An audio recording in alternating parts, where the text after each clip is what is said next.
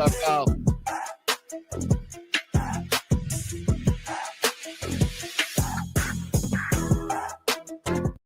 All right, what do you say we just hop right into it? Let's not waste any time. Thank you, guys, everybody joining me here. I am Boston Bryant. This is Blunt Politics. Welcome to everybody. Thank you to everybody joining me on this space as well. Thank you to the mods. Thank you to Matt for having me over there. I appreciate what you guys are doing, and I am very, grateful to be a part of that movement as well.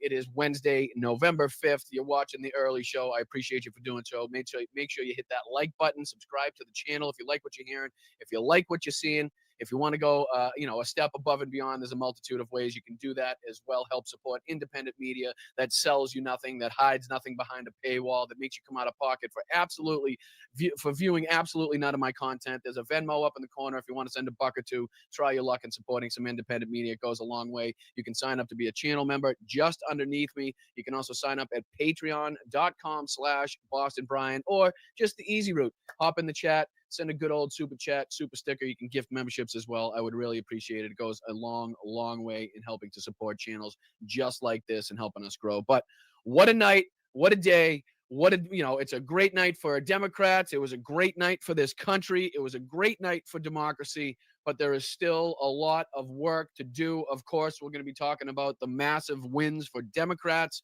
multiple states, multiple different races, and the Democrats dominated the entire way. We'll be diving into not only the reaction, and again, the reaction is something else that we need to be paying attention to here as well, because it's not just the races that we won or where we won them, right? It's more than that. It's the fear. It's the look of fear in the eyes of Republicans when they see the momentum behind candidates like Zoran Mandami, when they see the momentum in the blue wave happening like they did last night, throughout different states, throughout a multiple range of different elections, from governors to, New York City mayors and others. But it was a great night, like I said, but we don't want to get cocky. We don't want to get complacent. We must double down now on everything that we saw that worked in these races, everything that got us to this moment, everything that got us to this point needs to be doubled down on, tripled down on, and just fucking pushed in the faces of not only the American people, but also everything that we've combated, from the bullshit coming from the right. But let me throw this up on the screen because, this is a Politico article from this morning. Democrats didn't just rebound, they dominated. And of course, Politico, not the most left-leaning of, publications, just to, kind of say the least, you know what I mean? But it says, quote, "This is a foreshadow of what we're going to see next year," said one strategist. And, very hopeful, very grateful for everybody that got out and supported all of these different candidates in the different states. Whether it be New York City, Virginia, New Jersey, Georgia, California, Mississippi. We saw positive results in every single one of those states. And I just want to thank everybody that got off of their asses, that made sure that they went out and cast their vote or did whatever they had to do in their necessary states to make sure that we got this result in. Like I said, great result for not only Democrats, great result not only for democracy, but a great result for this fucking country. And again, the reaction to it and the people that are reacting to it in the ways that they are reacting to it is a huge sign, is a huge tell that we are on the right path. Because when you have, people like Stephen Miller and Donald Trump coming out in support of Andrew Cuomo, when you have, people like Fox News and, Tim Pool and all of these other cats coming out and talking about how detrimental this is. And, Speaker of the House Mike Johnson with a word this morning on it. You can tell by the reaction of these people that, this is something that they're very worried about and could be a huge problem for Republicans going into midterms, and could be a huge positive, a huge boost for momentum for Democrats going into midterms. And again, this is on top of the, ongoing Republican MAGA civil war that we've been, uncovering here on Blunt Politics, whether it's Candace Owens, Nick Fuentes, Tucker Carlson, Mark Levin, all of these other cats that are now just fighting with each other, Steven Crowder, the list goes on, Tim Pool. It's good to see that as they're fighting with each other, we continue to take steps to regaining power in this country, or at least steps to make sure that we can mitigate the damage going forward in Donald Trump's the remainder of Donald Trump's term. But, just a little bit out of this article before we move on. And we got, a bunch of different clips to get to. Like I said, we'll be talking about and looking at Zoran's, victory speech here, because I think this was very, insightful and very inspiring. We won't get through the whole thing because we only have an hour here, but I just want to dive into that a little bit. And then we're getting into the reaction. So the reaction from, people like Fox News, Maria Bartiromo, this one from Newsmax, and the people here on the panel at Newsmax and what they have to say. Tim Cast IRL, Tim Pool's kid, his little clan there had a couple minutes on this whole thing, and you can tell they're really, really worried about this. Not only that, but Speaker of the House Mike Johnson had something to say about it as well. And then not only that, but Donald Trump this morning at one of his, stupid remarks at breakfast, they had something to say about it as well. So if we have time, we'll be diving into all of those different clips, the reaction to, the successes that the Democrats saw last night, not just with Mamdani, but again, in states, New York, Virginia, New Jersey, Georgia, California, and Mississippi all saw positive results if you're on Team Blue last night. But yeah, let's just dive into a little bit of this article here. Because it says, for Democrats, Tuesday night felt like 2017 all over again. All across the country, Democrats won big, from the marquee races down to the ballot, to the down ballot contest. Counties that had shifted right a year ago veered back to the left, and the suburbs that powered Democrats' massive wins in the first Trump administration came roaring back. Exit polls even showed Democrats improved their margins with non-college educated voters. The strength of wins hints at Democrats' appetite to take on Trump as he ends his first year in office, and voters' concerns about cost of living, right? And this is just to kind of detail a little bit, or the successes that we saw last night. Some of them were very much highlighted. Others you probably didn't hear about as much. So, people like Abigail Spanberger, I always get this wrong. Is this Mikey or Mickey? Correct me in the chat. I always get it wrong. I'm gonna say Mickey, but it's probably Mikey. I'm gonna say Mikey because my first guess is usually wrong. So I'm gonna go Mikey Sherrill cruised to double-digit victories in Virginia and New Jersey. 2 Georgia Democrats flipped seats on the state's Public Service Commission. The first non-federal statewide wins for a Democrat in nearly two decades there. Democrats flipped a pair of Republican-held state Senate seats in Mississippi, cracking the GOP supermajority in a deep red state. And a successful California ballot measure here in California delivered 5 additional seats for the party's House margins ahead of the 2026 midterms, offsetting Texas's redistricting push. So again, some of those you probably knew about already. Add on Zoran Mamdani's win in New York City, and you can see just how dominant the Democrats were last night. I mean, again, when you're winning in places like Virginia, when you're taking back places, even small races, even races that you may not consider substantial or consequential in places like Mississippi are huge. Of course, the ballot measure here in California passed overwhelmingly to, again, offset the redistricting push in Texas, which is a great sign. What else? The 2 Georgia Democrats that flipped the seats on the state's Public Service Commission, the first non-federal statewide wins for Democrats there in nearly 2 decades. All positive signs. But again, let's not get cocky. Let's not get complacent. Let's figure out what we did right to get to this moment, and let's double and triple down on those policies and those, talking points. Whatever it took to get us in this position, we need to make sure that we continue hammering away at those points. And thank you to everybody in the chat. Every single one of you that's in one of these states, or fucking shared a message or shared something to get people off their asses to get involved in these states. You guys all played a part, and I appreciate every single one of you. So thank you so much. So just a little bit, and we'll move on here. It was an injection of life into a depleted, depressed Democratic Party that had been cast into political wilderness by Donald Trump's decisive victory a year ago. Democrats locked out of power in Washington have spent the last year soul searching and data digging as their brand sagged to historic lows. So again, not only is this good to see in terms of combating what the Republicans are doing in terms of momentum heading into midterms, but this was a desperately needed victory, a desperately needed sign of life by the Democrats, because people are so aggravated, so pissed off at what seems to be a lackluster, feckless attempt to again mitigate the damages or combat the damages and the policies set in place by this Trump regime, this second time around. So it's not so much, hey, we like what Trump is doing. It's more, hey, we can't stand what that guy is doing, and we wish you would combat him even more. which is why I think we've seen these, low polling numbers in terms of, Democrat approval numbers of recent, you know what I mean? So, and I've said that on the show before. But again, this is all good signs to see. Good to see last night. And what's even better to see, a chef's kiss. And I will allow us to gloat a little bit in this moment. Again, as I say, don't get cocky, don't get complacent. That does not mean that we can't celebrate, right? That does not mean that we can't, be exuberant and recognize, the work and the struggles that went into getting even this far.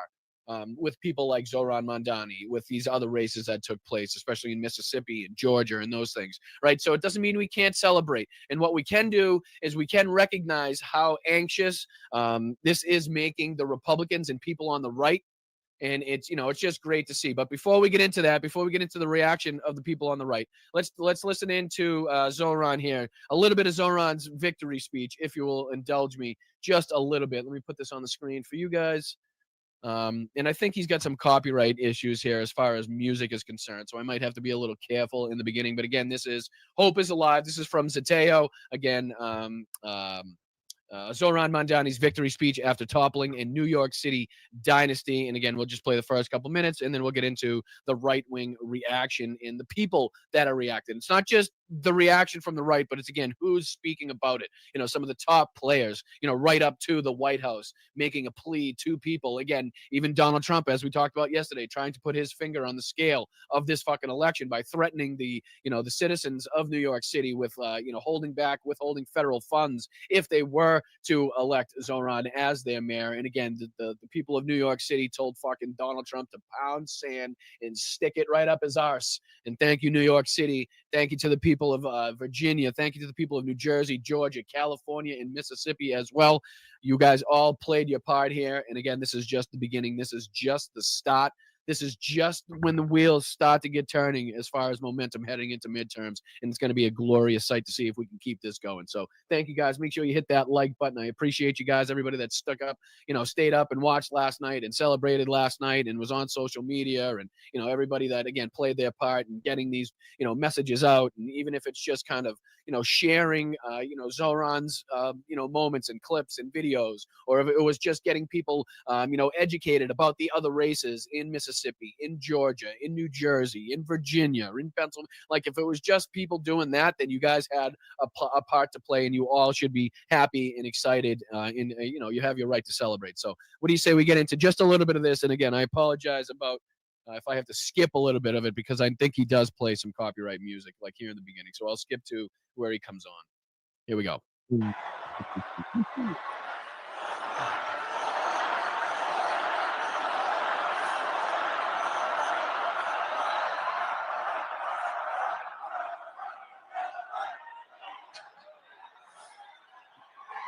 Thank you, my friends. Thank you. Thank you. The sun may have set over our city this evening, but as Eugene Debs once said,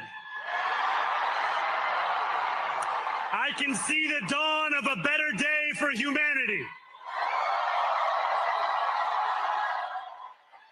For as long as we can remember, the working people of New York have been told by the wealthy and the well-connected that power does not belong in their hands.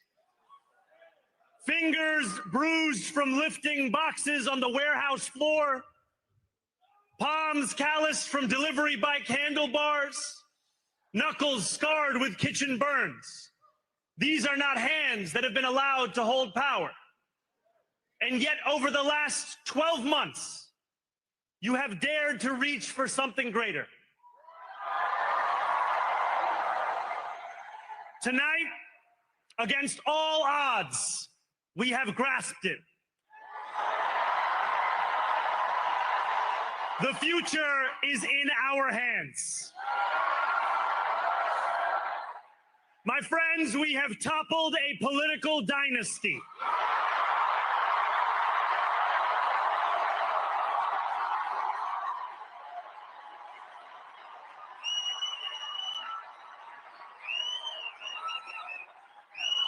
I wish Andrew Cuomo only the best in private life. But let tonight be the final time I utter his name as we turn the page on a politics that abandons the many and answers only to the few.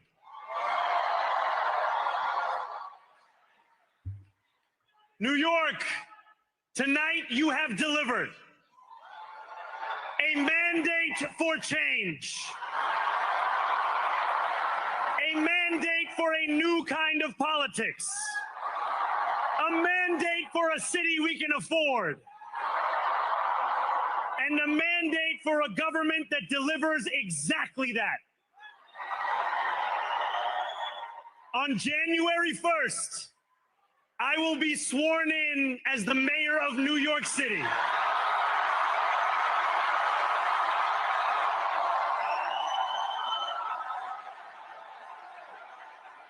And that is because of you. So before I say anything else, I must say this. Thank you. Thank you to the next generation of New Yorkers who refused to accept that the promise of a better future was a relic of the past. You showed that when politics speaks to you without condescension, we can usher in a new era of leadership. Let them troll. If we got trolls, let them troll. As we gloat, they couldn't have picked a more perfect moment to come in and spread their bullshit. As we're sitting here gloating, as we're sitting here, reveling in our victories, in the spoils of war, as Donald Trump calls it. Let them fucking troll. Let them get it out. I'd be pissed too if I was on their side because they got fucking their ass handed to them last night. So troll away, trolls. Here we go. And this is as we listen to the victory speech from Zoran Mandani. Victory speech. We will fight for you because we are you. Or as we say on Steinway, ana minkum wa ilaykum.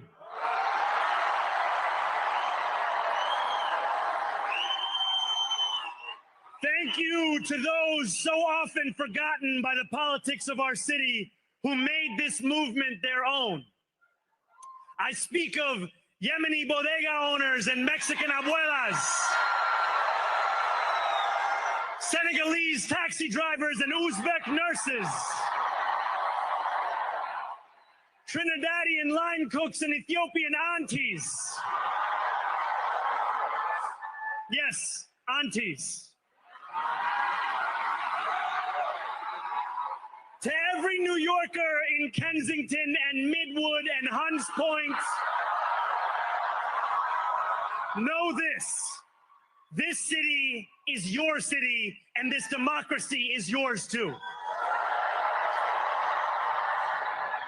And it's an amazing speech, and I just, I implore you to go over in however you have to watch that, whatever platform, whatever channel you watch it on. Unfortunately, because of the time restrictions, I only got an hour with you this afternoon.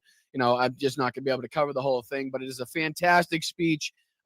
Definitely inspiring, something that you can really feel the momentum. You can really feel the passion. You can really feel how this is affecting the Republicans. And again, that's what I wanted to focus on here with the rest of my time in this, for this afternoon, is to focus on how much this is affecting Republicans. And again, who is speaking up about this? Who is complaining about this? And it is the top members, the people with the most power on the other side, because they know how dangerous this is to their entire fucking being, right? To their entire way of thinking, to their entire, fucking grasp on power. And this is just a little bit from, different Republicans, this is Fox News. Then we'll be taking a look at fucking, Newsmax. And again, we're just going to be skimming through them. We're not going to be diving deep. Next one, you get Tim Pool's, crew and their reaction. And then, Speaker of the House, Mike Johnson. And then we go to Donald Trump. So you can see, just how serious the Republicans are taking this and the effect that it has on them, especially, as in their speeches, they try to make it seem like it wasn't a big deal.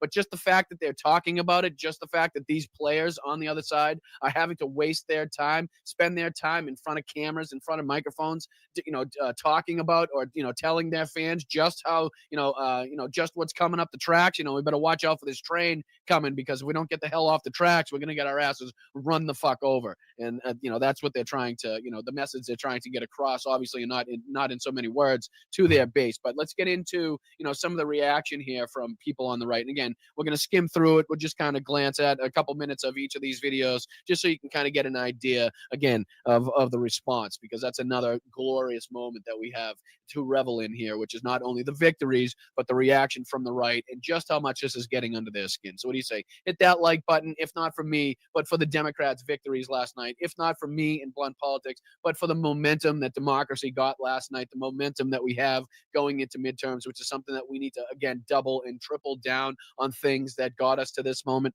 Let's figure out what wasn't useful. Let's determine what was useful, and let's fucking hammer those points until we cannot fucking hammer anymore, until our arms are fucking limp because we've been using them so much, hammering so many fucking points away. All right, let's go. Let's dive into this one. Put this on the screen. Again, this is, I believe, Maria Fadaromo. Hold on, I got something for that. Yeah, I do. I think this is her intro. Maria Fadaromo. Yep. And some other clowns on Fox Business talking about this. And again, we'll just kind of skim through, see what their reaction is, see if we can get what vibes they're putting out. All right, let's dive into it. Thank you. Hit that like button. Again, I'm Boston Brian. This is Blunt Politics, the political podcast made to sift through the bullshit, the propaganda, and the lies of people just like this. The Fox News propaganda, Newsmax, Tim Pool, these assholes, and breaking it down for normal, everyday, working class individuals like you, like me, because that's who's affected by these policies. That's who's affected by this bullshit, and that's who the mainstream media doesn't reach out to. So that's what I'm here for. I quit my career as a plumber because I'm passionate about these issues. I'm passionate about the threats that this country faced, and I dove headfirst into this, trying to do my part, and I hope that you guys will support me on that journey. So let's rock and roll. Let's get into it. First, the hot topic of the hour: Democrats sweep major elections across the country last night. Sweep! We sweep! Oh, I just love a good sweep. I wish I had a fucking broom, like you're at a good sporting event, like you're at the fucking, I don't know, like you're at the Red Sox from like the early 2000s, and they just fucking beat the hell out of the St. Louis Cardinals, or, and you're just walking around with that broom. Oh, it's so great because we swept the shit out of them. All right, here we go. Sorry. Including in New York City's mayoral race and the governor's races in Virginia and New Jersey. Fox Business's Darren Botello. Don't forget Mississippi. Don't forget Georgia, Mississippi, and what happened in California. I mean, if you're going to lay it on, you might as well lay it on them all at once, Maria. Don't sugarcoat it. Don't sugarcoat it. Let's go. Live this morning in Washington with what comes next. Darren.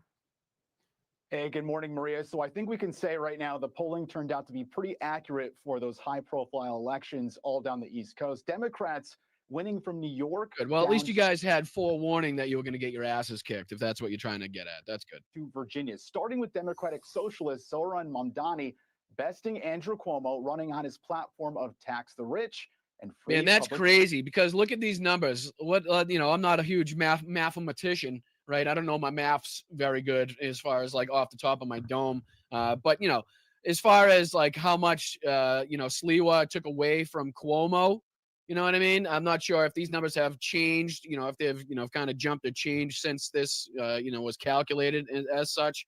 But, as far as a spoiler is concerned, you know what I mean? I know who Cuomo is going to be mad at, because he wasn't far off, and I'm not sure if it calculates as being exactly that as a spoiler. If not, it had to have been very, very close. Transit over the river to New Jersey now.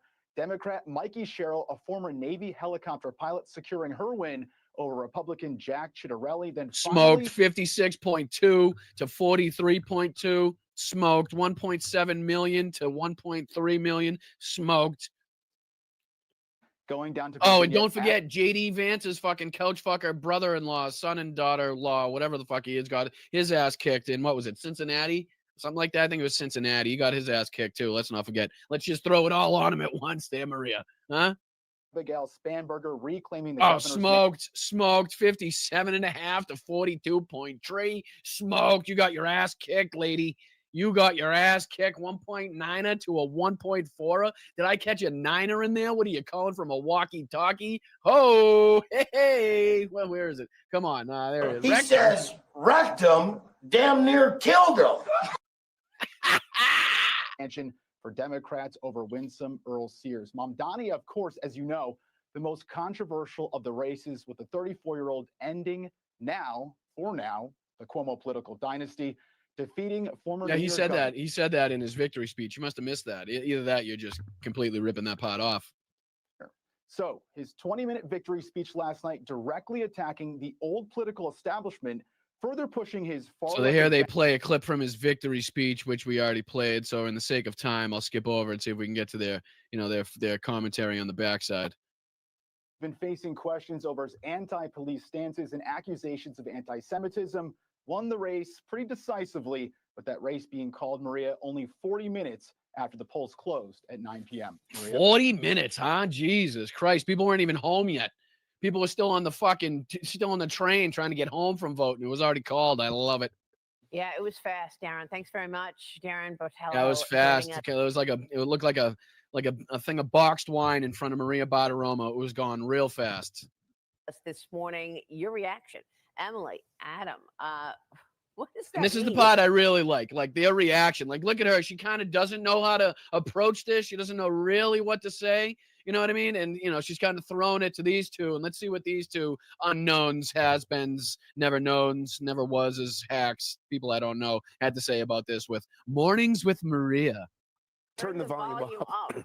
That was the strangest thing I think I've ever heard because. And this is the second time I've heard somebody comment on the fact that Zoran said, turn the volume up, which is fucking very clear in messaging terms what you have to do. That means, again, what I was saying, pretty much everything they got us here, we have to double and triple down on. All of the rhetoric, all of the talking points, we need to turn the volume up on that. We need to pinpoint exactly what was beneficial to the campaigns, all of the campaigns that won throughout the country, and we need to hammer those points. That's what turn the volume up means. That's what, make sure that not only are we standing, firm on our beliefs, but we're making sure we're doing it with a bullhorn and a loudspeaker, to make it even more noticeable, to make, to get even, our point across even further to people. That's what the fuck turn the volume up means, you dumb bastards.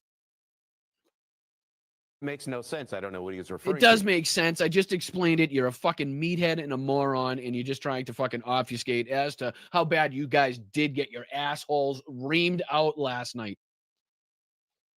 I tell you what does make sense. Here in New York, 1% of the population pays 48% of the income tax.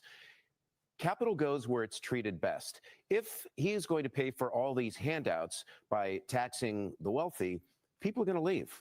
And it wouldn't. I love this talking point of like, oh, geez, don't mistreat the fucking wealthy, the billionaires. Oh, my God, they're going to leave. If they're that fucking shitty of Americans, if they're that fucking lackluster in their enthusiasm to support their country, right, and to pay their fair share so that, everybody can have a fucking equal opportunity and at least a fucking, a life and a roof over their heads and food on the table, and they're going to fucking uproot their entire company, their entire family, and leave the state, then fuck them.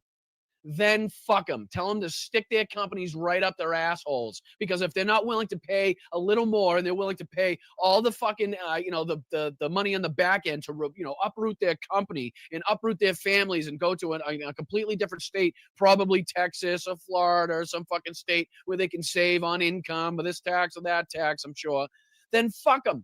We don't need them. We want the people that do make money and actually do give back into society and aren't fucking too stingy to reach in their pockets and pay a fair share to make sure that, again, we can fucking have, I don't know, free free buses or, whatever it may be, housing for fucking homeless or, free health care, fucking you pick it. And again, the money that these billionaires aren't paying into the establishment, aren't paying into the society right now could go to better use. So to make it your prime fucking example, your prime talking point that, oh, we're going to offend the wealthy isn't doing what you're thinking it's doing there, buddy. All right. And we eat the rich over here. That's what we do. I don't know. We're fucking hungry as hell. And that's what you guys just keep feeding us the wealthy and we'll just keep fucking mowing them down. Right? You want to show your face in this country. You want to show yourself as being completely unpatriotic and unwilling to fucking, do what's right and pay your fair share. Then so be it. We'll blast your face all over every fucking social media platform out there. And we'll make sure that nobody, or at least the least amount of people, buy from your company as humanly possible. All right. And again, in the sake of time, actually, let's just hear. I want to hear what the young lady on the other side says. Then we'll move on. To completely upset the balance of payments here in New York City because, again, 1%. You antagonize a quarter of that 1%, and it all implodes. Before the election, we were talking about really how much power the mayor of New York really has to implement these things. Jeffries this morning on Wall Street out with a report telling their clients a couple of the things that he actually could do. Mamdani's proposals within mayoral authority include a broad latitude to advance policies affecting property owners. Great. And Love it. renewable energy and Love it. immigration. Love it. Intensifying enforcement of housing codes, accelerating city fleet electrification, Love it. enforcing sanctuary protections. Love it. Relies on the mayor's ability to issue executive orders. Love it. Well, Mamdani's policies ultimately will fail if he's able to implement them. That already might be a failure there, but we know socialist policies Wait, fail. what that for? Come on, you had that entire time to come up with what you were gonna say, to come out with that fucking fiery first statement, and you fumbled it at the 1 yard line. No matter if he's able to implement them or not. And I want to point out that So today, they're failures if no matter if he's able to implement them or not. Like, how does that work? How can they be a failure if he's not able to implement them and we don't actually get to see them in practice? Like, again, okay. November 5th feels dramatically different from last November 5th when President Trump won the popular vote, won 7 swing states. Now we have an anti-American, anti-capitalist, anti-police candidate who just was elected to run the financial capital of the world. Watch it, lady. Watch it, lady. You know who you're calling fucking un-American right now is every single person in New York City, whether they be Jewish, Christian, whether they be fucking Indian, Chinese, whether they be German, whether they be French. Doesn't matter what they are. You're now calling them un-American if they voted for Zoran, and he got a shitload of votes, lady. So you better watch who you calling un-American, because I know you're trying to, attack Zoran, but really what you're doing is calling everybody that voted for Zoran un-American. And it's probably not the best thing to do, especially to New York City people. I just, being from Boston and having been a rival of theirs in sporting events for, my entire fucking life, I can tell you that, something you don't really want to poke the bear. You don't want to, I guess that's us that you don't want to poke the bear with. So probably, you don't want to, you don't want to give them any newspaper material. That's what I'm trying to say. But they usually say to us they don't want to poke the bear. So I had to rephrase that. All right, let's move on to, again, Newsmax, just to continue this, beauteous run that we're on of looking at people and different right-wing platforms freaking out about the performance of the Democrats last night. And again, without getting too much into it and wasting too much time, let's dive right into it. Again, we'll just play the first couple minutes, couple seconds of this just to kind of get the flavor, the feeling, the vibe of these people. How, you can tell by their faces right off the bat that they are not too fucking happy, ladies and gentlemen. They are not too pleased. If we're going off facial features alone and facial recognition and facial fucking, just going by what we're going off on the resting bitch faces I'm seeing here, not too happy about what happened. But let's play. Let's see here. Maybe they'll change our mind. New York City voters deciding by a large margin to put a Democrat socialist in office. Here are just a few of the comments from Zoran Mamdani during his victory address. Take a listen. If anyone can show a nation betrayed. And again, for the sake of time, we played that. I'm going to skip over to their reaction, and you guys can more than welcome to go back and listen to Zoran's victory speech. There's multiple platforms, multiple channels that have it, but just for the sake of time, let's get into the right-wing reaction.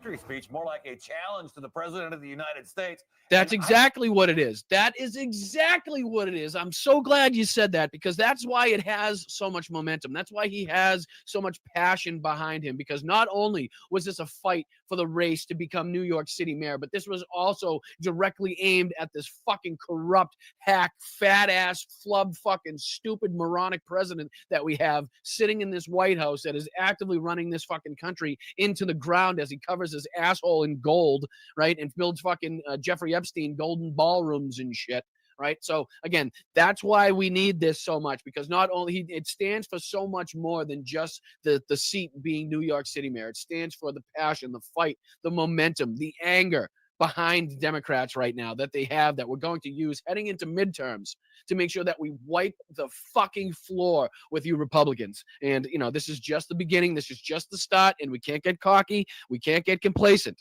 This is just the beginning, and we need to make sure there's a lot that can happen between now and midterms that can absolutely stop the flow that we have, this momentum going. But we need to make sure that, fucking small creators, big creators, I promise to do my part. And again, doing everything possible to make sure that we continue this momentum, continue this run, continue this role that we have heading into midterms. And I just need your help. I just need your support, whether it be just liking and subscribing or whether it be financially to help keep this fucking channel going. Because again, I gave up a career in plumbing because I am so passionate. And it was so evidently obvious to me the dangers that this country faced and that the mainstream media wasn't going to be up to the moment in order to, sift through the bullshit, in order to make sure that the people knew exactly what was going on. And, I felt so passionate about it. I gave up a career to do this, and I just hope that you guys would support me in this venture. But let's continue to roll.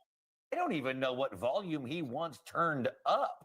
Again, second time, and instead of going after the policies and instead of saying going after what he said in the speech, like going the volume up. I don't understand this volume up. Well, we do. So shut the fuck up. Critique something else. As long as his own side, his own people know what he's talking about, that's all that matters. You guys are just too ignorant and stupid to recognize what he means. Why don't you just move on from that fucking point? Stuff from the federal government because he wants to give away stuff that's free and nothing's free. What do you think? It just shows what that race was all about. The New York Democrats elected somebody that has basically picked up on a trend in the Democrat Party. They are being pulled so far to the progressive left that anybody that's considered a moderate there by today's standards 10 years ago would have been a radical. And it's funny because that's how it may look because, when you've gone so far to the right with your party like the Republicans are, and then you go and you turn and you look left, it may look like the Democrats are fucking miles away, which we are. But that's only because you guys have been shifting steadily or rapidly to the right. You know what I mean? And again, in that rapid push to the right that the Republicans have done, that has in turn, as I've been saying on this show, has had an absolute effect on fucking people on the other side in helping radicalize them, right? And making them believe that we need drastic and fucking immediate change in order to combat what we're seeing on the right. So when you're seeing, the old fucking ladies out at the No Kings talking about, hey, I don't give a fuck, holding up these signs that you wouldn't normally expect them to be holding up, or that example that we saw where the one lady was talking about Charlie Kirk, whatever it may be. You know what I mean? Like you can see that people have been radicalized. And I say that nobody has done more to radicalize me and my political beliefs than Donald Trump and the Republican Party in the last 10 years. And they have nobody to blame but themselves if they perceive the left as being radicalized. But I can assure you it's only because you guys have taken a fucking bullet train to the right that when you look left, it seems like the Democrats are a mile away, which we are, but it's because of the Republicans and not because of the Democrats. We're just trying to claw back some sanity, claw back some of the fucking rights, claw back some of the norms and fucking, rules and regulations in this country that we once lived by, even though we had, a vast majority of things to fix. At least we had that. We're just trying to get back to that fucking moment so that we can, again, build on this momentum and, again, do what we need to do to fix our society and help the most amount of people that we could possibly help.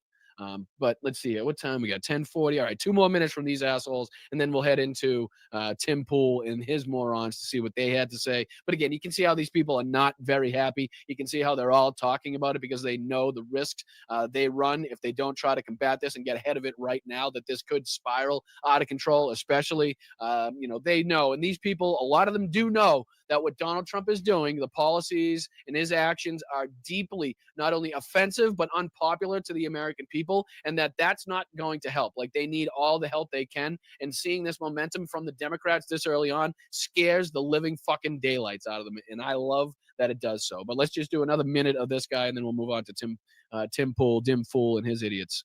Progressive left and labeled a socialist and Marxist and fill in the blanks. So it's really unfortunate that Democrats refuse to stand up and say something about their party heading down this path. Like, speak now or forever hold your peace. The ones who are standing again, we're choosing. You do understand we're actively choosing this. Like, I wouldn't stand up and fucking object at my own wedding. That would be kind of fucking stupid, right? So why, if we're actively calling for this, saying this is what we need, getting behind candidates like this, celebrating the momentum that we saw last night from the Democrats, why the fuck would we stand up and object to it, you dumbass? Alongside him are endorsing the future of this party. This looks like a fucking right-wing clone of what's his name? Fucking the Canadian. Who's the Canadian Who's in the Canadian YouTuber there? I can't think of his name. For crying out loud. He was with TYT for a little bit there. Canadian YouTuber. Come on, hit me with it in the chat. Hit me with it in the chat. God damn it. I can never think of his name. You guys will get me. But he looks Lance. That's the guy's name. Lance. He looks like a fucking right-wing clone of Lance from the Serfs. If they do not say, hey, let's actually pull back a little bit, let's start to reestablish ourselves as some of the more moderate Democrats that you saw. So this is their plea right now. This is their plea to the moderate Democrats. You know, remember how Donald Trump came out in support of Andrew Cuomo, same as Stephen Miller did, saying that they'd rather a bad Democrat over a socialist, Marxist, communist, radicalist, blah, blah, blah, you know. But again, this is what they're trying to do. They're trying to make their final plea to what they deem as the centrists in the party to, look away from Zoran, look away from the momentum that he has, look away from his rhetoric, look away from his policies that have been so fucking popular that got him elected New York City mayor in and around this fucking propaganda fight that the right has been waging, the war that they've been waging against Zoran. He still managed to pull it out, and they are fucking afraid. And let's hop on to Tim Pool, because Newsmax typically has absolutely nothing to give. And again, I just want to, kind of revel in their misery a little bit. But again, this is Tim Pool and his fools. Let me throw this on the screen. I'm not sure if Tim Pool's even here. I think he just kind of left it up to his merry gang of morons to have at it for the day. He was so pissed off. He might be here. I'm not sure. But, he might be so fucking pissed off. He's probably crying in the bathroom about last night's results. But let's take a look at this. This is titled, what was the title of this one again? This was Zoran Mamdani wins election. New York City is cooked. Communists taking over. All right, let's see what these fucking morons had to say. The first polls. Oh, he is. He's so fucking forgetful. He is just so forgettable that I just didn't even see that he was here. All right, my bad. Men from New York, and Mamdani is ahead by about looks like just about 12 points. Yep, and he smoked him, and he won. I'll just in case you're not there in time yet, I'll save you the time. He smoked him. He won. Just around there. So Cuomo look at their faces, bro. Look at their I'll get out of the way. Look at their faces looking at the screen, right? Look at this fucking jackass. Look like he just stepped off the 18th fucking green. And then this guy looked like he just stepped off the shooting range. He ain't fucking looking too happy looking at that screen. And then this fucking, cartoon looking Beavis looking motherfucker on the bottom left. And then I don't know what the dude is on the bottom right, but he ain't looking too fucking proud and loud right now either. But they are just not happy, folks. Not happy looking at these numbers. And you can tell by their commentary too. Trailing by just shy of 100,000 votes so far with 0% reporting, but this is 818,000 votes in so far. So, oh boy. She now has Mamdani at 99% to win. Is that good? I don't know. Is that good, chat? 99%. Is that a good thing? Is that good? It does get better, I think, by one, but is that just, I'm curious, Tim, is that good? Is that a good thing for Republicans and Democrats? I'm just curious. Yeah, I mean, you see, this 98 right now. This is like Captain Obvious moment. But if Mamdani is over 50%, then the Sliwa spoiler thing is just like a moot point. Yeah. Yeah. Again, that's Captain Obvious moment, but it's true. Like all this hand wringing over Sliwa. He's not going to finish at 8. He's not going to finish over 50%. Yeah, him and I think he finished at what 50.4 because Tim just on a roll, just fucking really good in his predictions. The same guy that said, I think in 2016. Was it 2016 or was it 2020? I forget. One of the elections, Tim predicted that Donald Trump was going to have a 50-state fucking run where he's going to win all 50 states. We know how that went. And again here, predicting that Zoran wouldn't get over 50%. I believe he got 50.4, if I'm remembering the number that we watched earlier correctly. Well, it depends on where it got counted first, obviously. Were you guys also right? So this is still preliminary. Staten Island's gonna go heavy for Sliwa. Were you guys unsettled by the amount of conservatives who are willing to fight this losing battle for a Democrat and kind of go all out for them? Cuomo? Yes. Cuomo. Yeah. I love this argument because what they're doing here is they're indirectly calling out Stephen Miller. They're indirectly calling out Donald Trump, right?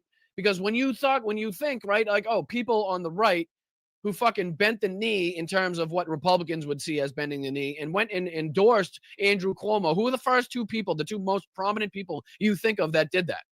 Well, it was the president of the fucking United States, and then it was Stephen Miller, and I'm sure even people in between them, as far as Republican politicians that said or implored people to vote for Cuomo over Mamdani, right?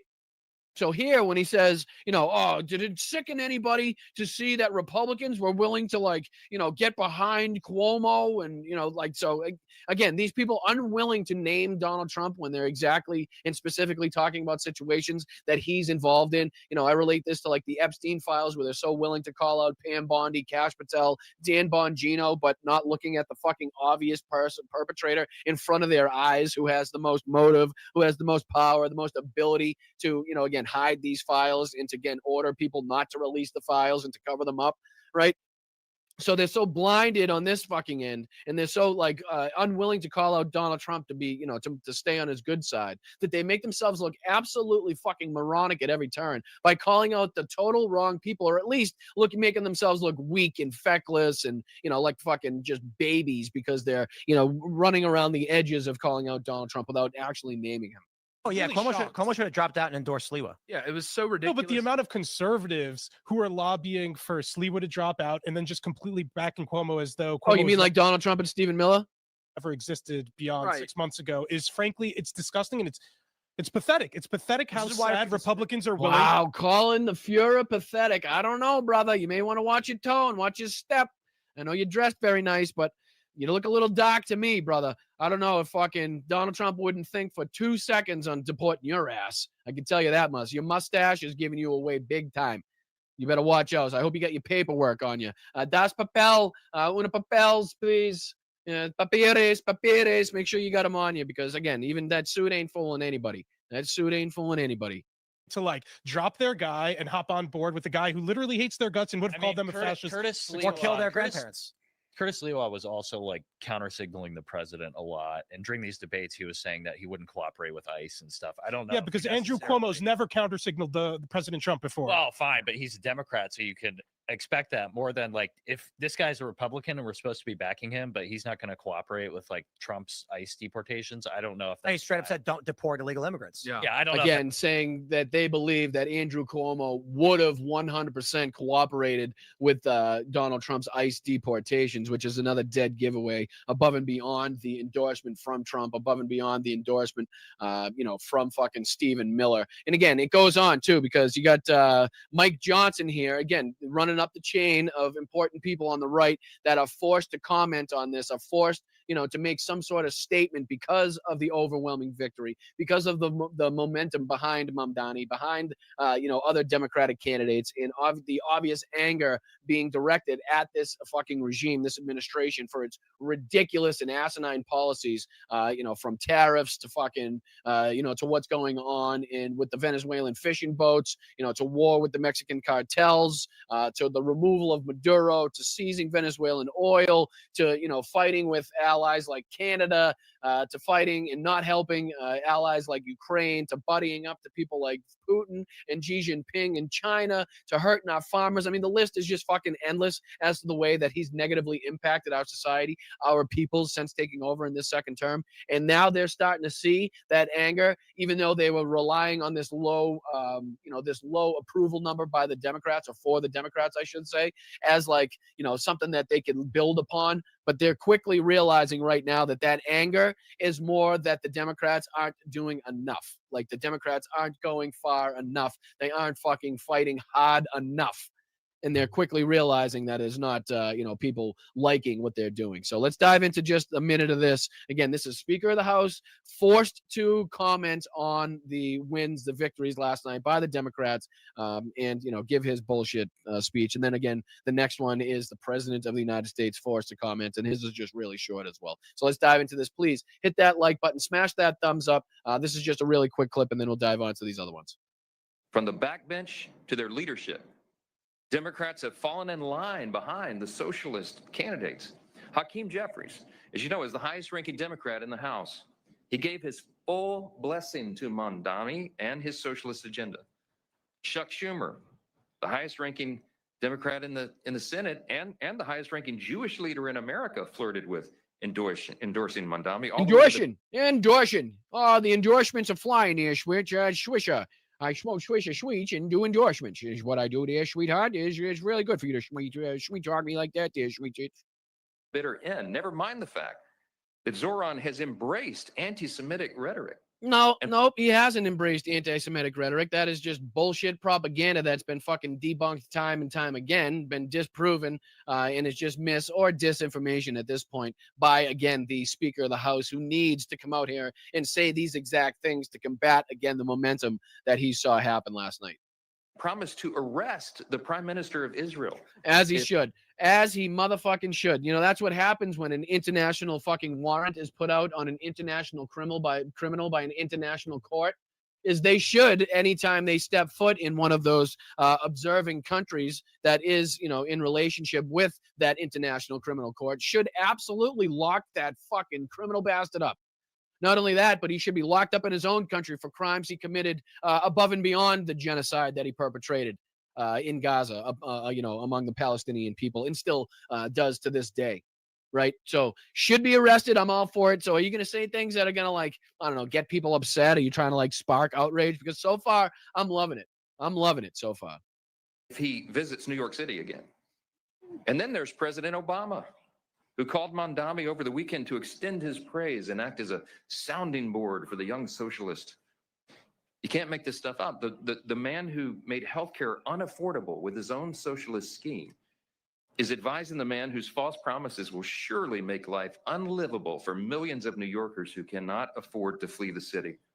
Cannot afford to flee the city. Again, this is Speaker of the House Mike Johnson doing everything he possibly can to make this seem like the worst possible outcome, the worst possible choice to stoke fear, to make sure that the citizens you know, are on edge, right? Because he knows that this isn't good for him and his party. He has to do something, and this is what he was sent out to do. Have we said from this podium every morning, we talk about Mamdani for two reasons. It's a bellwether. Every morning, right? Just think about that. As we sit on this podium every morning and talk about Mamdani, talking about the New York City mayoral race as the Speaker of the House during a fucking 36, 37-day shutdown, the longest shutdown in our country's history, as you guys have complete and total control over the fucking government in every single branch, down to the Supreme Court and more.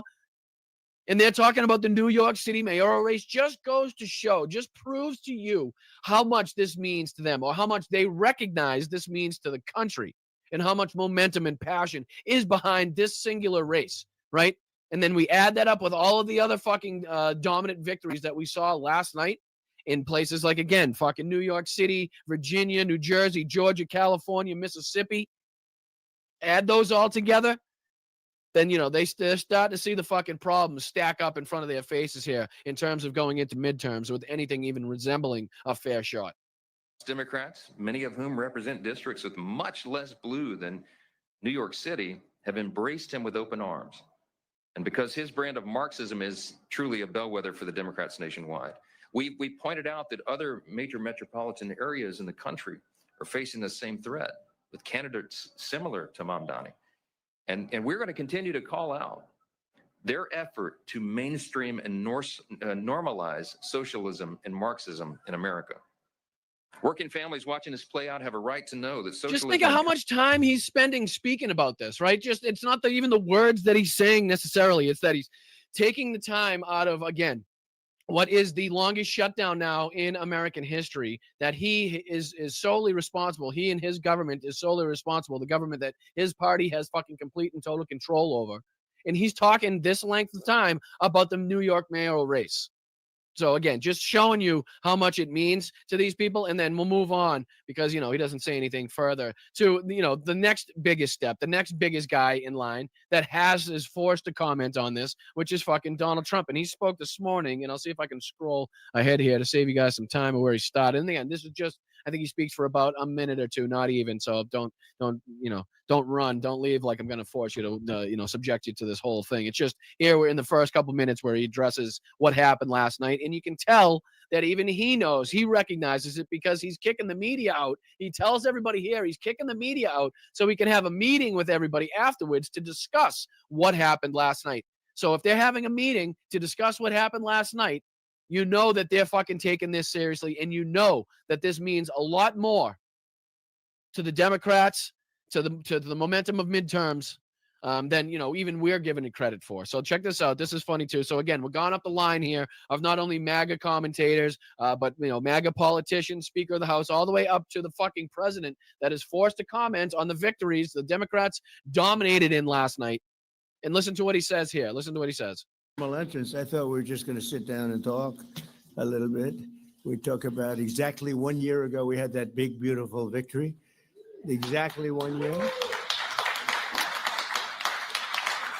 And last night, it was, not expected to be a victory. It was very Democrat areas, but I don't think it was very good Democrat areas. You know, those areas such as Georgia, Mississippi, you know what I mean? Those very Democrat areas that, you know, Democrats dominated in last night in, you know, fucking multiple states, multiple races, and again, in dominant fashion. But again, here, the president forced to comment on it, forced to talk about it. And listen to what he says. He's going to be kicking out the media, and he's going to be having a discussion with his fucking, I don't know if he says with his cabinet or with just some of the people in his crew about this. Listen to this.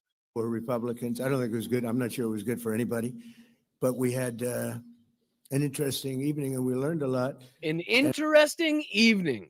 You mean you got your fucking asses kicked?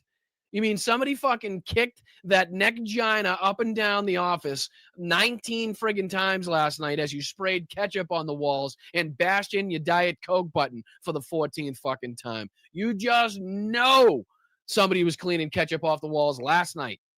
And we're going to talk about that, and I'll say a few remarks, and then after that, I'll ask the press to leave. The press has been very, very nice to us the last couple of months. They were great to us. And so he says he's going to have the press leave. He throws them a couple compliments, right? He tries to butter them up, get them on the good side as far as, maybe reporting on the Democrats' victory last night. I think that's what this little sly move is to do, is to kind of butter them up so they don't report on the dominant fashion of the victories last night the way that, they should, basically, right? So listen to what he says here. He's going to kick everybody out. He already said that. In terms of the foreign visits with China, Japan, South Korea, Malaysia, and they were actually terrific. So I want to thank you for that. I'm sure you'll get back to your normal ways soon. But we did a great job over in China, and we've done a great job in turn. Wait a minute. He didn't go to China. Hold on. He met the leader of China, but he didn't go to China. The leader of China went to him in South Korea, if I'm not mistaken, right? Does he think he went to China? But we did a great job over in China. And you didn't go to China, you dumb motherfucker. You were in South Korea. The Xi Jinping came to you and met you there. What are you talking about? Turning off wars. We stopped 8 wars. Oh, here we go. And we have 1 to go, as you probably know, and that'll get stopped also. But we've done a great job. So it's really been an honor to do it. And I did it with many of the people in this room.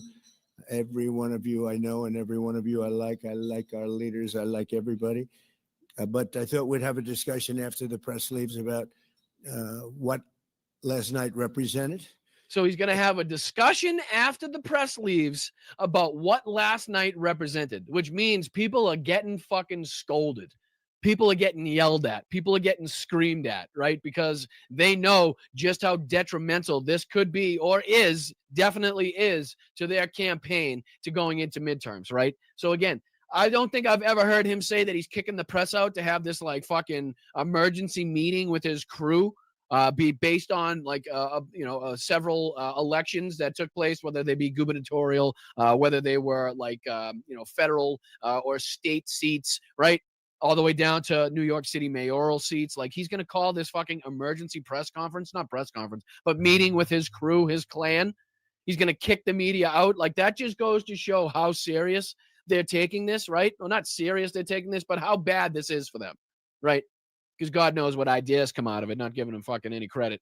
But, this just at least goes to show that they know the damage that was started last night and the momentum that was created. So, I really do appreciate you guys, but as far as running out of time, we have done so. I'm going to kick it over to my man, Jeff Waldorf, over there on this space. Thank you so much to all the mods over there on this space. Thank you so much to Matt, the Letterhack over there, for having me and creating this little idea that, you know, lets people watch different platforms, watch different creators on different spaces, which is just fucking amazing. He's done a lot of work to get this going, and I really do appreciate him. He's got great people, you know, not least of which is Jeff Waldorf, who's coming up right now. So I appreciate you guys. Thank you very much. Thank you to everybody at this space. Make sure you're hitting the like over there, subscribe to this space, and if you're not subscribed over here to Blunt Politics, me and Boston Brian, please make sure you're doing so. Thank you guys. Appreciate you guys over in this space. And if you're from Blunt Politics, make sure you stick around, and I'll make sure to thank everybody that sent in and contributed to this show. But until next time, I'm Boston Brian. This is Blunt Politics. Make sure you're checking out Jeff Waldorf over on this space. I'll throw it over to Jeff now. Thank you guys. Appreciate you.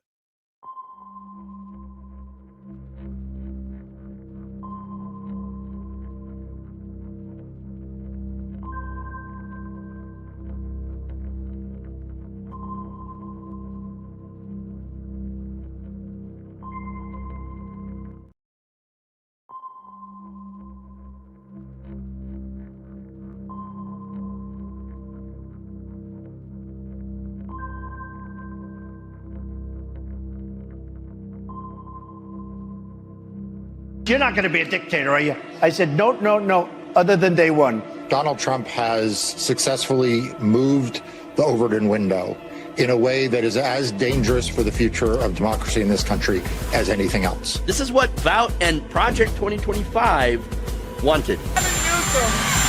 Is he's daring Tom Homan to come and arrest him. Should he do it? I would do it if I were Tom. I think it's great. They control the Congress, they control the White House, and they control the courts. And so, of course, they're massively, massively overreaching. And yes, they are getting away with it right now. This is clearly a man who cannot tolerate criticism of him or what he does, which is exactly what authoritarianism is all about.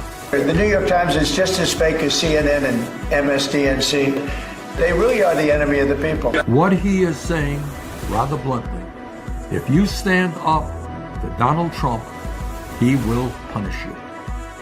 Protesters in Philadelphia, state capitals in California, Minnesota, Michigan, Texas, Wisconsin, Indiana, and others showed up to oppose Trump, Musk, and Project 2025. US and President Trump has overseen America's largest military parade in decades as nationwide protests take place against his leadership. Demonstrations are happening right across the United States today to oppose the Trump administration. Two visions of America. On a day the country's deepening divide was there for all the world to see.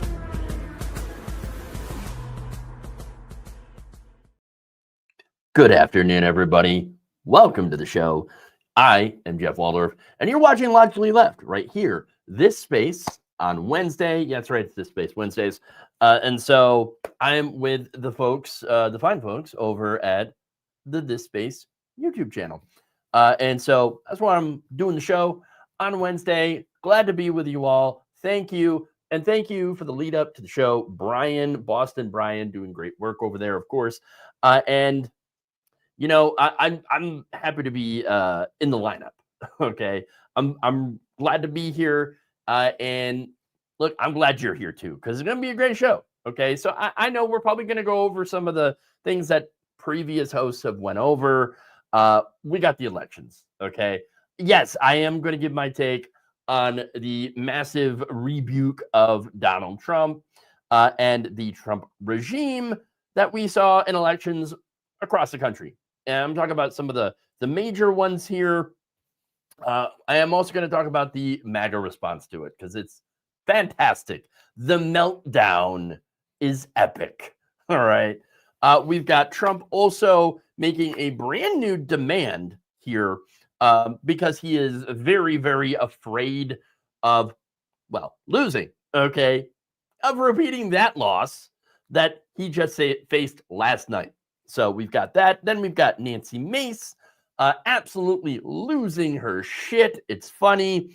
And then Dinesh D'Souza finally realizes, oh, I think Republicans might be racist.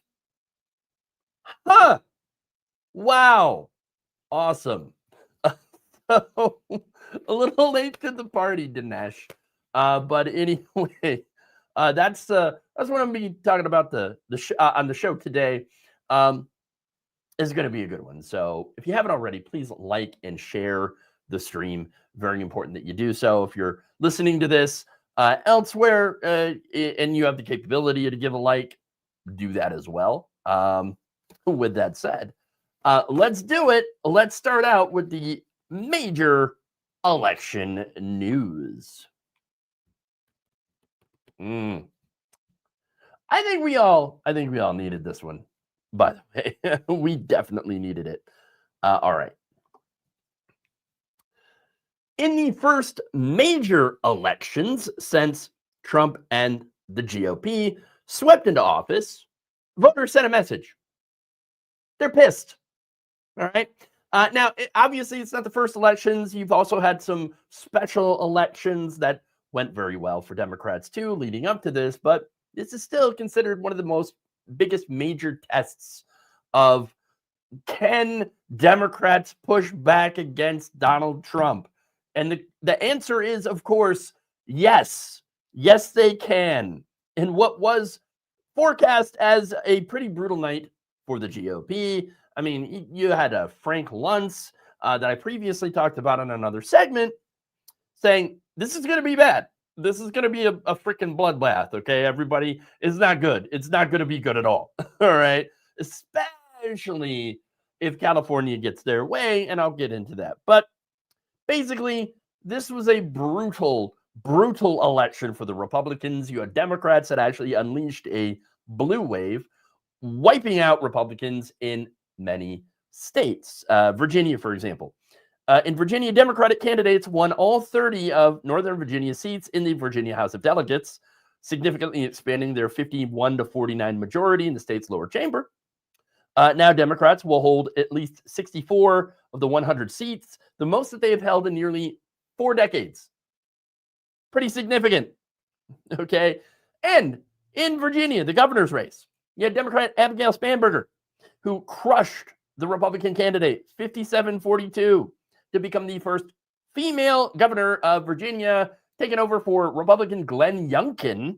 All right. Spanberger, by the way, very important here because this is something that Democrats should keep doing. She ran on affordability. Yes, I'm making things more affordable. I know, crazy, right? She slammed Trump's tariffs, of course, slammed Doge, the Trump shutdown, et cetera, right? She called those things an attack on Virginia's economy. And it's not just an attack on Virginia, it's an attack on the entire U.S. economy. Okay. Now, there's more. Jay Jones, a Democratic attorney general candidate, he also won. There was a little bit of concern for him because, you know, there was this scandal or something about some texts where he was talking about the hypothetical shooting of a Republican, the pew of a Republican, I should say. You know, people were like, don't really care. We're not really concerned, especially since you already had other actual Democrats get pew-pewed. Okay. And I think that's really important. There's already been violence against Democrats. And so this hypothetical, you know, text, whatever scandal of like, oh, what would happen if this particular Republican opponent gets pew-pewed? I don't know. Nobody really cared. Okay. Nobody really cared about that. So now you also have, by the way, the projected winner of the race for lieutenant governor, a Democrat named Ghazala Hashmi. That's right. That's right. She is the state senator who is now going to be the first Muslim woman elected to statewide office in Virginia. So that's just in one state. All right. You have more. Democrats did very well in other states. For example, in Ohio, you had the incumbent mayor of Cincinnati, Aftab Purval, fending off a challenge from J.D. Vance's half-brother. The Vance family rebuked, sent back to the couch. Oh, there you go. All right. And then in New Jersey, of course, you have Mickey Sherrill, who defended against Republican Jack Ciattarelli. In Pennsylvania, Democrats won the majority on the state Supreme Court. They took over the Georgia Public Service Commission. All right, for the first time in a long time. Then local school board races, right? Democrats unseated a bunch of Moms for Liberty-backed candidates who have been, they've been getting their asses handed to them for the past few years. And so that's no surprise. But now you've got the big one, New York City, okay? Or should I say one of the big ones. Zohran Mamdani obliterated former Mayor Andrew Cuomo. Yes, here comes Mamdani. All right. Now, one of the reasons, of course, is, yes, Mamdani ran a great campaign. He ran a very social media-focused campaign. He talked about affordability, which is really important, and that got a lot of people to turn out. In fact, turnout, massive. Look at that, 2025, highest in decades. Damn, that is almost double the number of votes cast in this election, about 2 million, okay? It's almost double the number of votes cast in 2021 for now disgraced ex-mayor Eric Adams. So there you go. Now, what's interesting about this is that there were a lot of people in this race, okay? You had Andrew Cuomo. For a while, you had Eric Adams. And then, of course, you had Curtis Silva, who is the Republican, barely got any votes. Didn't do very well, but then again, it is New York after all. But the major competitor there was Andrew Cuomo, and for a while, Eric Adams. Eric Adams dropped out. They both were running as independents after Mamdani crushed them in the primary, and Cuomo got spanked. He got spanked, which is funny considering who endorsed him. Donald Trump. Donald Trump went and endorsed Cuomo. The kiss of death from the orange pumpkin. Ouch. Didn't work out so well, did it, bro? Now, what also didn't work out was the massive amount of Islamophobia that was lobbed at Mamdani by both the Republicans as well as his establishment opponents. Establishment Democrats famously or infamously didn't really support Mamdani. I mean, it took a while for some of these Democrats to come around, and some of them never did come around. And so that's really important here. And it's not surprising that in New York, Democrats are actually, the Democratic Party is losing voters, but they're not going to Republicans. No, they're actually going to the lefty Working Families Party. Look at that. You have 28% growth in the Working Families Party, which endorsed Mamdani. So there you are. And Democrats losing 7%. So there you are. Yes, I know Working Families Party, rather small still. But look at that. They're growing. They're growing quite a bit. Democrats shrinking. So Democrats, you might want to think, what's the Working Family Party doing to get all this growth? Maybe we should start doing that. Yeah, you'd think. Now, that said, there's more. California, it's the big one. You had Prop 50, okay? Prop 50 won by a huge margin, which would allow Democrats to redistrict the state to gain potentially 5 more seats in the House of Representatives. That was the thing that Trump and the Republicans were very scared of happening. They did not want Prop 50 to pass. By the way, Prop 50 is a response to the Texas gerrymandering. So Gavin Newsom, governor of California, this redistricting in Texas, and you shouldn't, it hasn't been 10 years yet, all right? If you do that redistricting, then we're going to do it.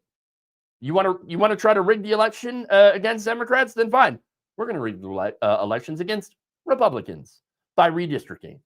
Yeah, your call. If you're going to do it, Greg Abbott, All right, go ahead. And we'll do it too. They did. And now, of course, thanks to the voters, by the way, and this was put up to the average California voter.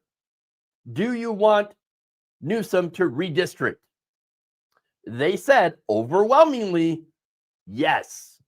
Yes. You're going to rig the game, then we're going to rig it too.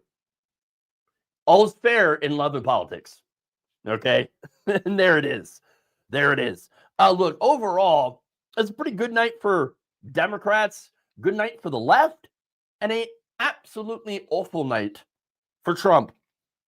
Make no mistake, this was a pretty big rebuke of this regime. People are not happy with the direction the country has been going under Trump and Republicans. They're not happy with the cost of living. I'm not happy with the cost of living. Things are way too expensive. Prices and affordability, turns out, are huge motivators to get people out to the polls. Yeah. Exit polls found that in all 4 major contests, the governor's races in Virginia and New Jersey, the New York mayor's race, and the Proposition 50 battle in California, voters said that the economy was the most important issue motivating them, or close to it in New Jersey. And they ended up siding with Democrats overwhelmingly, which tells you who owns this shit economy? Republicans. That's right. Trump, and nothing shows this more, illustrates this more than the fact that Donald Trump is building tacky-ass golden ballrooms and throwing Great Gatsby parties while 42 million Americans do not know if they're going to get their food assistance this month. People who are working, people who are disabled, children, etc. Millions more people face a tripling of their health insurance premiums thanks to Republican inaction on the Affordable Care Act tax credits, which has caused a government shutdown. This is why Republicans got blown out in this election. Every Democratic candidate that won focused on affordability, and they pushed back against Donald Trump, the ICE raids, etc. And you know what? They did pretty well. That's what Democrats need to keep doing, to focus on helping working people, helping regular people, pushing back on Trump's tariffs, pushing back on his immigration raids. Look, the 2026 midterms, this is a preview. Okay, this is a preview. And so it's going to be about Trump's economy and pushing back against his disastrous leadership on it. But what do you think? What do you think about these election results? Leave me a comment. You know, tell me if I'm wrong or if I'm right, and tell me what you think is going to happen in these upcoming midterms. Now, in the next segment, of course, I'm going to talk about the GOP meltdown over these elections, and it's going to be a lot of fun. Gotta love it.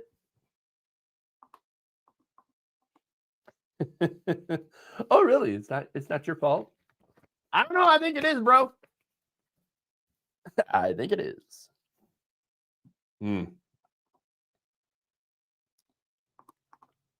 All right. Let's see. Hold on here.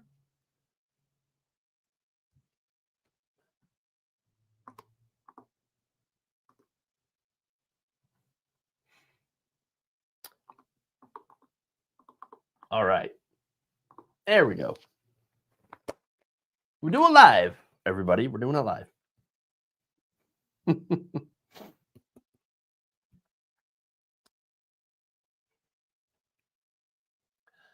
Republicans are playing the blame game after suffering crushing defeats in elections across the country on Tuesday night.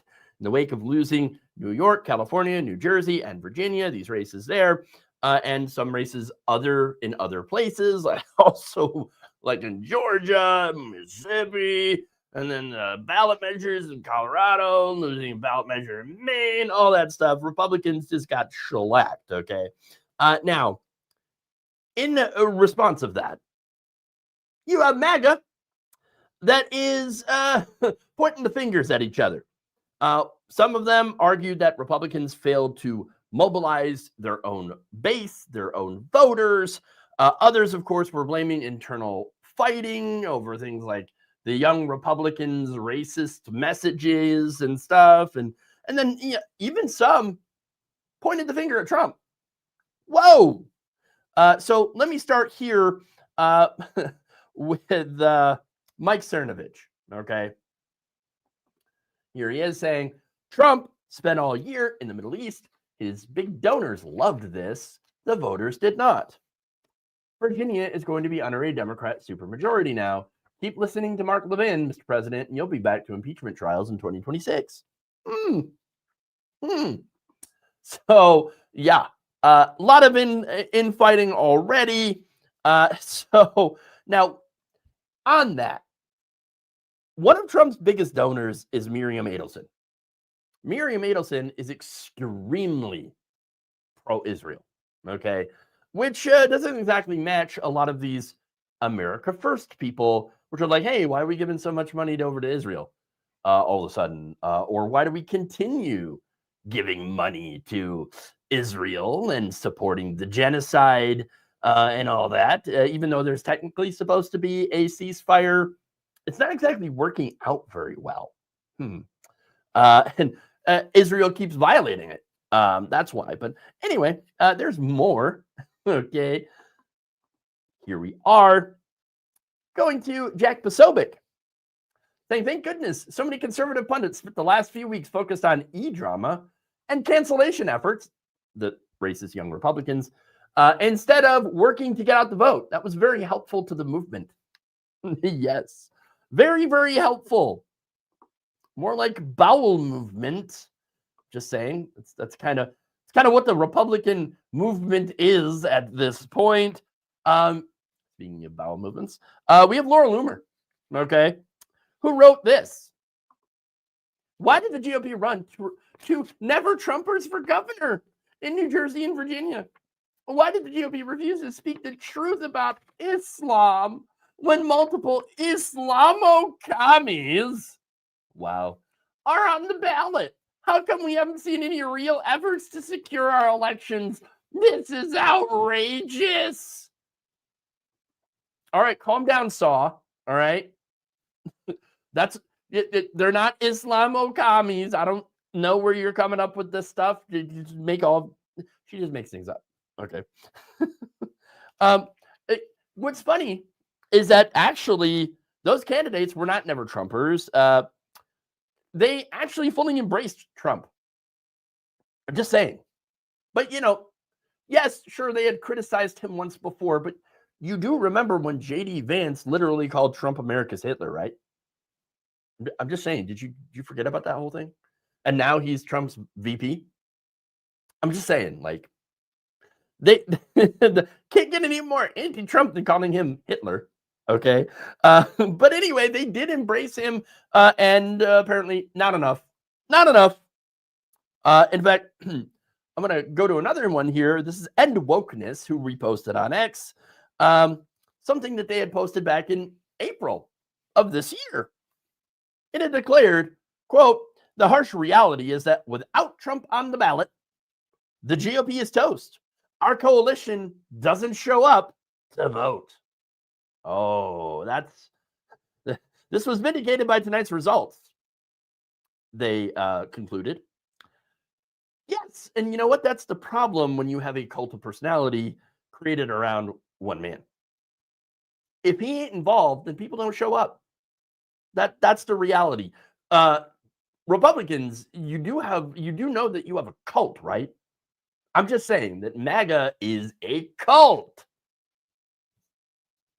By the way, Trump echoed that post, saying, quote, Trump wasn't on the ballot and shutdown were the two reasons that Republicans lost elections tonight, he said on Tuesday, and added, according to pollsters. True.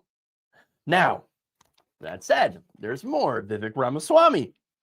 He posted his own post-mortem take about this election.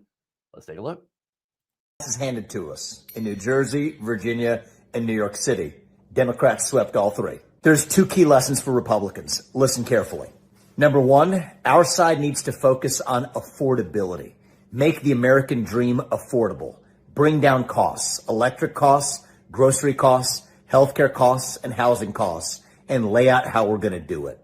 And number two, cut out the identity politics. It doesn't suit Republicans. It's not for us. That's the woke left's game, not ours. We don't care about the color of your skin or your religion. We care about the content of your character. That's who we are. Okay, so look, Ramaswamy is actually correct about affordability. That's a big issue. That is what drove the Republican losses. It also drove the Democratic losses back in 2024. People were like, I can't afford things. Trump promised that you could afford things. Day one on lower prices, but he didn't deliver, obviously. Now, that said, he is wrong about the identity stuff. Oh, it's not woke left's game. No, it's actually not. What the left does is actually defend people's identities against Republican attacks. That's what we've been doing for trans people, for example. Trans people, not an issue, right? Republicans decided we're going to run on transgender issues, okay? We're going to run on going after the trans community for literally existing. And they did very, very well doing so, okay? The right wing, they're all about identity. The Trump movement is driven by white racial grievance. That's it. Their entire thing is white racial grievance politics, period. And that was clearly on display when Ramaswamy himself was attacked viciously by MAGA chuds for simply wishing people a happy Diwali. They told him, you go back to your country. Cincinnati? I mean, that's where he was born. America is his country. Okay. But anyway, finally, Michael Boyle, who was the Washington bureau chief for Breitbart News, told Republicans that they should try to, actually implement America First policies. But wait, why? You didn't do that, though. What Trump did so far, okay, the big legislative achievement for Republicans was to cut taxes for rich people. That's it. That's what they did. That's not exactly America First. That's billionaire first. Okay. So now, what does America First even look like? Well, I can tell you that it ain't sending $40 billion to Argentina. It doesn't look like killing our exports of soybeans to China. No, that's not what it looks like. It doesn't look like building a tacky-ass ballroom. No, what America First means is investing in America. For example, infrastructure. Well, you know what Trump did? Canceled all the Biden infrastructure projects that were paid for by the Inflation Reduction Act. So that's what they did. It also looks like promoting American workers, farmers. Yeah, you forget about the farmers, Trump? Now, it looks like promoting labor rights and protections, which, of course, the Trump administration is tearing down. Raising wages. Well, wages are stagnant. How about giving people a guaranteed health care? Oh, no, the Trump administration, they're taking away people's health care. How about taxing multinational corporations, the ones that outsource our jobs? Nope. In fact, they all got a tax cut. What about delivering policy like free child care? Nope, can't do that. What about lowering rents? Nope, because that doesn't help the real estate industry. Come on. We can tell that Trump and his administration are not at all America First. They're billionaire first. Okay? So it should be pretty clear by now that to everyone paying attention that the only thing Donald Trump puts first is himself. His policies benefit him. Again, cutting taxes for himself, pocketing billions of dollars from tech companies and media CEOs. He's also trying to get millions of dollars from the DOJ paid for by, of course, us, our taxes, while his ballroom gets allegedly paid for by the donors, but we don't know. These donors, apparently the donor list involves a lot of people that, well, Trump has helped out by getting and dismissing cases against them, okay, for corruption. And so a lot of self-dealing going on here. But anyway, the buck stops for Trump. I know there's a lot of people pointing fingers at each other on the right now, but in reality, Trump, he's the leader of the party. He owns this mess. He made a ton of promises that he never intended to keep. And now the party is paying the price. What do you think of the response here from Republicans and this infighting? Please leave me a comment below. And if you think that Donald Trump isn't planning on doing some sort of response to this absolute wipeout, you would be wrong. Because in the next segment, I'm going to be discussing Trump's newest demands to avoid a midterm wipeout. And there you go. All right. Moving on.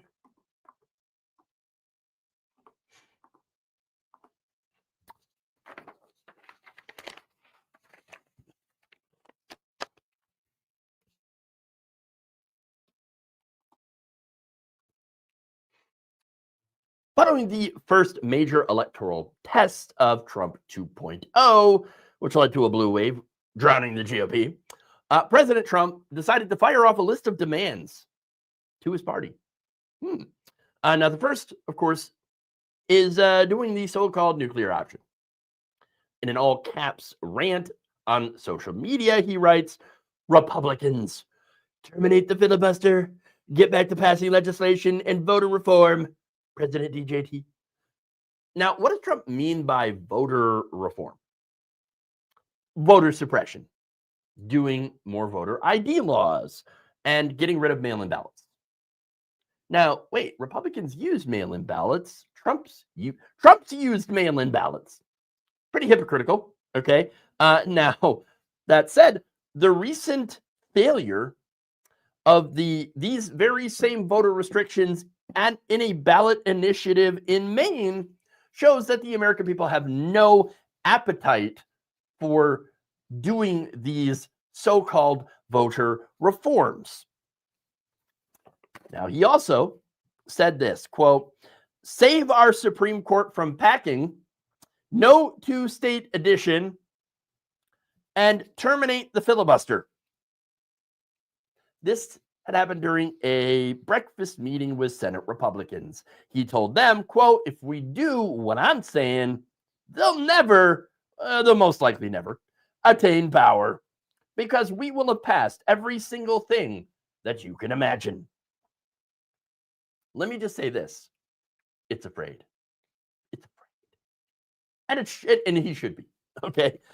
Look, Trump had tried to personally intervene in these different races. In New York, for example, he endorsed Andrew Cuomo and warned voters that New York would become a, quote, economic and social disaster if Mamdani wins.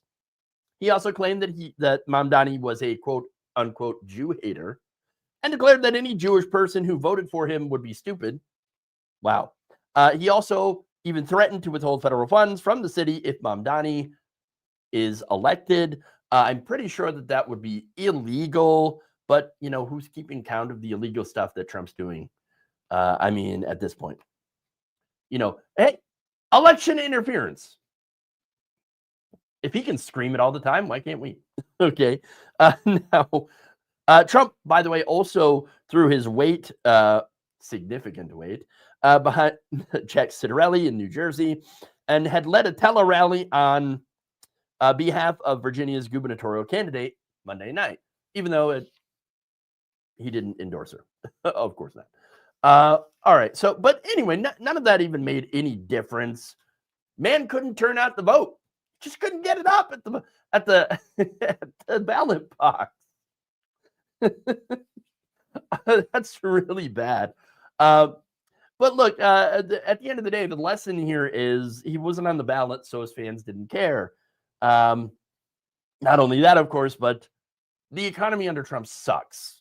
Inflation's up, food prices are up, wages are stagnant, hiring's down, layoffs are up. The only people that are doing very, very well are the rich, specifically about 10 billionaires who amassed just this year nearly $700 billion in wealth. So yeah, rich people are doing very, very well, while everyone else, not so much. This is while the government is literally shut down. And so, they're shut down. Millions of people they're not getting their food assistance, 42 million people. You also have millions more that are facing a massive possible increase in their health insurance premiums, which are already unaffordable. You have furloughed workers, almost 1 million of those, people who work at the airports. You have people who are being furloughed and people who just are not, they're coming to work, but they're not getting paid for it. Now, Trump, of course, look, if they reopen the government, boom, Epstein files. I mean, Mike Johnson is going to have to see Adelita Grijalva soon, one of these days. And they're saying, oh, yeah, no, after the government reopens. Well, once they reopen the government, here comes the Epstein files. Okay, which is not going to be good. Now, Republicans also don't have a plan to stop health insurance costs from exploding. I mean, it's a little too late to have concepts of a plan. And then, of course, you have many MAGA folks on food assistance. They're in the finding out stage of FAFO. All right. In short, things are not going too well for the Republican Party, and that is scaring the hell out of Donald Trump. And so he's calling for the end of the filibuster. And one of the reasons, by the way, is so that Republicans could pass the SAVE Act. Okay. The SAVE Act was already passed by the Republican-controlled House back in April. And that bill, the SAVE Act, would massively restrict the ability of people to vote. Okay. And without that filibuster, that bill will sail right through and could end up leading to essentially one-party rule by disenfranchising so many Americans. I mean, especially women. Okay. And not only that, but no filibuster means pretty much every other terrible Republican policy is going to sail right through. All right. Now, here's the thing. This shutdown would be over if Trump could get Republicans to negotiate with the Democrats to extend the ACA tax credits and to reverse some of the massive Medicaid cuts that, again, have been devastating rural hospitals all across the country. You've had rural hospitals, places in MAGA country, in states that overwhelmingly voted for Trump and Republicans. These hospitals have been shutting down. I've been talking about this quite a bit on my channel, where you have these rural hospitals that are like, without this Medicaid funding, we are sunk. We have had to shut our doors. Why wouldn't they roll that back? Well, because they wanted to give tax cuts to the rich more than they cared about the existence of rural hospitals. So I'm sorry, but if you're in one of those states that voted for Donald Trump, you did vote for this. And now you are finding out what Republican rule actually is like. I know. And so, look, he could negotiate with Democrats, but he refuses to do so. Okay. Instead, he's going to do he's going to try to push them to get rid of the filibuster. All because Trump doesn't want to give Democrats a win. Now, here's the thing. Republican leadership is not quite ready to get rid of the filibuster. In fact, I want to show you Mike Johnson's response here, where he talks about and gives his argument as to why getting rid of the filibuster would be a terrible idea for Republicans. What would the Democrats do if they had no filibuster impediment, no speed bump at all? They've already told us. They would pack the Supreme Court. You'd go from 9 to 13 or 15 or 17 or however many liberals they can pack on the court. You would have D.C. and Puerto Rico be made into states, which would give 4 additional Democrat senators there in the count and make us a permanent minority. I guess that would be their calculation. You would see massive restriction of the Second Amendment rights. You'd see them federalize elections so they could take over and manipulate things in the red states. I mean, there's a lot of abuses that could come.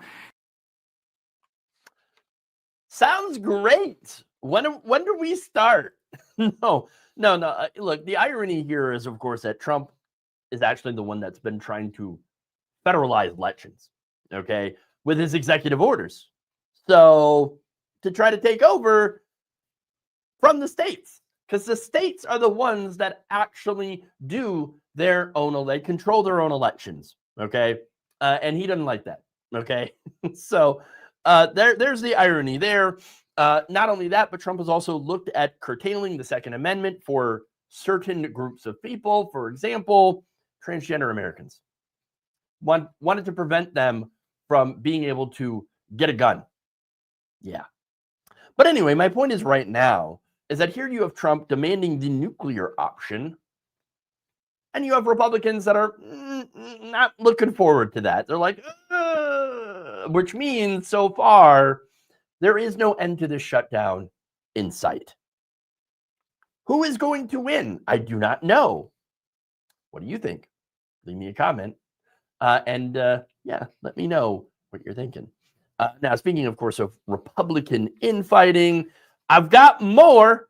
Okay. The next segment here, I'm going to talk about Representative Nancy Mace squaring off against 2 of her Republican colleagues. And it is hilarious. Here we go.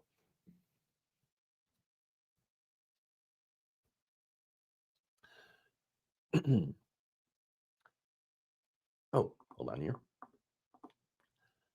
Representative Nancy Mace had a complete meltdown on Tuesday night after Senators Tim Scott and Lindsey Graham both threw her under the bus. What exactly happened? Well, there was an incident that recently happened at the Charleston International Airport. Last Thursday, Mace reportedly berated airport police, calling them, quote, effing incompetent, in a rant that one officer said would have been addressed if she was any other person in the airport acting and talking the way that she did. They were not happy with her.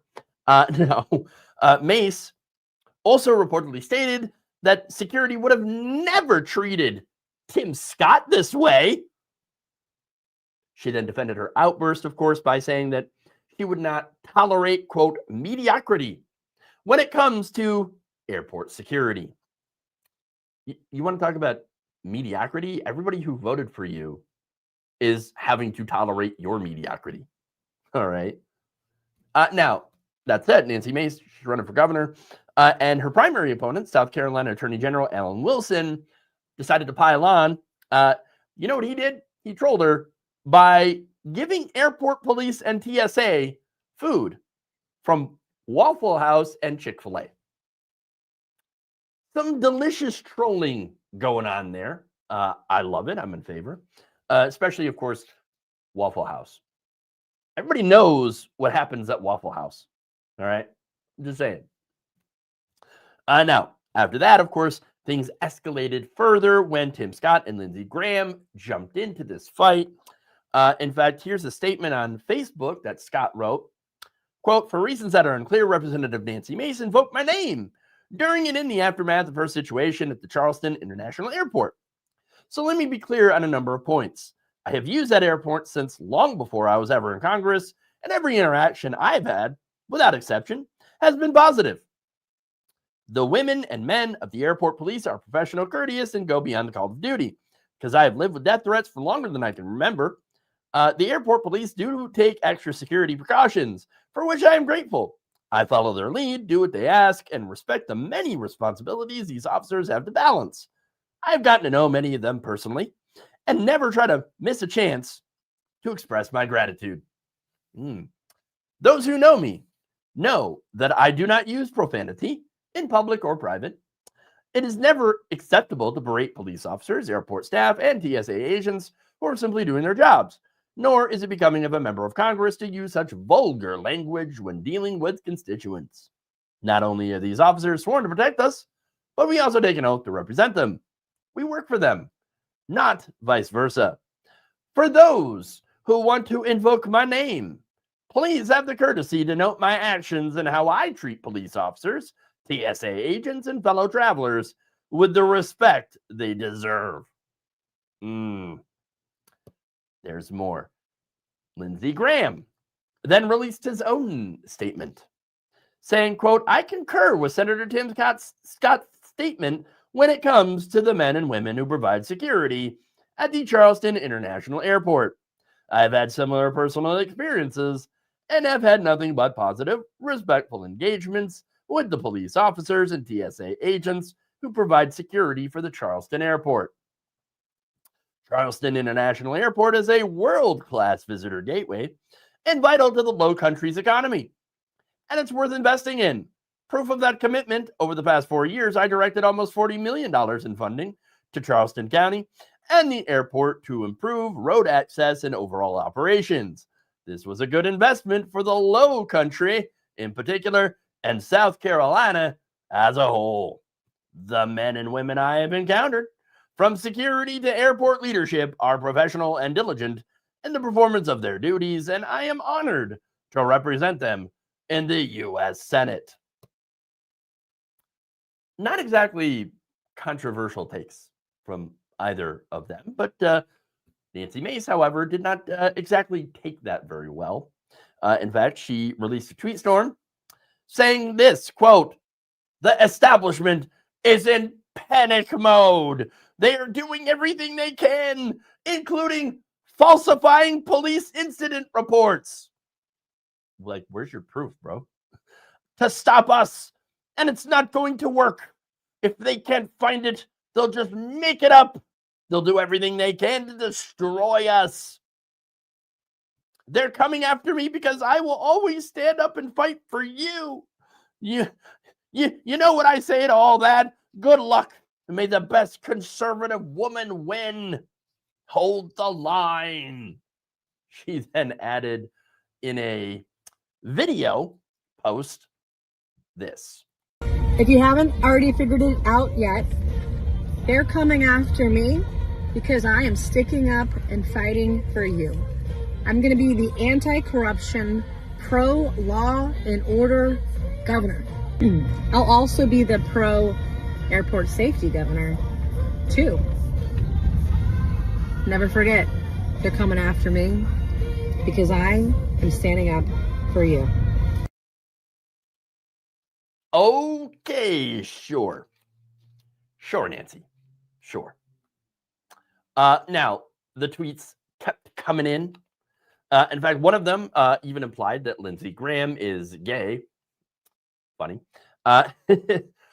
She said, interesting, Lindsey Graham all of a sudden wants to talk about women.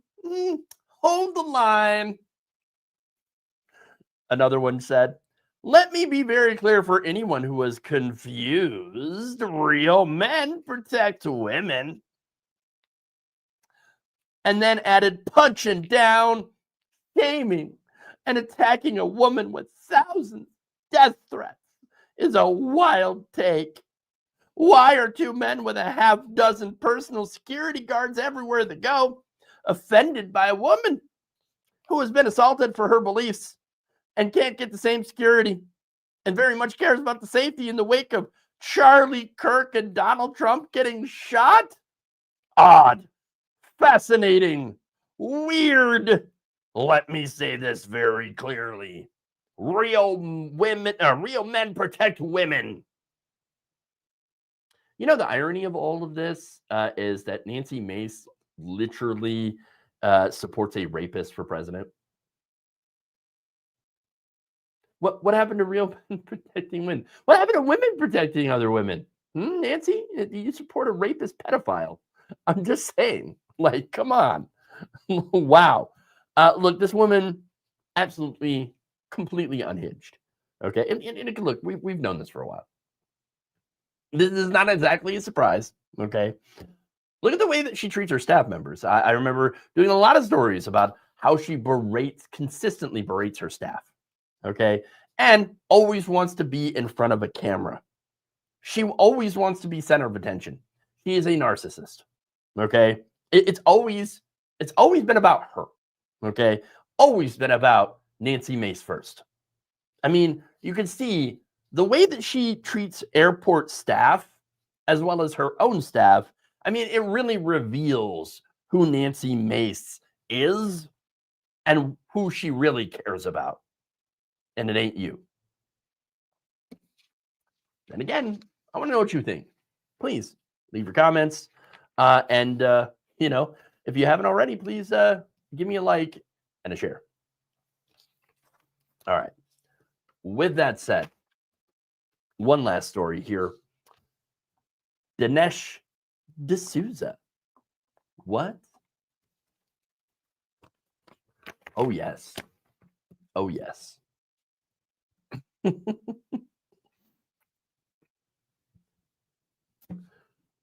Trump conservative commentator Dinesh D'Souza is finally figuring out that Republicans are kind of racist. In fact, he recently issued a warning to his fellow conservatives saying, stop being so racist, guys, or you're going to lose minorities. You're going to lose the minority vote. Now, of course, this warning comes after a wave of xenophobia and racism was directed toward Vivek Ramaswamy, who had, on Halloween, posted a photo of himself and his two kids. But the most innocuous photo imaginable. Okay.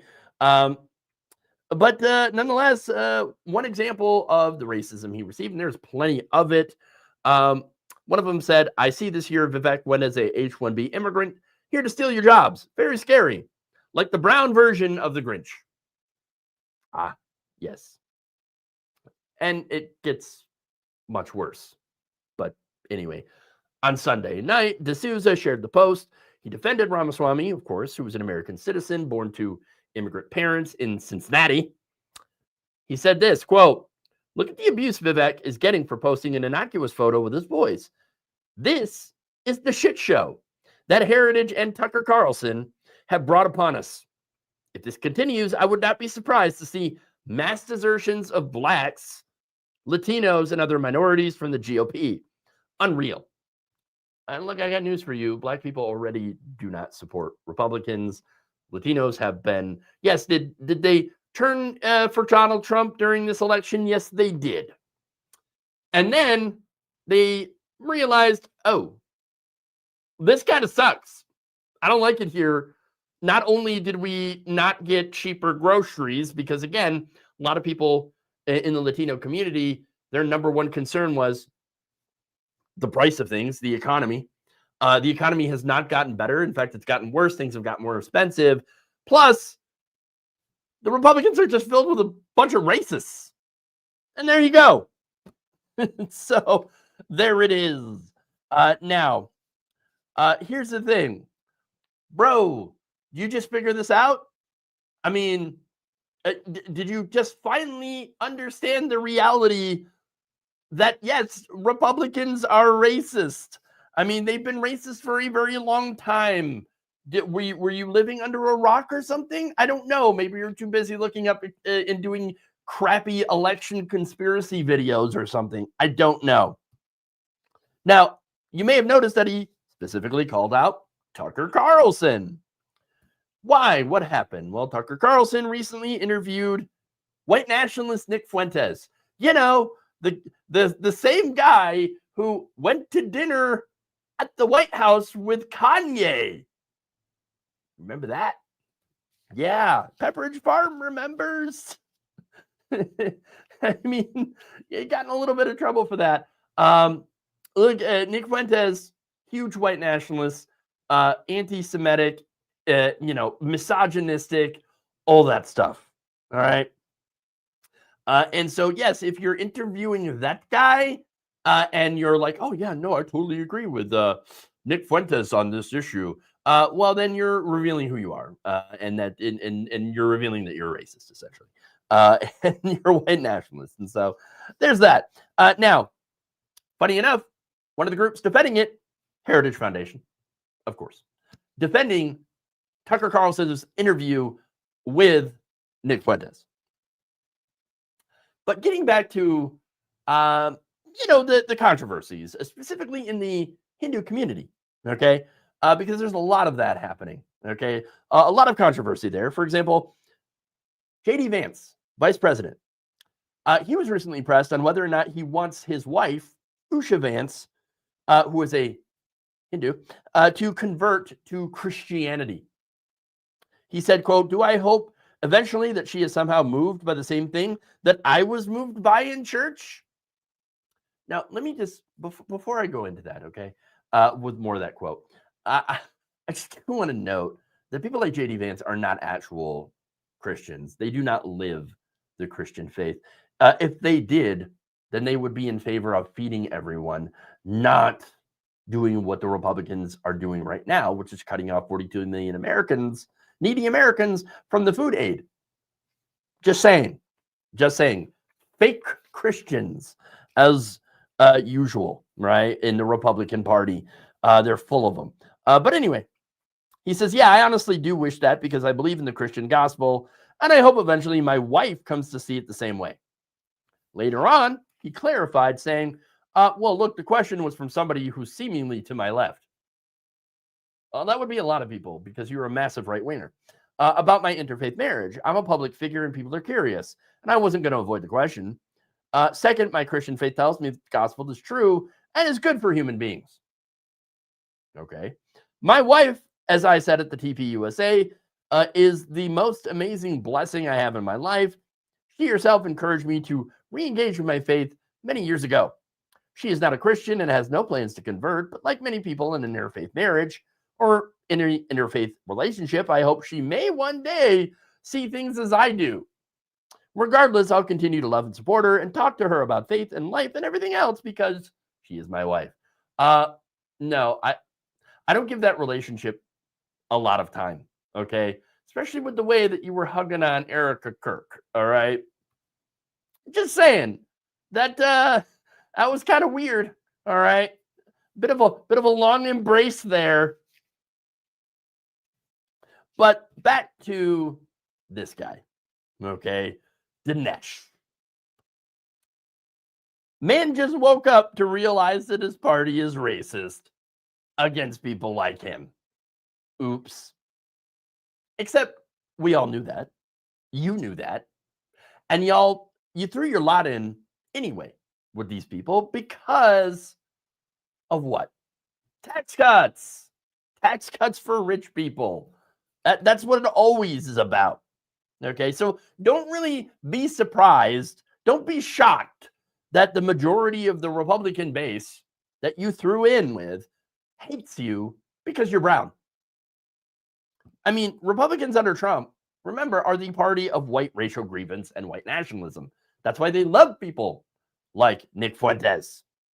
They're never going to see people like Ramaswamy and D'Souza as one of them. They're never going to see you as an equal or even as a human being.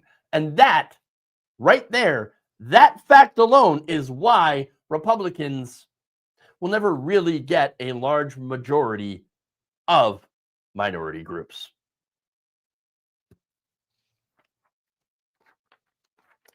And there it is.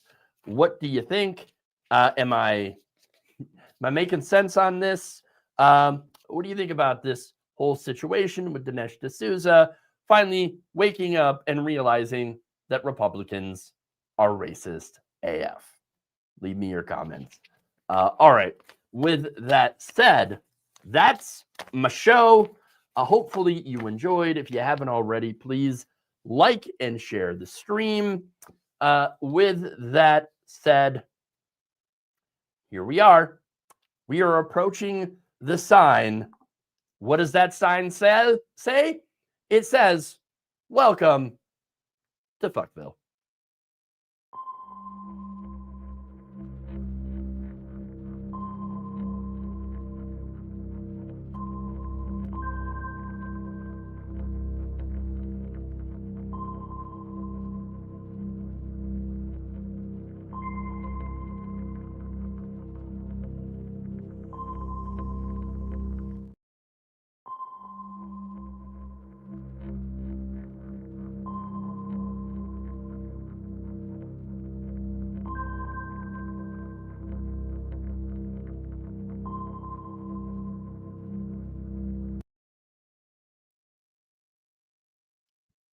Hello?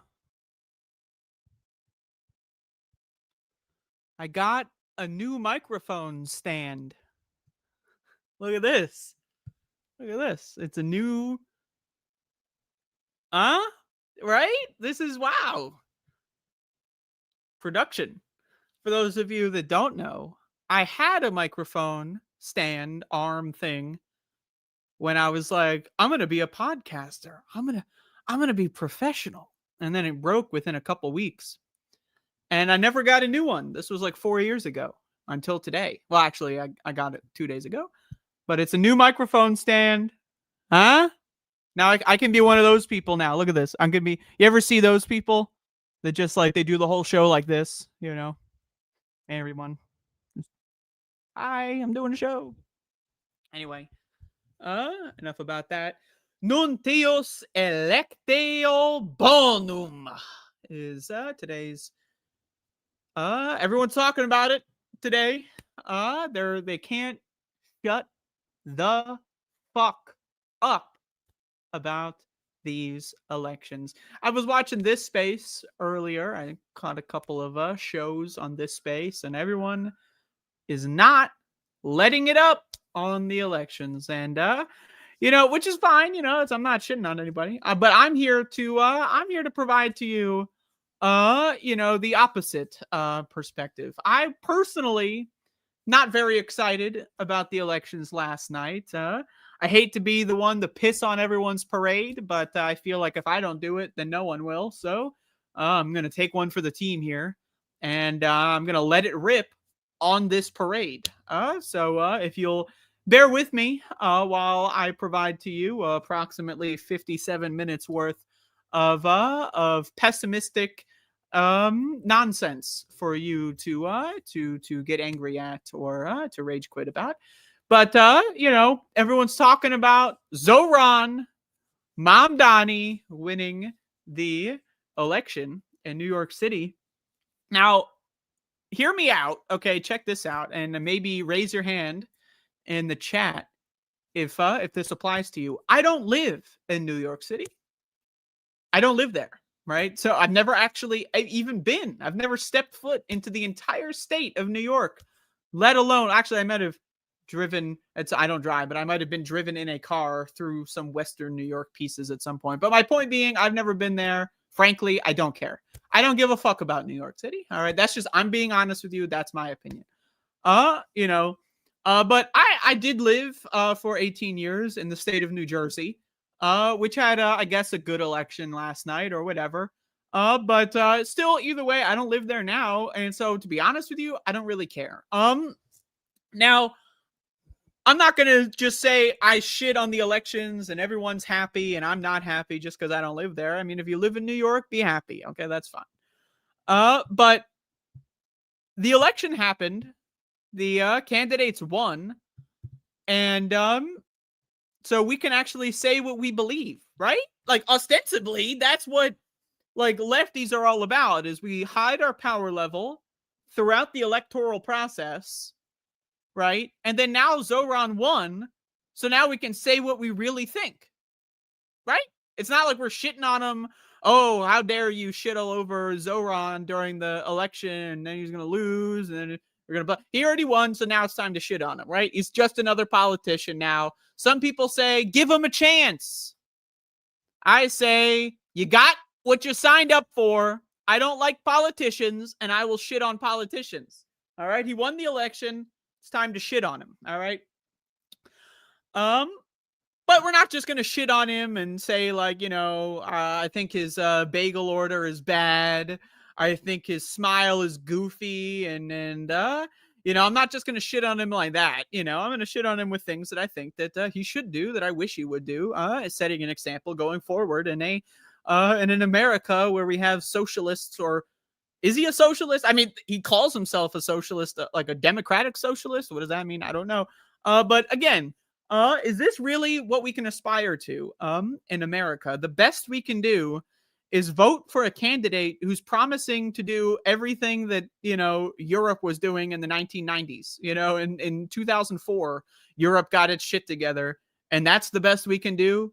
The best we can do in America. And allegedly, this is what people are saying, the most important city in the world, which, I mean, just, if that's not racist American exceptionalism garbage, the most important city in the world, I don't know what is. But, the best we can do, right? I don't know. So here's what I want Zoran to do on day one. I want him to dissolve the New York Police Department. Day one, get rid of him. He could do that if he wants to. But at some point, he decided he pivoted away from police reform. We'll see. He might do some police reform. But I would love if he would just get rid of the police department day one and fire all the cops and totally redo law enforcement from the jump. Maybe don't fire him on day one. Maybe wait until day 3, day 4, then you fire him, right? But also, we got 2 months to think of what the alternative system would be to the New York Police Department. Of course, the New York Police Department gets more funding, money, taxpayer dollars stolen from the lower class and, leached upwardly to pay for one of the most expensive militaries in the history of the world. If you compare the New York City Police Depot's budget to the militaries of several countries, it's dwarfed. The New York Police Department is a more feisty military group than several European nations, African nations, Asian nations, a lot of them combined. So I say trim the fat. That would be what I would do day one if I were Zoran. So I'm just going to say he's already been elected. Let's push him. Let's see if he does it. If we don't see police reform day one, week one, hey, maybe he doesn't need to dissolve the entire police department and fire every single NYPD officer and throw them into Rikers Island. Maybe he doesn't need to do that, right? Maybe he doesn't. But I'm going to advocate for that because I got to move the Overton window somehow. So I say this, let everyone out of Rikers Island and throw all the cops there. Hey, if he does anything even remotely similar to that at all, I'll take it as a win, okay? But he's a politician now. Frankly, I don't agree with politician worship. And I don't believe we should worship any politicians, let alone Zoran, okay? He won the election. Let's see what he does, right? But it's not just about Zoran. Other Democrats, like I mentioned New Jersey earlier, New Jersey had a lot of bomb threats, similar to Georgia as well. Republicans dialing in, or maybe Russians, who knows, or Israelis, dialing in some bomb threats into polling places, and mostly black neighborhoods, Democrat neighborhoods, cities, that kind of stuff. Somehow didn't work. It worked in 2024. They stole the fuck out of that shit in 2024. Are we allowed to talk about that on the left yet? Are we allowed to mention that Donald Trump and his ilk totally ransacked the entire electoral system in this country in 2024? Or is that not, we're not allowed to mention that yet? Okay, I don't know. Right, so they tried to do that same thing. Didn't end up working as well this time. And so really, to me, I see this and I'm a little scared. These guys have control of the federal government. We already know they're planning on destroying elections to begin with. We already know they're doing that. And so if this is like the last gasp of a free and fair election, these non-midterms, like these are the midterms, like you got the midterms and then you got the midterms, right? If I'm Stephen Miller and I see this shit, I'm like, oh, okay, we're not, we got to put this thing into overdrive, okay? Because Republicans right now have the potential to basically create a fascist dictatorship, whether or not it's Donald Trump himself, who's going to be the emperor crowned, or it's J.D. Vance or one of these other guys, all right? That's what they're going for. That's what they're trying to do. They're going to do that pretty much unless anyone does anything about it.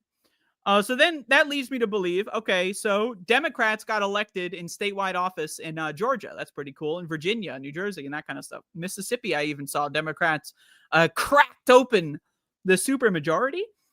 And so I have a question in response to all of these elections that everyone is so hyped about. We don't live in a country that has law and order, right? So my question is, what if we live in a country where that one bitch who won an election, I forget where, she hasn't even gotten sworn in yet. It's been like a month. They won't even let her in, right? So what do we do in a world where Republicans just decide, Hey, Zoran won the election.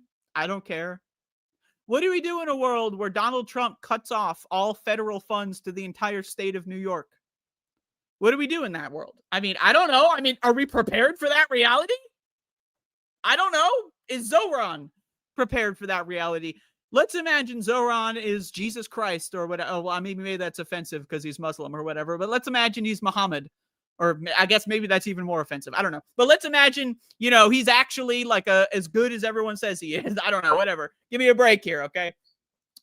And is he going to be able to single-handedly, do anything at all about Donald Trump? Like, just if Donald Trump decides to direct the laser of ire and rage of his entire movement at New York City, is Zoran going to be able to single-handedly defend it like Superman?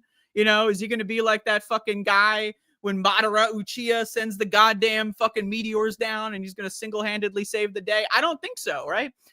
So that leads me to believe that the elections haven't really benefited us yet. Now, we can argue like, oh, Zoran gets a grocery store, state-run grocery store in New York City, and that's great for New York City.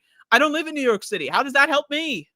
That doesn't help me, right? So, the concept of elections, I like to talk about Rome a lot because, I don't know, it's where the whole republic idea kind of started. At least that's where Europeans stole the idea from. The concept of a republic, it's basically a giant, like, troll, right, on the poor. We'll let you vote, right? And voting releases the pressure so that you don't get the pitchfork and riot in the street, so that you don't stop working your shitty dead-end job that barely pays for your house, right? Voting makes you feel like you're a part of something, right? The Roman aristocrats were like, let's let poor-ass motherfuckers who are losers and dumb and worse than us vote for this guy, and maybe this guy has, like, veto power, but we're going to pay him a lot of money so he never actually vetoes anything. And the poor people they're voting for the tribunes. All of a sudden, they think that they're a part of the process, but really they're not. So I don't know. To me, I look at elections and I see and I'm not telling you not to vote. I know a lot of people, blah, blah, blah. I'm not telling you not to vote. Go vote. Have fun with that shit. Whatever. But elections are a way to relieve and release pressure in a Republican system. Of course, I think it is a little bit funny that we have political parties. At least one of them is called Republican. They're the most anti-Republic out of all the political parties, but hey, they're called Republican.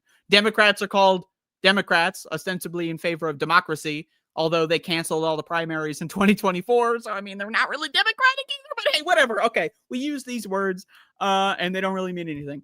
But again, the point of an election is to get you to be angry, right? And to relieve that stress, relieve that anger. So instead of going on a general strike, instead of doing anything actually productive, instead of searching for a community, you can go to these state-sanctioned campaigns. The campaign's over. You win. You feel great. You go home, and then you're done. You're done. Pat yourself on the back. Everyone in New York City is going to brunch, right? I don't know. Maybe they'll continue the fight, whatever that means. I don't know, but we'll see. I don't know.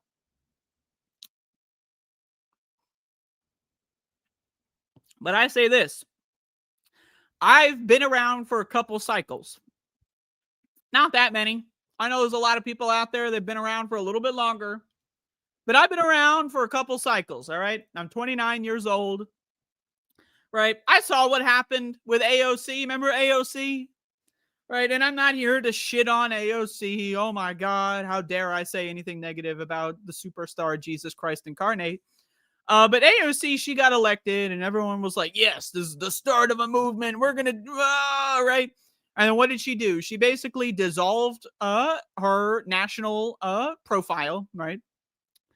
She became like, essentially, AOC is just an activist and podcaster. That's essentially what she is, right? And she's not even really good at either of those things, in my opinion, okay? I'll be honest with you. I liked AOC for a while, but at this point, what has she done for me lately? Am I right? So I worry about this trend in left-wing spaces of idolizing politicians. And then, we elected this politician. Now let's sleepwalk for a while. Who cares? We elected the politician. Now let's go home and play Mario Kart or whatever. So I hope that Zoran doesn't just become a podcaster like a Marjorie Taylor Greene, AOC style podcaster. That's really all they are. They're podcasters. You're in government. You could do something interesting, but you don't. You're just podcasting. But hey, would I rather have people like AOC in government than Nancy Pelosi? You goddamn right I would, right? But the point being is, a lot of people put their time, effort, life force behind electing these candidates. The candidates get elected, and then nothing really changes for the better or anything, but we feel good, right? We feel good. Do we? I don't feel good. I don't know. I don't feel like I'm a part of this lefty social club. I really don't. I don't feel like I'm a part of that at all. I consider myself a leftist, but I'm not really a part of the social club where everyone pats each other on the back and sucks each other's cocks off, you know, and talks about how great they are and how we're doing the work and all this stuff, except we're just, you know, we're like, we're in a fucking real rear wheel drive car and we're stuck in a mudslide. You know, we're doing a lot of work, spinning the wheels, but we're not really moving anywhere. That's how I feel. So, but again, he won the election. So I said a lot of this stuff a couple of weeks ago, a couple months ago. People are like, oh, you can't say that. The election is important. The most important election of our lives. You can't say that, but he won the election. So we're allowed to say that. So a lot of people are saying that somebody like Zoran, he's not going to be able to do those things. That's what a lot of right-wingers are saying.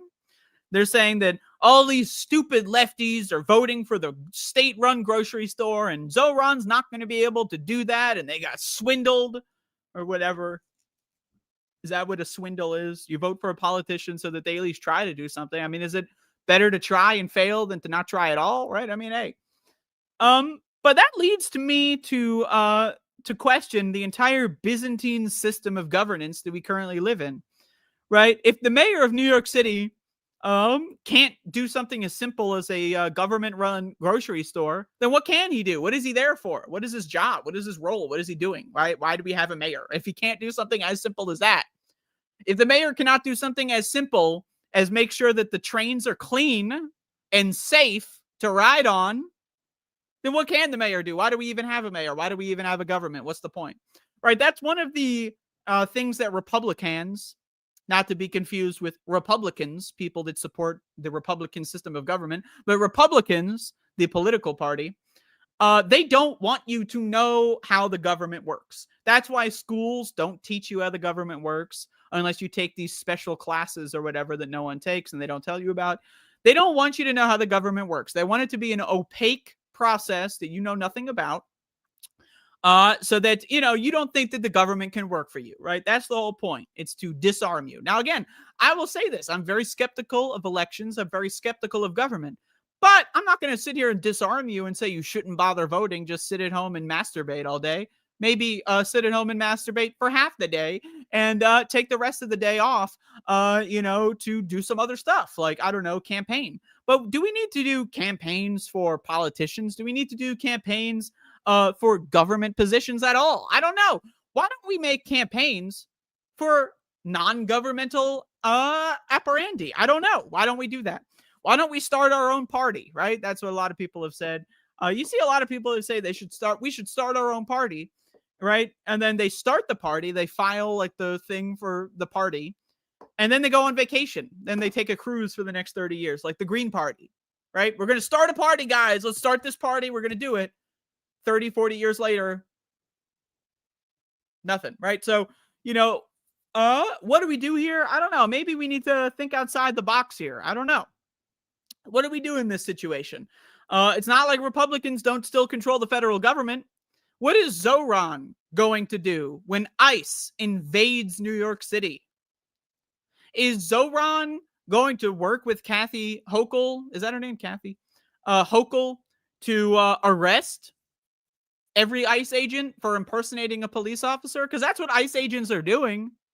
They're essentially impersonating a police officer with the intent to harm. If I put on a Halloween costume and go beat the shit out of someone on the sidewalk, I could be arrested and charged with impersonating a police officer, right? If I were to pretend to be a police officer, that's what ICE is doing.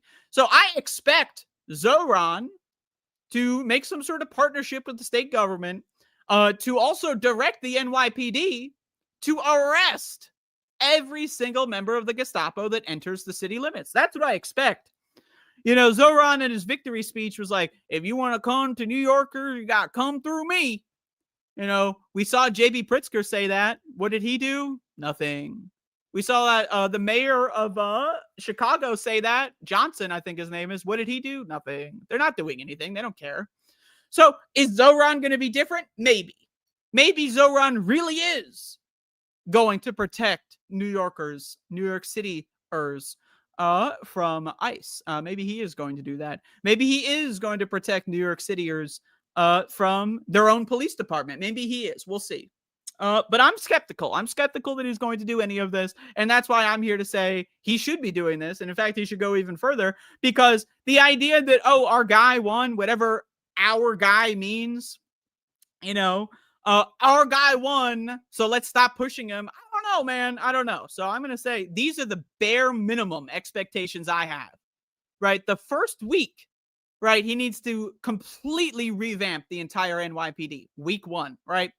He should be starting that process now during his transition period, right? If he does anything less than that, I'm sorry. I'm done with this Zoran fella, right? Week 1, he needs to have some sort of apparatus to defend the people of his city against the incoming waves of ICE. These immigrant criminals that do not live or do not even want to live in New York City, that are going to immigrate to that city specifically to terrorize them, right? If he does not protect New York from that, well, then he's a failure. He's a loser. And I have high expectations because we live in Fville right now, all right? This is shit Democrats should have been doing 40 years ago, but they're not, right? We live in fucking hell here, okay?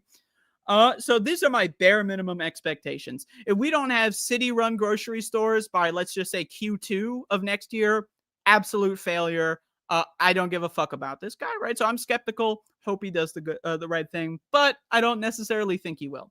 That's my opinion. I'm not trying to sit here and shit all over your parade, but this is how I feel.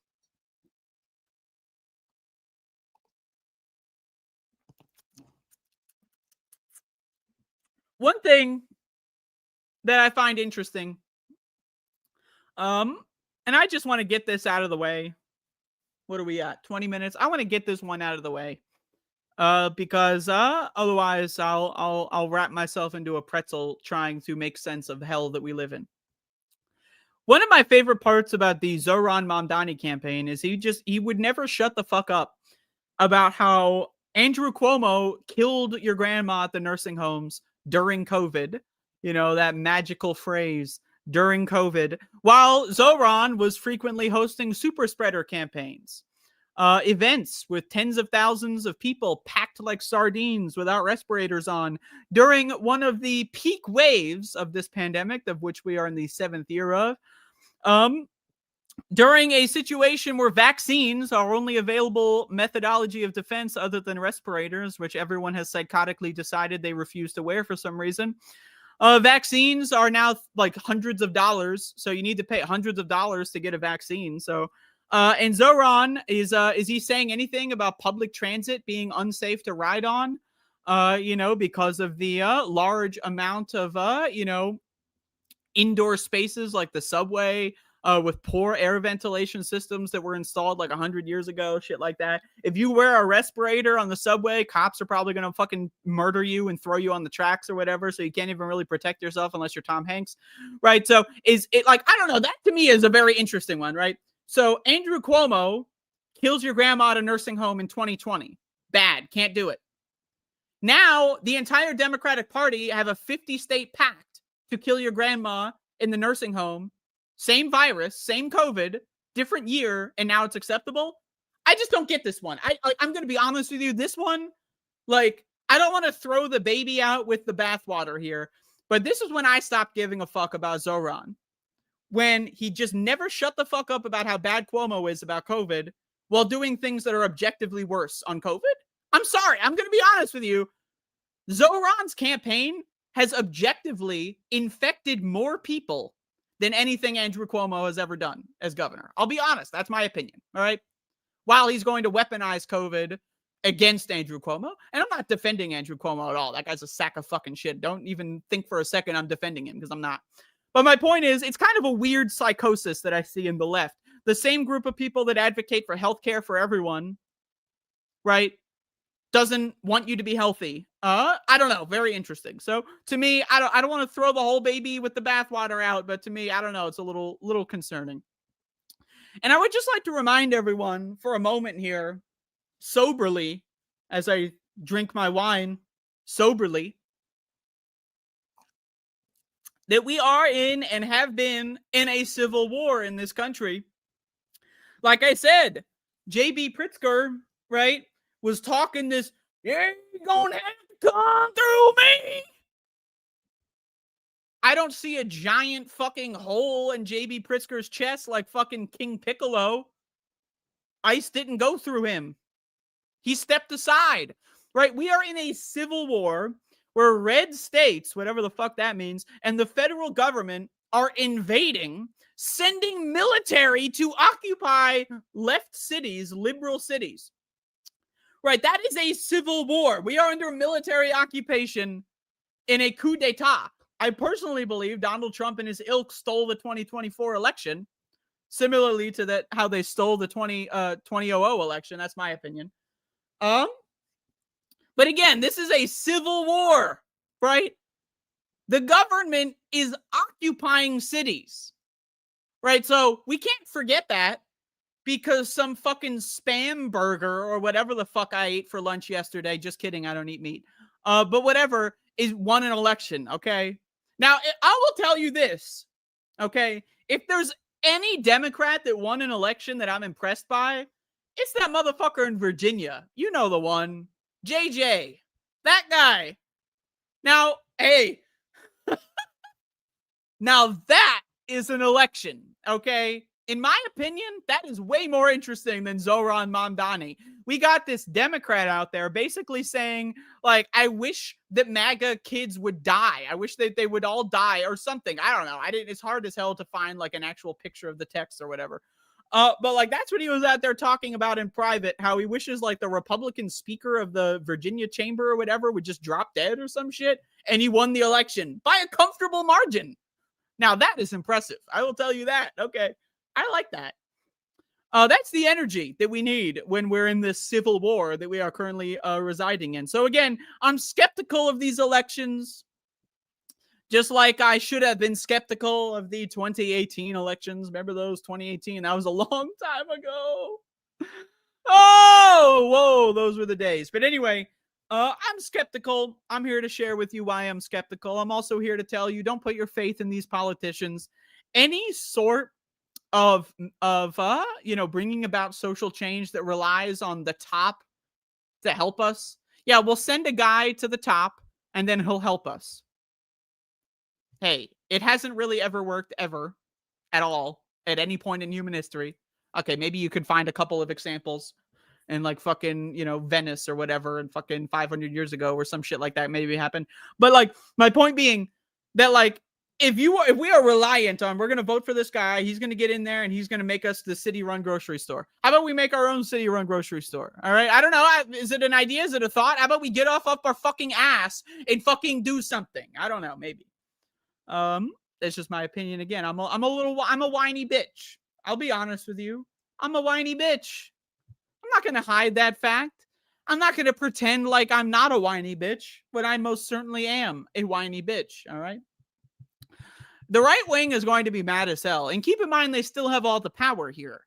All right. They have the military, of which they are currently using to disable and kill people in this country.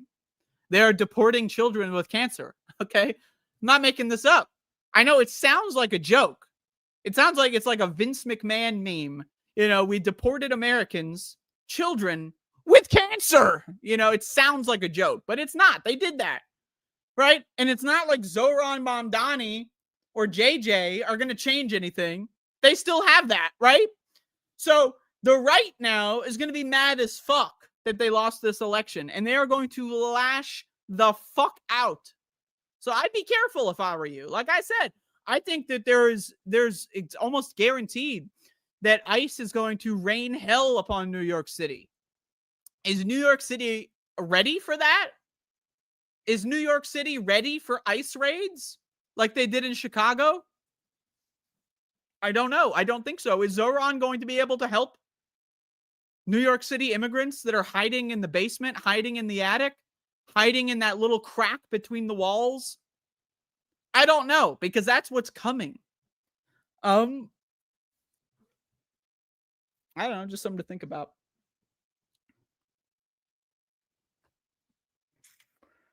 But one thing that I find to be interesting is that somehow, whenever there's an election, it's all anyone can ever talk about, right? Especially New York City. Everyone fucking just months, nonstop. Zoran. Did you hear about Zoran? Like, hey, I get it. You live there. You're campaigning for him. Have fun with that. But just like these elections, right, are getting thinner and thinner and thinner before they're just all around, just a theatrical situation, right? The Republicans, like Donald Trump was tweeting out on whatever website, Truth Social, Twitter, they're all both the same at this point. He was tweeting out that we got to supercharge the election interference. We got to supercharge. In California, they voted to redraw the maps to favor Democrats. That's a losing game. Not to say Democrats shouldn't do it anyway, but it's a losing game because there's more Republican states, because our republic is a slave state, still is, always has been, and it's set up in the most ridiculous way imaginable to make sure slavery is still the main mode of government. This is a slave economy that we live in, right? Everyone's in debt. Everyone works dead-end jobs, sometimes multiple dead-end jobs, right? If if you walk outside and your skin color is a little bit darker than mine, you might get sent to a slave labor camp. This is a slave economy. It's set up from the jump as a slave economy. It still is a slave economy. They have just convinced you that you're not a slave. Yeah. There's no more literal chains. I mean, unless you're in prison or whatever, but there's no more literal chains. So therefore, you're no longer enslaved. I mean, sure, you can't get healthcare.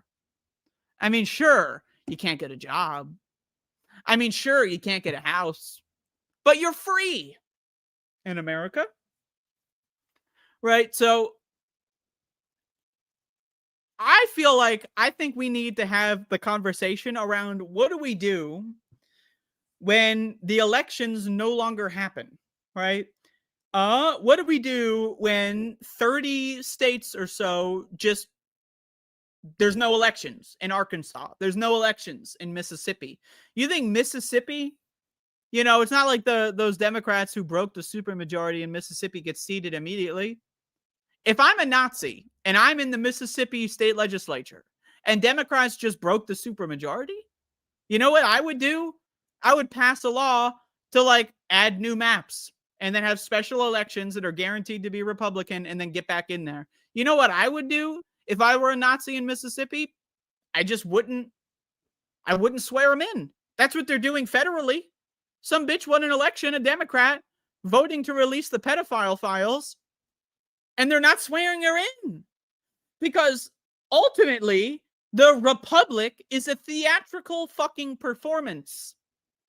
It's a play that we watch on TV, right? That is what the Republic is. If they can just shut down the government and not swear in people who win elections and not give people food assistance, even though during a government shutdown, legally they are mandated to give food assistance, they're just not doing it, right?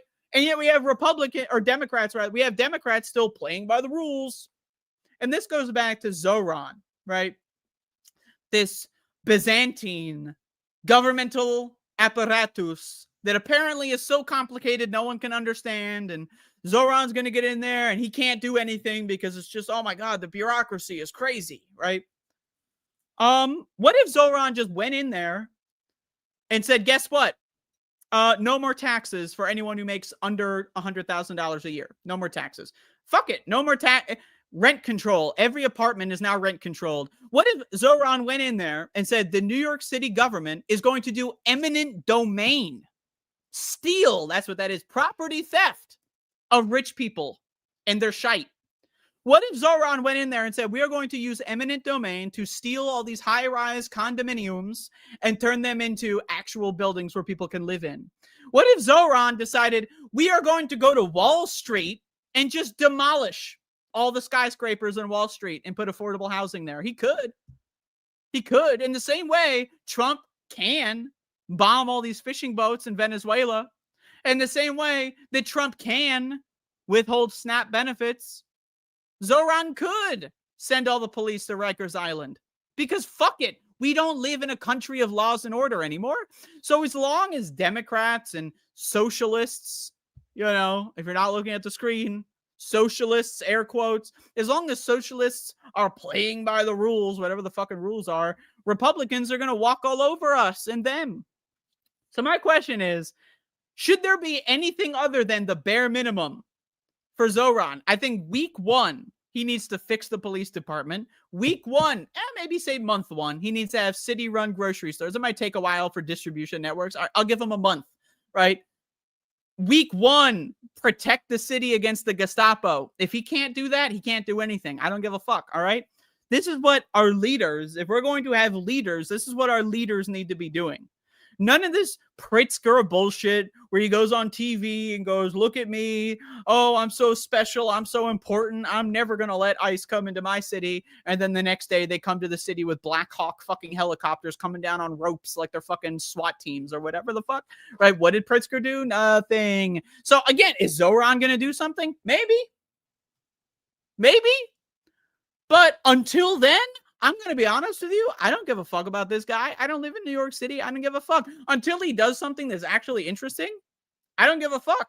And you know what? Out of any politician that ran in an election that won Democrats last night, I got to say, Jay Jones, okay?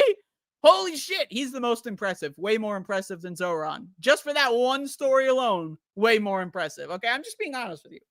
That's my opinion, okay? I know. I say that a lot. I love shitting on people. I'll be honest. Part of me gets off on it a little bit, not in a sexual way, but in an intellectual way. I love raining on the parade. You know, again, I mentioned earlier, I'm not a part of the social club. I'm not a part of the let's all get infected with COVID 17 times a year so that we can talk about how great we are instead of doing it on the internet where we can be safe, or instead of doing it with a respirator on. I'm not about that. I don't care about the social club. I don't care about the navigating the social spaces. I just say what I think, and this is what I think. I think these elections aren't really that big of a deal. Our material reality has not changed. Zoran, even if he is as good as he possibly can be, he's only in New York City. And so I don't know, man. I think the net effect is that Democrats will get complacent. The wine moms, not to be confused with me, as I do not have children. But I think the wine moms are going to get complacent. And I think Republicans are going to continue to rig all the elections. And Republicans are going to get mad as hell. I wouldn't be surprised if you see MAGA terrorism unfold in places like New York City or Virginia. I wouldn't be surprised. Mississippi, like, we are in an era of violence. We are in an era of assassination. We are in an era of torture prisons. We are in an era of repression, right? And I want to make sure everyone knows that. I don't know. Maybe everyone does know that. Okay. Maybe everyone does know that. And maybe I'm just raining on the parade. Maybe. And maybe everyone who's celebrating today and their fucking COVID parties, all these so-called socialists that are at their COVID parties, maybe they're actually going to save the day. Maybe Zoran is going to save the day. I don't know. But all I know is I'm not any happier this morning. My food's not any cheaper this morning. So I'm not satisfied. And again, the entire reason why the Roman aristocracy created the concept of the republic to begin with was to give poor people the illusion of participation. So instead of burning down the king's castle, they file their election ballot and they go, I did my part, like Starship Troopers, and then they go back to work their 7 dead-end jobs and beat the fuck out of their kids or whatever the fuck. Right? That's why we vote at all. That is the history of why in the current year we vote. Because our government, the American government, and a lot of the European republics are just cosplaying the Roman Republic, right? And the Roman Republic was a sack of shit. It was garbage. It was terrible. And it ended terribly for everyone. And Europeans were like, oh, instead of thinking of anything else, let's just do that again. And then they exported that fucking garbage to a new continent. The governments of the North American continent, I don't know too much about the South American continent pre-genocide. A lot of that is because, one, I don't speak Spanish, and a lot of the history there is written in Spanish, so I got to learn Spanish first. 2, also, they were the Spanish. I was speaking of Spanish. Man, those motherfuckers were crazy, okay? Holy fuck, you thought Columbus was bad, and he was. But man, the Spanish, holy shit. So we don't know too much collectively as a species about the South American governments as we do as the North American governments, and both of which we don't know really that much about either of them. But the North American governments before the white man came over, pretty cool, all right? If you look into them, they're pretty cool. A lot of the governments, matriarchal. Hey, am I going to sit here and tell you every indigenous tribe, every indigenous person in America was perfect and peaceful and amazing? No. But they were a hell of a lot better than the white man in Europe, so I'll give them that one, okay? So we desecrated and destroyed all their really great governmental, pacts and systems, and then we brought this fucking shithole Roman Republic-style bull fucking shit. That's what Thomas Jefferson based the entire thing on, was the Roman Republic. No notes. He didn't fix it. He didn't fix any of the problems. He made it worse, but hey, whatever. So we have a shittier version of the Roman Republic, and the entirety of the Roman Republic is designed to make sure poor people think that they are in the part of a process, even though they don't. And that fell apart in a terrible way. And we're supposed to sit here and say, yay, Zoran Mamdani won an election, and now all is safe. I don't know, man. I just think this whole election thing, I'm over it. I'm so over it. Does that mean not to vote? Of course you should vote. Just because, sure, the rich give you that little procedural, certificate of participation. That doesn't mean you reject it. Vote, whatever, who cares? But voting is like the smallest fucking thing that you can do if you want to call yourself a leftist.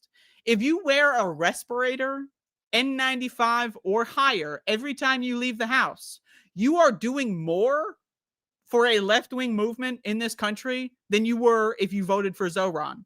And then you went to you see those fucking parties that these fucking shithead streamers are at, where they're all pretending to be happy while they're infecting each other with this virus that makes everyone stupid and aggressive and dumb and angry and more reliant on a fucking for-profit healthcare system. Isn't that weird, by the way? That Democrats and socialists are all in favor of infecting each other with COVID over and over and over again in a country where we have a for-profit healthcare system. No one on the left at all has thought, what's the incentive for these health insurance companies to lobby the government to get them to not do anything about COVID so everyone gets sicker and more reliant on healthcare companies? Could it be that the incentive structure is poisoned and corrupted? No, it can't be. Okay, it can't be. Let's go to our COVID parties. Hassan Piker is going to a COVID party. Let's go.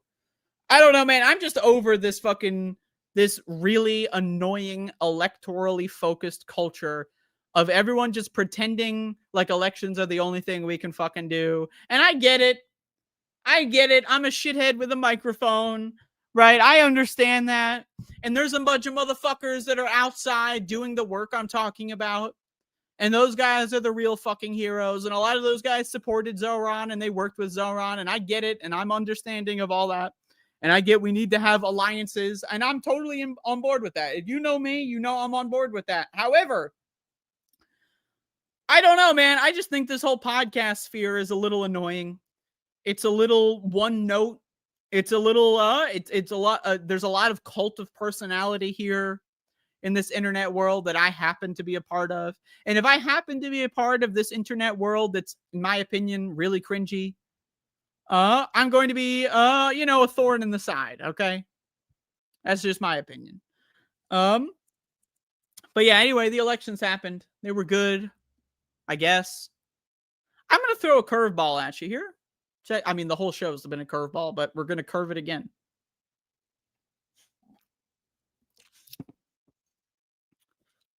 The year is 2025. Anno Domini. All right. Would we have been better off? Are we better off now? Or would we be better off in a world where Donald Trump won in 2020? I have a genuine question. This is something I struggle with. Because what happened in 2020? Does anyone remember that year? A lot of people love to pretend like 2020 was lockdowns. Oh, lockdowns. Where you can leave the house anytime. Lockdowns. Where there's no enforcement mechanism. Lockdowns. But what else happened in 2020 during the so-called lockdowns that everyone won't shut the fuck up about? There was literal riots in the streets. Now, I love the idea of using romantic language. It's an uprising. It's a rebellion. And I would agree with those words more. But you know what? Let's just stick with the word riot because it's an emotionally charged word for a moment here. All right.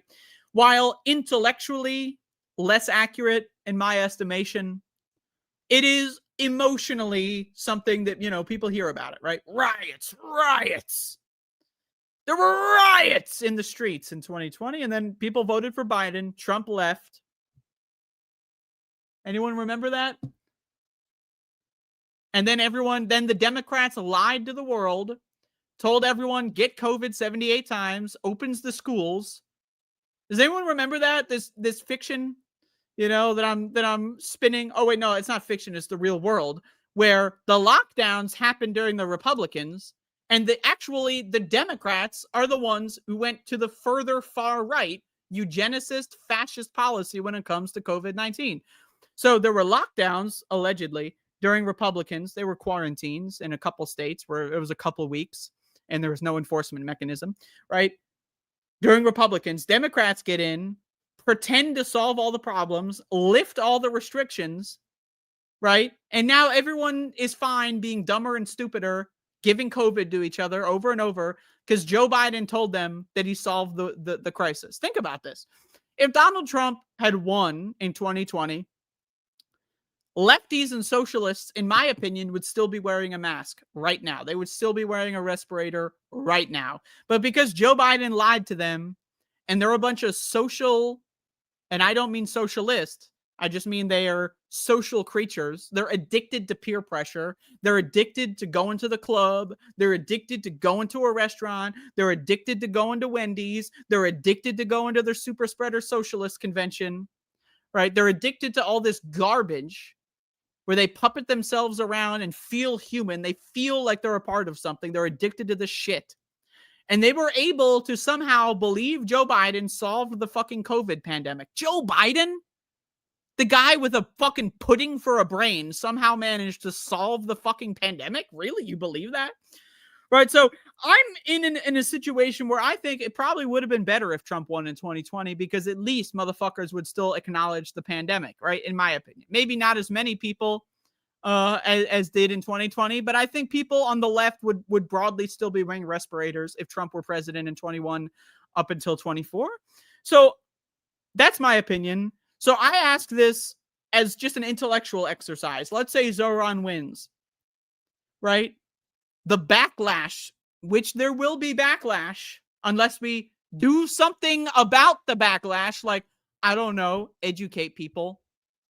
I don't know, just defend ourselves against the psychopaths on the right. Until we solve that problem, I'm not convinced that one election is a cause to celebrate at all. At all.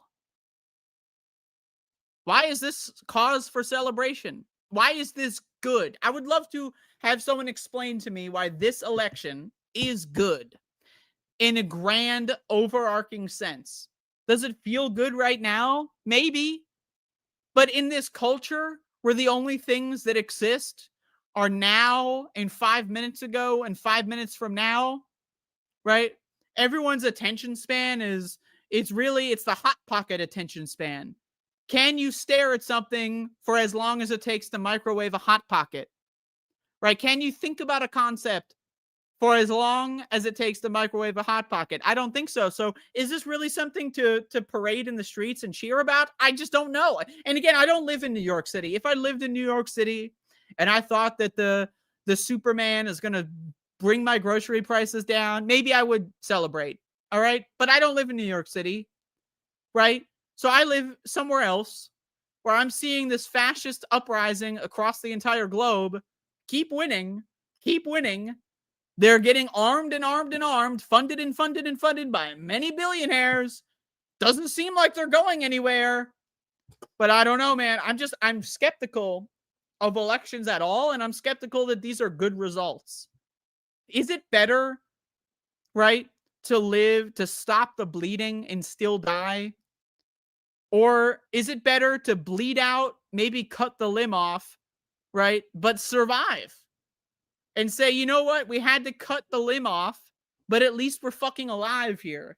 And sure, we had to live through hell, but at least we made it to the other side. And I'm not trying to say I'm an accelerationist. I'm not trying to say that I would vote for Donald Trump in 2020 if I went back in time. I wouldn't do that. Right? But my point being is we need to be vigilant. These problems that we're living with have been here for thousands of years. A lot of people love to pretend like Trumpism and fascism is a recent problem. A lot of people like to pretend like fascism is a recent problem. That Benito invented fascism out of thin air. And it's only really 100 and 150 years that we've been dealing with fascism as a concept. Fascism has been here for thousands of years. And we have been doing all the same shits for thousands of years. All right? I don't think one election result is something to celebrate over when I don't even see the path to the next election. A lot of people I see, the midterms are going to be crazy. Are we going to have midterms? What are you doing to ensure that we do have midterms? Right? I don't see it. I don't see midterms. I don't see free and fair elections. I just don't see that in the future. So I don't know. To me, this is just an election. Is it better that the socialist, so-called alleged socialist won over the rapist freak? Sure. Is that better? Maybe. I don't know. I really don't know. I couldn't tell you. I have no idea. Because I don't know how this story is going to end. I really don't. And let's say if Zoran wins and that animates the right to further embolden them, like let's say Zoran winning has made 15 Nazis join ICE and they're going to they're training right now to invade New York City on January 1st or 2nd or whenever he gets sworn in. I don't know. I don't live in New York City. So let's imagine that, right? Are we prepared for that? No, we're not. Is Zoran prepared for that? I doubt it. So I don't know, just some things to keep in mind. I like to piss on everyone's parade. That's my opinion. I'm a pisser, right? I pee everywhere, okay? That's what I do. I just pee and pee and pee. Until I'm out of pee. And frankly, I still have a lot of pee left, but I'm going to hold it in because my show is going to be over soon. But yeah, I don't know. I'm happy that people are happy in an intellectual sense. But at the same time, I really can't get over Zoran having this giant fucking crowd of like 50,000 people packed in like sardines, breathing all over each other during a pandemic.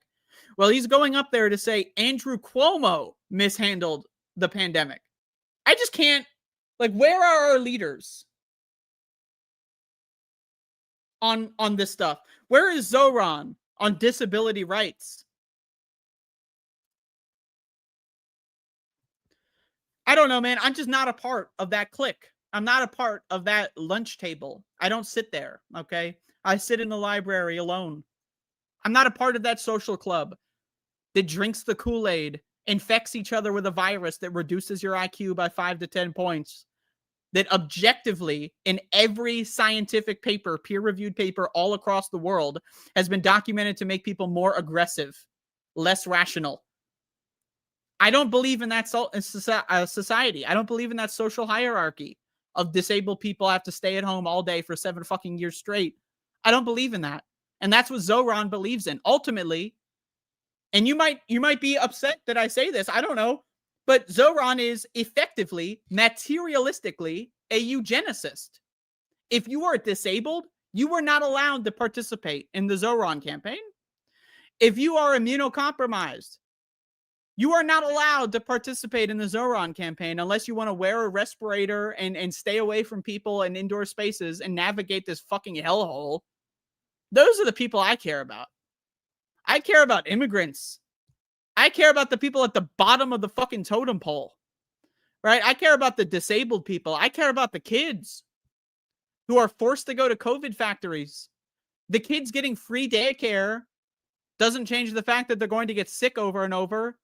Is Zoran going to do anything about that? Is Zoran going to do anything about air ventilation in public schools? I don't know. Maybe.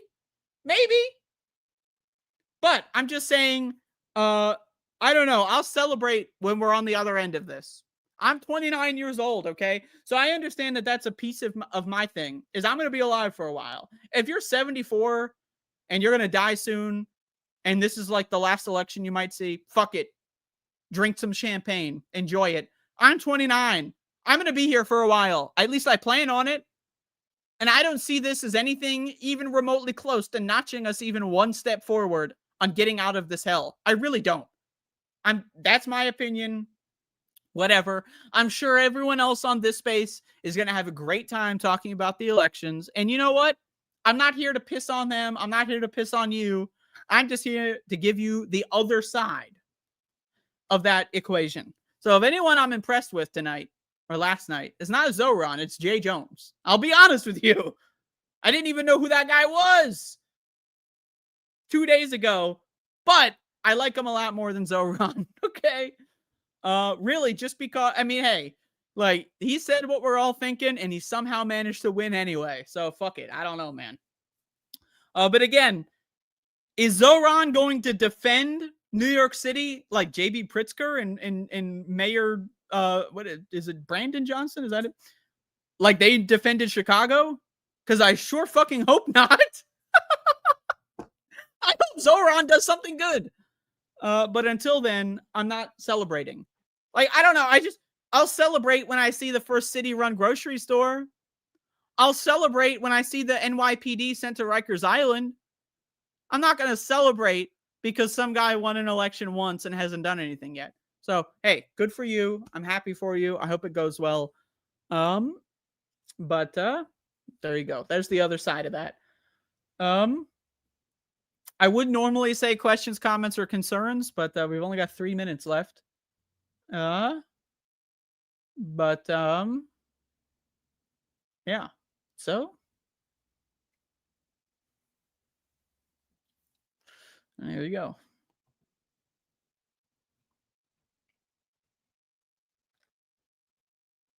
But yeah, I don't want to be like, it's an Overton window thing. Everyone else is popping their champagne bottles. I'm not trying to sit here and tell you it's hell on earth forever, but I feel like I need to at least drag us back out of psychosis a little bit here. Okay. That's my point. That's all I'm trying to do. So everyone else celebrate, feel free to celebrate. I don't mind it. I'm not pissed off about it or whatever, but, I'm gonna maybe hyperbolize a little bit because I gotta bring us back here. You know, we can't sit on our ass any further. Okay. Because the Gestapo is coming. And they're going to be coming hard, okay? They're going to be roping all over the place. It's going to be like a bukkake situation, if you will. Anyway, I think I've said enough. Left of the box. Coming up next.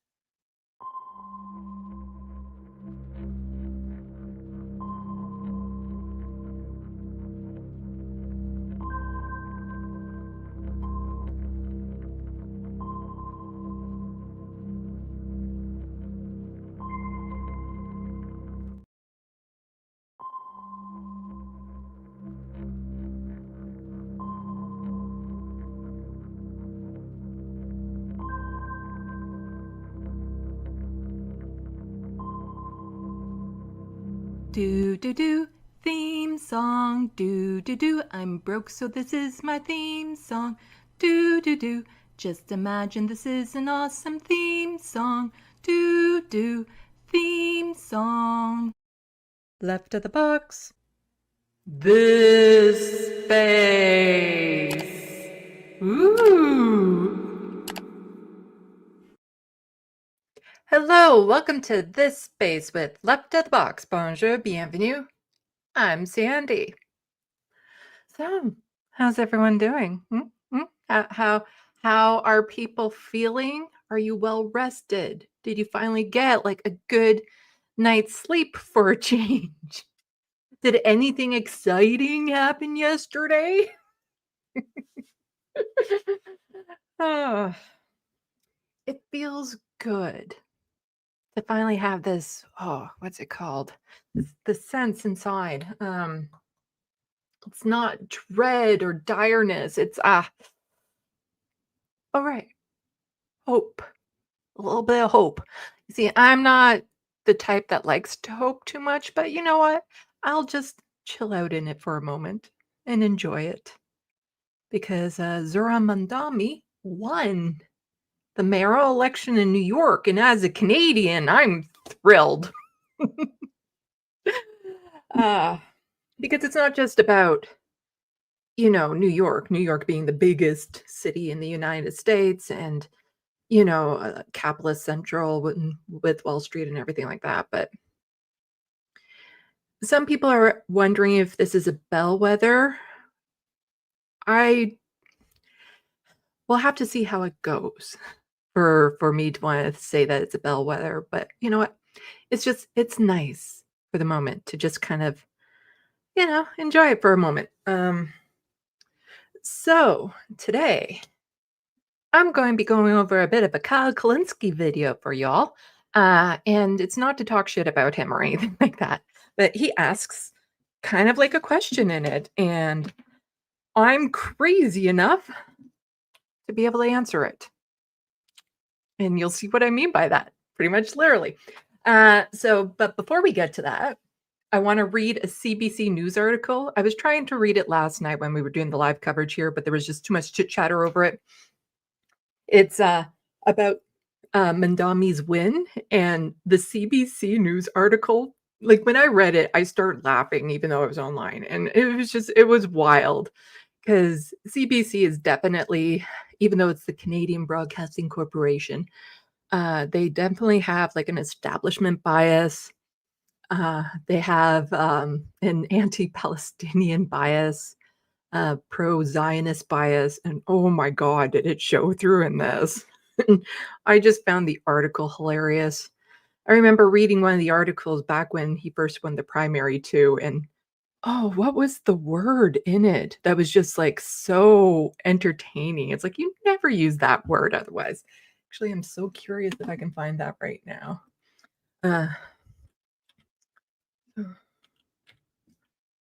Dummy CBC. Let's see if I can find it super quick while I'm talking to you.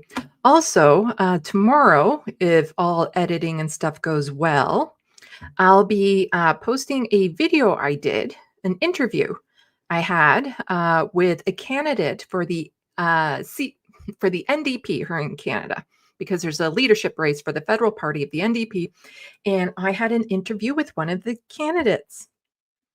It's really going to bug me unless I find this article. Let's see. Anyway, it doesn't matter. I'm getting so distracted. ADHD for the win. For the win. Let me see. Win primary. How about that? Because everything is about the current win. This is from 2025 earlier. Como could still win as independent.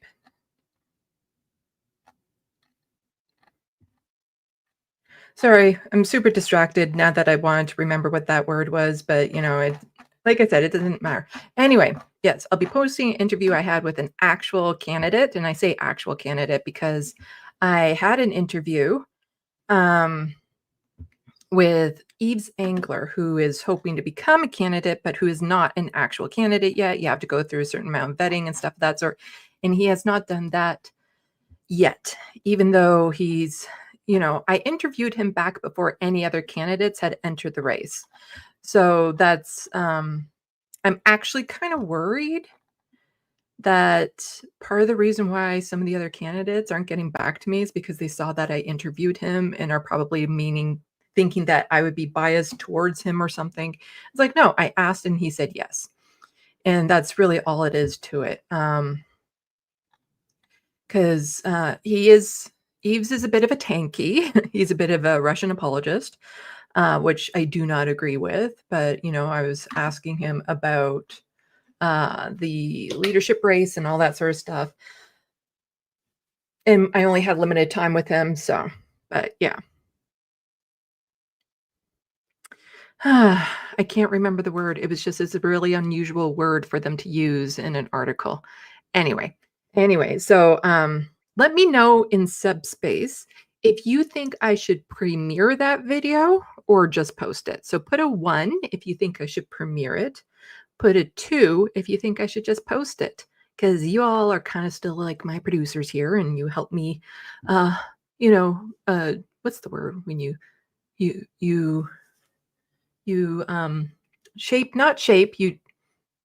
tweak, you help to form. Oh my God, there's a word for it. It's gonna be one of those days. Wait, curate, that's it. You help me curate my channel.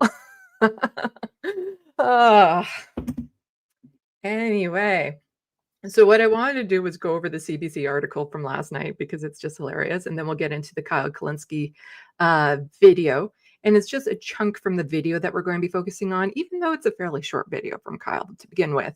But yeah, let me just grab this and put it up on the screen. Oh, no, is that there? Share screen. There we go. And add that to stage. Oh, is that big enough for people? Can make that a bit bigger, I think. Nice and big for people's eyeballs. So again, this is from the Canadian Broadcasting Corporation, or as I affectionately call it, the Corporations Before Canadians channel. So New York Mayor Zora Mandami calls out Trump in victory speech. Was I muted? The host says unmuted me. Was I? Nobody was yelling that I was muted. There we go, brother Jet. No, you're good. Okay. See, you can't do that sort of thing with somebody as ADHD as me because I see a little pop up and it's like, what? Shiny. Yeah, so voter turnout was highest in city has seen in decades. And so the first part, pretty par for the course. Zora Mandami was elected mayor of New York on Tuesday, capping a stunning ascent for the 34-year-old Democratic socialist who promised to transform city government to restore power to the working class and fight back against hostile Trump administration. In a victory for the Democratic Party's progressive win, Mandami defeated former Governor Andrew Cuomo and Republican Curtis Sliwell. Mandami must now navigate the unending demands of America's biggest city and deliver on ambitious, skeptics say, unrealistic campaign promises. Just kind of had the wheels of that in there. You couldn't just leave it at campaign promises. You had to just insert but skeptics say it's unrealistic. You just kind of have to force that in there. Yeah, that was just the biases in this article. I think it's just an opinion piece, I hope. Oh my God, it's from the Associated Press. It's not even from one of their opinion piece writers. It's from the Associated Press. That is hilarious. So skeptics say, just, tamper your expectations here. It's unrealistic. Campaign promises. With his commanding win, the Democratic Socialist will etch his place in history as the city's first Muslim mayor, the first South Asian heritage, and first born in Africa. He will also become New York's youngest mayor in more than a century when he takes office on January 1st. The conversational wisdom would tell you that I am far from the perfect candidate. I'm young, despite my best efforts to grow older. I am Muslim. I am a democratic socialist. And most damning of all, I refuse to apologize for any of this, Mamdani declared to a roaring crowd at his victory party. He cast his win as a boon for blue-collar workers struggling to get by.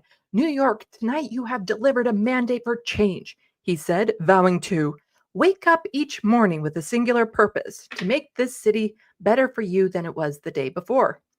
See, that's kind of like the little phrase that I have, wishing your tomorrow is better than your today. It's kind of, I think he got it from me. Definitely. So he also addressed U.S. President Trump head on. New York will remain, okay. I think a lot of you have already seen the clips and stuff from his speech. Really great speech. Everyone go back and watch it. So, a commanding win. More than 2 million New Yorkers cast ballots in the contest, the largest turnout in a mayoral race in more than 50 years, according to the city's Board of Elections. With roughly 90% of the votes counted, Mamdani held an approximately 9% point lead over Cuomo.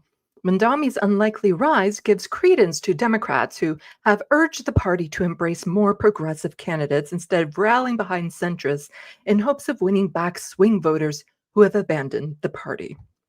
He has already faced scrutiny from national Republicans, including Trump, who have early cast him as a threat to the face of a more radical Democratic Party that is out of step with mainstream America. Trump has repeatedly threatened to cut federal funding to the city and even take it over if Mamdani wins.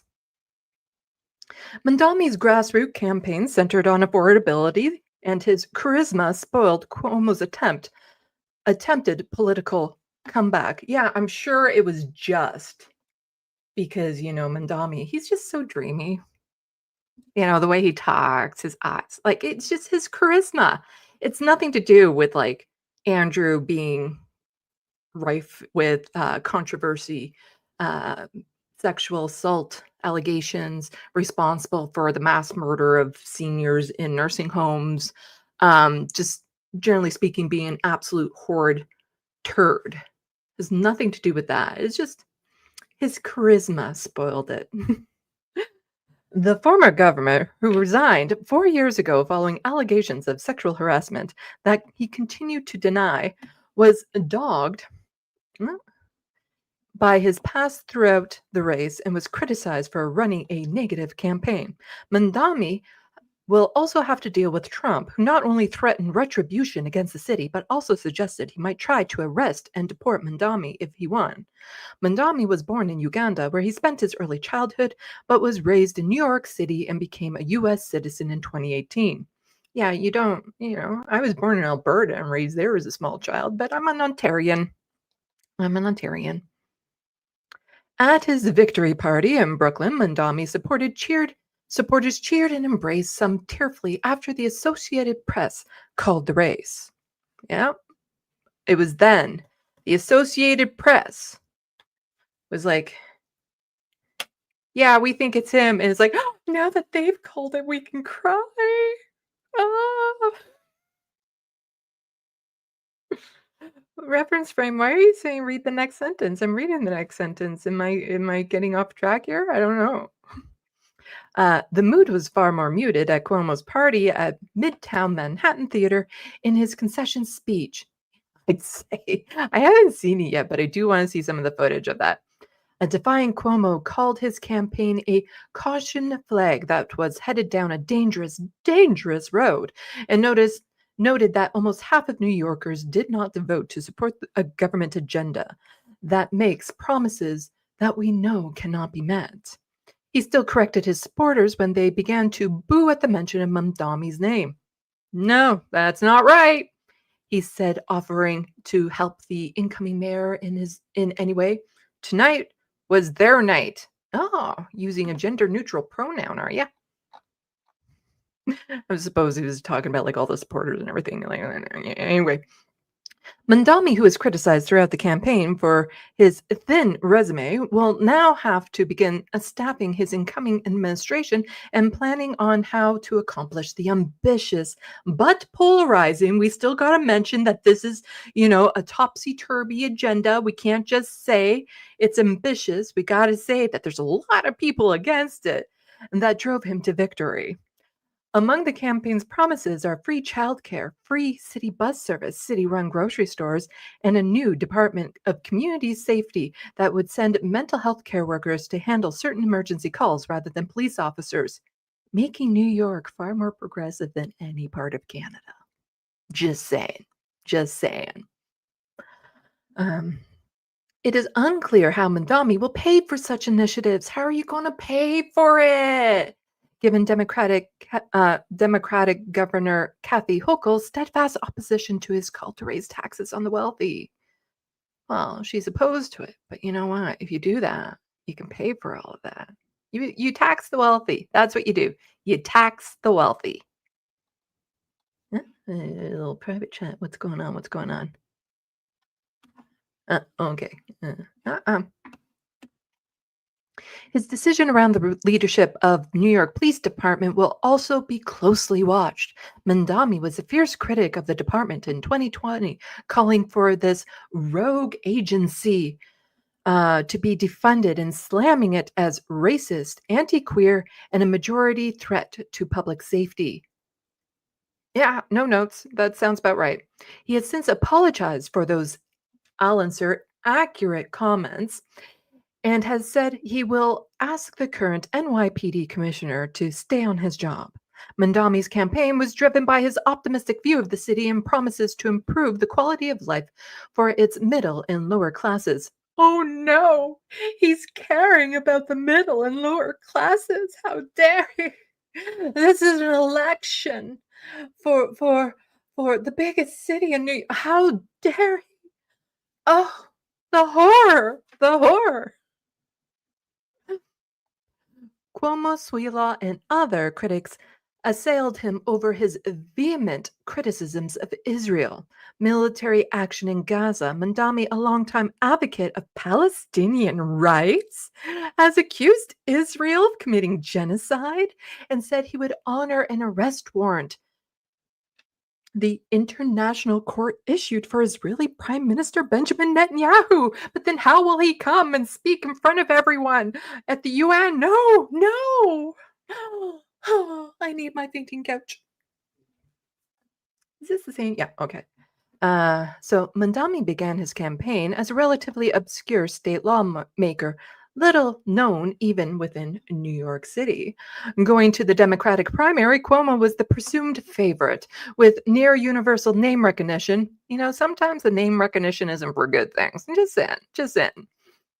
And deep political connections. Right. Oh, fuck, what's the word? Nepotism for the blues. Cuomo's chances were buoyed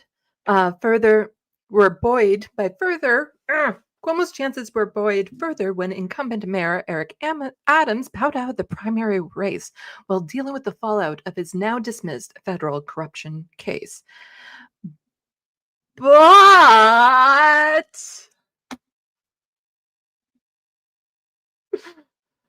But you gotta put a but in there. You gotta put a but. A journalist has to put a but into the article.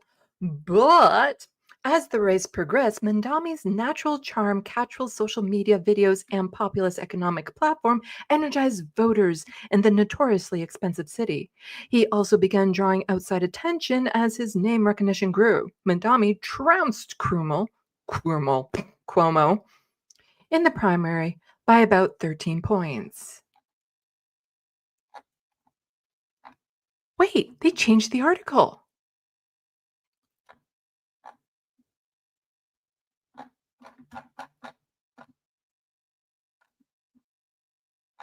This isn't the same article I read last night. It's the same link. It's not the same article. Because the whole point was getting to the butt. That was the whole point of this, was getting to the butt. Because after the butt, it was just this, but you know, Trump hates him. He's not a fan of the Israel state. Is it just because I changed browsers? Like, what is this? What is it? I need to go look up the other browser and see if I can still get it back, because this is just wild. Let's see if I do this, open that, history. Let's see. Recently closed, tabs. There we go.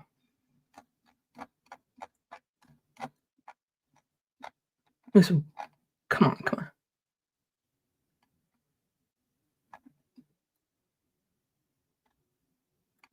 No, it's changed in that one too. This is not the article. It's the same link, but they changed the fucking article.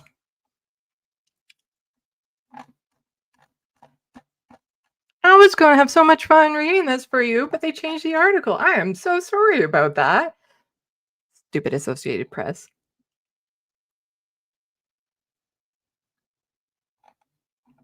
Wow, that is interesting. Because you can go back to last night's coverage of what we were doing. And at one point, I start reading from it. It's not up on screen, but I'm reading it verbatim, like word for word. And at this part where it goes, but, you know, Trump has threatened to do all this stuff. This is all the reasons why people hate him. And it took up like 2/3 of the article to go over all this negativity around him. Yeah.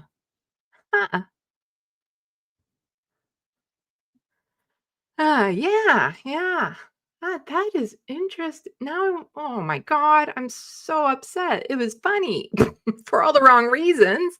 And I wasted like 20 minutes on it.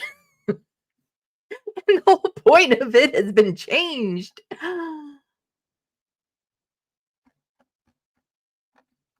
Because it went really hard on, like, you know, he doesn't support the Jewish state. He's pro-Palestinian. Like, they kind of sprinkled it in there. But my God, were they being brutal to him last night in this article? Oh my God.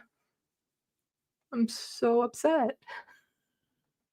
Because it was funny for bad reasons. I didn't skip it by accident, did I? Because I know it started with the but. You know, because it was like, here are the things. It was basically after all the things that he promised. Like the free buses and childcare and stuff like that. And then it went to but.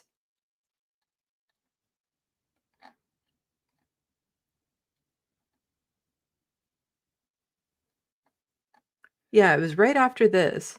So after that, and then it went to but.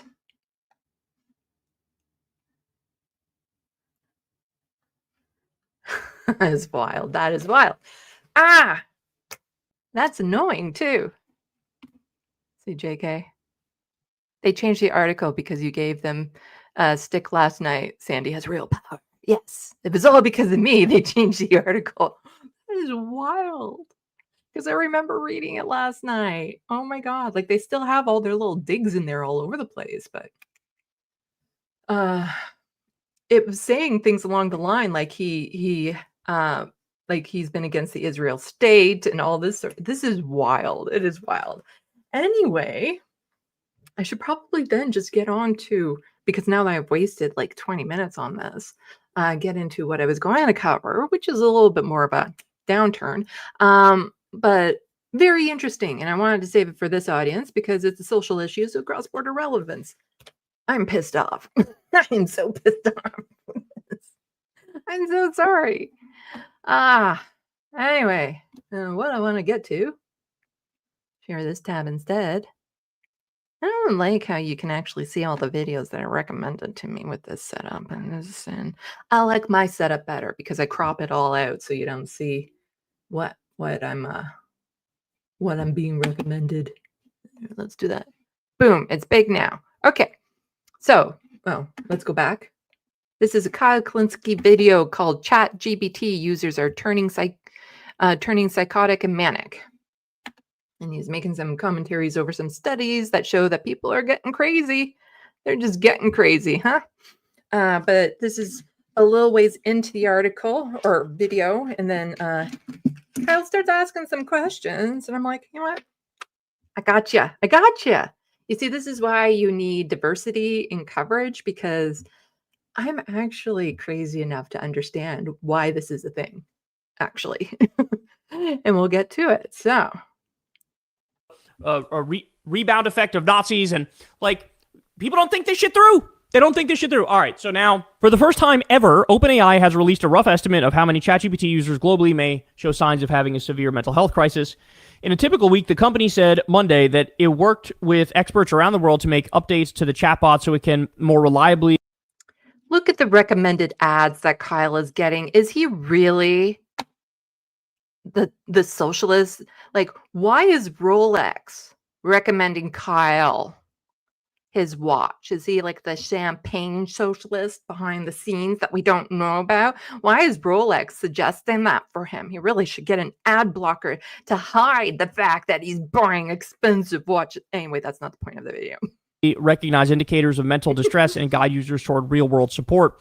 In recent months, a growing number of people have ended up hospitalized, divorced, or dead after having long, intense conversations with ChatGPT.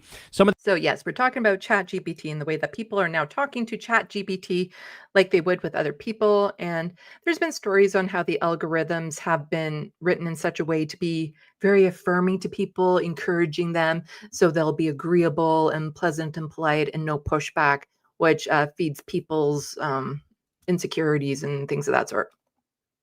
Whoops. No. Their loved ones allege the chatbot fueled their delusions and paranoia. Psychiatrists and other mental health professionals have expressed alarm about the phenomenon, which is sometimes referred to as AI psychosis, but until now, there's been no robust data available on how widespread it might be. In a given week, OpenAI estimated that around 0.07% of active ChatGPT users show possible signs of mental health emergencies related to psychosis or mania, and 0.15% have conversations that include explicit indicators of potential suicidal planning or intent.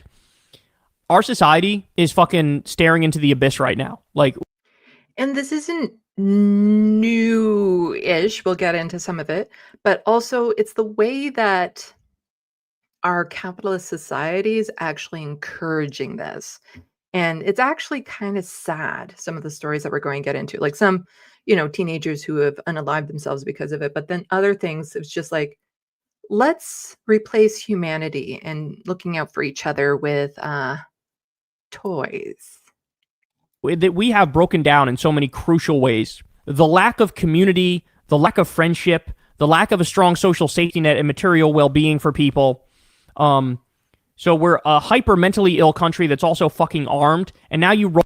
And keep in mind, mental health isn't covered in the United States. Well, as with most health conditions in the United States, huge issues, but also here in Canada, mental health isn't covered under the Canadian Healthcare Act. So that doesn't mean there's zero help out there for people. It depends on the province and the province doing its own funding and stuff of that sort, but they tend to cut back on mental health stuff. So like I can go to an emergency room if I get into a car accident or something of that sort. But if I just need counseling, there's hoops I have to jump through. There's limited programs that would be covered by the government, long wait list for it. It's usually, okay, you get like 5 sessions. Also, if you're in a crisis, like you just tried to unalive yourselves, they're not equipped to handle that. Like you can go to Emerge. They'll treat you in Emerge for a week, send you off on your way with possible medications or something. But like if you're in crisis and you need like some severe counseling, unless you have money, you're probably not going to get what you need right away. Because after my most severe attempt and my friends pushing me, it's like, you need to go and get yourself help. So I had to advocate for myself when I was not in a great headspace for it. And I was getting rejected by all these counseling places that were recommended to me because I was in crisis and they don't deal with that. So there's a huge issue with mental health not being treated. And then like an addiction to, drugs or alcohol as a way to soothe it. Now people are turning to things like ChatGPT as an outlet, as a way to feel better, as a way to be feeling seen, as we'll get to. Roll out these like manipulative fucking robots that can feed people whatever delusion they have. Like this, how is any of this legal? OpenAI also looked at the share of ChatGPT users who appear to be overly emotionally reliant on the chatbot at the expense of real-world relationships, their well-being, or obligations. It found that about 0.15% of active users exhibit behavior that indicates potential heightened levels of emotional attachment to ChatGPT weekly. The company cautions that these messages can be difficult to detect and measure given how relatively rare they are, and there could be some overlap between the three categories. Also keep in mind, young kids, like teenagers, are especially vulnerable to this sort of thing. OpenAI CEO Sam Altman said earlier this month that ChatGPT now has 800 million weekly active users. The company's estimates, therefore, suggest that every 7 days, around 560,000 people may be exchanging messages with ChatGPT that indicate they are experiencing mania or psychosis. About 1.2 million more are possibly expressing suicidal ideations, and another 1.2 million may be prioritizing talking to ChatGPT over their loved ones, school, or work. I have to say, man, and maybe I'm just a fucking boomer here, I don't fucking get it. I don't get it. Isn't like the whole thing about intimacy and friendship, isn't it a requirement that in order for that to happen, you need to be talking to a living, breathing, sentient thing with emotions and feelings of their own? How can you build a serious connection? That's a requirement for there to be an actual human connection. And obviously this doesn't have emotions. This doesn't have feelings. It's a fucking AI program. And so I don't understand how people can bring themselves to like open up to this thing and think that this thing understands them. Like, what is that? That to me, that by definition is a sign of mental illness. That if you think this is your friend, if you think you have some sort of connection, that shows something's wrong with you, right? Like something's off if you believe that. Because you're just wrong. Like you're just wrong about that. I understand this completely. I totally get it. And Kyle's not wrong here. You have to be mentally unwell for this. And as a teenager, I was not mentally well. And I actually totally, completely understand how you can develop an emotional attachment to AI. Because if I was a teenager dealing with AI the way that teenagers are dealing with it right now, I'd be one of these. The family of a teenager who died by suicide alleges OpenAI chatbot GPT is to blame. And I was Googling for one, and I found a second one. Judge allows lawsuit alleging AI chatbot pushed Florida teen to kill himself to proceed. I get this. I really do.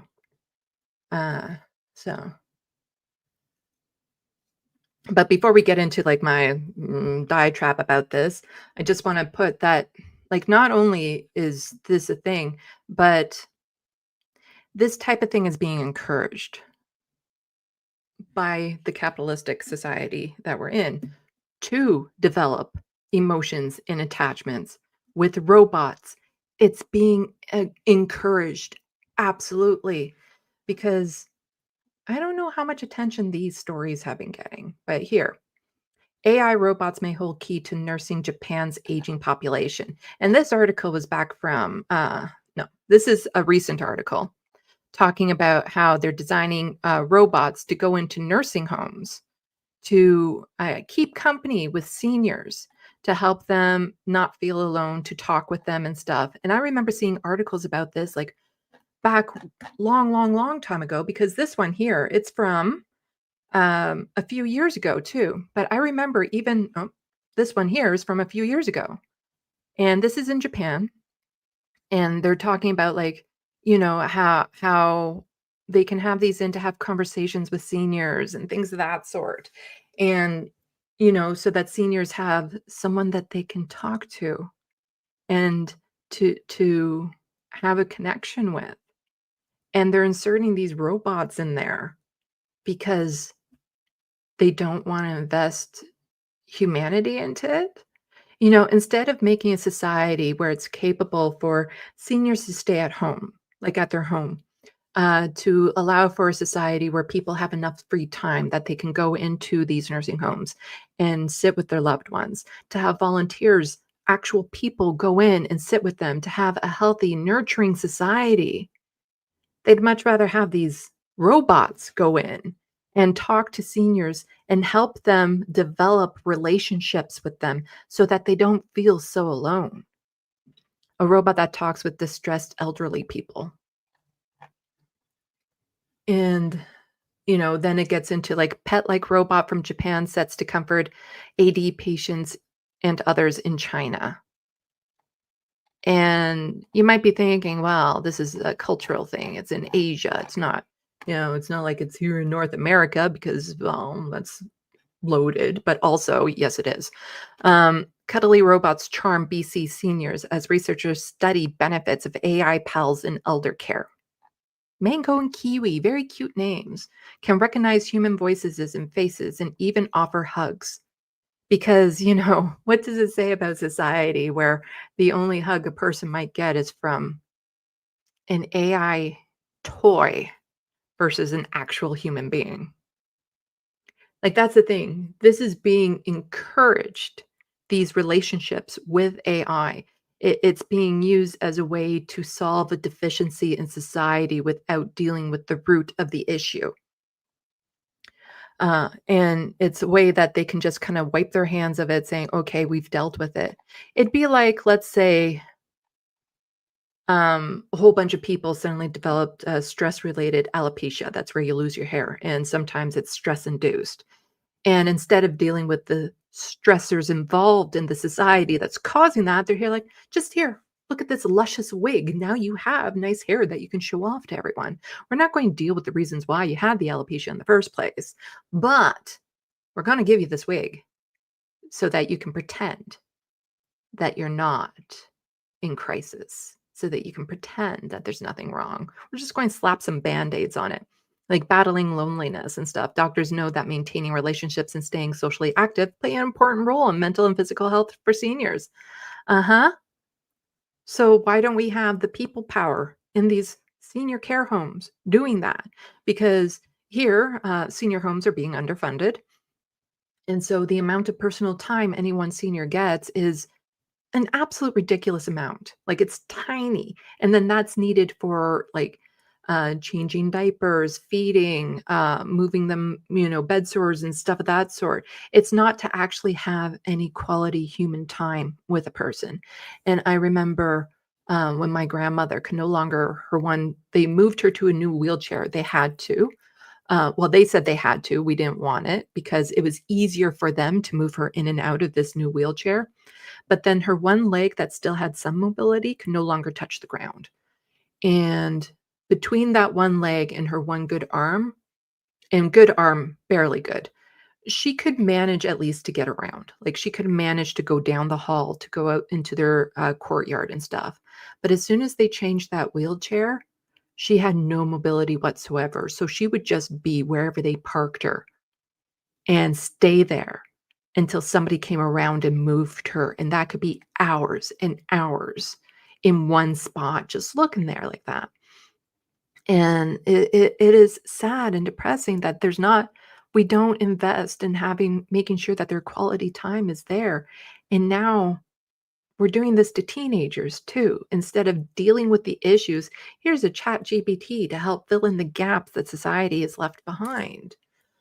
But it's absolutely grotesque that this is like, oh, we're going to do this so you don't feel so lonely, so we don't actually have to burden ourselves with your presence. Let's So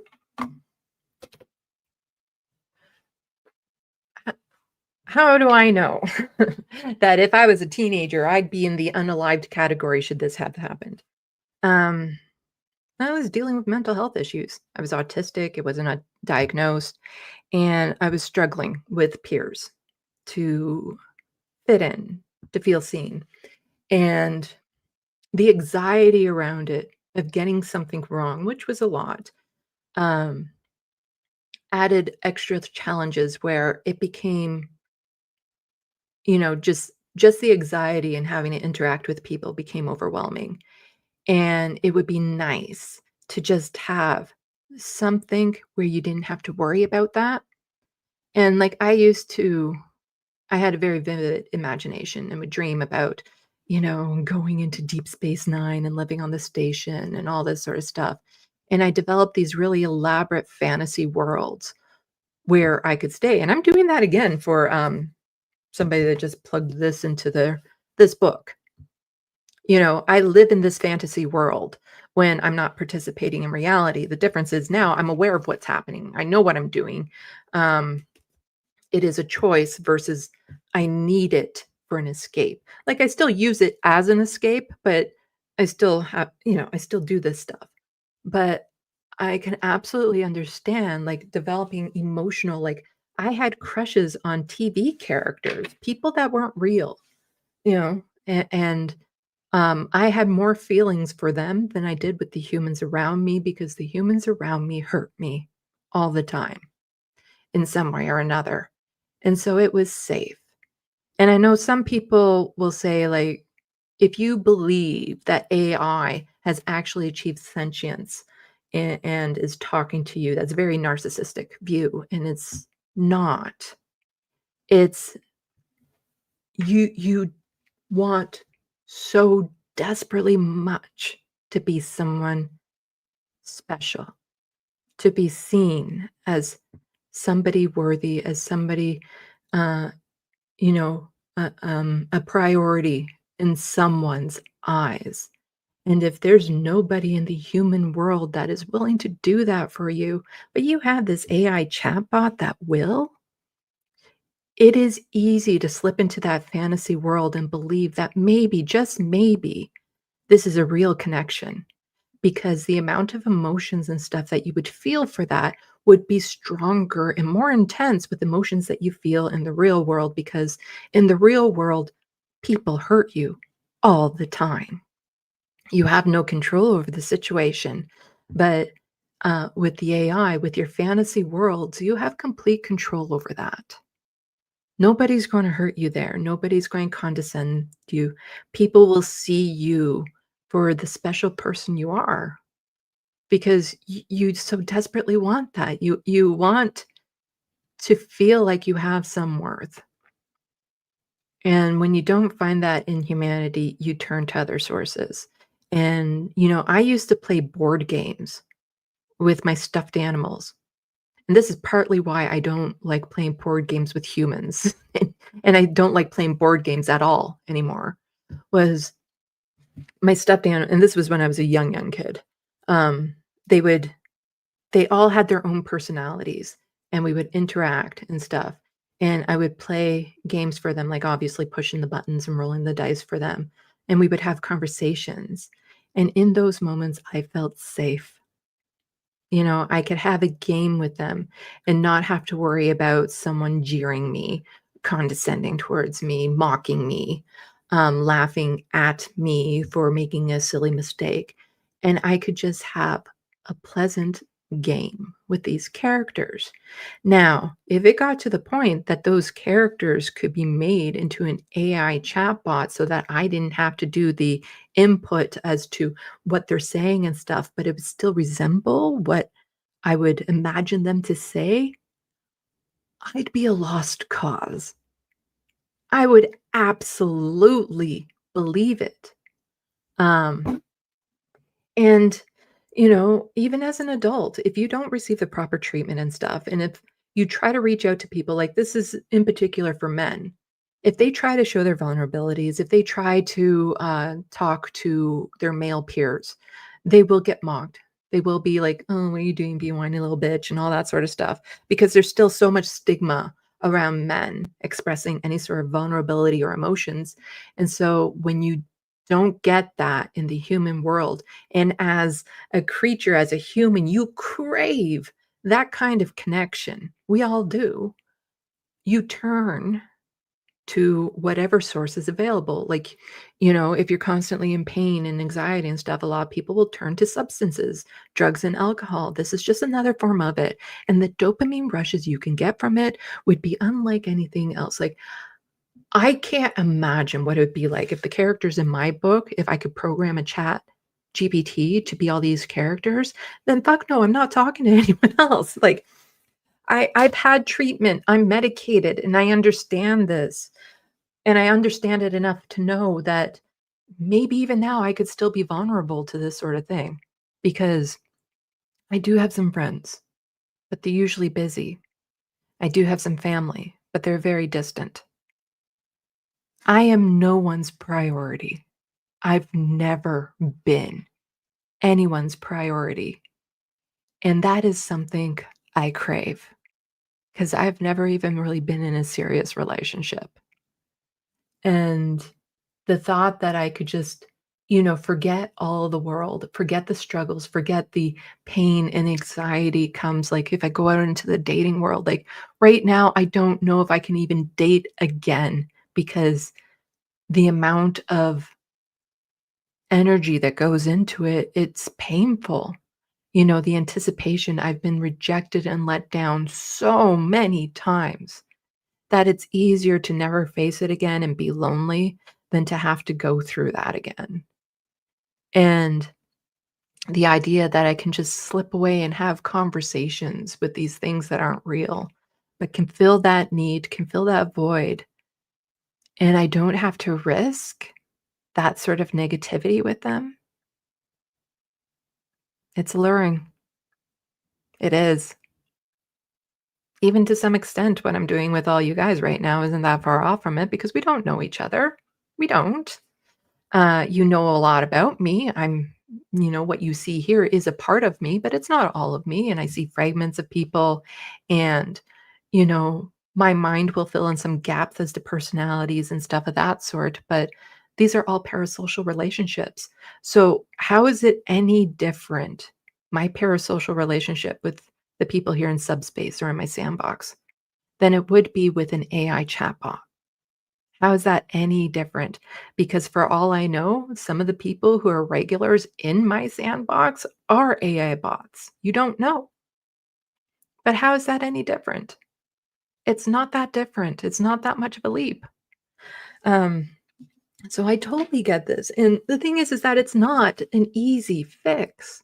This is a societal change that needs to happen where we encourage community, we encourage people to go out, we allow people to make mistakes and be vulnerable.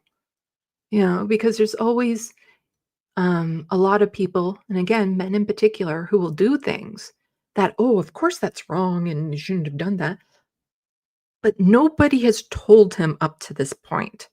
For whatever reason, they feel awkward and they don't want to say it. So nobody has told him that, when you do this thing, it makes women feel uncomfortable. And if nobody tells him, how is he supposed to know? Because so many people just assume, oh, well, all these boundaries, they make sense. Like it's just assumed everyone knows these boundaries. But when you get people who are neurodivergent in particular, no, we don't. We don't know what the boundaries are normal, especially when we get cross communications. And I've admitted it before where I've crossed lines with a male friend of mine and I harassed him sexually. And part of that was I was constantly getting these messages that men like it. They like it. And I even heard from so many different men how they wish it would happen to them. And society just keeps on enforcing that this is something men want, this is something they never get, on and on and on. And then my friend didn't want to tell me that I was making him uncomfortable because he didn't want to hurt me. So then how was I supposed to know? Like eventually we worked it out and I understood, like I came to an understanding of what I was doing and why it was wrong. And, I get it now. And I would never do that again. Like if I had actually thought at any moment I was making him actually uncomfortable, there was no way I would have done that. And it's not like I was sending him nudes or anything that it was kind of like persistent flirting, I guess you could say. So, there were some boundaries, yeah, I'm aware of. So I didn't cross those lines. But it was like a persistent type of flirting, I guess you could say. But, there was like nothing, no pictures or anything, no grabby, nothing like that. But it did make him feel uncomfortable. But, it took us a while to kind of figure out that communication. And the thought of going on dates and stuff like that, and the rejections and the turn downs, or the people making moves and not knowing that, like, we're not taught to be social in a safe way. We're not taught how to interact with people, because especially now we've gotten so online, um, that we've stopped having conversations out in the real world. We've stopped learning how to interact. And so this is only going to get worse, because we need more community spaces like parks and stuff. But, now the parks are being taken over in a lot of cities by people who are unhoused. And or community centers are restricting who can go in them if you look like you're an unseemly type of person for whatever reason. And now you have to pay to go into certain places, which restricts a lot of people.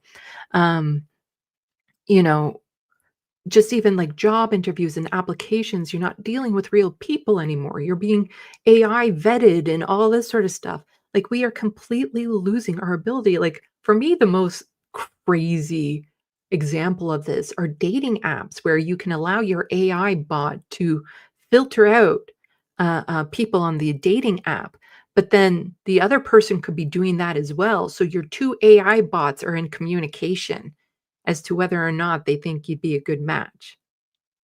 It's it's wild. But yeah, I could absolutely see me getting down this rabbit hole, if I wasn't self-aware as I am, like if I haven't had the treatment that I've had over the years. As a teenager, absolutely, definitely, 100%, just given everything that I was going through at that time, I absolutely would have been one of those teens that had the AI bot suggested in any way that we could be together in this alternate realm. If I unalived myself, I would have, because I was so desperate for any sort of connection. And that's what it is.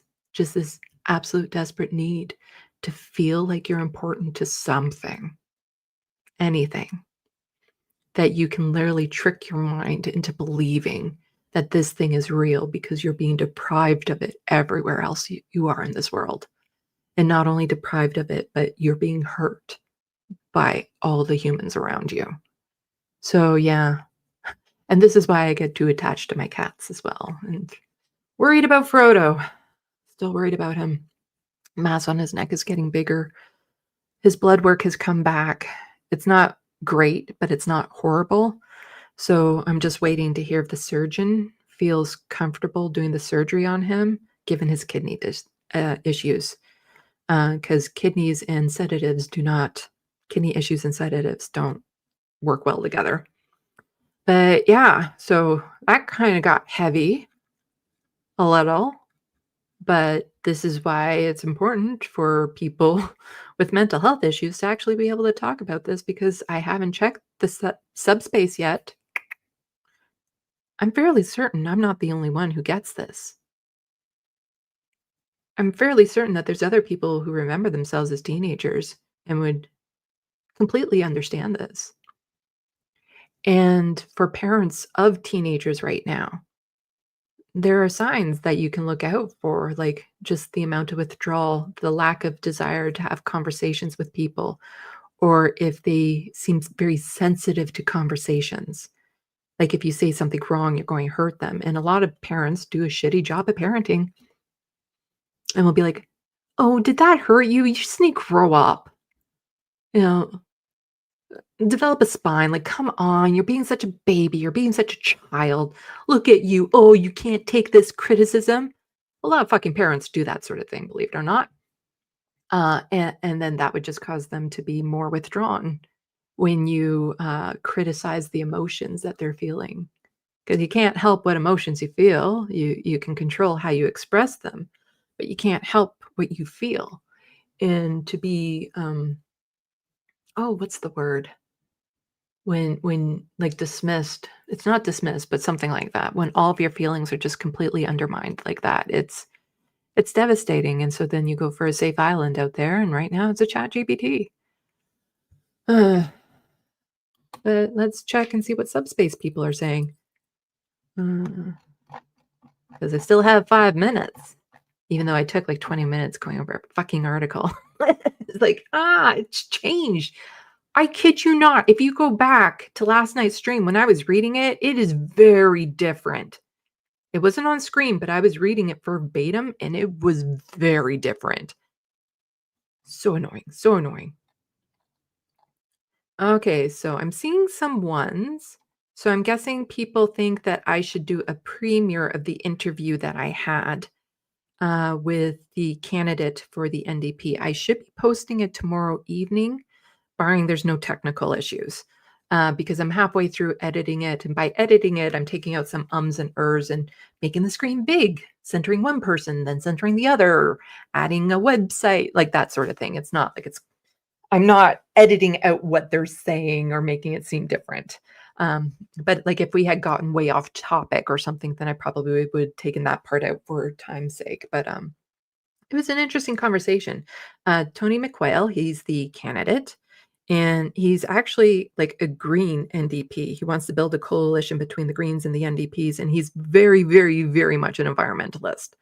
The way that he farms, the way he talks about bugs and insects even, and the absolute crisis that the environment is in, and that's his focus. And he understands that, he's not going to win. Like, there's always a chance. Like, Mandami started at 1%. There's always a chance. But the messaging that he's hoping to get out there is about the environment is something that's important to him. Let's see what people are saying in subspace.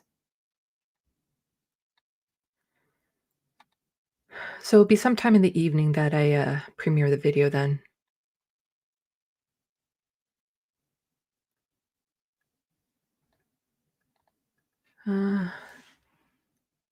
Okay, people talking about the election. Okay, I saw that comment. Yes, there was that creepy woman that was going after Hassan Piker. And the Majority Report did show it at the end of the show, but there's clips out there too. I think Zateo is also featuring it. And she was stalking him the entire night. So desperate for attention. But yeah, it was weird. She was having a hard time picking up on cues that maybe she wasn't wanted. But she's doing it all for clout's sake. I don't think she's doing it out of the need, like the same type of need as I don't understand. Like, I think it's just sheer clout that she's looking for, and thinks that he would be a good way to do it. Let's see. Oh, right. I can put these up on screen. So Rich P1K says, AI collects your data to help corporations manipulate you. AI is not your friend. And that is very true. Like, just the fact that they're changing algorithms to make them, it's basically to make them more addictive. It's like adding substances into drugs to people, or, into coffee to make them more addictive. And that's what they're doing. Like, this is a drug. It is absolutely a drug what they're doing. The dopamine rushes and stuff, hits that you get from it. Yeah. If I was just a little less sane, I'd be making AI bots about my book, and I would never be online again. And I am worried that when I get back to writing it, that I will be lost in that world for a bit, and would much rather spend my time there than I would in the real world. And that's kind of true now. I just put up boundaries. I do participate in this world, but yeah, it would be easy.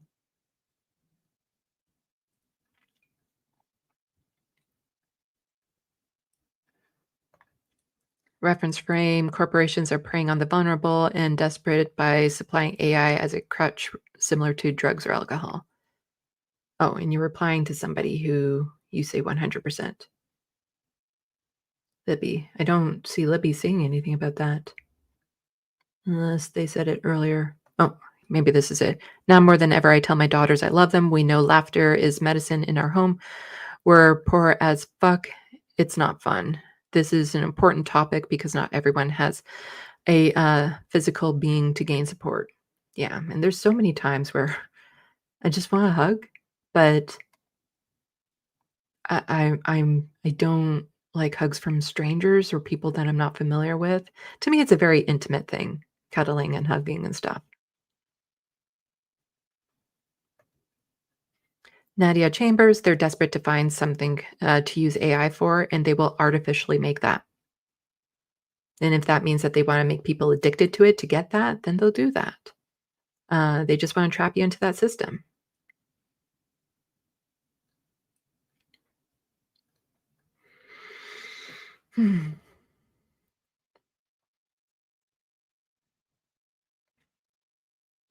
Reference frame, I would say that they are desperate to justify the huge investment in AI and in doing so secure their power positions, but that is many pedantic of me. And also replying to somebody else, sorry, I'm missing parts of conversations here as I'm kind of scooching through. Oh, here. So Nadia, oh, no, it moved. Where? Nope. Okay. No, maybe I did read their article. Oh, right. I read that one. So, okay, I'm reading these in reverse. Rich P was saying, Nadia, they didn't make it for a particular reason. They're trying to force the square back into the triangle hole. Yeah, like to the corporations, it's just money. And they will absolutely use it, abuse people, because we're not anything to them other than a resource to make them money. We're not human. We're not individuals. We are a resource. And Libby, thank you for articulating this. I know I'm not the only one. Also saying they know it's alluring sadly reminds me of Bicentennial Man. I'm not entirely familiar with that reference. And Nadia is saying that the Alice in Wonderland paper is worth a reading. I'm not familiar with that either, but we'll get there. Let's see. John Lethem, I would say most parents are like that at the end of the day. Yeah, the amount of times that I was mocked and scolded for having emotions. And as somebody who was autistic but not diagnosed, I had very intense emotions at times. But I was being a baby, or I was upset over this stupid thing and the king control it. And, I just need to suck it up and pretend to be normal. Yes, I will be on Looney Tunes show on Friday. So people can go and check that out. Sunday will be my regular news live stream, so I'll be covering some stuff in Canadian political news, a budget that came out. There's some floor crossing that went on, so I'll be more read up on that.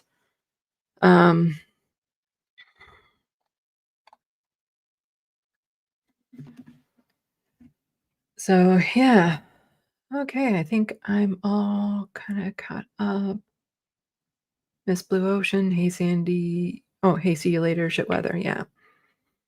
So I don't know what people are feeling about this little chat. I know it's a bit heavy, but I hope it was helpful. And if you know other channels that are talking about this and would like to have somebody on to talk about this, I'm more than willing to talk about my mental illness that I still currently deal with.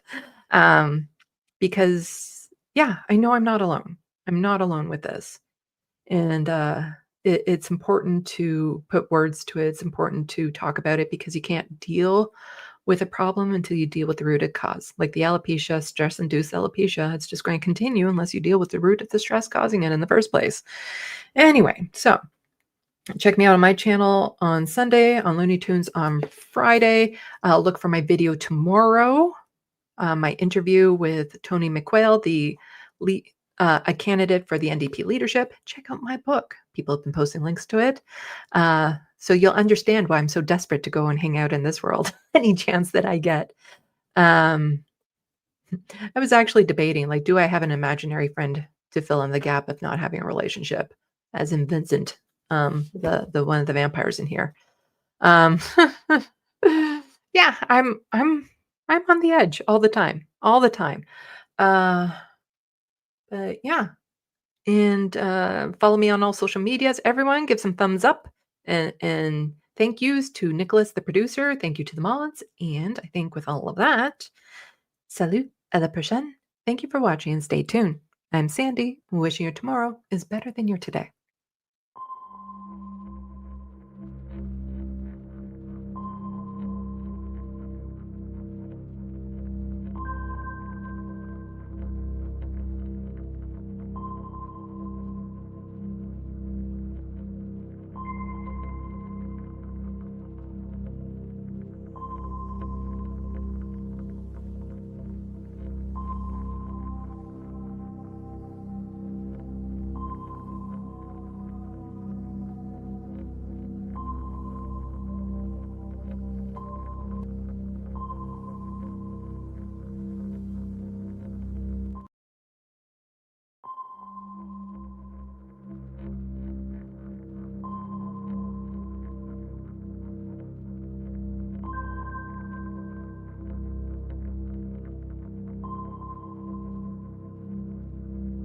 cancel culture is about canceling.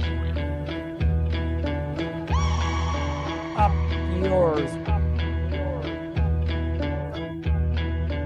Woke moralists. Up yours. Systematic bullying that's happening. And they believe that Cocaine.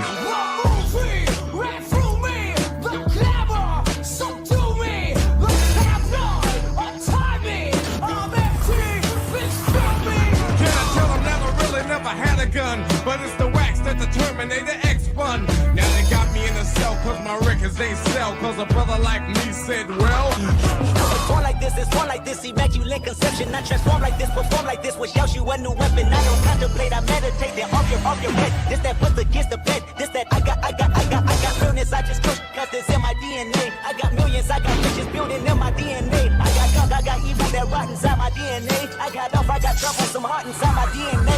They seem animalistic is what they mean. No, they're worse than animals.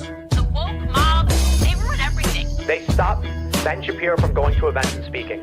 They stop Ann Coulter from doing it. I will never surrender even a single inch of ground to a pitchfork mob. You never cave to the mob. We will never bow to the mob. Ever. No matter what. Do you see the final expression of cancel culture in terrorist groups like We'll see who cancels who. They want you to lie. Hello. Hey, how's it going, everybody? Hi, everybody.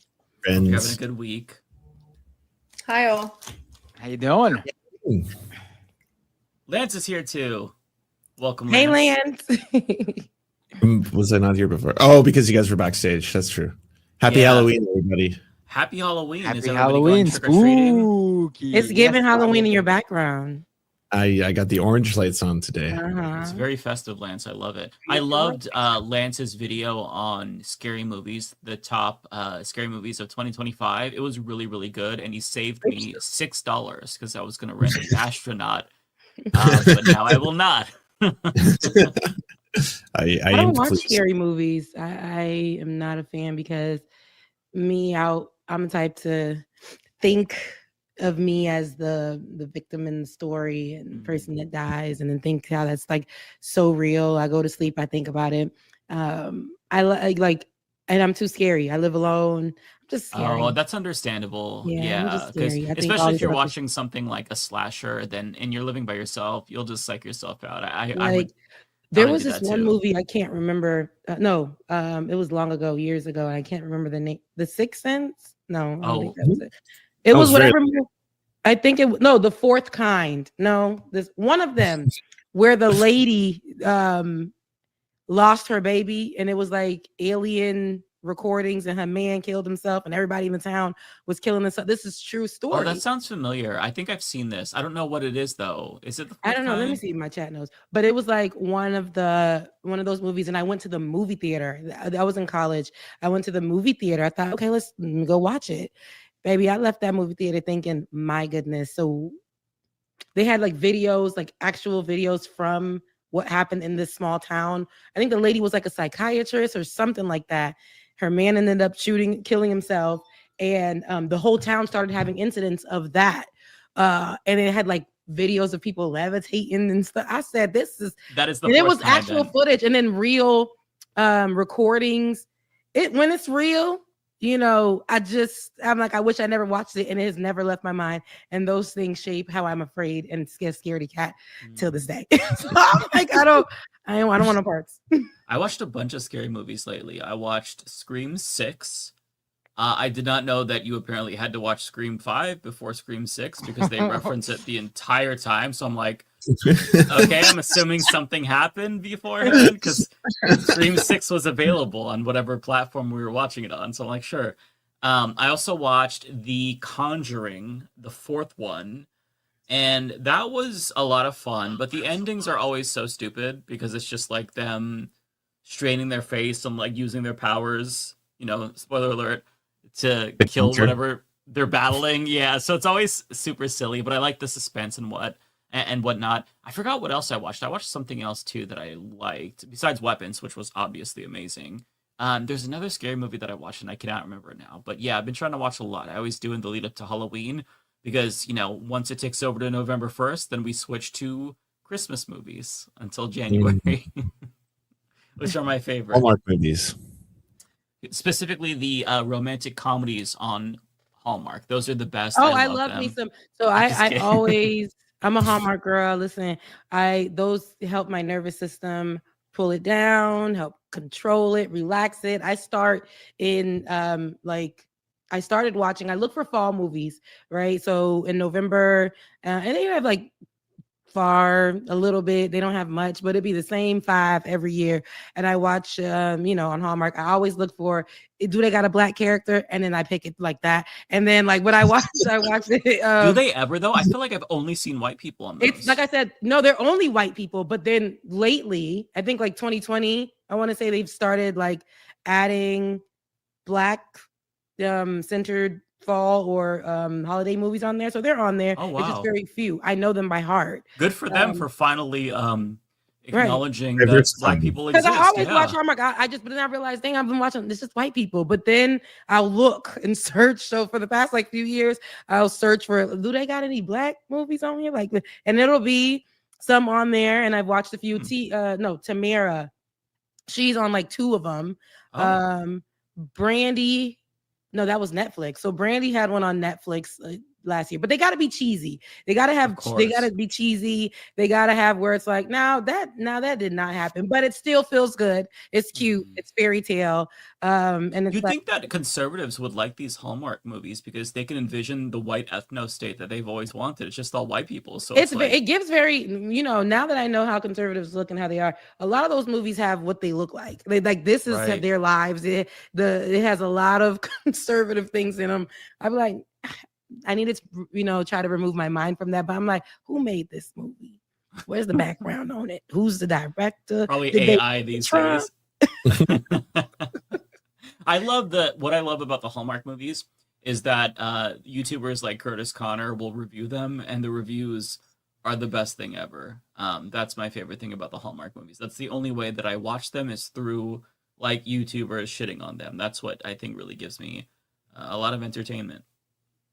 Yeah. I don't want to ruin anyone's magical Hallmark experiences, but when I used to work in the film industry, and I'm going to try my best to separate myself. Don't have your way. The person who revealed this, but a person I know who told a person I know who told the person I know, definitely not me, was working with the Hallmark team doing special effects for them, and noticed that in shots, they intentionally wanted them not to have any disability parking in the shots because apparently in the Hallmark universe, people with disabilities don't exist. So that was a thing. The cinematographer had to keep in mind when filming the parking lot shots. That's very bizarre. Allegedly. Yeah. Allegedly. Oh, look, allegedly. But wow, now I got to start. Wow. I got to start looking out for that. I mean, those That's movies amazing. are cheesy as fuck anyways. Who actually watches them? No offense. They don't want like a disabled person to taint the magic of the holiday season Yes. or whatever. I Very, watch very them, Ariana. insane. I just Do they even have like gay characters, like Sorry, a gay no friend offense. who's like, I girl, just- you need to No, get it's with cool. him or get back with him? Like, do they have any diversity at all? No, there's like I told you, there's like That's so now we know crazy. allegedly that they're anti-disability. They're Allegedly. allegedly. But I told you I had to search, and every year they added like one movie. I think one's called The Girlfriend's Trip. I know these things by name. Like there's just a few with black-led actors, and they'll do this thing where it has to be, if they're going to put somebody who is black in the past, you got to really stare and be like, that's real ambiguous. Is that? And they won't they won't put them in. They still put them in the predominantly white towns. Like, there will be these small towns that are in the middle of nowhere, but it's just white folks. I'm like, now how did this Asian person find their way? And they're the only person, and they're making it seem like this person is white though in this community. Like everything is. I'm like, no, it's not. Now y'all know that's not how it goes. But racial dynamics don't exist. It's kind of like no one sees color kind of a world. yeah, it is. And to answer your question, Mike, if there is a gay character, they will be the most like flamboyant stereotype you've ever. It has to be the hairdresser or the wedding coordinator who's just like, hello, when they walk into the room, and that's He's the one that convinces her to get back with the man after they break up before the whole like I'm glad that they don't put gay characters in it, because if I saw that, it probably would make me homophobic low-key. I just wouldn't, not because of like the flamboyancy, just because like their portrayal of gay people would be like vomit inducing, and then my mom would see it or something and she'd be like, is this how it is, Michael? I'm like, I don't know, I don't ever leave home. The fuck am I supposed to know? I don't know what it's like. These what the gay are like. Yeah, I don't know what gay people are doing. I know what I'm doing. Well, okay, so on the politics side of things, we actually got some kind of good news. But the reason why we got this good news is deeply depressing in the first place. So I'm not sure if you all follow this story, but this man named Larry Bushard, he's a retired police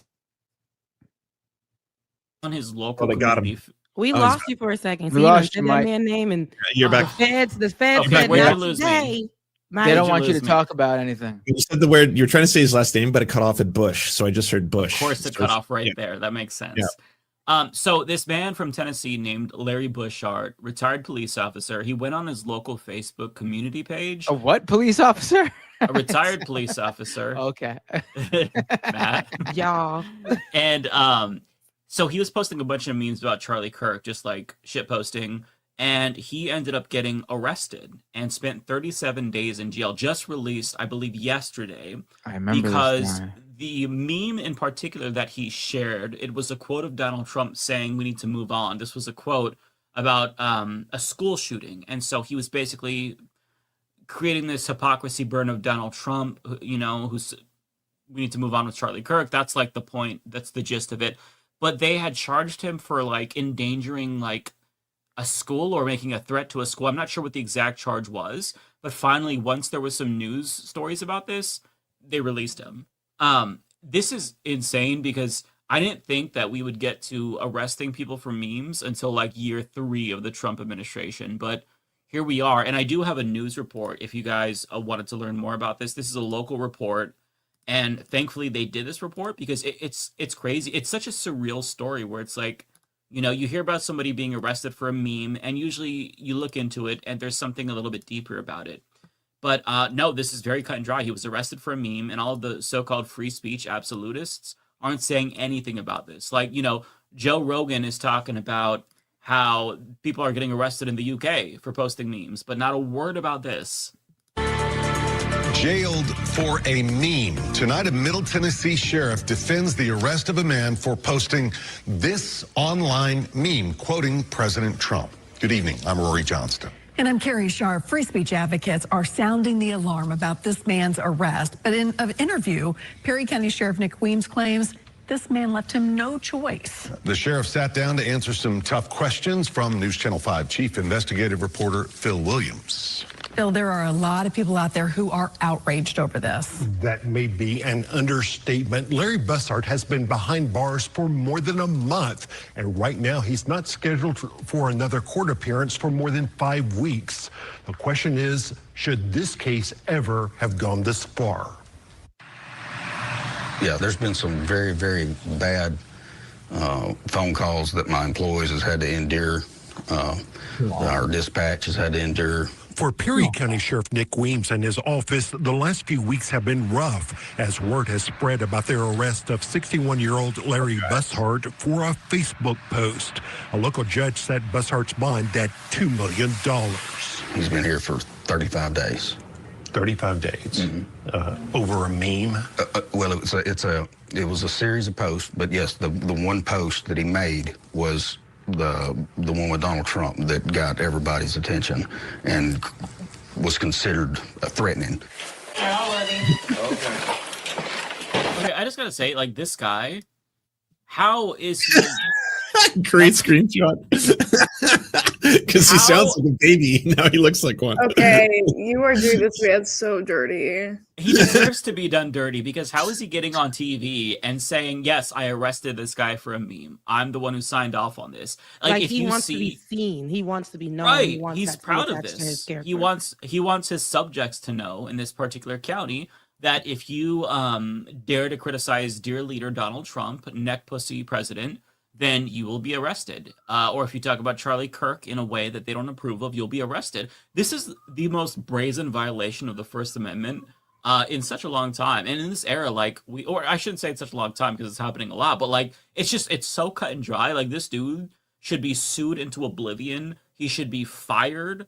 The way that he violated this man's civil liberties for a fucking meme, and you would think that there would be some camaraderie there because the dude who posted the meme is a fucking retired cop, but he's like, nope, you're not part of the cult, so fuck you. It is so crazy to me. I hope that they have the body cam footage. I haven't seen this whole news report, but the police officer who showed up with the warrant was like, I don't know, it says it's over a meme. It's like, it's so, like, even the cop is in disbelief that this dude is being arrested for it by this disgusting pig human hybrid, mostly pig though. Threatening. Okay. Thank you. Local police took Bus Sergeant to custody at his home in Lexington, Tennessee on September 21st based on a warrant issued out of Perry County. The one-time cop is one of those rare liberals in rural Middle Tennessee and a keyboard warrior known for posting progressive memes like these. Keyboard warrior? Threatening mass violence at a school. At a school? It's referring to a school. I have no idea. That's what they've called us for, and I ain't got a clue. I played on Facebook.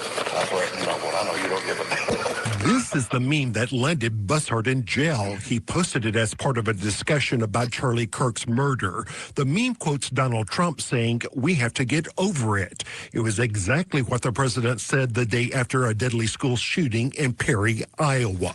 That's the meme that he posted, correct?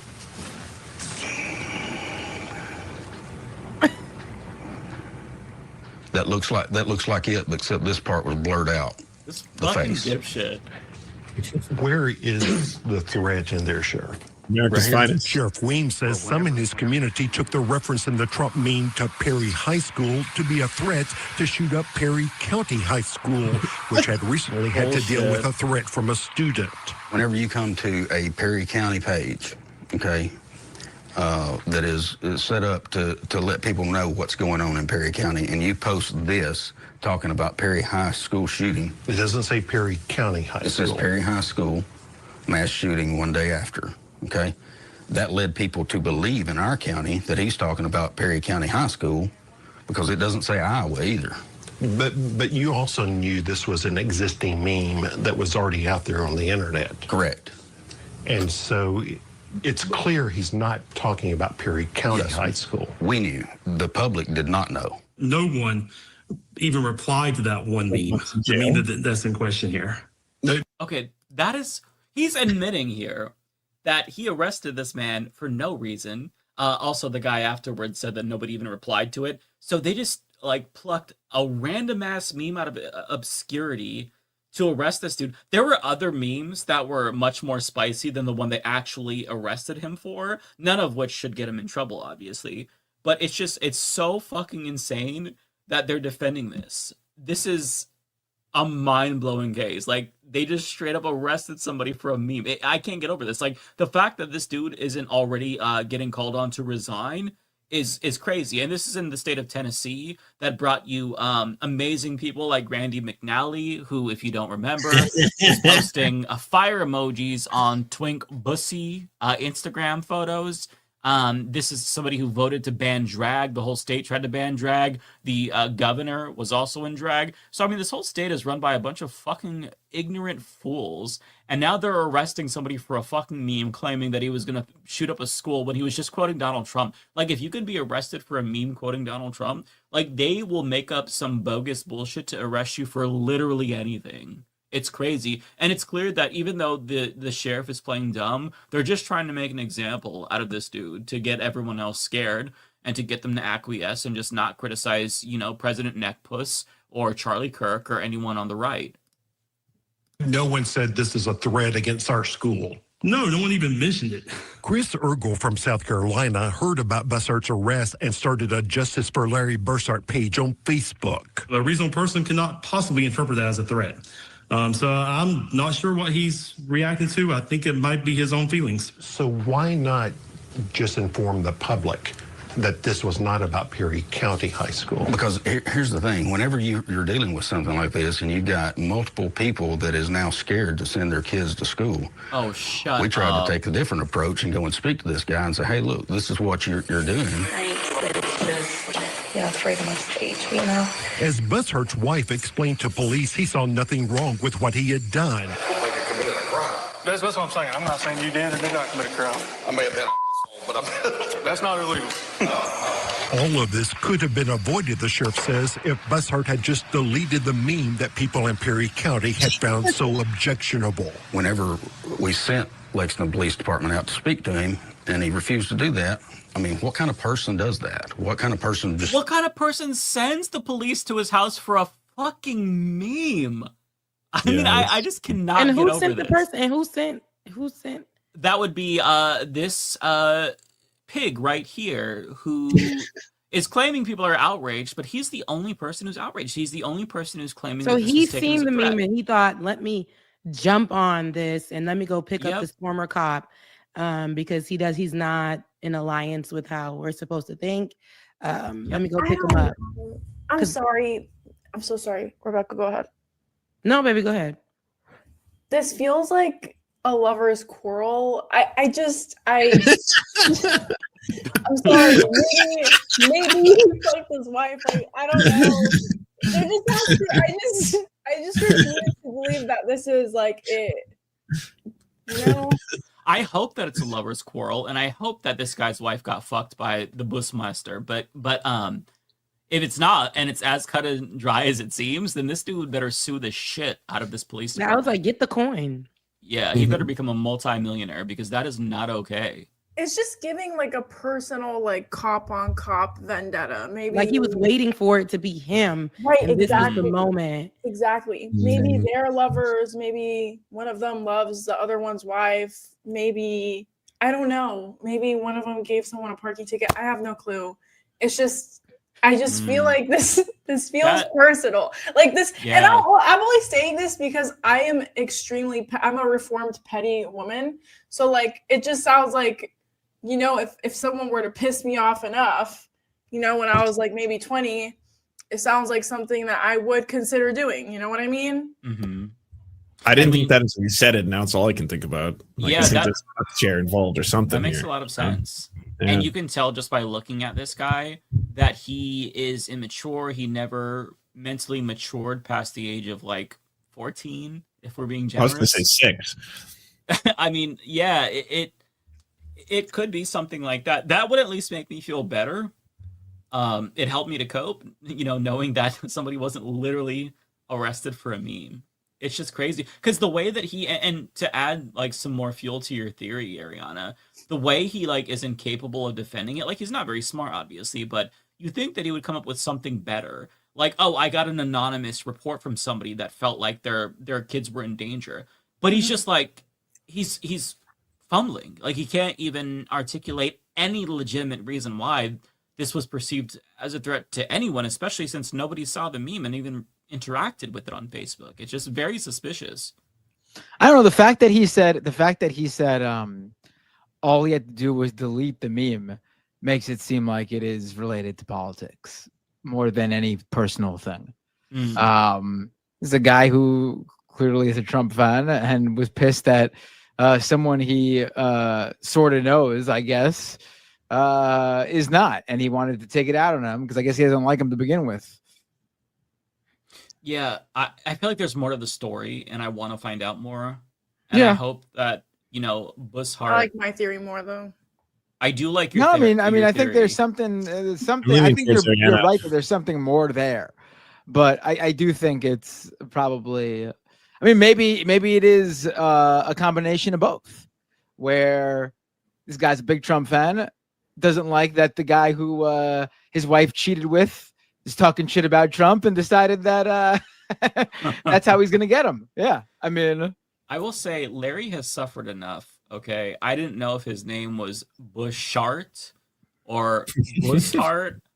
Just let him go. Like, let him live his life. I mean,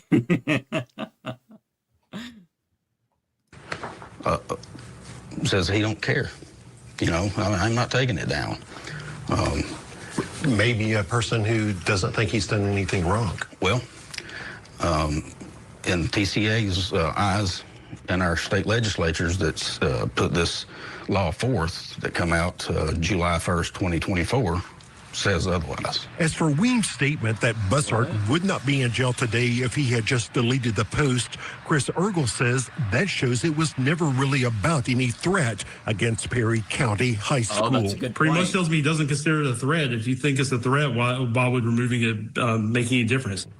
In your heart, do you think Larry Bouchard was threatening to shoot up Perry County High School? In my heart, I think Larry Bouchard knew what he was doing once we made contact with him, or once law enforcement made contact with him. And I believe that he knew what he was doing. And in my heart, he violated the law set forth by our legislatures. Bro. And Mr. Bussard's attorney has filed a motion. Okay, he's pronounced it Bushard and Bushart, and this poor man, he's suffering so much. But that's pretty much the story. Thankfully, he was released. But yeah, I hope that he gets the bag now, because that is just, to me, that's so outrageous. I don't even know what else to say. I think that's it. Like, I haven't heard of the story, but when you put it in the chat earlier, I was like, wow. I mean, I know this was happening, but we still have and this is the threat that they made when they were like, anybody who's speaking against Charlie Kirk. So he's just doing the work of Donald Trump. He's doing the work. Charlie said that there was a thin blue line in the flag in the background. I didn't catch that. Oh, but yeah. just knowing that, it tells me everything I need to know. Like, these are people who are going to die for Donald Trump, kill people for Donald Trump. They're going to, like, the simple fact of Donald Trump and his administration and people who follow him and speak for him and represent him online. We're saying, you know, if anybody says anything against Charlie Kirk, we'll make sure that they go to jail or they'll lose their job or anything. And we've seen that. But this case right here, that man been in jail for a month. A month. Right. So yeah, it had to be a personal thing. And he's a former cop, so in a small town. So this cop knows him, probably worked with him, you know, something of the sort. So there's some familiarity there, has to be. And even in this all seems like this is a Saturday Night Live sketch or something like that, because even in the presenting of the meme, the man looking at it like, he's like, so do you recognize this meme? He's looking at it like, analyzing it like, I know, that took so long. And they're gonna say, well, the eyes were different. See, the eyes were blurred on what we see. It's like, this is so stupid. Even in the reporting, it seems kind of leaning like making Burchard to be like somebody, like he's what do they said, an internet warrior? Right, Keyboard yeah. warrior is what they Keyboard use. warrior. And it's like, well, so what are we saying here? And it's like, and then he said he could have simply just deleted the post. No, why? Because why? Mhm. Why? That's his right to make that dumbass post. Like, he can meme, we can shit post. That's the First Amendment. I feel like they need, like, you would think that sheriffs would have to be privy to what's in the Constitution, but it seems like they don't know. Maybe we could give them civics courses, or, you know, have them take classes about the laws that they're supposed to be administering, because that's just incredibly embarrassing.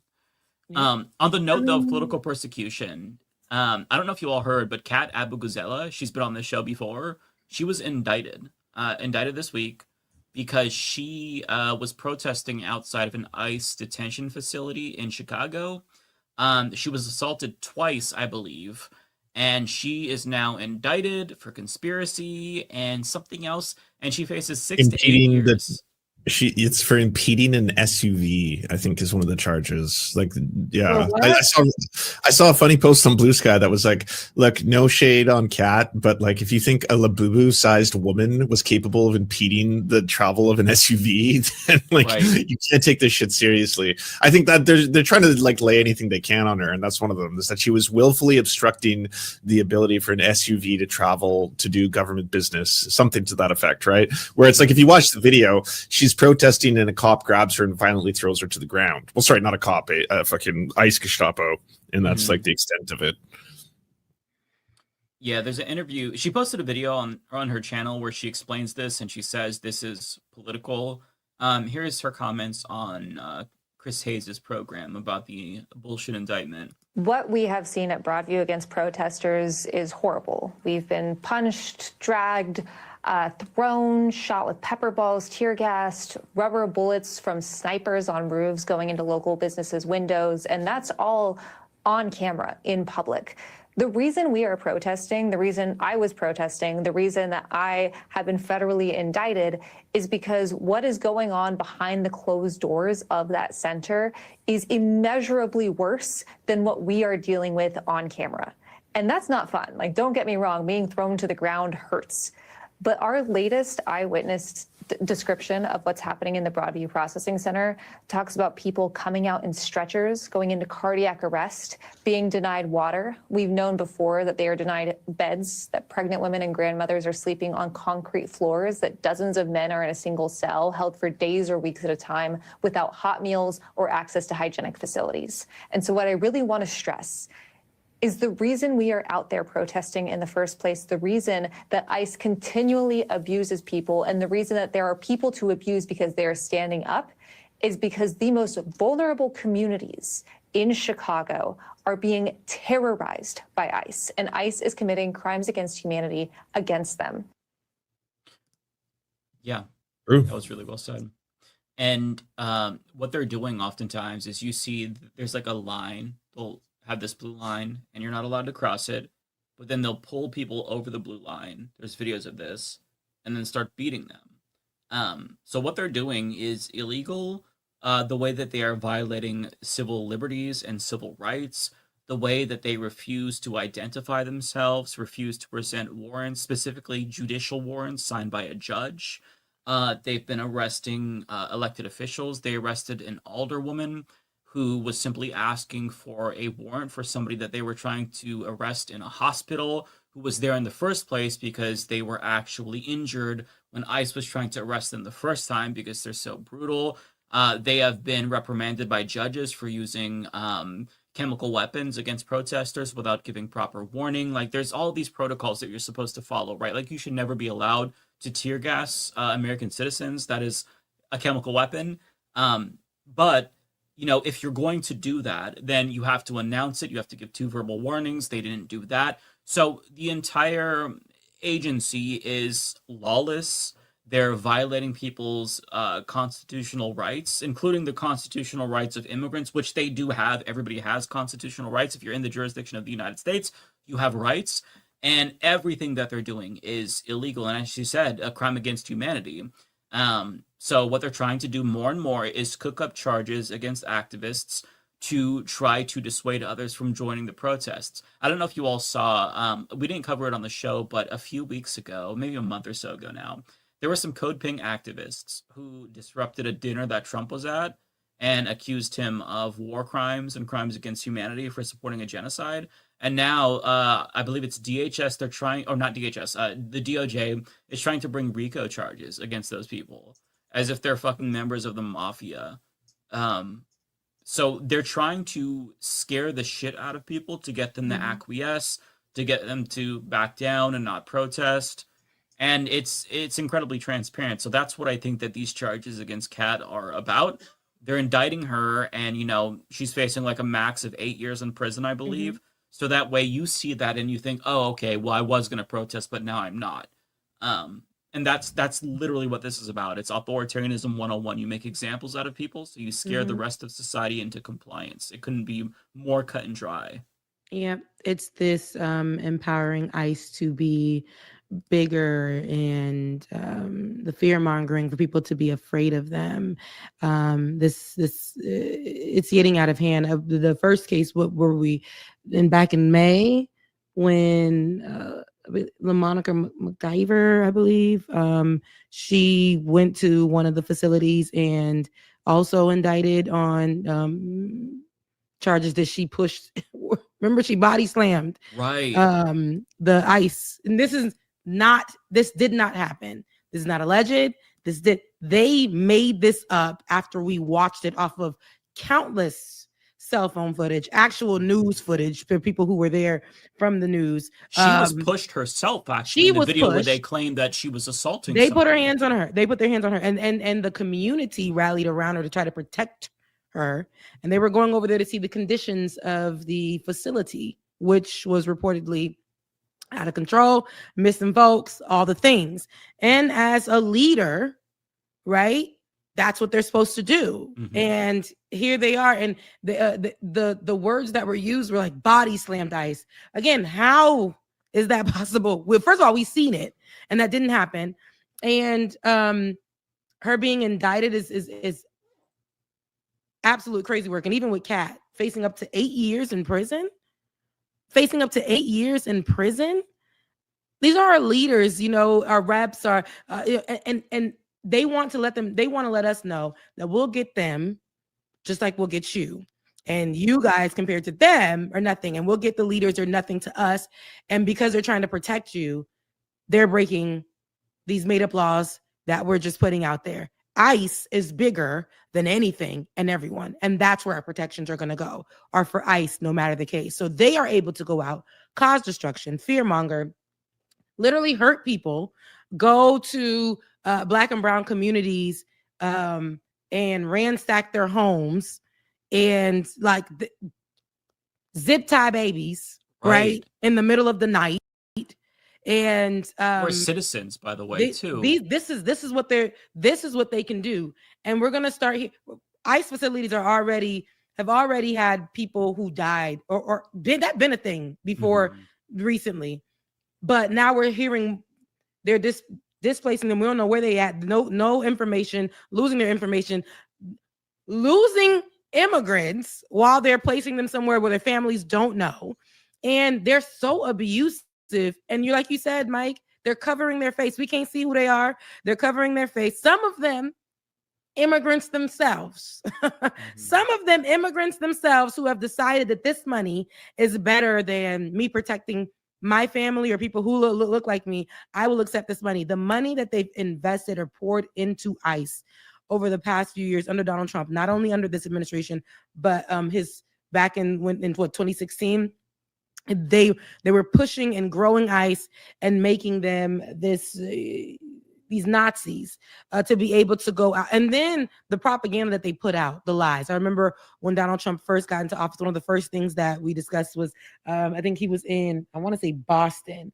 And immediately it was this whole thing where the lies, where they covered everybody else's face that they took, but the Haitian actor that was on there saying, looking straight into the camera, like, Obama, blaming Obama or saying, Obama's gonna free me, and Obama got nothing to do with nothing. But people are believing these things and thinking that the comment section that I read that day was people saying, "Oh, he needs to go. Like he needs to go. They need to beat him up. He's killing and raping people." What Donald Trump has done and is continuing to do is finding people with stories, literally one-offs that are very sad, but saying that because this immigrant went and did this to this white girl in this community, probably killed her or whatever, this is who they are. This is what they're doing entirely, when that isn't the story. When we look at the statistics, that's not even a thing that happens often. White folks is killing they folks, right? This is what's happening. Y'all people killing y'all people. But they'll do that, and then people will be online and say immigrants must go. They're dangerous to this country. They're stealing our jobs. So stopping somebody who looks like they could be somebody else from somewhere else, maybe they're a product of immigrants, maybe they're born here, but that's not enough. If you look suspicious, you're getting stopped. And I think you reposted this, Ariana, and I seen it, where they pulled over a mother and because she could not recite, I think it was her social security number or something like that, he was aggressive with her and began to like beat her up in front of her child. And this is not something that we should be seeing. And it's going to get worse where we'll start to see them. And I hate this because we see police officers do it for years where they shoot people, just shoot them, right? And these ICE officers they're so dangerous. They're carrying actual guns and they're in the street and they're scaring folks, but they're putting their hands on folks. And I don't want it to get to the place where they're shooting them, right? And they're killing them. But I feel like it may get to that point. They're so dangerous. They are so dangerous and unfortunately so powerful. And it's gotten really bad. It's gotten really bad. I got a question. Do you think it's considered moral to join ICE as an infiltrator, get that $75,000 a year paycheck, and then spend the whole time accidentally falling over on other ICE agents, just like a Mr. Magoo, just being like, "Whoa, oops," and then you just keep on, just like tumble all over the place, and so they can't do their job? Would that be ethical? I think it would be ethical personally, so long as you do that. And it might be based depending on how much you're able to sabotage them. Because, so one thing that Stephen Miller said, because Governor J.B. Pritzker of Illinois had threatened to start arresting ICE agents because they're just like completely lawless, breaking the laws. Stephen Miller went on TV and said ICE agents have federal immunity, which that is not a thing. They're not above the law. They don't have federal immunity. So with Lance's recommendation, Stephen Miller, the boss, the shadow president, says you have immunity. So if you get in there and you just like decide to pull down your pants and shit on the floor or on the ground during an ICE raid and fuck shit up, you have immunity. So it goes both ways, right? So.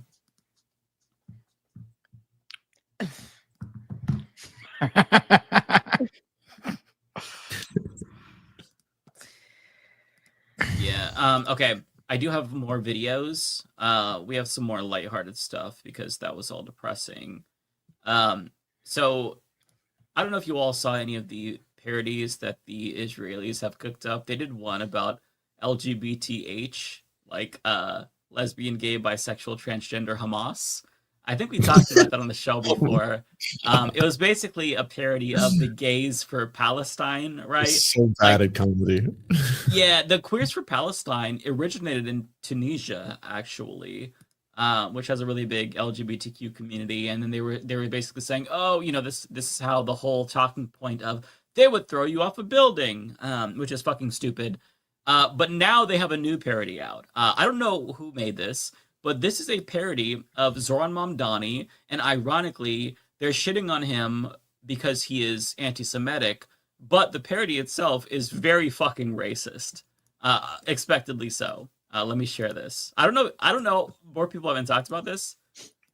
It is, it's interesting. Oh my God. Is that a person in brownface? That's brownface. Yes, that is brownface. Oh my God. Yes. Very surprising to see this kind of racism from Israelis, but nonetheless. Hi, I'm Zoran Mamdani, candidate for mayor of New York City. To my Jewish friends and neighbors, shalom. Let me start by wishing you all a happy new year, or as you say in Hebrew, Intifada Tova. Cut! It's Shana Tova. You said Intifada. I did? Yeah. Okay, let's do it again. And action. Hey, to all my Jewish New Yorkers, tonight we celebrate Rosh Hashanah with a festive family dinner and dance joyfully to the beloved song, Jihada, Nagil Jihada. Cut! I'm pretty sure it's Hava Nagila. So bad. Of course. Action! I want to reassure you, I embrace all cultures. I love bagels, and I also love Hamas. Hummus. Hummus. God. You just know the writer's room. You can hear it. It's eking out of the sketch, right? Like, what if every time he was about to say something, he said something like related to terrorism? Oh, that's good. Yeah. And then he does it again. Oh, that's so good. That's so good. Yeah, play it. Just the same fucking joke over and over again. It's so bad. Well, let's keep it going though. I want to see what else they got in store.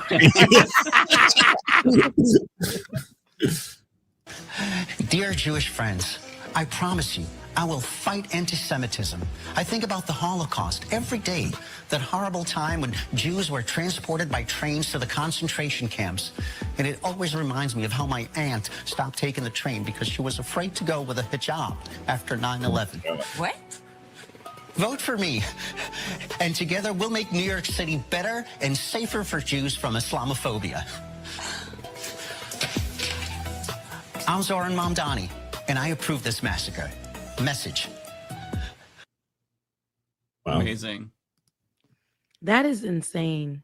Who Cuomo is just this won the guy? election. I need to know who this guy is so I can ruin his life. Yeah, I want to look up what he looks like without the. I want to see just how No, dark. I need to figure out who that man that is. brown face is. So because it I want is. to ruin his life. Let me share the screen.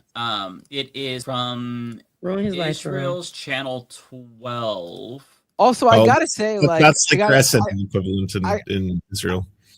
I gotta say that there's like it's pretty crazy how like there's a whole Jewish state and they can't find one funny Jew there. What? So we found his page. Is that him? Jewish people in the States are usually the writers of comedies and stuff, and then in Israel Some apparently can't find comedians one in funny Jew. No, to be honest, I don't even think it's that. I just think these motherfuckers are so fucking racist that it literally impedes their ability to actually be funny. Like literally everything just goes back to this ideology of terrorism. I don't even think it's a problem of them not being funny. I just think they've been brainwashed so much to oblivion that they're literally brain rotted to just program into like Hamas. All the responses are always Hamas. Like, I mean, have you seen that one that makes fun of Greta Thunberg? It's like it's also like, equally bad. Yeah, It's but very- like there's no way those people can be funny if they just got over their racism. I mean, they're just untalented, not funny, and racist people who are writing these things. It's ridiculous. It's really bad. It's not even like, listen, I'm someone who, if a joke is really, really funny and it's punching the right way, you could break some rules when it comes to edginess. But this is not what this is. Obviously, this is just bad in every level. So go ahead, Lance. No, that yeah was the extent of my comment. I you know, I'll add maybe that is an example of, if anyone here likes SNL, the worst SNL sketches of all times are the ones where at the very start of the sketch you realize what the bit is going to be, and they're just going to hammer it to death like 10 times over. You're like, oh, okay, here's the setup and here's the punchline. Now they're going to do it like 5 times in a row. It doesn't get funnier, right? It just like it gets so much more painful to sit through. So. Yeah, it just is the same thing over and over again. They don't like subvert your expectations and bring in something different. But I do have another really great parody. This one might actually be worse. So Jon Stewart, he recently talked about Barry Weiss, and he talked about the Free Press in particular. Their insane reporting about how the victims of mass starvation in Palestine, it wasn't actually that Israel was starving them. It's that they had pre-existing conditions. Like, it's a whole really great segment by Jon Stewart. Watch the whole thing. The Free Press decided to hit back with a parody of Jon Stewart, and they got dunked on so hard they ended up deleting it. So I can't find This have you is seen so cringeworthy. It's the worst thing. Wait, you don't have the video? All I They can find deleted is it. this one because it's deleted now. So it's just in the corner. But you get the sense of like, wait, it has to be somewhere. maybe No, I can, have it.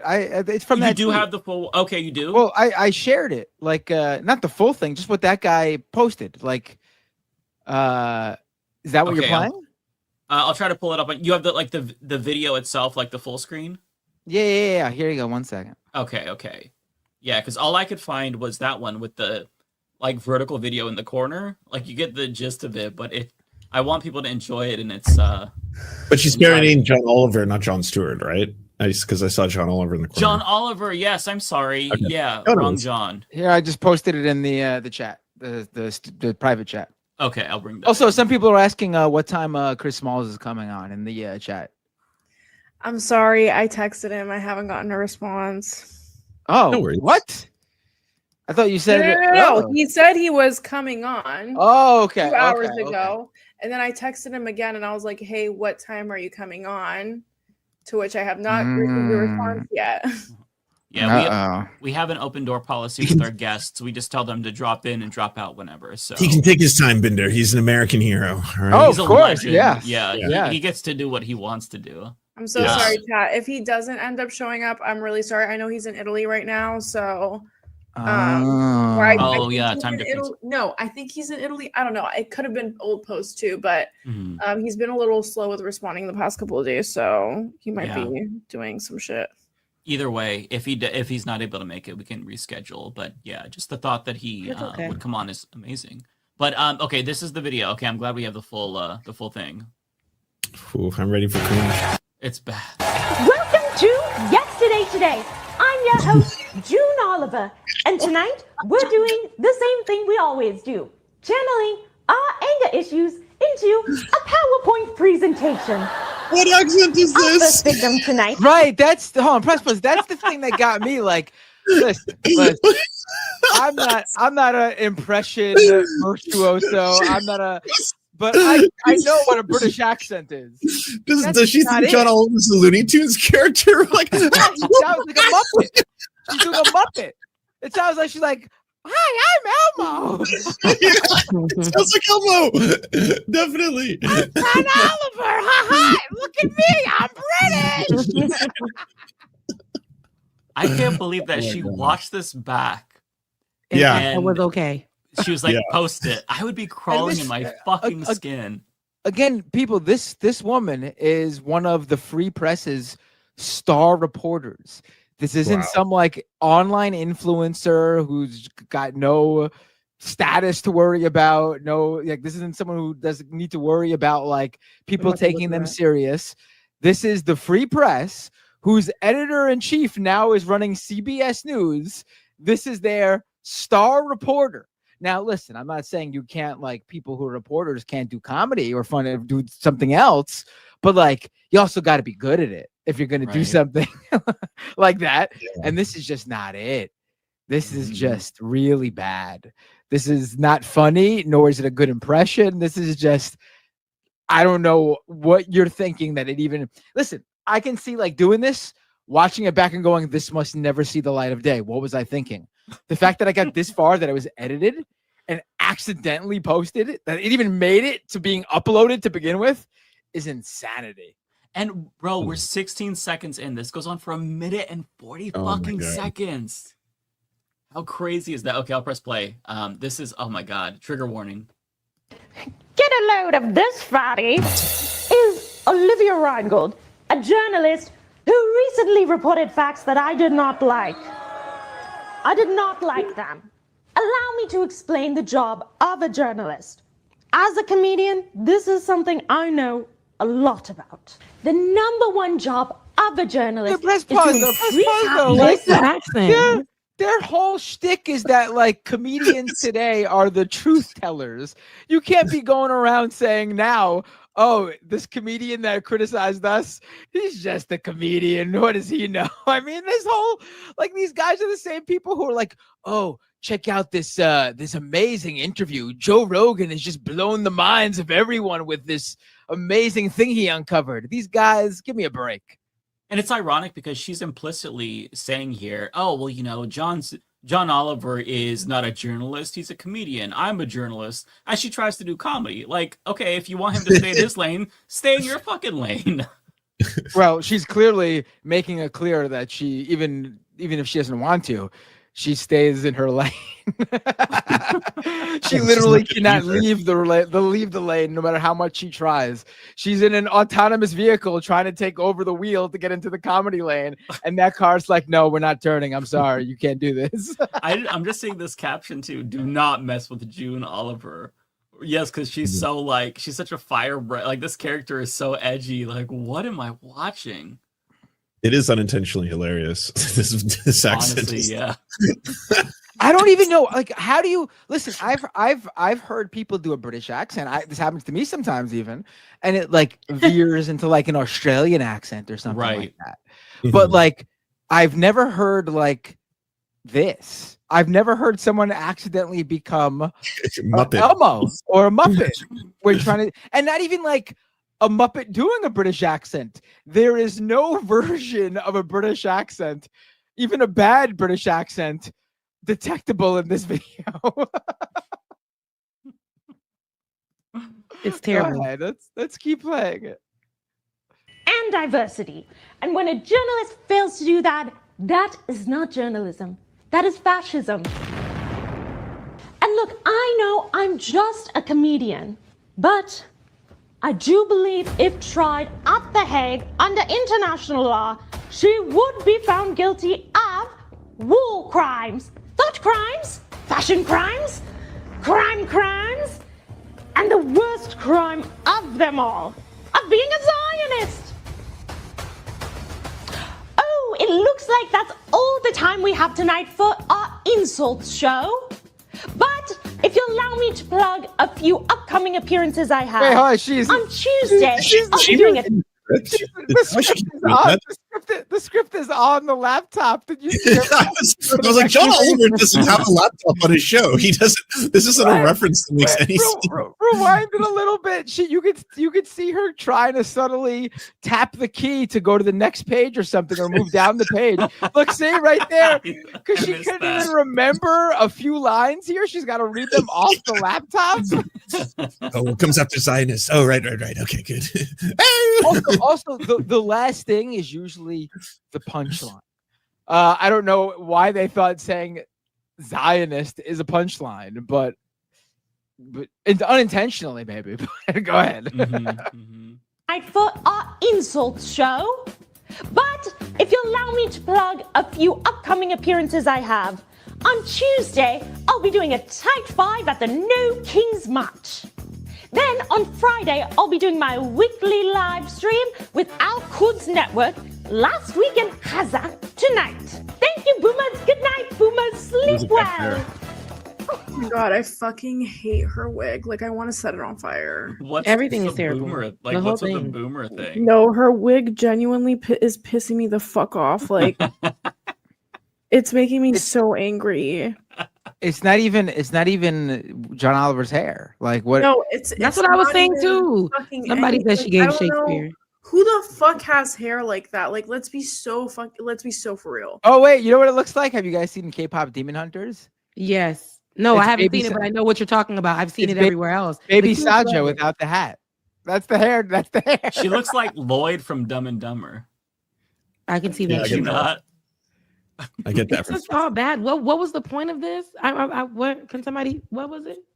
She was really mad that John Oliver fact checked her terrible report that she posted about how, you know, these children in Gaza, they're not really starving due to famine per se. They have pre-existing conditions, and that's not being reported on.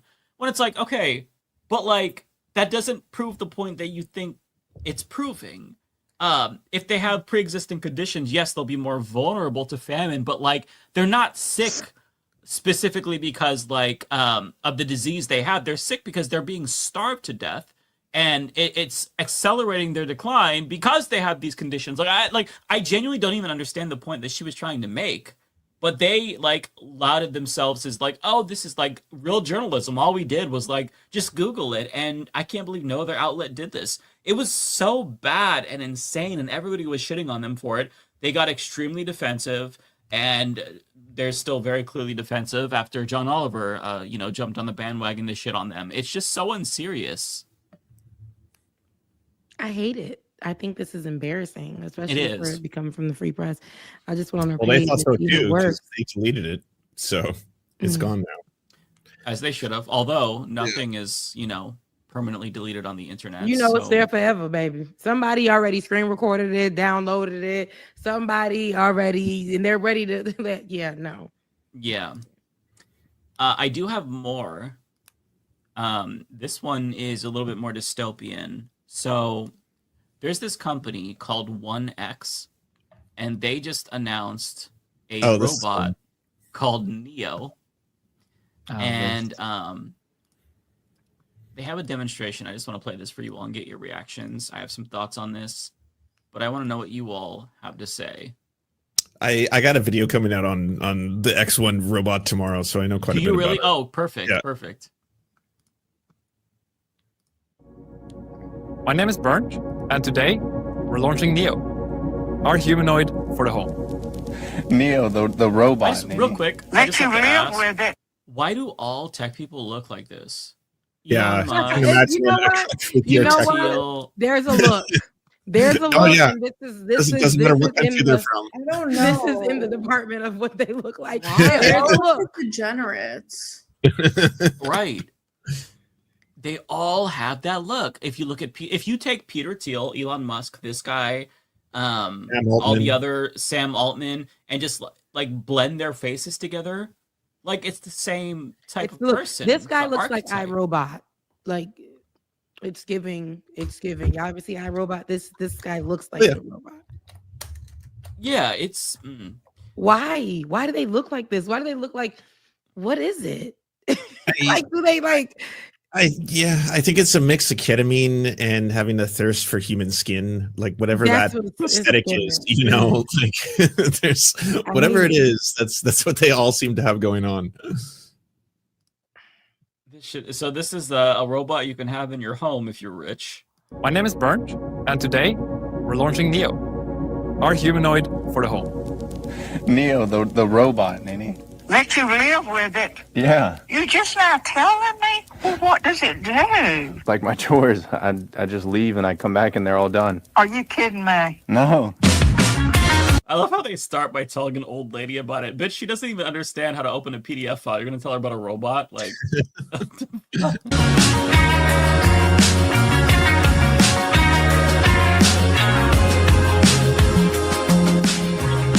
I'm gonna fast forward just in case that music is copyrighted. I don't trust these people. How we as humans, we really focus on the things that matter to us. You know, Rosie the robot would be ensuring family had time, or Data would help humanity explore the galaxy. And I really hope that when you get your Neo now, we can help give you back some of that time. This So you is can really giving a spend it horror on film. what you feel is very meaningful. Oh, it gets worse. Ain't no sunshine when. Okay, copyright. Let me skip ahead. Just for anyone who doesn't know, you can order them right now off the website. They cost $20,000, which to me at first that might sound like a lot of money, but I was like, well, I mean, what they're selling it as is basically a robot in your house that will do all your chores for you. They'll cook, they'll clean, they'll do deep cleans, they'll take care of your grandparents, they'll do everything. And as of right now, it can't do any of that yet, but you can still spend the money to pre-order them to get real excited to be one of the ground floor people. Is kind of the idea. And by the time they get it to market, if it can't figure out how to do something, get this.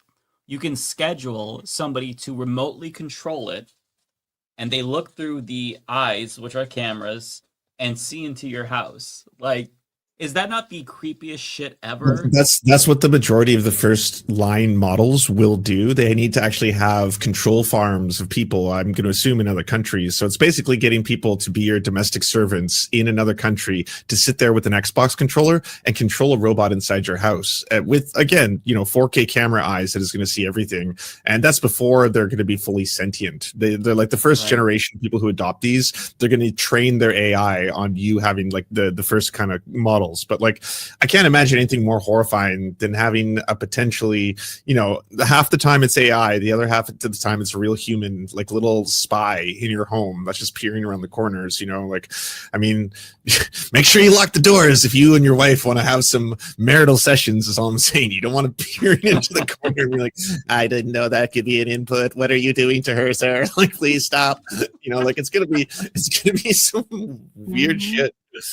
But imagine this is just like, it's gonna lead to such dystopian scenarios. Like, imagine you have some sociopath controlling it and it picks up a knife and like they want to stab you or some shit. Like, I mean, it's been on that show. What is that, Black Mirror? They said they put it on them new episodes. But I mean, I just don't. It's super expensive. It's not actually fully autonomous. You can't fuck it. Who's gonna want to buy this shit? And like, why would you want like this in your home? It's like scary, and it could turn on you at any moment. Imagine though, it is somebody human controlling it just to have access to your home or hear information, and they use it. You're part of the research, right? And they're using that on how they're gonna put more or how to get them in other people's homes. All of those things, those are valid thoughts. Like, why would somebody do that? And then if it trips and it goes off.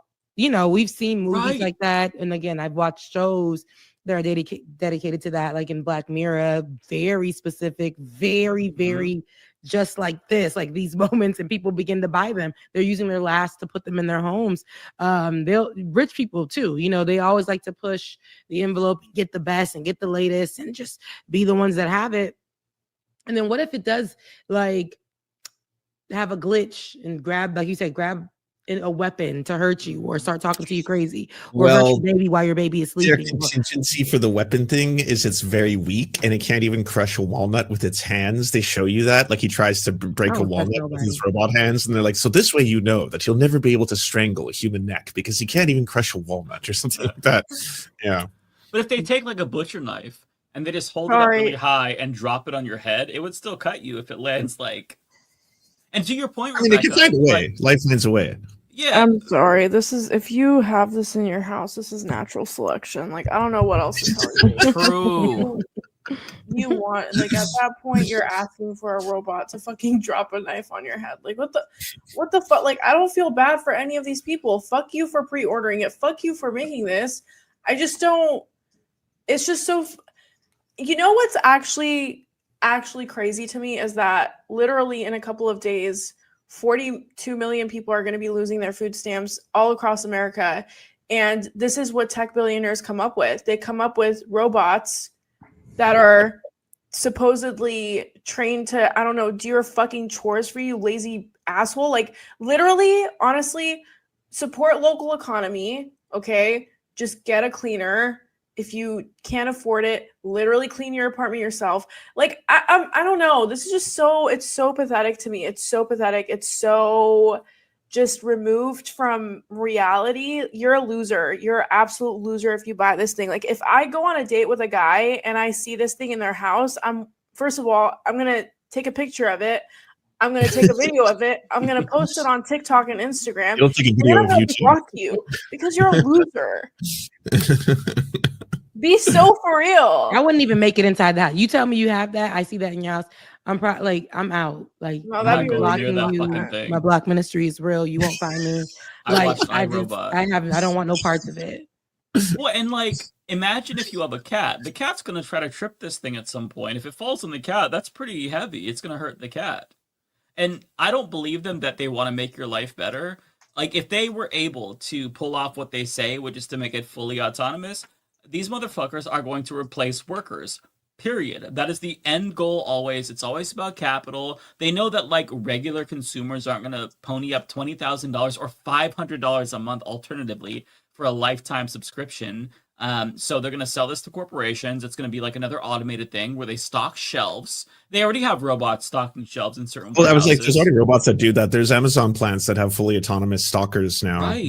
Yeah, and you know, to Ariana's point, the majority of these big tech companies, if you look at the list right now, they are doing hundreds of thousands of layoffs. Like, it is a historic amount of different, like, you know, what was it? Amazon's trying to do, I think, 40,000. And you go down the list of every major company, they are slashing thousands, tens of thousands of workers' jobs. And it's not as if they're like taxing any of this to be able to, like, you know, give people stability or to move on to another profession or have any kind of, like, we're basically living through the next great work transfer shift in the same way that, you know, where there was like the initial automation industries and the Luddites, you know, and then after that there was overseas and shipping jobs overseas to other countries where labor was cheaper. Now you're seeing that, like, they're realizing they're trying to replace vast amounts of their workforce with just shitty ass AI alternatives to everything, and it's like it's an arms race to get there first.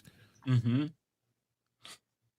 Yeah, it's scary. It's really dystopian. They have a couple of autonomous things that it can do. So I would highly encourage everybody to watch MKBHD's video on this. He talks about, like, the problem and how they're basically selling you an idea but not an actual product. and anyone who buys this is going to be beta testing it and basically doing programming for them because it's picking up all this data on what's laundry, how to fold a shirt or something. And then there was also a demonstration with a Wall Street Journal reporter, and the entire time it was just somebody with an Oculus headset controlling it. It wasn't autonomous at all. But the things that they apparently can do is going to be shown here, which it looks so fucking useful for 20K. Yeah, I don't want to ruin it, but the fact that like they couldn't even do the most basic of tasks. It was like put 3 dishes in the dishwasher kind of shit.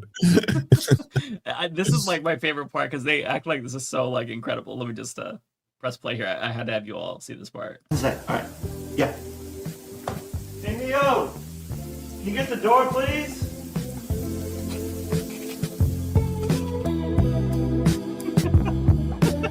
So stupid. No way. Context is the most impressive thing it can do in the actual ad. Neo's autonomy works by taking requests like, Hey, Neo, can you take this cup to the sink for me? and breaking it down into simple steps, such as walking to the lazy person, piece grabbing the of cup, shit. and then walking the cup to the kitchen, and then putting it away. Neo's autonomy improves with diverse data and real-world experience. As Neo does more chores, you'll receive updates to your Redwood model that increase Oh the my gosh, complexity of imagine tasks that sitting Neo in can that thing handle, just such as walking around finding your your keys house. and wallet, or doing a full laundry Find cycle. keys and wallet. Opening doors. Bring groceries. Feed dogs. So it can bring in groceries, but it can't crush a wallet. A wallet. I don't trust nothing. I like how he's just stand. I have so much free time now to stand here. Like, why couldn't he just be at the other room working? Yeah, or I don't know, playing a game, doing anything.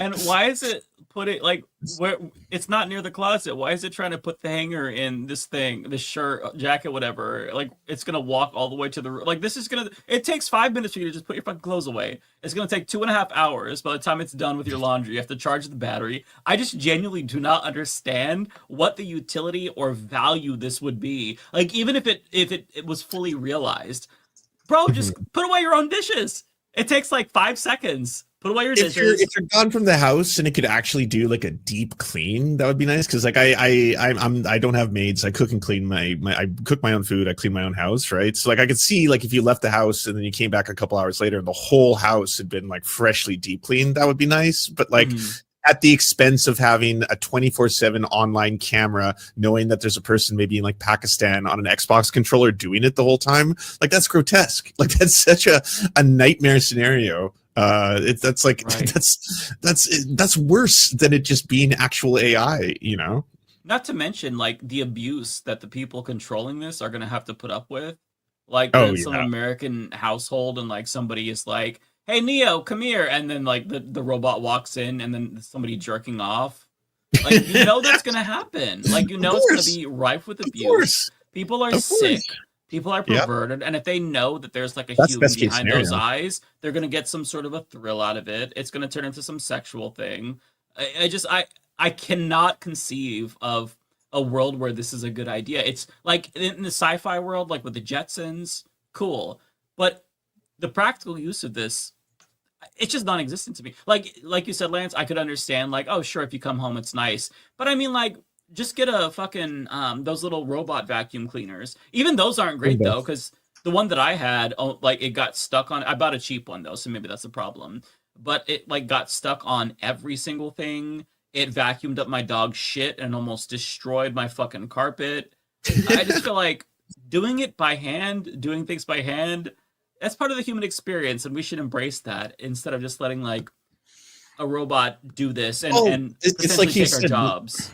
At $20,000, this is for extremely high-end consumers who want a novelty and to be the first adopters, right? Like no one's spending the cost of a car on a machine that can't even put away the dishes. Like you can't do that yet, right? Like when you see the tech demo, it barely gets like 2 or 3 dishes in. That takes like 5 minutes, and you know it struggles with that. Like if they sell it, that like eventually it's going to be able to cook and be able to clean, and it's going to be able to walk your dog and all this kind of stuff, right? Like it can't do any of that yet. It's all just a prototype.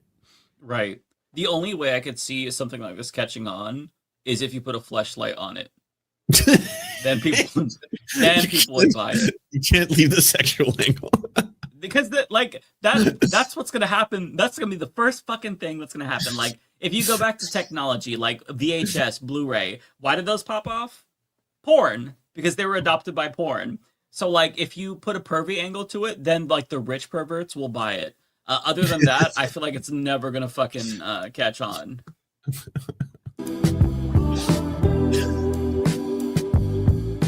You can put a strap Eventually, on it. Neo will become fully autonomous, capable of helping you with anything around the house.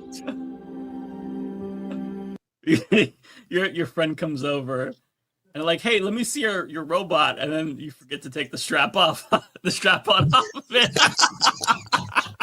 Like, oh shit, Neo, go back to the room, go back. Ignore that. That's not what it is. You have Neo film, you got the POV, you start pumping out some video. I hate this so much. Oh god. Honestly, the person who created this, we just need to like act and throw him in prison right now before he commits a crime. How is he more strange than that dude who's like injecting himself with his son's blood to try and live forever? He's somehow Who's doing that? There's a billionaire or multimillionaire who's like, I have the body of an 18-year-old, and he's like 46 years old, and he's doing all this like super expensive biohacking and stuff like that he's constantly saying is making him look like younger. He looks exactly his age. Like every time I see a photo of him, everyone's like, oh my god, I can't believe how long he looks. He looks like a 46-year-old, like an in shape 46-year-old. That's what he looks like. He doesn't look like some miracle of nature, but he's actually been getting, like, he takes his son's blood and plasma and injects it into his own body to be like, I literally have like the organs of an 18-year-old and weird shit like that, where it's just like, what the fuck? It's weird. It's weird. Rich people do weird things. I told you, they'd be the first ones to buy this robot and be doing all the weird things that Mike was saying. I'm not wrong. Like, I know they would do this shit. Like, human beings are twisted. What's this guy's name? It's Brian Johnson. Is that his name? And how old did you say he was, Lance? I think he's 46. Okay, we're gonna see if he looked 46. Ain't he white? Yeah, he's white. Okay, yeah, this is the one that I saw before. Yeah. There you go. There you go. Good job. Good job. Brian. That's him. He looks like the tech entrepreneur who sold Venmo. 46. 46. It's giving. He looks like 46. His age. Yeah, he looks like a 46-year-old who works out. Yeah, you don't have the body of an 18-year-old. I'm sorry. Like, that's just, it's, I don't want to have to be the one to break your heart that all these years of drinking your son's plasma did not turn out like the way you wanted. It's delusional. You just look 46, brother. Give your kid back his blood. For $800 million, has spent a fortune on a quest to stay young forever. Don't die is the general theme of what we're trying to do. It's humanity's only objective. He's been open about spending an average of $2 million a year on some of the world's most exclusive health treatments. Okay, if you ever needed a reason to tax the rich, yes, $2 million a year on this shit. We definitely have rejected modern society's approach on food. Right? So, yeah, like it is a pharmacy in here. Some scientists have called his goals unachievable and his methods risky. They didn't know what to call me, like a tech bro or a biohacker. They would be like, that's a crazy, eccentric billionaire. And I wanted to say... He looks like, has anyone played The Last of Us? Yeah. He looks like Abby. And yeah, he does. That shot, like, does he not look exactly like Abby, especially with the ripped arms and that shit? that one shot? That's him right there. Yeah, it looks like Abby from Last of Us. Yeah, he just doesn't look like a real person. Have you guys seen Westworld? Like, he looks like one of the Westworld robots. I don't know how to explain He it. looks like a robot. That's what I'm saying. He looks like the last guy, the tech guy. You guys, he looks like a robot. He looks Everybody like just looks strange. He has People with the same face as the guy, the X1 Neo robot, the same as like Peter Thiel, Elon Musk. Why do they all have the same fucking What's face? going like, on? They Wait, have Mike, to you be gotta- alien species. Mike, you got to show this photo of a botched like skin injection that he got. That totally messed him up. So funny. Then he was showing it off. He's like, I had a bad reaction to one of my many experimental surgery. Oh god. Oh my god. Wow. It looks like a 46-year-old woman getting plastic surgery. Yeah. It's like we can see your 46. We can see that you pulled some things back. Some experimental thing. Got some Well, he says it on the right injections. there. What is He it? just like it looks like those pictures of like the the grandmother, the mom, the daughter, but it's all one person. That's crazy. I mean, he says could it have at the put bottom. them in his lips. I feel like He injected a fat-derived extracellular matrix in order to try and restore the volume by stimulating his body's natural fat growth for Project Baby Face. We can see, but I see 46. I see when the girls are snatching and pulling and doing what they need to, Yep. But we see 46 right there. Oh yeah. And he just you're not like This one is my favorite. crazy. Project Baby Face. He looks like Abby from Last of Us, like a deep fried Abby. And these are the ones that he shows off. This is his own post. Why would you post this shit, bro? Squidward. What the fuck, man? What is wrong with billionaires? These people are fucking And sick their in the obsession head. with trying to be young and live forever and all this other stuff. Oh yeah, Like, absolutely. Cancer, all the sickness and life and accidents, they don't care if you're a millionaire, billionaire. You know what I No, mean? money Like doesn't matter.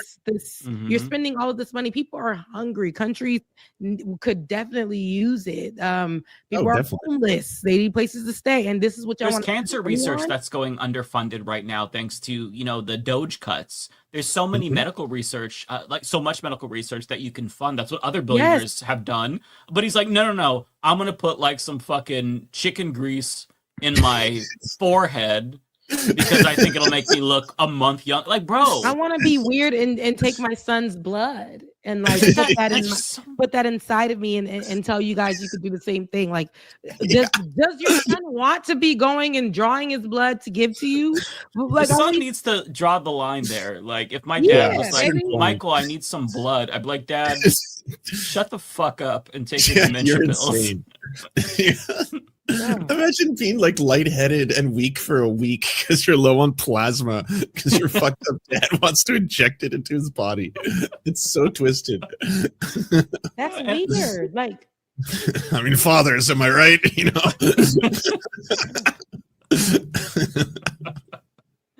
Okay, I don't know how this is kind of long, but like, if I'm remembering correctly, this whole thing was extremely insane. There's like, yeah, he goes through the supplements. This is the one that I saw. Yeah, it's crazy. Now I want to know, like, what's in Brian Johnson's fridge? Yeah, let's do it. Okay, so what do we have in here? These are plasmalogens. This is a prescription. These are prescriptions. This is a microbiome product. These are my meals. So I have a chef that comes to the house once a week. Nice. And she prepares food for 3 or 4 days. So this is my nutty pudding. So I eat a lot of broccoli, a lot of cauliflower. Actually, my fridge is like 50% therapies. Yeah. And the other is like 50% vegetables and fruits. Johnson's diet includes 70 pounds of vegetables each month. He says he takes in about 1,977 calories a day. And every calorie must serve a purpose for his longevity goals. A lot of people perceive my endeavor to be like this crazy rich guy doing weird things. Actually, what we're doing is very practical. So I was trying to become the healthiest person on planet Earth. 100%. And I couldn't do that unless I started testing all my foods. Today, we're going to test 10 supermarket chocolates and determine. Oh no, he's a YouTuber. I forgot about that. Oh no. he said he wants to be the healthiest person on planet Earth. Yeah. And some more news had a great segment on this. It's like the delusion here comes from the fact that no one can afford this shit. No one can spend $2 million on your pills and your blood and your weird injections. Like, no one can do this. Ugh. Does his shirt say fart? Yeah, he's also got this weird kind of like he likes to dress up like a child aesthetic, which is also kind of strange, gross. He must be stopped. It's giving like some sort of fetish, Yeah. if I'm being honest, Mm-hmm. more than anything. Although I have no idea because I can't try to like psychoanalyze this fucking lunatic. How good or bad? Oh, it says Earth. I thought it said fart. In September, Johnson said Blueprint, his longevity company that sells supplements, powdered drink mixes, and meals, spent $50,000 testing its foods for things like microplastics and heavy metals. We both know that in society, it's very hard to be healthy. You go to work, you have to pass by 20 fast food places. There's snacks that are not good for you. We wanted to try to create a food protocol that made healthy decisions easy. We basically we've taken the ingredients that have the highest potential for robustness and aging and made it in some easy, pleasant to consume format. And so now with this dish, this is like a superfood, because now you've got nuts, berries, proteins, chocolate, extra virgin olive oil, all sourced from like some of the best in the entire world in one dish. Johnson sells the pudding for $94 a pack for about $3.31 per There it is. There it is. Yeah. Get fucked, Johnson. There It's almost it like is. almost like oatmeal or something.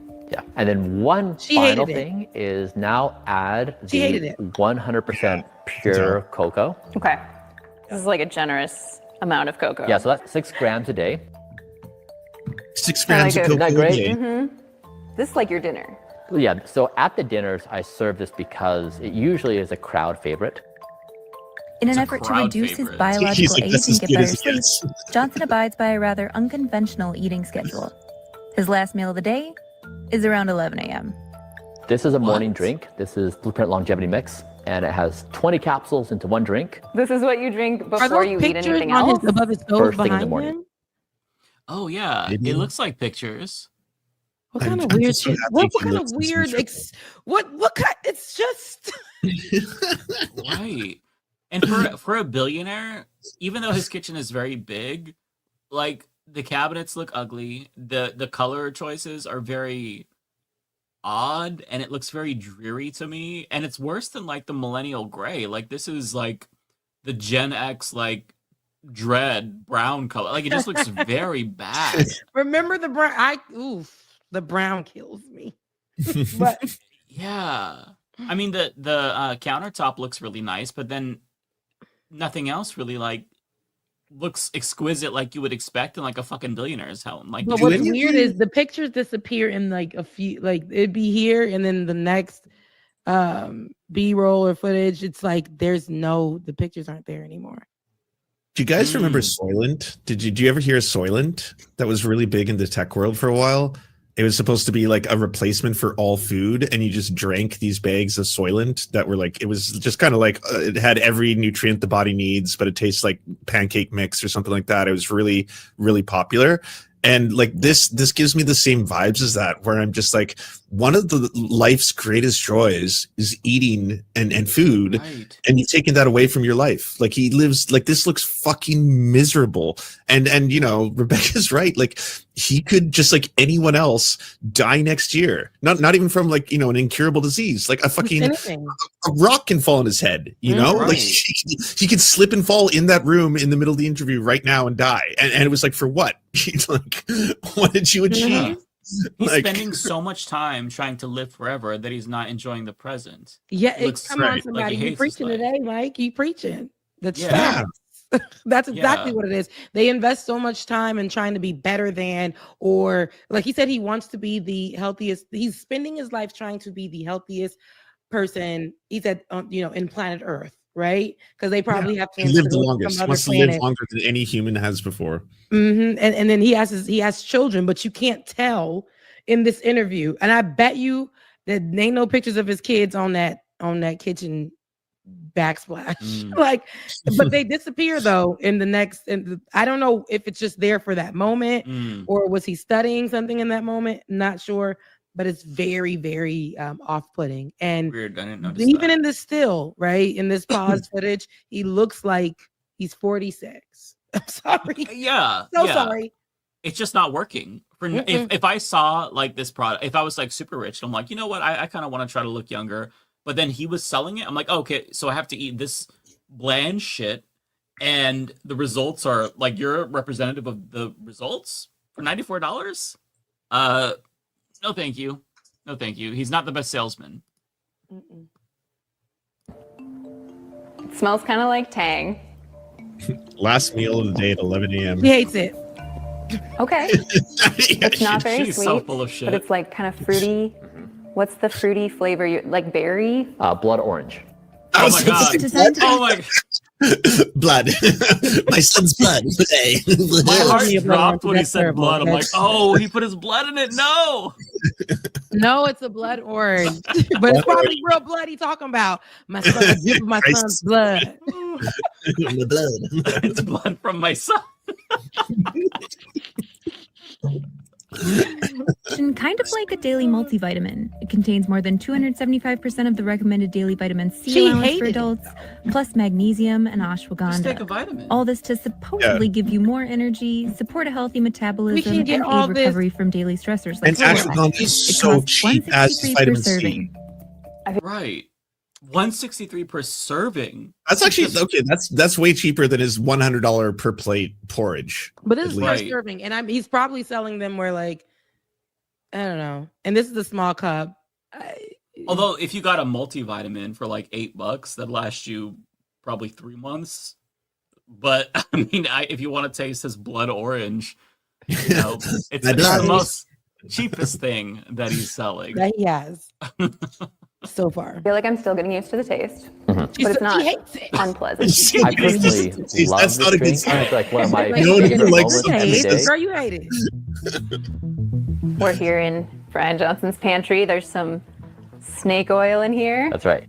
Snake oil is the tongue-in-cheek branding for Johnson's very first product, which he debuted in 2023. That's It's a little on the actually nose. just extra Yeah. virgin olive oil. A single bottle costs $35, roughly 3 times the price of similar options you'd find at the grocery store. We're curious to know, you obviously are very famous for taking so many different supplements. Do you have like a favorite that you feel is like the best bang for the buck, or is that not really how the system works? It's really a bunch of things. Yeah. It's really everything in its proper amount is the right way. And so that's what we've tried to do. We just simply said, what has the best evidence and what will do the most good? And then we just put it together. These are my exact pills. It's making Johnson me says he nauseous. takes more than 100 pills a day. He says this costs him around $11 each day, or more than $4,000 a year. But experts say when it comes to supplements, more isn't necessarily better. Yeah, Most it's all longevity doctors recommend adding supplements to a person's routine one at a time, and then carefully measuring the effect, keeping a close eye on how each compound interacts with a person's diet, lifestyle, and medication, and whether it's actually showing some benefit. Now, before we go up the stairs, the risk of falling on stairs is so significant. And if you fall, it can be the most detrimental thing to your lifespan. A nice test of biological age is how many steps you can take in any given moment and still maintain your balance. So typically we take 1 step, you can extend to 2, extend to 3.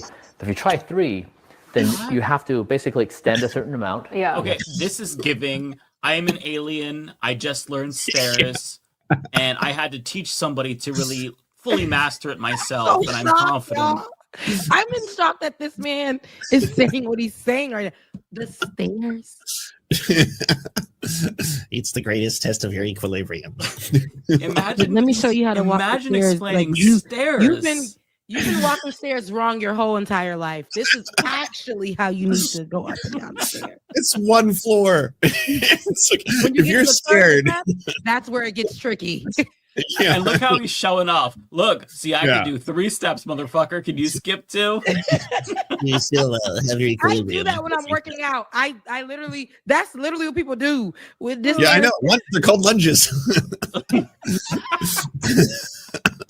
This is like me when I was 6 years old, and I would like, my friends would come over and we'd go upstairs, and I'd like leap to the 2nd stair and then look back like I was the shit.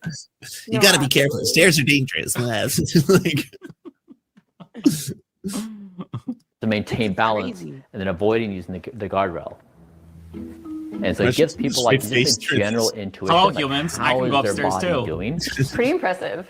I'm not gonna lie. That's impressive. I'm not gonna lie. Shut the fuck up, lady. Okay, Oh, I I'm guess sorry. I have to go for 3. She's so fucking full of shit. Oh, she yeah, wants his money. It's an ad. It's a What you sales said, ad. Ariana? I think she wants his money. Listen, I'm here for the coin too. This is so incredible. Every step is so And the incredible. plasma. I feel it in my hips right now. It's just this, wow. Why haven't I done this before? Girl, get your coin. It's like, you got any more of that plasma? that blood orange that I said was getting used to the taste. Lady, you know it's nasty. I'm getting used to the taste. You know, he still has the face of a 46-year-old, but maybe he has the dick of a Body is 25-year-old. I didn't even like a single thing he gave her. Like, did you not see her? Like, this man is proactively giving her the ick every 30 seconds, and she's still complimenting him. Like, what the hell? She wants the money, but I see her. It's not worth the money, though. Like, I would rather be in poverty than have to deal with this on a daily basis. Like, there's just no way. And does he have one child, a few children? Who has been with this man? And he seems like a psychopath, sociopath. Yeah, like very Bateman. No, you muted yourself, Mama. Sorry. I know a lot of rich people tend to hyperfixate, and some of them hyperfixate rarely on effective things that could actually help the world. Most of them hyperfixate on things that are incredibly fucking stupid and will get us nowhere. And I don't know why this is like a rich person thing. I think it's because they have so much expendable money that they can actually afford to hyperfixate on stupid shit. But it kind of reminds me of Mark Zuckerberg's Meta universe. Like he almost tanked Facebook over trying to make Metaverse a thing. And it like the literally you could just see Facebook crashing. Everyone within Facebook telling him, you gotta let go of Metaverse. It's not happening. He was like, no, we're gonna do Metaverse, until people literally started getting sexually assaulted in Metaverse, and he was like, all right, we gotta drop it. So is that what happened? That was one of the things that happened. There were a lot this of is things what that I happened with mean. Metaverse. Everything's Metaverse gonna had be a lot of perverted. issues itself, like as a platform. It had a lot of like bugs and stuff like that. But then a lot of women would go on Metaverse and get like raped and sexually assaulted. So Again, there was something What like the that in Black fuck? Mirror too, but yeah. My So yeah, it was, it was one of those things where he had multiple executives quit because everyone was like, this is like Metaverse is not like, his whole entire goal was to create a universe outside of this universe, and so that people could live in it. And it just wasn't happening, but he was so hyper fixated on it. So it just kind of reminds me of like a rich man's hyper fixation, to be honest. They all do this kind of shit. Yeah. To make up for the empty void in their heart, they try to fill it with some cause or whatever, rather than just like helping the world. This is why we have to appropriate that wealth. Do like a no billionaires tax, where after they hit $999 million, it's taxed at 100%, and then we send them a nice certificate congratulating them for winning capitalism, and then they get nothing else. Either they sell off all of their assets until they're below $1 billion in net worth, or we lock them up forever, or take other actions, capital punishment, perhaps, because this is not okay.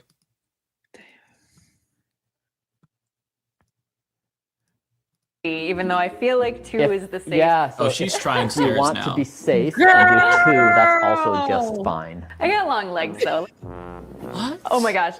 This is not happening. Yeah, 2's good. I'm so tempted by the 3.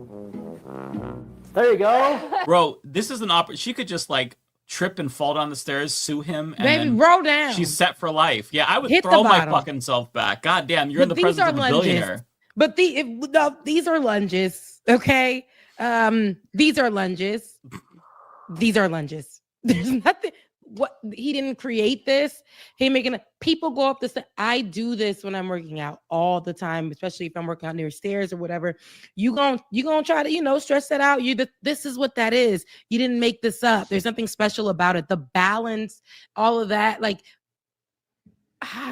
he's not even giving us half of what the internet trainers give, right? They're extra. They give you all the information.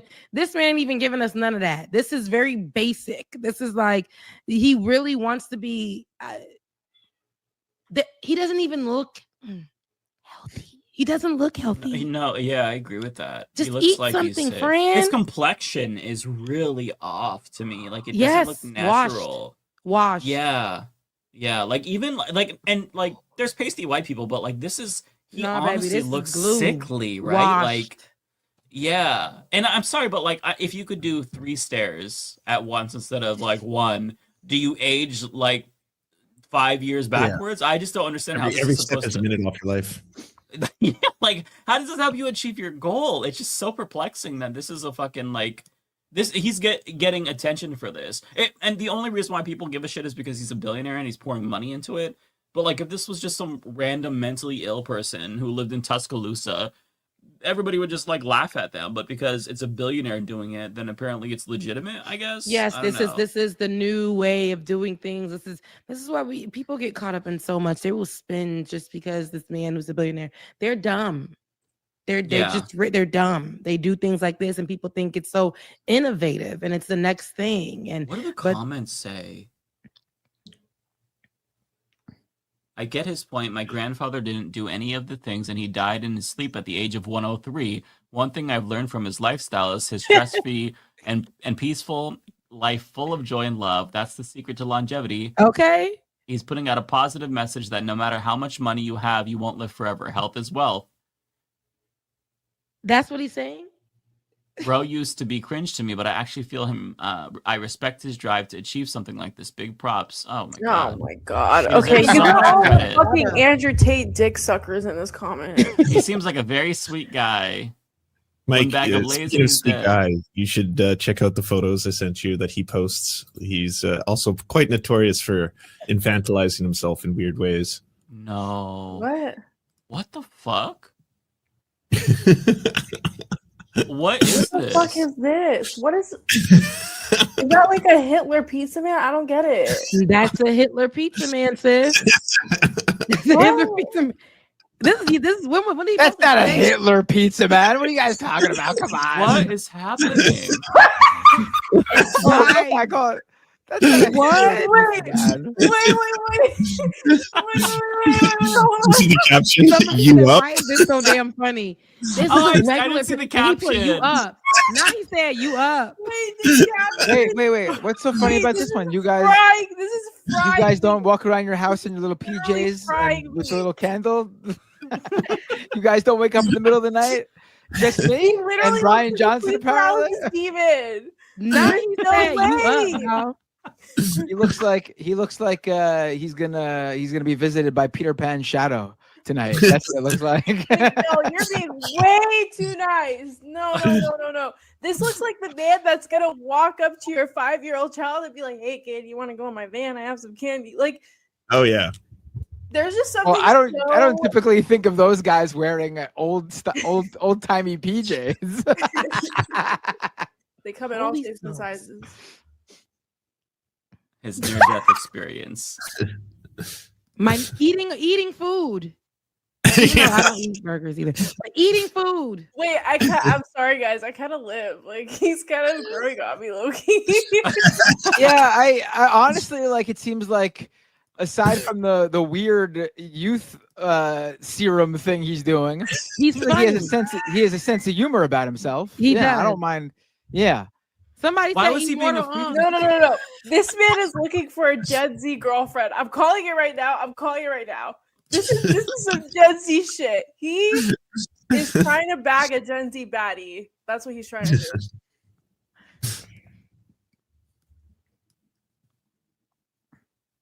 Wait. We can't hear it. Can't hear I it. want the Oh, you can't hear it? The voice. Okay, hang on. Let me refresh it.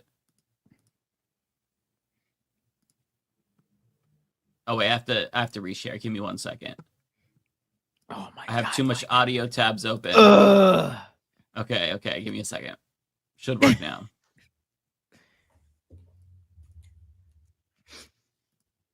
Can you hear that? Yeah. Yes. Okay. Oh my god. Is this not the same? And what I can teach you is how to be healthy AF. Everybody always asks me, Antonio, why are your pizzas so damn delicious? Hell if I know. I'm not Antonio. I'm Brian Johnson. What?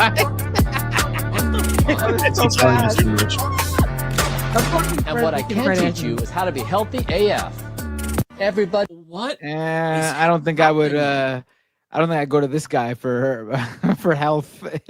No, I don't I genuinely don't We understand. haven't I'm just seen him eat confused. anything. This is him and his son, by the way. Oh yeah, That's that's his his son's blood. That's, wow. that's his son's plasma. My 1 son's, liter plasma. look, my son's responsibilities: one, clean the room, get good grades, be nice to people, eat a healthy diet, and then give me 1 liter of plasma. Right. Keep me youthful. Yes. That's his job. Imagine like he's like, okay, son, let's pose for a picture with the blood. Come here. Like this dad, yeah, like the conversation to even take the picture is so like perplexing to me. I just don't understand this person, and I feel like the only explanation is that he's like some kind of a fucking like reptilian who's LARPing as a human, and as he goes on, he's realizing, oh, okay, the humans like memes. They like to go up the stairs apparently, and if you skip stairs, you get clout. Like I'm just so confused. Like what the fuck is wrong with this? This has just got to be mentally ill. Like untreated mental illness. Like that's what this is, right? Is it not? Am I crazy? No, it has to be. I mean, I'm no doctor, but something's off here. Something's definitely off. Especially the obsession with wanting to maintain and control how to be youthful. And you can't be, especially because you white, but you can't outrun time. Like this is it's gonna happen. His face looks like But soup. he knows how to use social media. Oh, copyrighted. It says for the vibes, you fucking with me. I can't. Sweet dreams, bitches. That's what the Oh, he looks caption dead is. here. Yeah. So weird. Oh my god. Again, it looks like a 46-year-old LARPing as Gen Z. Like that's what it is. Somebody Yeah. said all that just to be outlived by a Sicilian who smokes a pack daily, drinks more wine than water, and eats any olives and pasta. Only olives and pasta. So true. So true. Oh boy. God, we went down the rabbit hole tonight with We really did. I some appreciated weird it. shit. Though. Yeah. We needed the break from politics and shit. Guys, I'm so sorry. I don't know if Chris is coming on. He hasn't responded. That's all okay. good. We should just that happens. we should just be a little bit more careful though next time when we advertise a guest. Like it needs to be set in stone and everything, because there's definitely people who tuned in, and I think it looks bad for this to happen. Not your fault though, obviously, Ariana. Coming though, Yeah. like, how am I supposed to navigate? No, I'm not blaming. I'm just saying we need to just like if something like this is going on in the future, we should just not put the guest in the title, not make the thumbnail. They need to confirm a time and that they have the link. Otherwise, we shouldn't even put them. And if they show up, whoever it is, they show up. It's a nice surprise for the audience. That's all I'm saying.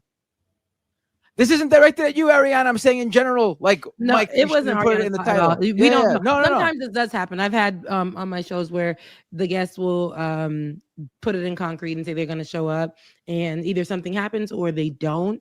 But I do, get what you're saying, Matt. You said people pulled up for that. Yeah. But it's not your fault, Ariana. You ain't know, and you did get you got the yes. And sometimes that happens where a guest doesn't make it.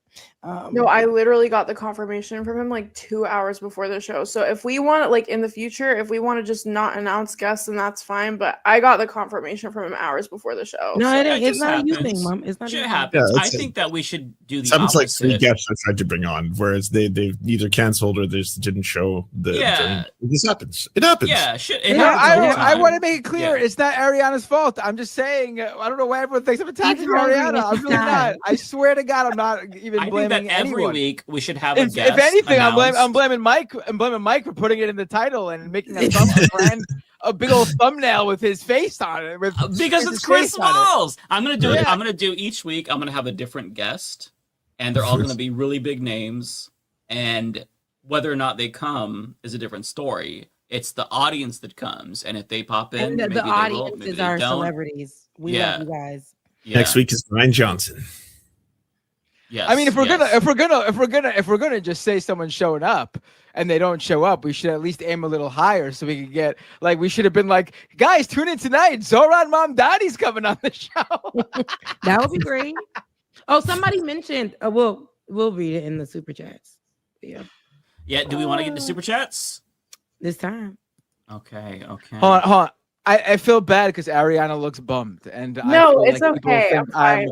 I swear to God, Ariana, at no point, even when I just was saying in general as a show, please do not anyone think I'm blaming any. Again, if anyone's to blame, it's Mike. But I'm definitely not blaming Ariana. No, your point definitely stands. I just think that as a live show, it's kind of like people will say they're coming and then maybe not come. So I think maybe like as a rule of thumb, we can just kind of not hype it up. And then once the show starts, we can say like, hey guys, this person confirmed to come on, but we'll see if they do or not. You know what I mean? Just so we don't like feel like people are getting baited into watching our show, because I was super excited for him to come too, but I don't know, he just didn't show Next up. time, me and probably reach out. I guess fall through it. It happens. It happens. It's Trust me. People, it ain't a one-off. People It have just busy happens. schedules or shit happens, and time zones. How many interviews I fucked up because of time zones? It just, it happens. We try the best that we can, but doesn't always work out.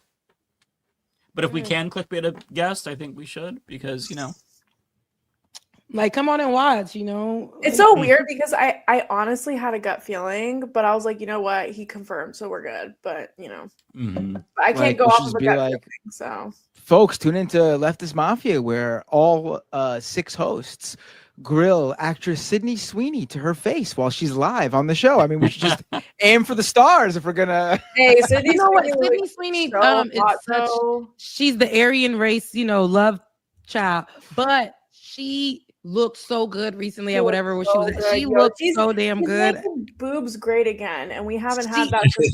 She looked so damn good. I'm not gonna hold you. She was. I gotta be honest. I can't lie. I can excuse the Aryan race stuff with the breasts. Or that great. I gotta be honest. I don't get.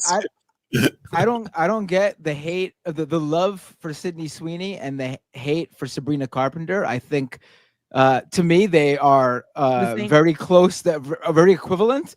But I think Sabrina Carpenter is way more attractive. That's just me. That's just me. Look, I forgot. I don't even know what she looks like. Is there a scandal with Sabrina Carpenter that I didn't know about? That she looks like a young Hillary Clinton. I think that's the main thing. It's that she released an album cover where she's got a guy holding her hair, and it's supposed to be like, it looks like misogynistic abuse. And she got there's a lot of controversy around that. Oh, I mean, Sydney Sweeney was more problematic. But yeah. Yeah, I think Sabrina Carpenter's a cutie too. They all have that. Well, I think they're both like they're both similar blonde white girls. One's a musician, one's an actress, but for some reason people love Sydney Sweeney and people hate on Sabrina Carpenter. I don't get it. Titties. I think Sabrina Carpenter is way cuter than Sydney Sweeney, but that's just me. It's my I personal agree with take. that, but I feel like my opinion is completely irrelevant. But yeah, I agree. Oh, it's actually more relevant because you're not jaded by titties, right? That's true. That's true. Yeah. Yeah. No, I would agree. I think that Sabrina Carpenter is she's a baddie. Love her. No straight-o. That you said she looked like young Hillary Clinton. Are you talking about Sabrina? That's fucked up. Sabrina Carpenter looks like a young Hillary Clinton.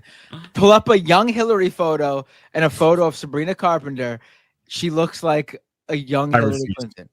And I gotta say, young Hillary wasn't a bad looking girl back in her day. Clinton, but young Hillary, when she posted like even a photo of her and Bill for their anniversary celebrating that lavender marriage, but it was like she's beautiful. Like but yeah, I don't like her either. But even if I don't like somebody, I ain't gonna hate. And if you cute, you cute. The hate ain't really doing nothing to you. And Sydney came out with that outfit, the look. It was I liked it. I really did. She looked good to me. But she is a a part of the problematic races. We know that, and we can say that as a thing.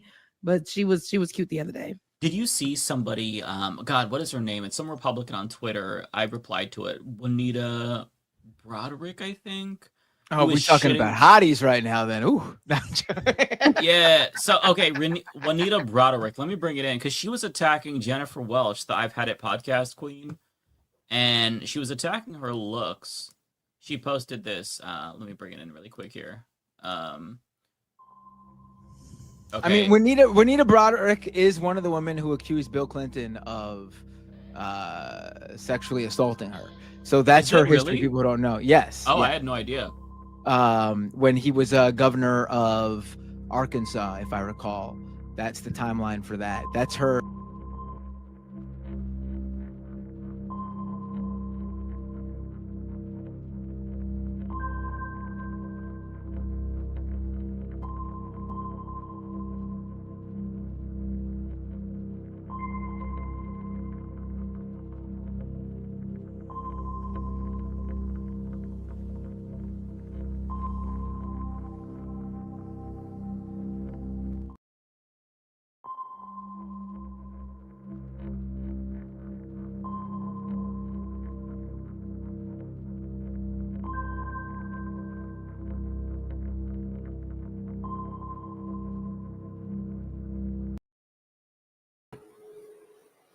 Hey, welcome to American Wasp. I'm your host, Deter McBizness. We are on this space. It is Wednesday, November 5th, 4 o'clock Pacific, 7 p.m. Eastern, and that is when I'm going to bring in my main man, Devil's Advocate Productions.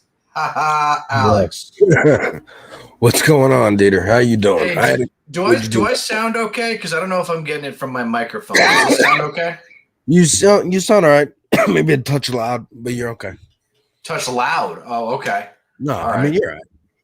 No, that's fine. All right. So anyway, holy cow, man! I was on for like a minute last night, but because I just didn't want to, crowd. You guys got a good vibe going, and I was busy with some other stuff, being on the West Coast. But damn, what a night for America! What a night for New York, though, in particular. I feel like this not since the Yankees have won the World Series in 2009. Or the Giants won the Super Bowl in Super Bowl 46. Has there been as big of a night for New York in decades? It was pretty awesome. We knew kind of going in, all the betting markets and all the polls were like, he's going to win. But it was, we're leftists. We're always ready for disappointment. Something bad can always happen, and it was just nice to get that confirmation. Yeah. I got exactly. Pulled up. Of course, we had Lindsay Boylan come on earlier in the broadcast. That was a lot of fun to talk with her before she went to Zorn HQ for the party. We had Dan from the internet on the streets of New York, walking around doing man in the street interviews. It was a lot of fun. Go back and rewatch it, folks, if you haven't. But there was also plenty of other streams going on, and I just thought we'd check out the moment where, yes, folks, Zoran Mamdani is now the mayor of New York City. Well, he'll be sworn in January, but the mayor-elect. Yeah. If they're going to fix their problem, a lot of these, as you start moving into the heartland, they need to perform better in rural America. And so 1 point, 2 points, and 3 points is a step in the right direction. Oh shit! Oh no, you cheap bastard, man! You gotta get you cheap bastard. You can't afford the $13 a month. No, I can't. There's too many subscriptions already. I need to buy you that or something. How it goes. Ladies and gentlemen, that, I think. NBC News has a projection. Zoran Mamdani has won. Oh my God. The New York City mayoral election with 60% of the vote in. Mamdani has 50%. Amazing night. We're gonna go through all the emotions, folks. Happy, joyful celebrations, and angry, scared responses from the conservatives. Can we start with the scared responses? Do you mind? Yeah. Okay. Is that sweet?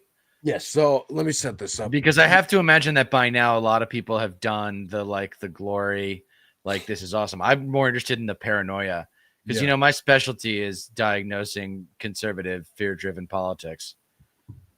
I don't have all the answers on the left, but I know what all what all the answers are on the right. So this is a clip to begin. We're gonna start with the big guy himself, Zoran, winning, and part of his speech was directed at Donald Trump himself, the man in the house that he's tearing apart, literally. So hear me, President Trump, when I say this. To get to any of us, you will have to get through all of us.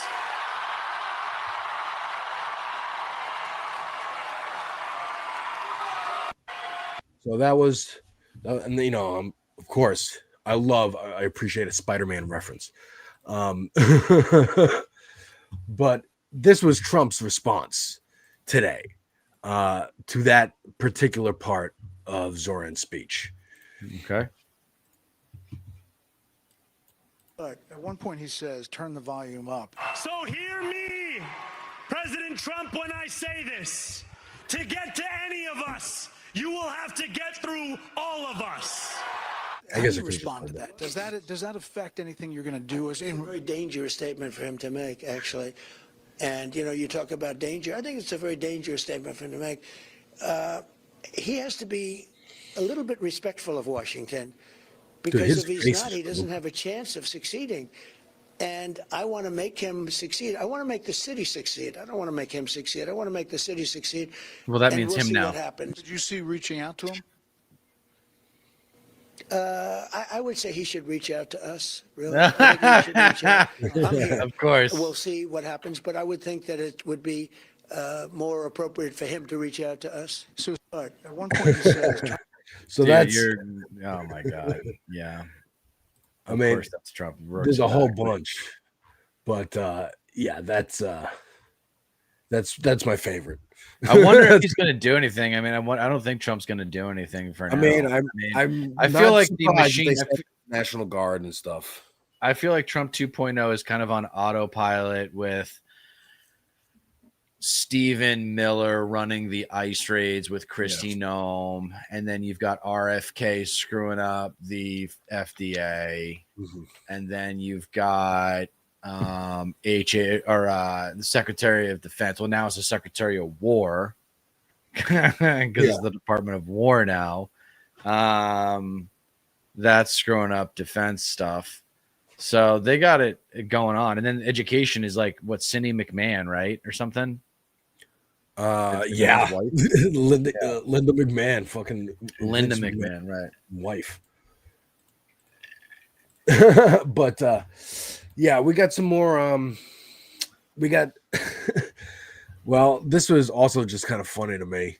Is apparently Zoran did not receive a phone call from Andrew Cuomo or Eric Adams last night. He did get a congratulatory phone call from Curtis Silva, though. Yeah, of course. I'm not surprised by that. Yeah, I'm not surprised. He was a stand-up guy. He might be, racist, So that was funny to remember Lumen. Remember Lumen talking about Silva? It was like, yeah, my boy Silva. Like that was, dude, when he was talking, the way he was talking about Silva was like, reminded me a lot of my old man, actually. Like my old man is an angry Long Island, like, half quarter Italian, quarter German, half Wasp kind of guy. And it's all Silva, when he would talk, was always just like the ethos was, hey, you feel like, he's like, hey, you feel like beating the shit out of somebody? I feel like beating the shit out of somebody. Yeah. Let's beat the shit out of somebody. Elect me and watch me beat the shit out of somebody for you. Like that's what his whole ethos was. It's his just entire an angry white man with like, I'm not going to close down the prison. I want to renovate the prison. Like my suggestion is if Zoran wants to reach across the aisle, put him in charge of hunting down animal abusers, because he seems to have a real soft spot for caring about animals and give him cats, something, dude. Give I'm him down something to like that. because And you the know guardian because, angels after animal abusers. if we are going to be arrogant enough to suggest that we know how to structure society better than other people, then we should be able to place people of value in positions of productivity. And that's one thing about like educate. Have you ever thought about that with our education system? How like you can do personality tests as early as like 5th grade, but meaningfully like after puberty, like, you know, sophomore, junior year in high school, you can do pretty robust personality tests and figure out like, you know, 3 to 5 career paths at that point in someone's life that they would like, hey, if you focus in and do these things in over the next few years, you could have a great career in journalism or medical research or engineering or whatever. I don't know. It'd be kind of an interesting way to modernize our education system, and it would transcend like the garbage conversation that conservatives try to make about education, which is that it's either, you know, socialist or communist and or just a waste of money. So is your dad the kind of guy who would agree with something like this from the GOP or something like this from the New York Post, that this is the signal of it's actually funny. I saw him today. It's actually funny. I saw him today. He didn't hint at anything negative. He knows that, I think he knows that Zoran is my guy, and he like respects me. See, the frustrating part about, I think, for my brothers is that like they never had this kind of respect for my dad. Like my dad deep knows he's wrong.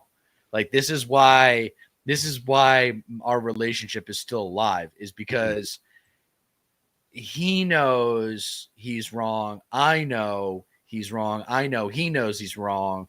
Everybody knows, but he just won't admit it because he's so goddamn competitive. He knows for healthcare, because like you can't argue with the guy. Like you can't argue. He doesn't argue with you when you say that medical bankruptcy isn't a thing in other developed Western civilizations. Yet it's the number one reason for personal bankruptcy here. Ergo, we need a better healthcare system. It's that simple.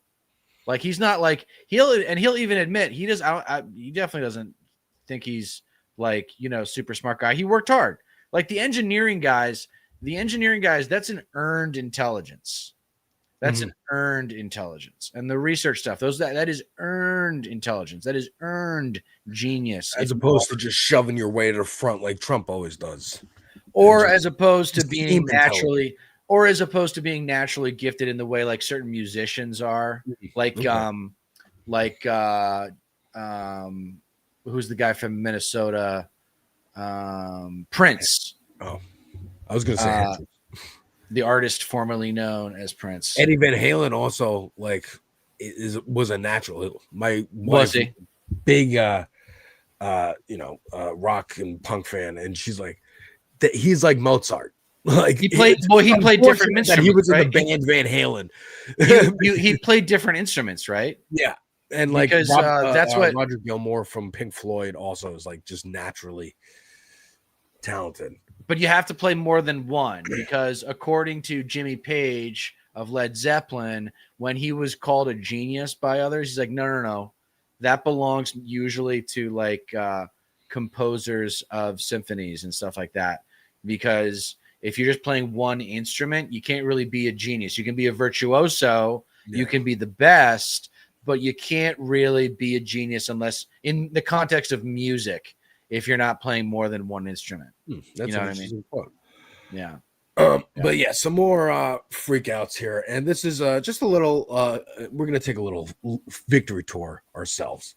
And this is Andrew Cuomo's concession speech. The most interesting part of this to me is here where he brings up the name Zoran Mamdani. On the field. It was all, we left it all on the field. We did the best we could. Blah, blah, blah, Sports blah. Congratulations to Zoran Mandami.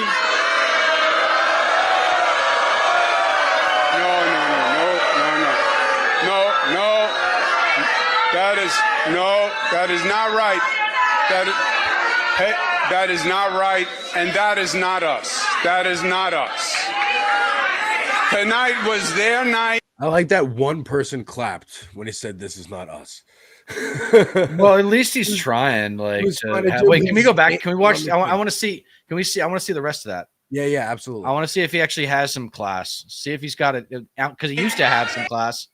He used to. And as they start to transition to government, we will all help any way we can because we need our New York City government to work. We want it to work for all New Yorkers because our city is the greatest city in the world, and we will unite for New York City because we love New York City. He had to bring it back to New York. Yeah, I mean, at least he tried to quiet him down when they were getting, borderline. Yeah, he wanted his. I mean, that sounded like the mob, dude. Did you hear the mob there? I mean, that was like they wanted to beat some ass. There's some Yeah. they were pissed. There's some angry New Yorkers there, man.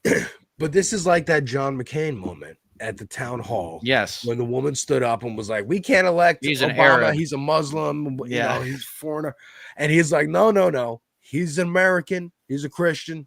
He's someone I happen to disagree with." And then the whole crowd went wild. Right. It's not like that anymore. No, it's never going to be like that again. That's a perfect. Another thing. It's actually really timely that I saw my old man today because he and I both agreed like the politics of civility are gone, and they're never coming back. Not in our lifetime. Not for 40 years. It's going to take 40 years to recover from this. I think it's a 1-to-4 ratio. So maybe more than 40 years. We also got Curtis Sliwa's concession.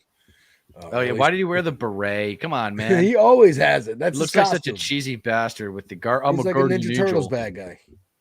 Let me warn. There he is, beating the shit out of somebody.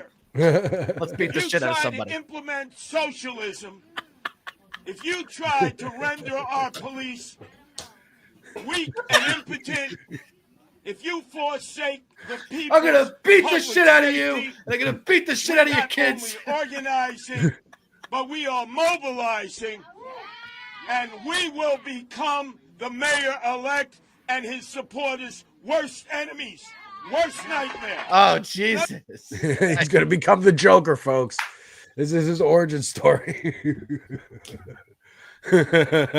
Still, dude. Wait, what? Didn't he only get like 6% of the vote? Yeah, like 7, 6 points, like 6.7 or something like that, right? And importantly, it wasn't enough that if every single person went and voted for Cuomo, he still would have lost. Yeah, right. But that's hilarious. How do you like? I guess you got to give the guy credit for getting as much media as he gets for being a psycho, a New York psycho Republican. Yeah. Like they're out there, dude. They exist. It's like the New England psycho Republican. Yeah. They exist, man. And they're scared. They're a different breed. Because normally you think of like Trump trash conservatives as like what I describe on my essays, Confederate flag waving, Bible beating, gun nuts, right? But that's not the way MAGA comes packaged. No, they live in here. Northeast. This is the only Staten Island is the only one. That went for Cuomo. I mean, that's they all live right there with Pete Davidson and Colin Jost and all the trash. Pete Davidson? Yeah. And Colin Jost. Why? How do you know that? Because they talk about it on SNL. That they live on Staten Island? They're from Staten Island. Oh, they're from there. They're both from Staten Island. I think Davidson still lives there. I would imagine that Scarlett Johansson doesn't live in Staten Island. Yeah. So I don't know where they live, but I love the way New Yorkers talk about Staten Island. Oh my God. It's like some fucking ass crack that like nobody wants to do. Like what's over there? Really? They got nothing over at Staten Island. You know what? Unfortunately, what they do have is the cops and the firefighters. That's who lives there. But I wanted to play this clip from our mayor-elect. The first video he released this morning. I haven't watched it yet. I want to first react on this space with you. Oh, okay, sweet. Good morning, New York City. Thank you. Last night we made history, and today we begin the work of making a new administration. Welcome to the transition. This is the period over the next few months where we build a city hall that delivers on the promises of our campaign, to make New York City affordable and to make government accountable to the people it serves. As we prepare to govern, we'll start announcing the leaders who will help implement our agenda.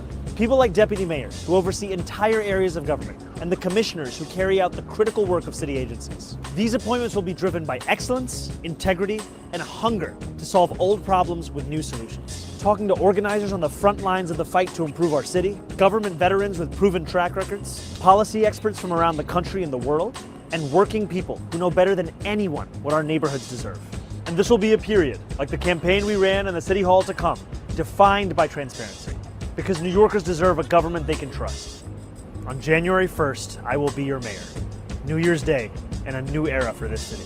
Oh, and one more thing. Remember how I told you a few months ago to stop sending us money? You can start again. This transition requires staff, research, and an infrastructure that can meet this moment. And it will be made possible by the people who built and believe in this movement. So I hope you'll make a donation at transition2025.com. Now let's get to work. Awesome. Yeah, good stuff. He just needs to stick to his guns, stay focused for the next 2 years. And, yeah, I mean, you it'll know, be good. they've done the organizers and the activists in this city have done such a great job keeping their eyes on the ball, because last time, the first election I voted in was the mayor's election for Eric Adams. I didn't vote for Eric Adams. I voted for what was it? Garcia, Maya Wiley, either one of them. I can't remember, and that was the problem, is people didn't really understand ranked choice voting, and the leftists weren't behind one candidate, and there was no idea of like, oh, let's all like cross endorse each other and stuff. So they didn't stop. They didn't stop for the last 4 years. They've been, okay, how do we get people to understand ranked choice voting? How do we get people, candidates to understand like, hey, we can cross endorse, and like, so long as our platform, like we can put it, you know, make deals, put each other in the administration here and there and whatnot. Politics. And then this time, just he went from 1% when he announced to winning in a year. And it's all thanks to the organizers out there on the ground. And let's not forget the Democratic Socialists of America, who are a big part of his infrastructure, and Absolutely. a Sheikh Sadiq of DSA, or one of the co-chairs, has been highly involved in the campaign. And if you're not a member of your local DSA chapter, please check them out, because that's going to be the spearhead for the anti-MAGA movement, in my opinion. Yeah. And speaking of anti-MAGA, Zoran addresses a question about ICE and like the very real threats, because you can imagine maybe they're like gearing up. Hey, we should like send them in now, fuck shit up now. And this was his response. I haven't watched this one yet either, but also I love that he has Lena Khan in the administration. Don't let her get out of the spotlight. She is one of the only good things from the Biden administration. And that was probably Bernie's doing. So keep her in the media's vocabulary.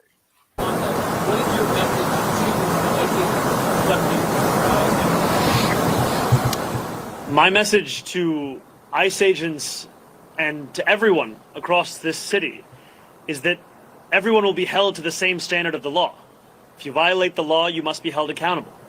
And there is sadly a sense that is growing across this country that certain people are allowed to violate that law, whether they be the president or whether they be the agents themselves.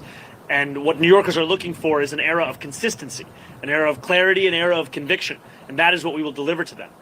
And I am looking forward to having conversations with Mayor Adams and his administration about the work of the transition to ensure that the handover is a seamless one and that it is one that benefits the shared work we all have to deliver for the people who call the city home. You think Adams is going to try and fuck up the transition? Is he gonna Yeah, pull probably. Probably Adams is going to do the lowest common denominator. I mean, although he's afraid of getting in trouble too. Yeah. I mean, I'm glad that he's already taken a step. You know, saying, hey, in the vein of Pritzker, if you break the law, it doesn't matter who you are. ICE agent. Yeah, but the problem is when the ICE agents are wearing masks, you can't hold them accountable because you can't. But you know, maybe he'll put in some ordinances about not wearing masks. ICE agents can't wear masks. But back to some GOP freakout. Yes, and some cope. This is the official narrative that they're going with: is that they were all blue states. Who cares? Yeah. You know, when the speaker mentioned that, is it any surprise that last night blue states voted blue? We're talking Virginia, New Jersey, New York. By the way, none of those were swing states. You had 7 swing states in the election a year ago today. And by the way, we celebrate that a year ago today, Donald Trump was elected president of the United States. And when he ran on very specific things, not socialism. 7 out of 7 swing states rejected that form of socialism that has now taken over the Democrat Party. Like, but this is the problem. They've been screaming socialism since the 50s. And no, they were screaming communism. And younger. They were screaming communism. Sure, but people our age and younger just don't. They were conflating. They intentionally conflated socialism and communism, with communism being the predominant pejorative of the 1950s, 60s, 70s, and 80s, 90s. The aughts was when democratic socialism really found traction in Northern Europe, and other Western democracies were made aware of, by Americans, were made aware of how these other societies were kind of functioning better. And so that's when socialism kind of became the DSA has been around since 1982, right? Right. So that's kind of the real modern. That's another thing that's attractive about the DSA, is that it is actually pretty new. 1982 isn't that old, right? Yeah. So it's kind of a statement as to it's modern day social. And the best way to defeat that, I got into it recently with someone about socialism and communism and the difference between the two. And he didn't know what the hell he was talking about. I found out he, is an undereducated guy. And, nobody on the right knows the difference. Nobody on the right knows the difference. They don't want to know the difference. It's willful ignorance. Yeah, they don't care. Whatever scary word they can say, that's all that matters. The boogeyman politics. That's as much. Lena Khan was the head of the Federal Trade Commission under Biden and did a lot of good antitrust work. Which I think has been undone by Trump since, right? Immediately. Yes. But I like, again, Mamdani's kind of, I would hope that they're thinking, we're going to have not only the Democratic establishment is against us also, we're going to have the Republicans totally against us and gunning for us. We got to get shit done as fast as possible, which is kind of Trump's move here. Really, Steve Miller, Project 2025, all this. But this is Mike Johnson's reaction to last night as well. There's no surprises. What happened last night was blue states and blue cities voted blue. We all saw that coming. And no one should read too much into last night's election results. We also won in Georgia. There was propositions in Georgia, California Prop 50, yeah, Maine, all over the place. And Virginia is also not a solid blue state. Off-year elections are not indicative of what's to come. That's what history teaches us. By the way, it's worthy of note that Zoran Mandami himself only received a little over 1 million votes, 1,036,000 votes. There are 8.3 million residents in New York City. 8.5 million actually is the number, I think. So about 12% of the city voted to turn their city over to the communists. We'll see how that works out. The lesson. Now, that's an indictment on you, Mike. How come you couldn't get?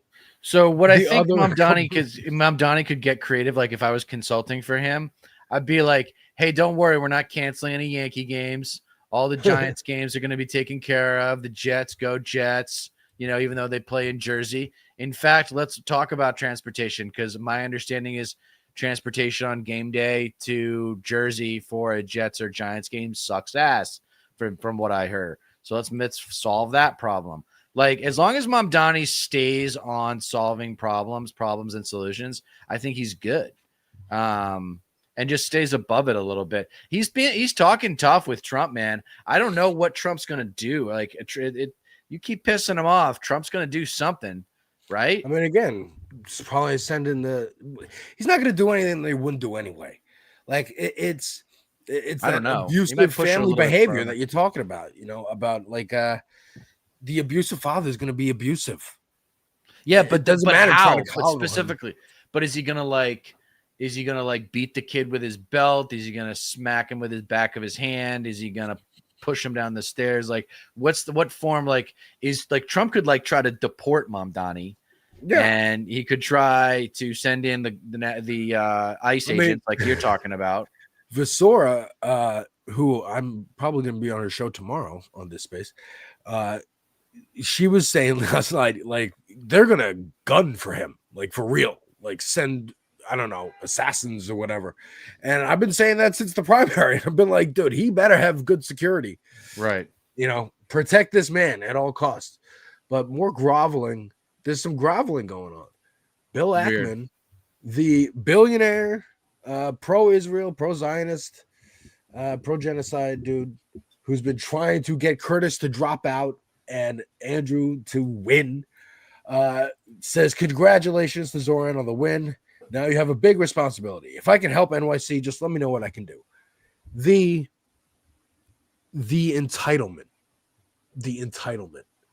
of, I am an important figure. You want to sit me down at a table and talk to me and figure out how I can be a part of this administration.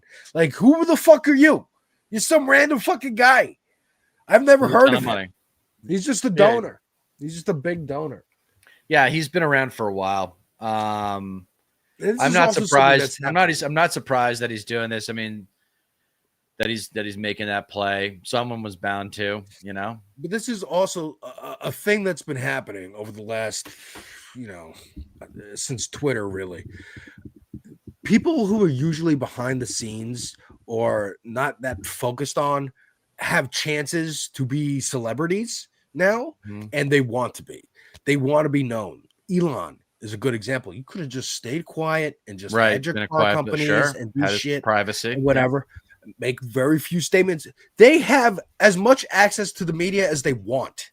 Right. They can just stay quiet. There's billionaires we don't know about, and those are the ones who are scary, right?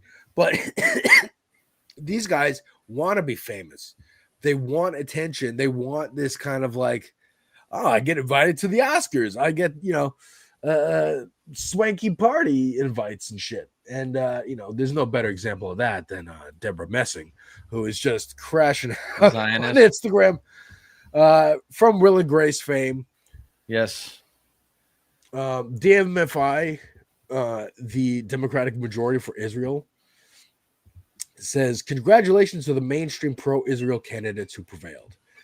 And this is kind of not just DFMI. This is what the Chuck Schumer has been saying, Cory Booker, just congratulating Abigail Spanberger and Mickey Sherrill in New Jersey and Spanberger in Virginia, and kind of ignoring Mamdani. Right, of course.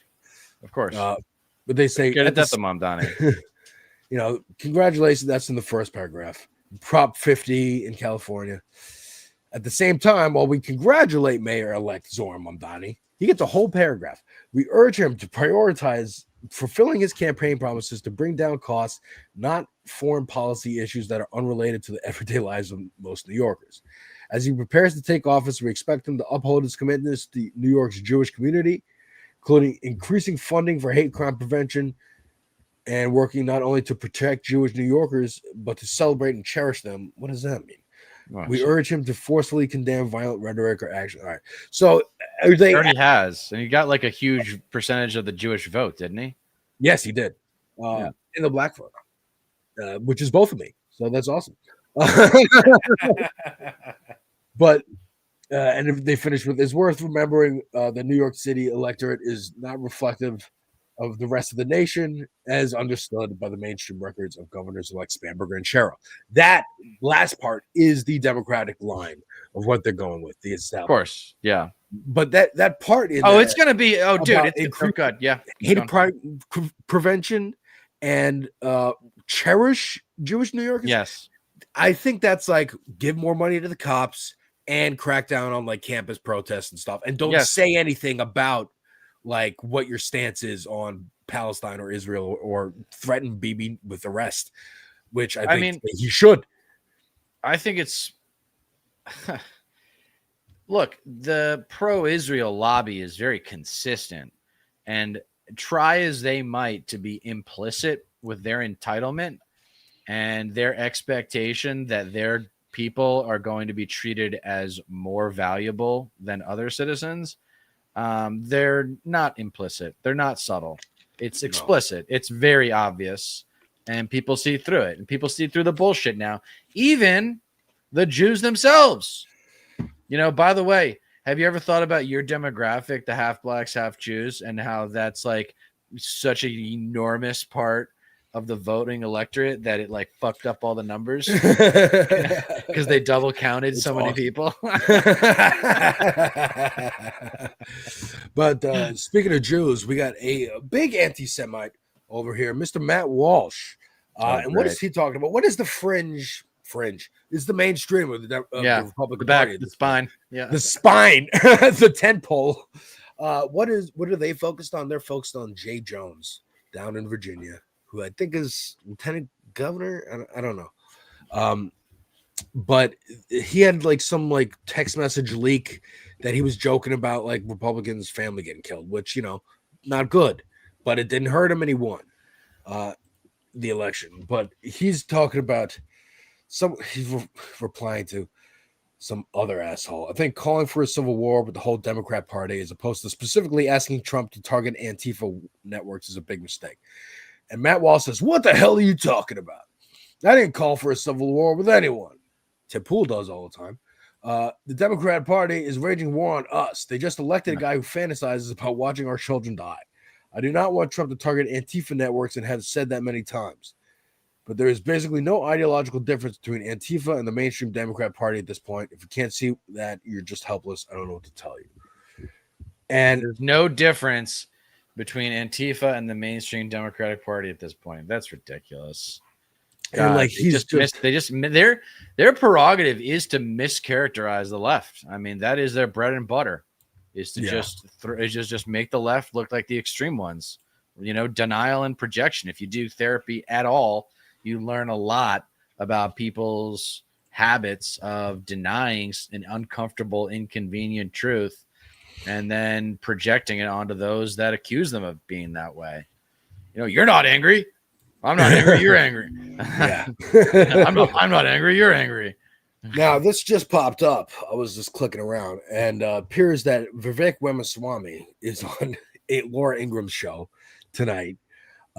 Probably because he's the one Indian that they know to invite on, aside from Kash Patel. But, you know, they bring him on for FBI stuff. Yeah, but Kash Patel's retarded.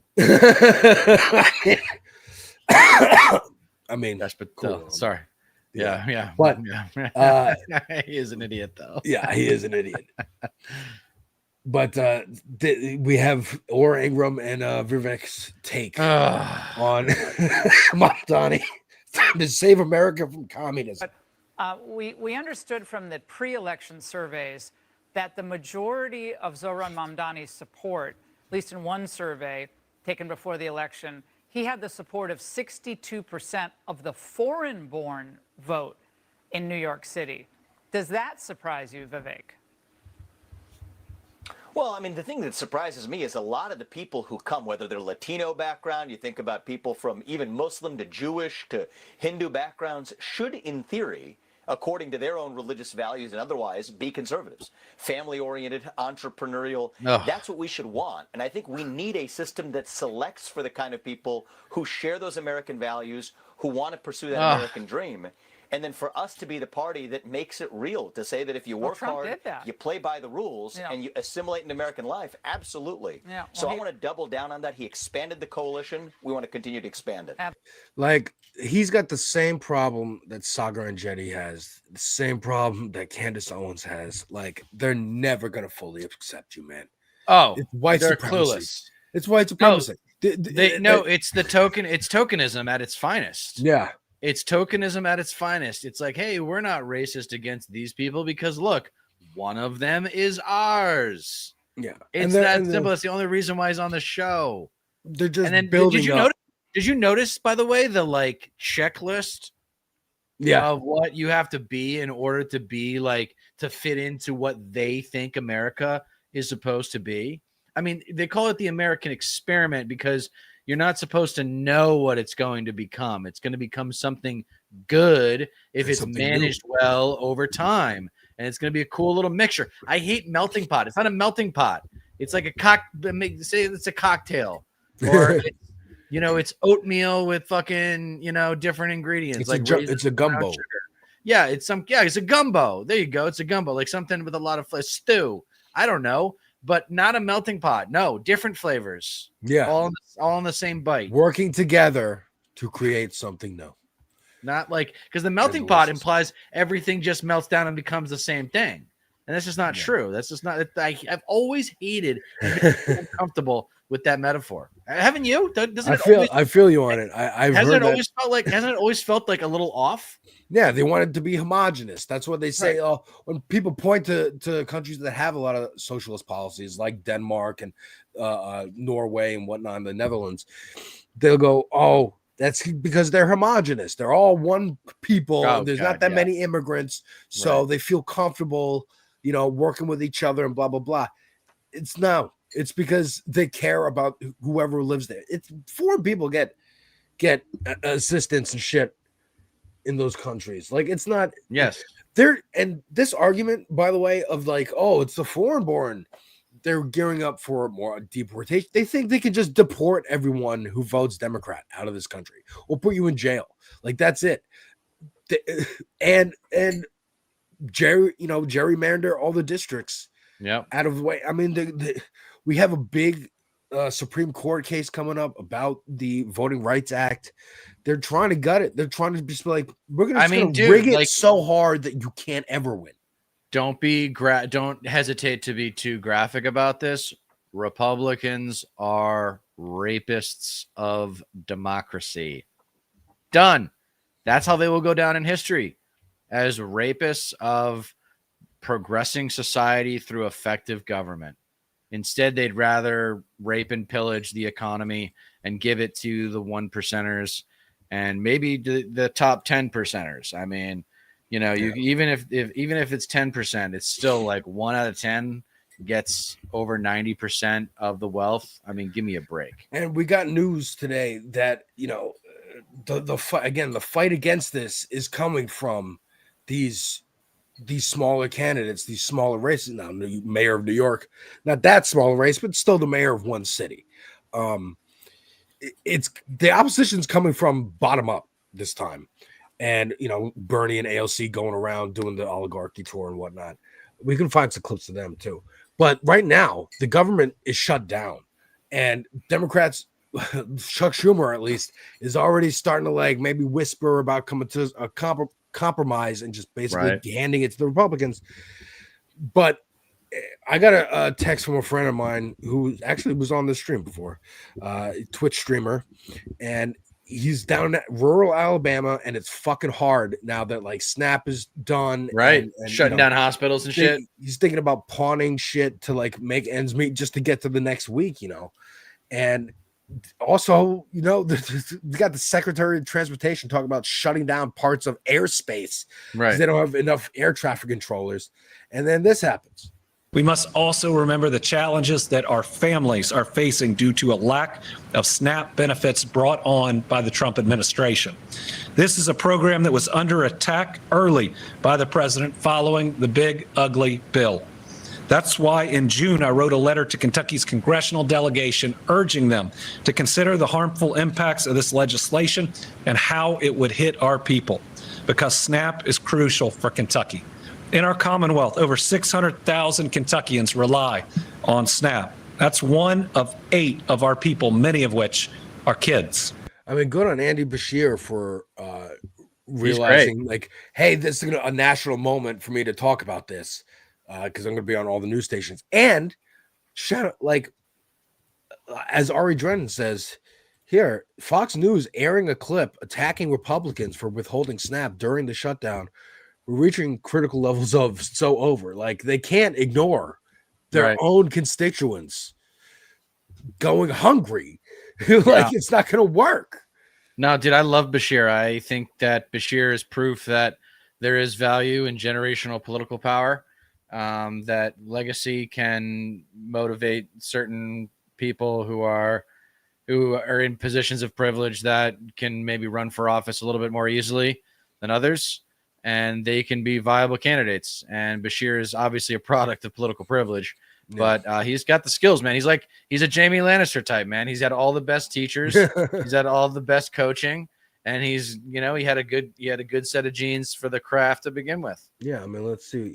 These families need this support to avoid going hungry. But on October 1st, the federal shutdown began, and this now, today, marks the longest shutdown in the history of our country. From the start of the shutdown, the president made it clear that this program would be at risk. In fact, the Trump administration stopped the federal government from paying out SNAP benefits for November and also stopped states from flowing state funds through SNAP to pay out those benefits. And that's despite the USDA's website saying that he could fund SNAP benefits even in a shutdown. Americans should never be a negotiating tool. And I am committed. This is genius because he knows this is on. I mean, everyone in Kentucky's watching this, but he knows it's national. So he's like, hey, and let me lay out exactly so people understand this money was set aside. So even during a shutdown, and he's stopping it against court orders, telling people, like, make a noise about this, make noise about this. And I think he could be, this could be the day that Andy Bashir became president. Yeah, our guy started his road to the presidency. But he's young enough. I like his age a lot. Yeah, let's enjoy some more jubilation from another possibility of presidential candidate, AOC herself at Zoran's victory party. Well, I think it speaks to the absolutely heroic effort that not just Zoran Mamdani put together, but so many people who participated and were brought together by his campaign. DSA get a shout out here. Tasked with defeating a Republican. They were also tasked with defeating the old guard of the Democratic Party that essentially led us to many of the perils of this moment. So he had a two-front war to win, which is what makes his victory so deeply impressive. And I do think that this moment, a lot of people who are willing to talk about party unity when it serves them, but not party unity when it serves everybody, right? It puts those folks on notice. And I think it also puts folks on notice that we have a future to plan for. We have a future to fight for. And we're either going to do that together or you're going to be left behind. And I think that, Yeah, I think she's right. I mean, like we were saying before, all those people who worked on the Maya Wiley campaign and in DSA in New York, all the organizers, Sunshine, Working Families Party, huge Working Families Party. But notice she didn't give any credit to the. I mean, there's other clips. I'm sure she was interviewed several times. I think she might have gotten censured by DSA for the Israel vote. But it's the heat of the moment. You're talking about the most important things she wants to get across. I know. I just want I just want to see DSA get some shout out for this on a national level. But Mehdi Hassan, who's doing great, was a tale. I'm loving. Yeah, me too. Doing. He was streaming last night, and this is just like a little highlight reel. Jamal Bowman. Jamal Bowman was having a fucking ball, boy. I love what he's doing, helping organize and stuff. Man, I'm mad anxious. I'm nervous. And that's what I mean. It's another example of someone, he lost his election, but he didn't stop fighting. Still, ton of value. He didn't stop fighting. Ton of Lindsey value. Boylan, another one. Very valuable. No, these are experts. These are experts in their fields. I want everyone to call it, not just one. CNN have called it also. Okay. And NBC have called it. Let's freaking go, baby! Guys, you're going to have to learn his fucking name now. M-A-M-D-A-N-I. Zoran Kwame Mamdani. That's the name of the next mayor of New York City. I feel electric. I feel amazing. I feel like being uncompromising in your values turns out very effective. It's something that I have spoken to every fucking Democrat about. Can I curse on something? Please, you want to hear something cool? We're right behind the Fox News team. I don't know how they feel. She is one of the best directors. She made one of my favorite movies, Monsoon Wedding. She also happens to be the mother of perhaps the next mayor of New York. I am the producer of the candidates. You can say whatever the fuck you want. I am so fucking excited. We need this. He's going to be on MSNBC. Is going to get her soon. Yeah, I think MSNBC is going to gonna make an offer to Jen for like a full show. Yeah, hopefully, maybe. I mean, if they're smart, but they're scared. They're scared, and whoever owns like Comcast, I'm sure is like in bag for Trump anyway. Danny on Zateo with Cynthia Nixon. He's amazingly intelligent. I think he's amazingly hardworking. He listens, which is something that people who are meeting him from the first time often point out. Young, Muslim, South Asian, Indian, pro-Palestinian. We shook up the world!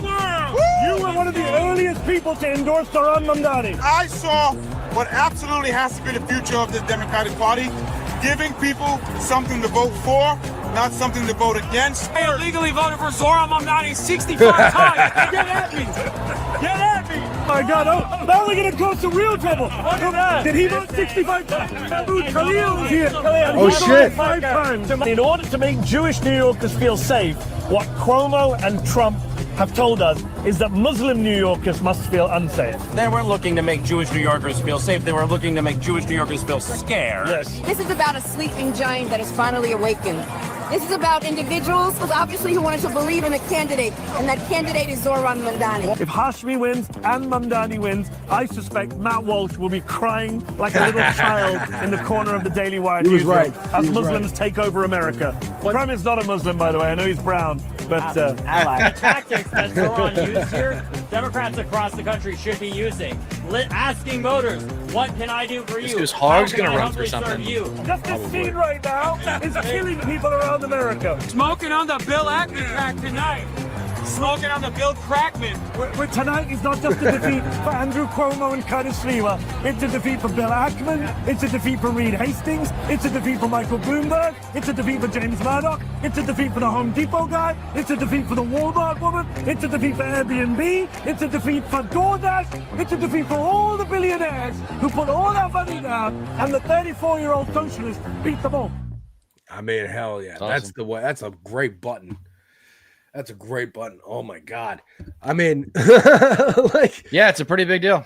Oh, nice. It's huge. It's huge. What up, Stat Pat, my co-host of Left Coast Live, which is on a hiatus. Stat Pat is dipping his toe in politics for the time being, but we put the ice on that show for a minute because we both needed a break from the kind of shit that we were talking about and people weren't really listening to. Like, this is the stuff that people actually watch, is the stuff that you do, is like the reaction to like the content, because you're like a sorter. Like, you pick out the stuff that people should watch. They don't have to research it on their own. They just watch you.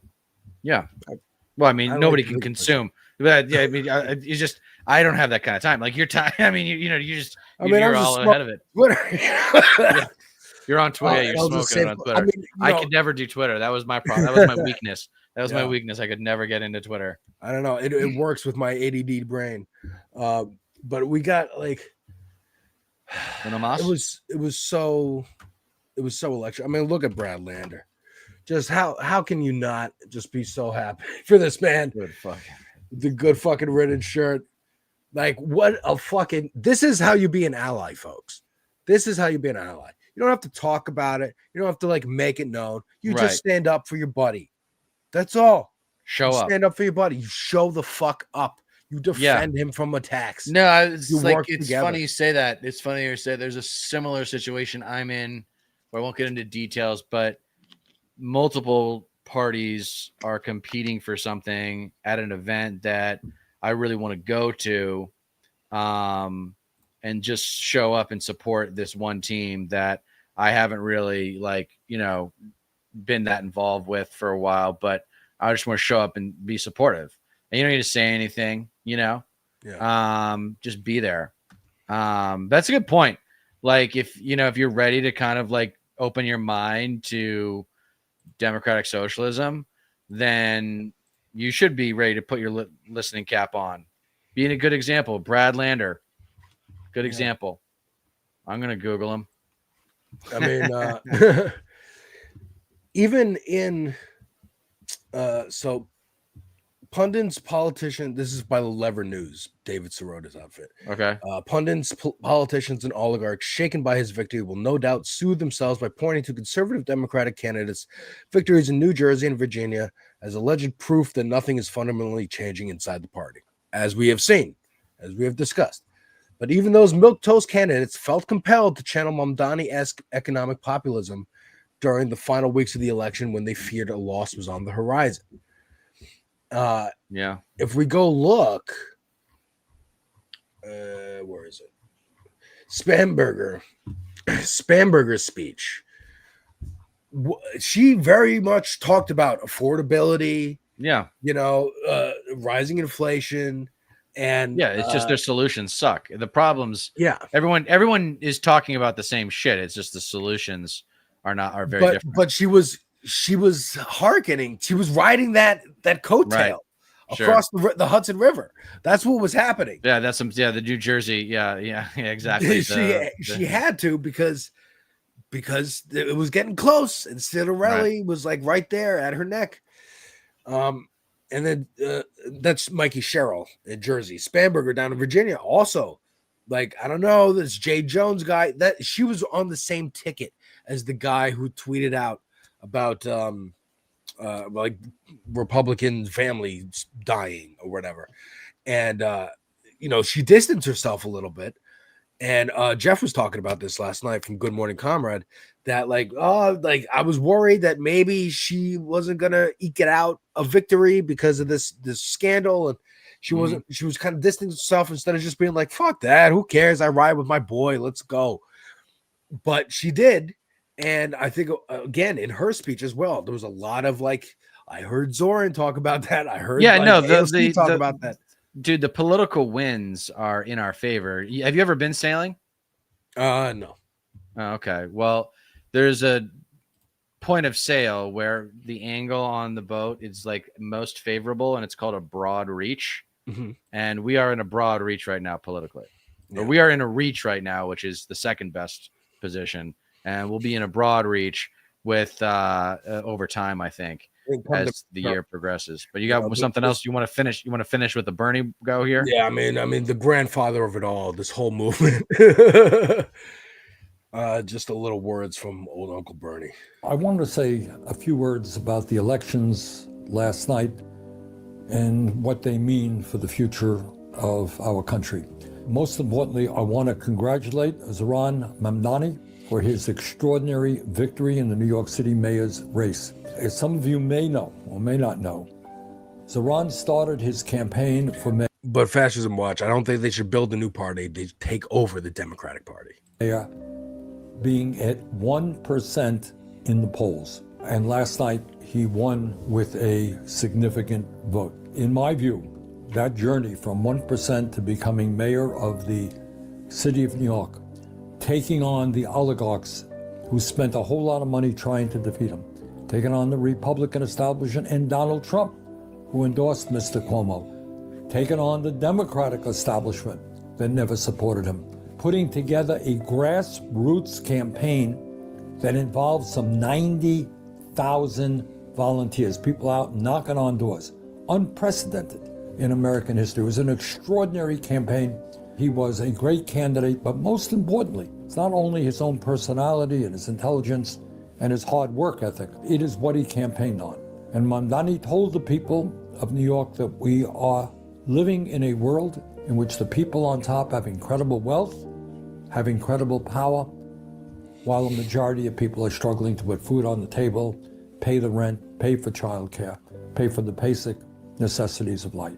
So I really want to congratulate Zoran and his team for doing a great job. The message of last night is people all over this country are sick and tired of Trumpism.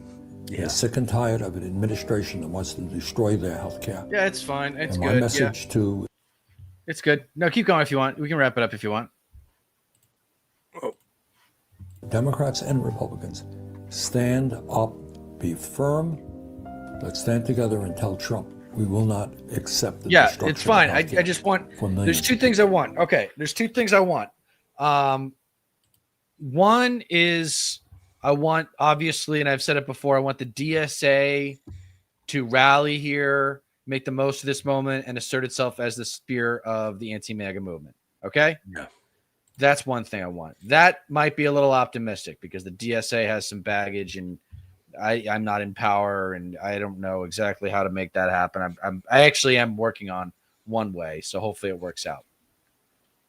Secondly, I want someone, and we can bring in Lumen here because I'm interested in here. Yeah, come on in. All right. See, the second thing, Lumen, that I want is I want someone to get up and call these MAGA motherfuckers white trash bullies. So, and I want the aggressive rhetoric. I want someone to be like, we're never going back. Like I want in New York City, I want people who are on Fox News, like Ingraham, who goes out to go out to the bar and have a drink with with her, who's her boyfriend, that Dinesh Indian D'Souza? guy. Yeah, Dinesh D'Souza. Yeah, they're gonna get protested at the bar and told to leave. Like they cannot go to our kick-ass cities anymore. Yeah, they are off limits. Go to Florida. You all said you were going to leave if he won. Go to Florida. I get that 100%. What you're saying is, but I would just be careful with the rhetoric because there's just no reason to. If you think that we are having a populist like actual movement and an actual uprising, Jeff is joining us too because Jimmy and Jeff are going to do our show. But no, so he's going to come in when he's ready. But I'm gonna bounce after you get done with this. Yeah, you're good. If you really think that, then it's not one of those things that like, oh, we're going to need everybody and all in together. It's like, no, those people are already there. And this goes into my like, and I know you guys are New York guys and you're like, look at me like I'm crazy, but this goes into my like bromance with Curtis Sliwa. Because if you were to see Curtis Sliwa talk his shit and he'd be like, oh, he's obviously on the socialist line. He's wearing a fucking beret for God's sake. I know, right? Right? So there's millions of guys like that we don't need to like attack them personally. I think the culture war shit will take care of itself once we elevate people's material conditions. It's just like people with full bellies don't go to war. People aren't going to be sitting here talking about Muslim, brown, black, trans, immigrant, they thems and how they need to be expelled from the country when they've got 2-car garage and a chicken in their pot, man. Like they're just not. It's going to be boring. They're going to be like, I don't give a shit. The game is on. That I think is like, I don't even think that's settling. I think that's a thing that like that's the world that I'm hoping that can be built is of people who might not agree with me, but the game's on and their lives are pretty good. Yeah. So why? Yeah, I think in line with that, something I talk about that's in line with what you're saying is the resurrection of expertise and people admitting that they don't know shit about different subjects. And like the know-it-all factor is definitely on the left too. But I tell you what, man. Oh man, it is the high time. It is the golden age for the stupids, buddy. Yeah. I mean, Jeff and I go back. We go round and round about this all the day. Like, I do not believe in electoral politics anymore, but I participate in it because it's the only game in town until the other game starts. Yeah. But it is what it is, and like, I don't want that game to start. Yeah. But I mean, this is what we're doing. We're doing electoral politics right now until we're doing something else. So we might as well do it because the election is going to happen in reality, the shared reality we all believe in. Yeah. And there's going to be one guy's going to be better than the other. Until we get pulled out of the matrix, we got to play by the rules. Yeah. That's it. Thank you again, Deter, for having me on. Yeah. Nice to see you again, Jeff. Lumen, always, brother. We got to hook up sometime soon. Yeah, definitely. And I agree. White trash can be part of the movement. I made a video. Be part of the movement. It's got to be. It's got to be. Like, I made a recent video. Yeah. People are going called over- rednecks. Yeah, you call people rednecks because they're laborers. Because Yeah, you know what? I think rednecks is loving. No, I think they redneck is a term of endearment to a lot of them. You know what? But I You know what think the white history trash of- is not. White trash is not. You know what redneck, the history of the term redneck comes from? Yes, right? it's because they work outdoors and their neck gets super red from the sun. Nope. That's what I was told. The labor man That's what I was knows. The What- West what is it? Virginia coal strikes, they wore red bandanas around their necks. And they were Oh, all you're red. right. You're right. And Somebody told me when this. you saw several years ago when the teachers in West Virginia went on strike, they were all wearing those red bandanas in tradition of the coal Anti-labor war thing. You know, my it is cousin a told huge my thing. And my we need cousin to told me have that years working ago. people. We need to have working people reclaim that shit because it's used derisively and it's perceived derisively. But all there is rednecks. pride in that. We're all rednecks. I think that's a great place to for me to bounce out. So you guys have a lovely stream, and thanks for letting me join you for a few minutes here, Lumen. Appreciate it. Yeah, absolutely, man. Always welcome. All right, and let's collab sometime, Jeff, Lumen. I'll message you guys. Yeah, man, totally. I'm always all right. down Sounds good. when I'm not working. All right. Like As always, Alex, good to see you, brother. Take care. Cool. Yeah, I just wanted to shamelessly plug my Please do. D12 video. Big Eminem fan. Never actually got around to listening to D12's first album, so I did that and talked a little bit about the Purple Pill song. yeah. That one, Dude, that was the one song that I always had on my playlist, but Yeah, I never that song actually rocks. sat and listened to the whole album. So I went and did that. If you wanted to check that out, check it out, folks. Thank you guys so much for letting me plug and stick around for a second. Absolutely. And yeah, Lumencast begins now, folks, on Woo. this space.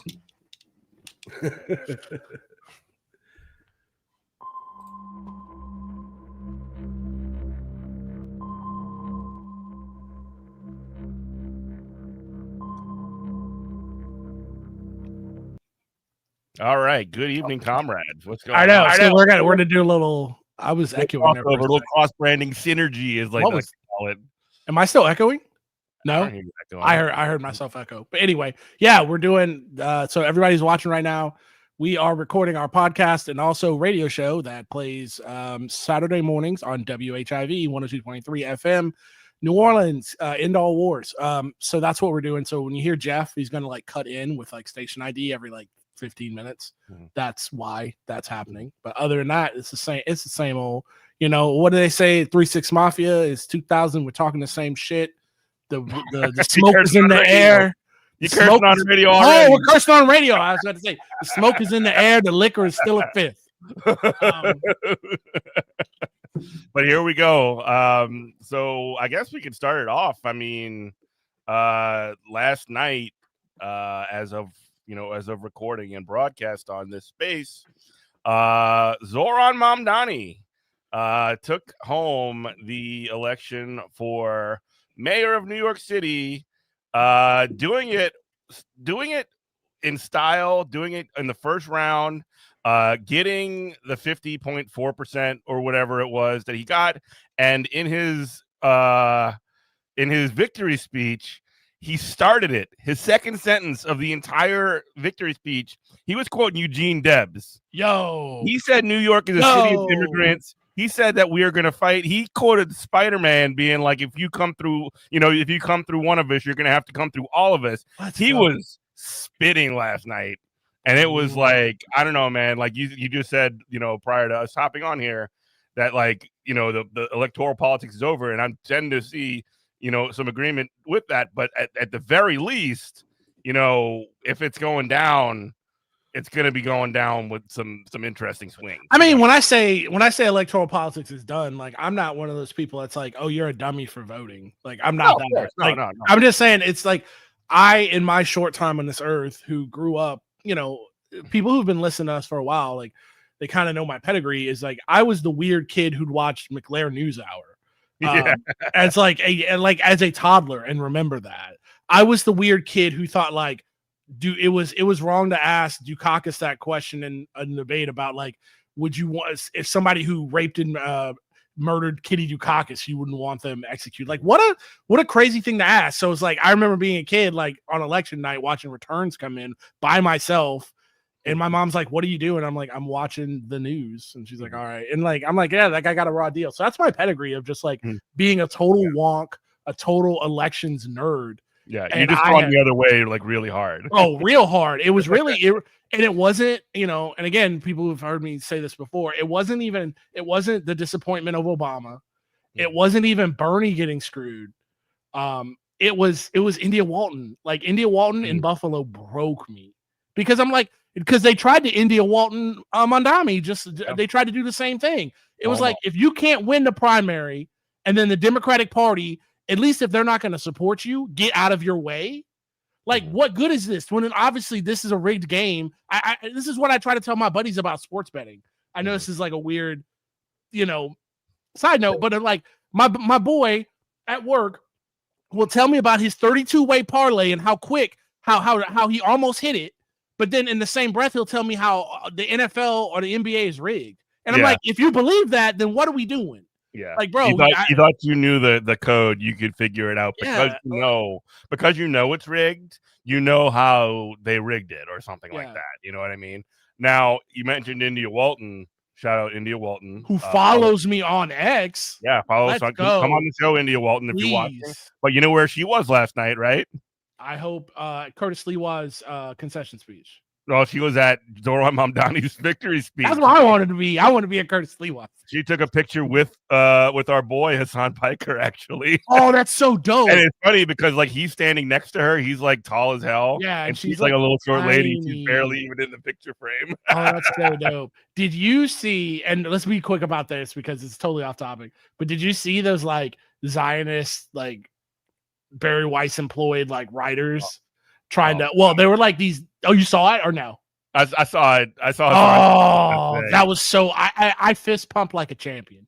Mm-hmm. And this is the sickness in me. This is what Freud would call the shadow self. Anytime you can tell a hot woman righteously no, like it's just something in my soul. Just like it's like my Grinch heart just grows 3 times. People who listen to this have no idea of like what are you even talking about? So there's a guy, streamer Hassan Piker. We have to talk to the people in New Orleans who aren't terminally online. Guy Hassan Piker, cool left-wing dude. He rants all day, right? Well, there's these writers who he is he's American. He's American, but he's of Turkish ancestry, and they called him a terrorist.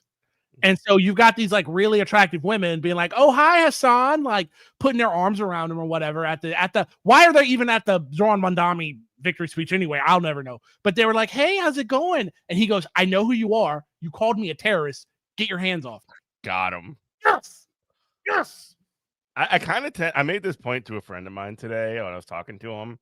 Like a lot of the same like right wing obsession that they have with people like AOC and these sort of like, conventionally, I guess, hot, like psychosexual attraction to them. Yeah. That exists for Hassan just as much. Oh, I never thought about it like that. Yeah, but it's totally happening. They're trying to get his wiki feed. Yes, exactly. Oh, that's crazy. They're all right. Dang, you're right. See, and that is, and I'm only halfway joking. That's that internalized misogyny. Yeah. Because I'm not thinking of these women as like sexual creatures.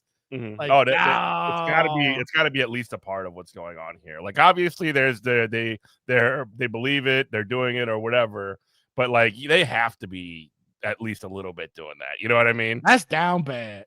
That's down bad, bro. I could never. I can't even think of somebody on the right wing that would have be that down bad to where if I was like saw them in pod, I'd be like, oh, like you wouldn't do that for Barry Weiss? No, gross. So gross. Or Brett Cooper. It was Brett we Cooper. Really have to think about it. The girl Ben Shapiro. You're not going after that. No, we Tommy really Lahren. Remember her? Tommy Lahren, no. Maybe none of them. They got nothing. No there talent. was a time, in all honesty, I remember driving home. I had this crappy job at the airport, right? I used to work at Avis. And I was driving home in the middle of the night, and Meghan McCain had a radio show on because I love to listen to right-wing radio. It's great. And she has her bumper music. She came into All the Single Ladies by Beyonce. Hilarious. And I was like, this woman's dangerous. Mm-hmm. I thought she was like one of the most dangerous people on earth because I'm like, this was back before she got negged so hard that she married the guy who negged her. But like she used to be cute and she had motion and she was also trying to connect with the youth. And I'm like, ooh, this is danger zone. but maybe old Meghan McCain. I don't know. I don't know who it would be. Who would be my problematic, like, right-wing she-wolf SS Bay? I have no idea. Remember when, just to sort of change the subject a little bit, this is when I was just sort of like, I don't know about this Anna Kasparian and the Young Turks or whatever, but they had a period where, like, she and Meghan McCain were, like, going out on, like, road trips or whatever and hanging out. It was So just like, gross, oh, dude. come on, dog. So gross. She used to have your boy. Now, that's a thing. She used to have your boy in a, I can't believe Zoran Mondami won. This is a great night for the left. This is what we're talking about. We're just being horny on Maine. Like, we're being like thirst trap on Maine. No, she had your boy in a chokehold for a hot minute because there was a time, I think, like, when the TYT was the left and that's all there was. Yeah. I was like, oh, she's the hottest woman on the left. And I remember I met Jank. Anna? Yeah. And I met Jank in Cincinnati. And I was like, I ain't gonna lie, my eyes were darting around looking for Anna Kasparian. I'm like, where's she hiding? Where's she at? But yeah, I can't even think who that would be because there's something about that. It just, like, when you're ugly on the inside, it just makes you ugly on the outside too. It really does. It just makes you gross. Like, you just, I mean, whatever. But I did, yeah. So like we kind of interluded to, it's like, I was on that. I'm on that libbed up pack, like smoking that. The combo of war criminal responsible of millions of Iraqi deaths and Zoran Mondami dying and Zoran Mondami winning. Like, I'm on that smoking that lib pack. I do see the death of Dick Cheney as a tragedy in one very specific way. The death of Dick Cheney as a tragedy is a tragedy because he was never brought up, sent to the Hague, never faced a day of any kind of punishment for any of his crimes. You know, hundreds of thousands of Iraqis, thousands of Americans, millions of dollars. And he got to die, surrounded by his family. Yeah. I imagine that is, to some extent, some kind of a hell, but it's a hell that he made for himself. But, like, that is the biggest sort of tragedy of this whole thing. But beyond that, Crab Rave, smoking that pack. We are, James Worthy right now. I'm not trying to hear all. Yes, you said it the very WHIV way. If this was not a WHIV show, that was my sentiment exactly, but it was going to be put a completely different way. But yeah, that's that. I mean, I'm libbed up. I haven't been this libbed up. I'm a little more libbed up now than I was for Obama because, like, even with Obama in the back of my head, not even the back of my head, the middle of my head, I knew that this guy he got Wall Street behind him. Even in his first run, he had to, and he got Wall Street and corporate money behind him to overthrow Hillary. And my thought was, okay, you had to make a bargain with the devil to fend off another devil. Mm-hmm. And, like, I was like, all right, it is what it is, but maybe this is the first step. The next guy will get after him, will push the ball even further. But Mondami is completely different because he is that dude. And that's why he connects with so many people, because I was like, I was in the DSA. Like, he looks like me. And I don't even mean color. Like, he just looks and acts like a human being more than Obama even. Well, before you get off Obama, because he had a lot of people fooled, yours truly included. I just want to shout out to friend of the show, former guest of the show, Adolph Reed, who nailed him back when he was a state senator. Mm-hmm. This is what he said in the Village Voice in 1996 about Barack Obama. In Chicago, for instance, we have gotten a foretaste of the new breed of foundation-hatched Black communitarian voices. One of them, a smooth Harvard lawyer with impeccable do-good credentials and vacuous to repressive neoliberal politics, has won a state Senate seat on a base mainly in the liberal foundation and development worlds. His fundamentally bootstrap line was softened by a patina of rhetoric of authentic community, talk about meetings and kitchens, small-scale solutions to social problems, and the predictable elevation of process over program. The point where identity politics converges with old-fashioned middle-class reform in favoring form over substance. I suspect that his ilk is the wave of the future in U.S. black politics, as in Haiti, as wherever else the International Monetary Fund has sway. So far, the black activist response hasn't been to give up the challenge. We have to do better. So essentially what he said was he saw Obama coming a mile away. Yeah. He basically, and obviously the reason, I mean, Adolph Reed been doing this for a long time, even in 1996, but like that was before Obama was Obama, and he was on top of that. You know what I mean? Yeah. Shout out to Adolph. The only pushback I'll have of that, and if 1996, it's even really bad pushback. I will say this right now. I will devil's advocate my own argument here and give you both sides. Is that I think that he had to do what he had to do as a black man to play that game. That's why to a point, I will let that stuff slide to a point of a certain age of black folk. And what I mean is those people that came before us, they wanted a seat at the table. Obama wanted a seat at the status quo current table. And he got it. Younger people realize that seat is no good. That seat, you need to turn the table completely over. But that kind of testing, that kind of baton, Obama walks so Mondami can run thing could have come without, people being murdered by illegal drone strikes. It could have come. You didn't need Rahm Emanuel for all this. Exactly. It could have come with something that wasn't Romney care, something that was actually socialized medicine. So the juice wasn't worth the squeeze with this guy, I guess is what I'm trying to, to defeat my own argument. Maybe not, but maybe that's correct. But also at the certain sense, that maybe he needed to usher in the era of woke, which is what we got.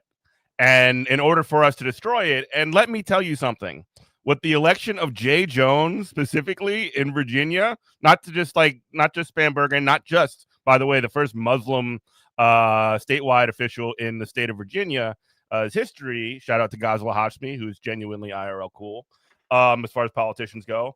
But Jay Jones, who had some of the coolest text you had possibly ever seen come out, and they tried to use that to sink his campaign. That's awesome.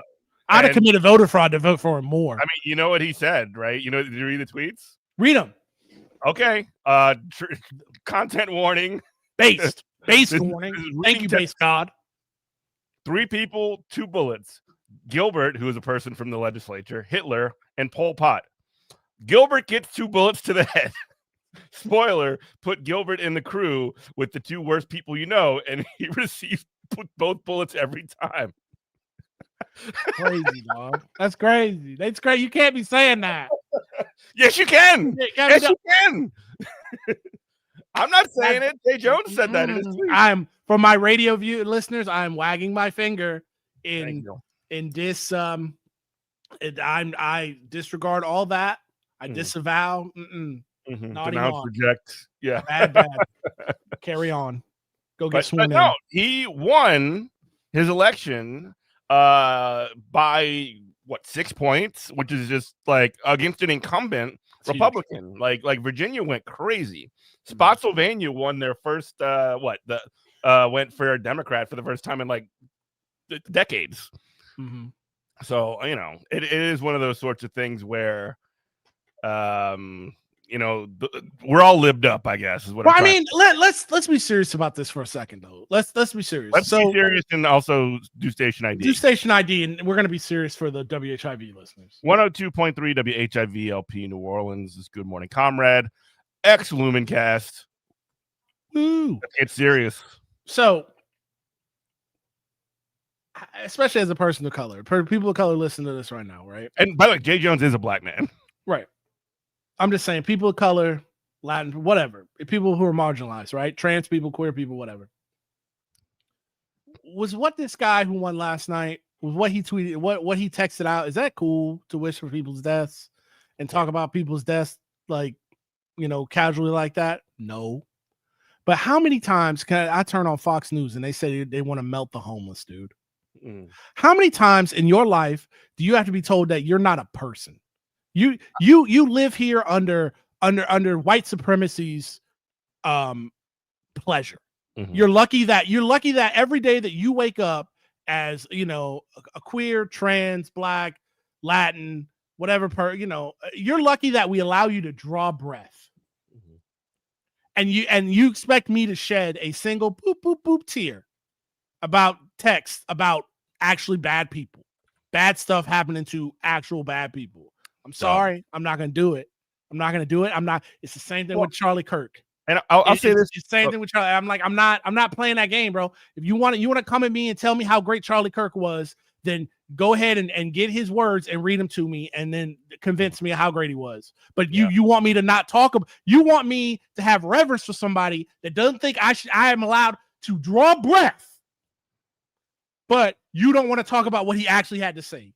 I'm done with it, bro. I mean, these are and it's funny to me to a certain extent when the right wing, and I'm sorry to do hypocrisy about it or whatever, but like you got people that are coming around, they're doing like Elon Musk did a Hitler salute in front of thousands of people, and then you basically play that off whatever. The poop video, IAI video with Donald Trump, whatever. All this other like weird racist stuff. Remember at the beginning of the shutdown when they had people wearing Mexican hats doing a Mexican dance? But like when you're like, oh, what are you, snowflake, why are you crying or whatever? But as soon as it comes even a little bit to them, they are crying and screaming and whining and throwing up. Woke is back. Woke is back, and the right wing brought it back. Yeah, only the right wing does woke now. And now even Democrats can have a tattoo on their chest that is a Nazi tattoo and get away with it. Yeah, it's crazy, man. I've seen that. I'm gonna have to let that Grand Platinum battle go because they gonna do what they're gonna do. They're gonna do what they're gonna do up there, and it is what it is. It's not my problem, not my monkeys, not my circus. I don't have to vote with it. Like, I'm not giving money to the campaign. I'm not going to volunteer. Probably going to be better than Susan Collins, and I don't think he's actually a Nazi. So, look, who cares? Well, I mean, I don't even care about. Again, I am deeply uncomfortable with the Blackwater murder. Another Blackwater. What's worse? We got Spanberger, who was an actual Fed, and then we got a guy who was a merc. I was like, this. But let's get off that. That's in the Senate. That's like, okay. Sorry, that's in the Senate. He'll be like the 99th most racist person in the Senate. You know what I mean? Yeah. Let's get libbed up. Let's get off it. Let's stay libbed up. Like every good sports coach says, after every, if you had a really bad loss, you get 24 hours to mourn. If you had a really great blowout win, you get 24 hours to celebrate. And after that, it's back to work. Right. But I did not have. Here was my it was like the stages of grief, but in reverse for Mamdani for me. It was, this guy has no chance to win. Yeah, I remember that.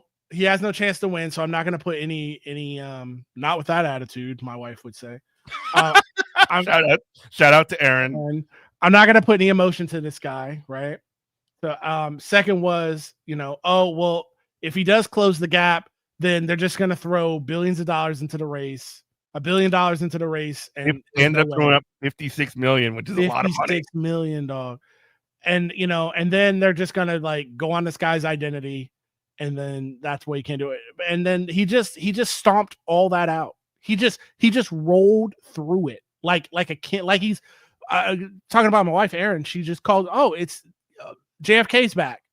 And then his wife is like, Jackie O and JFK found themselves again. Okay, they're back. Great. Because it's just the way he can handle any situation and not crack a smile, but he knows when to get, I don't want to say vicious. He knows when to get emotional when it's time to get emotional. When he, when he had in those debates against Cuomo, that was personal. The times where he was talking about, I am not Islamophobic. And you could see him just lose he's about to crash out on this boy. And that's personally what I want. Mm-hmm. I don't want a guy who's just he's oh my gosh, did you see how angry he got? No, I want going back to Obama. Everybody's like, Obama is a crazy angry black man. I'm like, I wish when I lay my head down on the pillow, I wish this guy was everything that the people that hate me think that want him to be. Yeah. Yeah, no, he was Mr. When they go low, we go high. Like, and I'm playing 7-dimensional chess with these. He was like a nerd, if nothing else. I mean, like when it came to scrapping, like back and forth and actually attacking Republicans, the only time he ever did it was not when he was in, trying to fight for Obamacare or whatever. He always said we need to be nice to the Republicans for that. Not when he was campaigning for somebody else in state. In local elections or anybody else for Congress, they lost hundreds of seats under Obama. Mm-hmm. He couldn't campaign. The only time he would ever get real with it and he would start throwing it down for real was when it was his own ass on campaign for himself. Like Obama was about number one. You know what I mean? And Mamdani is about the city. He literally said, if you want to get to any of us, you got to come through all of us. Right. Which is like, cheesy Spider-Man quote or whatever, but like it's real. I mean, Obama, Very New York. He did the classic, the fake populist move of he assembled a peasant's army, a pilgrim's army, and then as soon as he got power, he disbanded it. Yep. Because he was terrified of it because now he had to actually answer to them, and he didn't want to do that. Now his only bosses are capital, to where Mamdani's people are saying, that's the one thing that I'm really over the moon about. They're like, all the people that we've mobilized, we're not letting those lists go. Like, we need them to help us mobilize for individual issues. And I'm like, that's how you do it. Like, don't be afraid and don't have disdain like Cuomo does for your very voter base. Like the idea, like, I don't know if you saw, I think it was Hot 97. It wasn't Power 10. It was Hot 97. No, it was Ebro. You talking about Ebro? Oh, Ebro, yeah. Where he was just like, he rage quit. Like it was a game of League of Legends, bro. Like he was playing Marvel Rivals and just rage quit out the convo. And I'm like, what are you doing this for? Like you're showing so much contempt for the people that you want to come out and vote for you. I don't understand. I don't.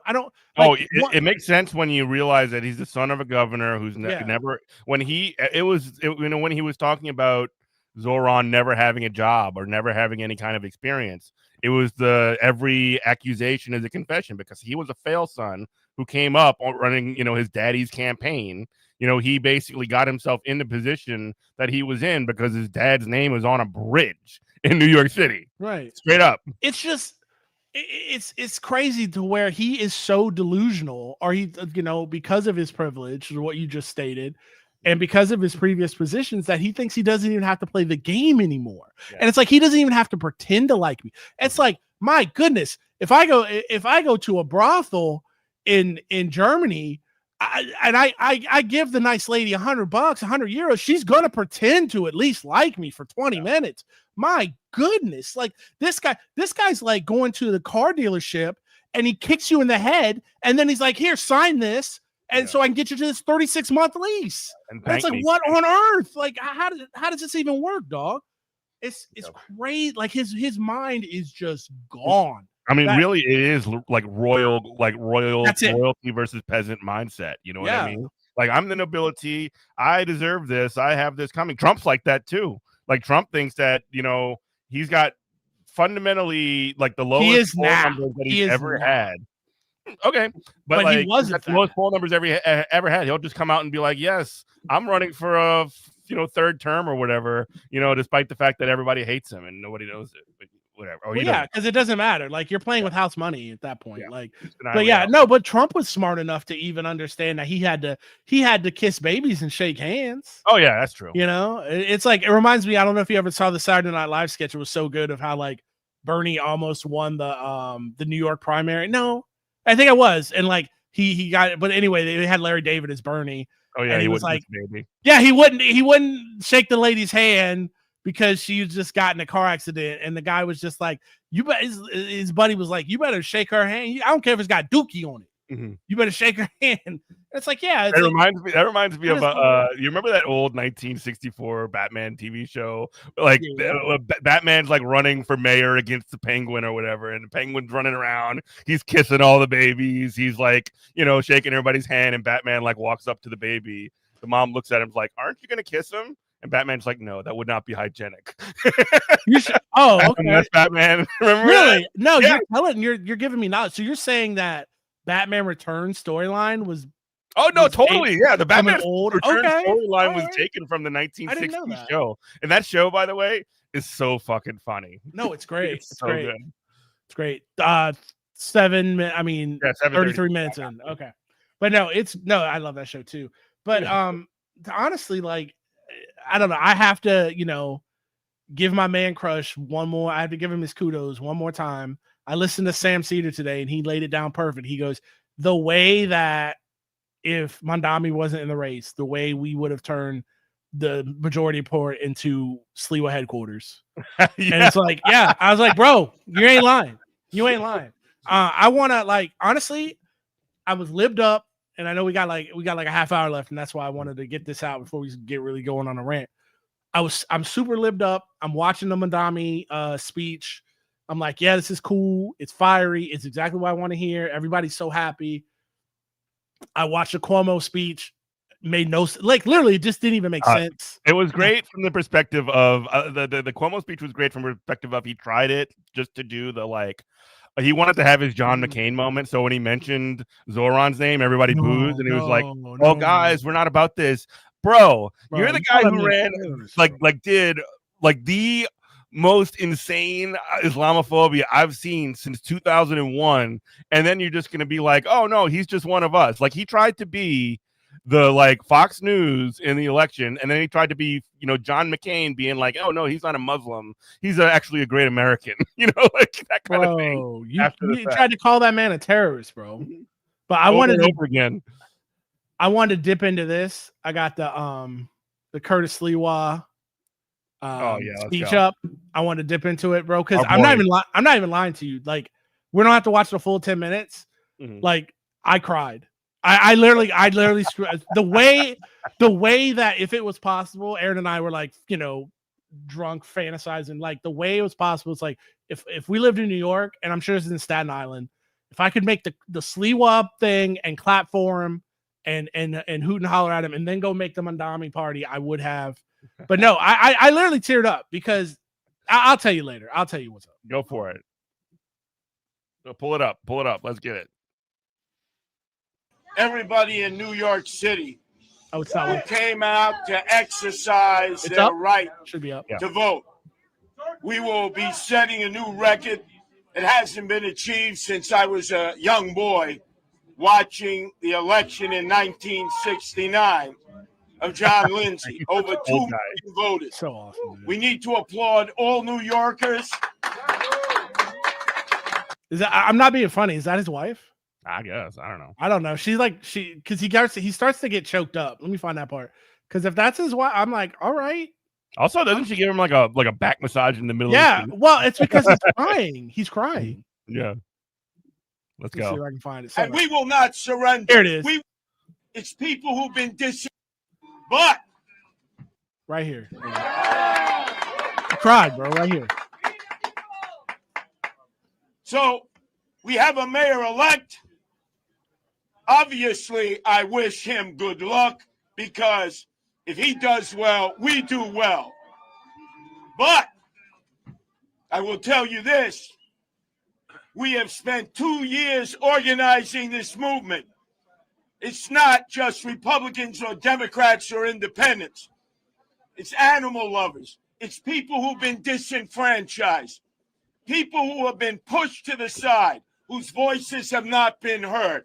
The homeless, the emotionally disturbed, the veterans, the people who ride the subways. We've been with them each and every day. And we will not surrender. We will not retreat. We will not leave the city of New York. Yes. But yeah, that was it, bro. Like, that's what I'm talking about. Like, am I going to agree with that guy on every single thing? No, but I can work with him. I can if we're going to have a duopoly of politics, we're not going to have a true, parliamentary, democracy. We're going to have this Republican Democrat thing for the rest of our lives, right? And that's the Republican Party.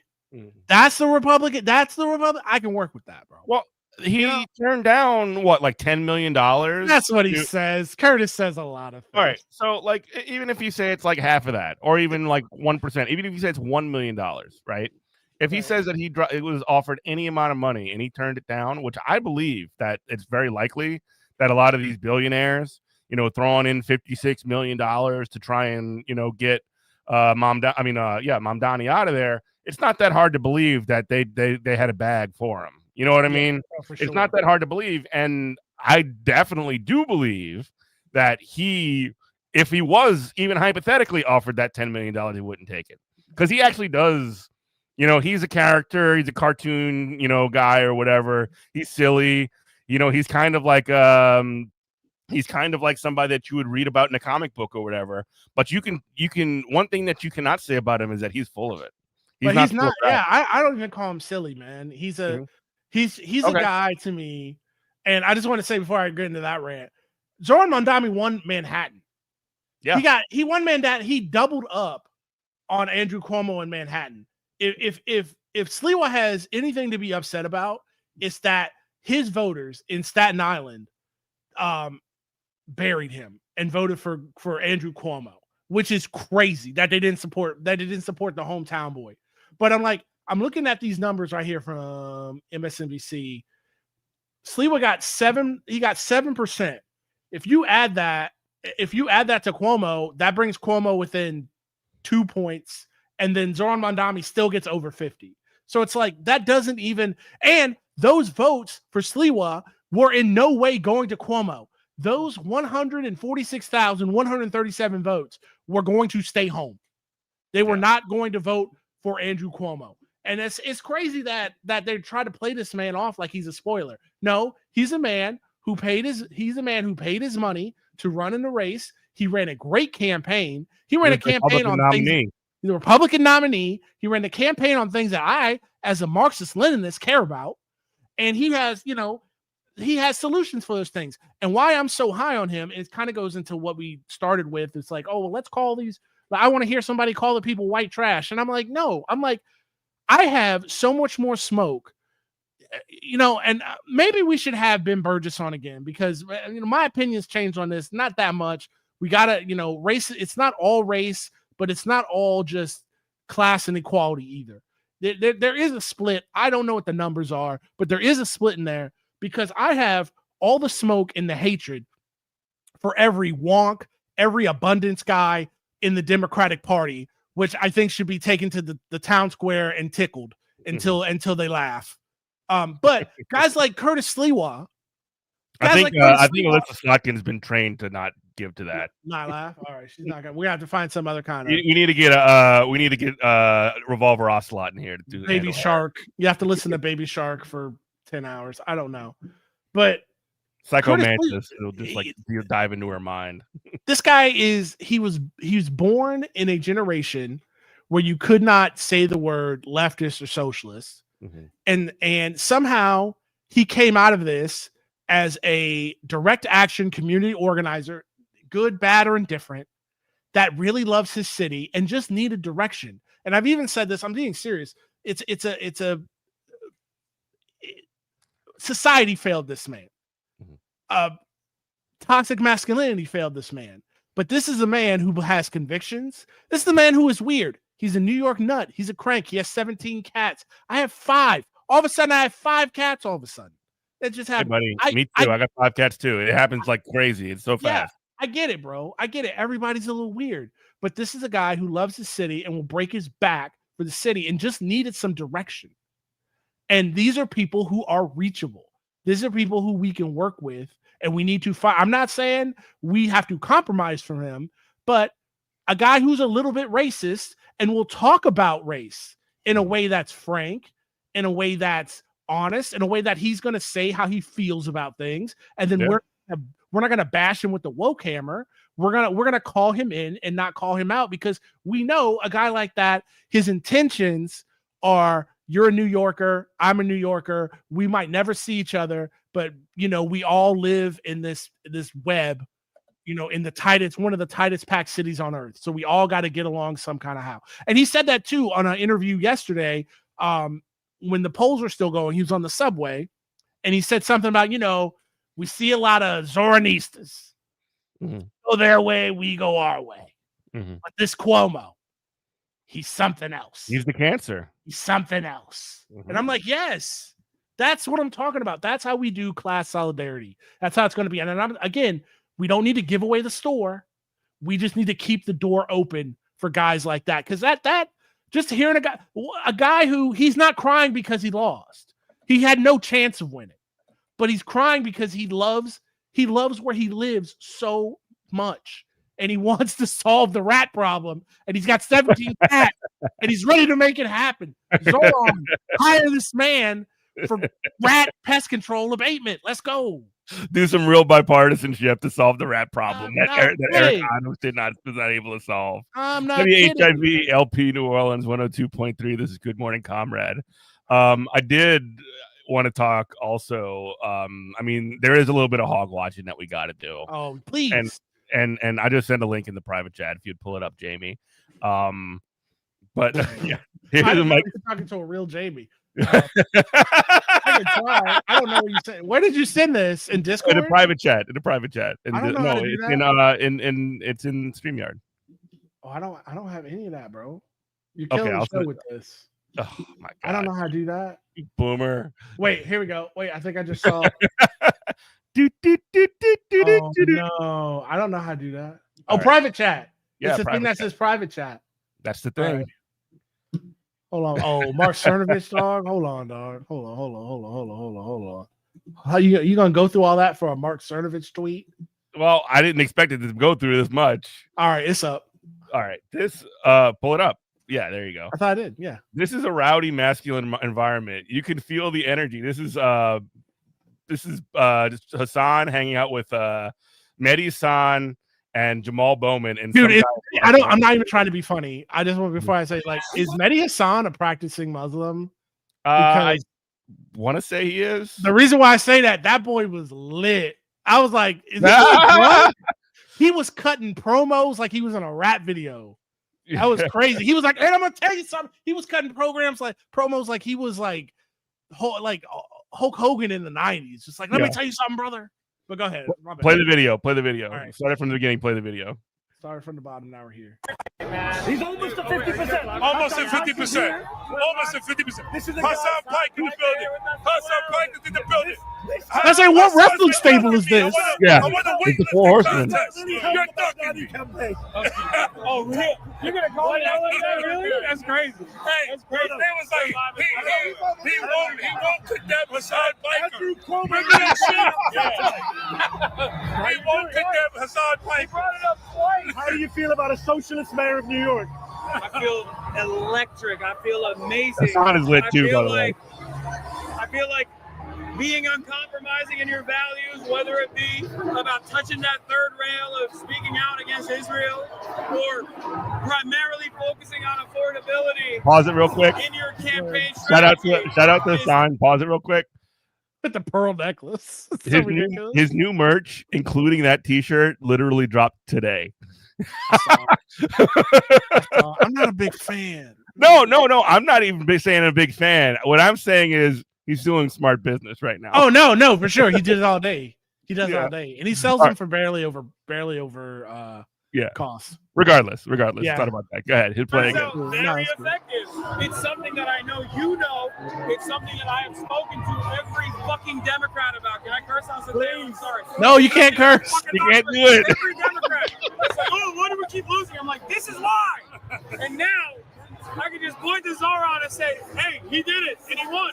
That's against all odds. You know what they called it during the Cold War? The threat of a good example. Yes. They don't want him to succeed. Now, Jamal, how worried are you that they're going to throw the kitchen sink at him now? I'm always worried about Zoran because they've been throwing everything at him already. That's why we got to be there for him, surround him, uplift him, pray for him. You're going to be in the administration? So you can stop it here. But like, I love that Mike Cernovich looks at that video and he's just like, oh no, they're having fun out there.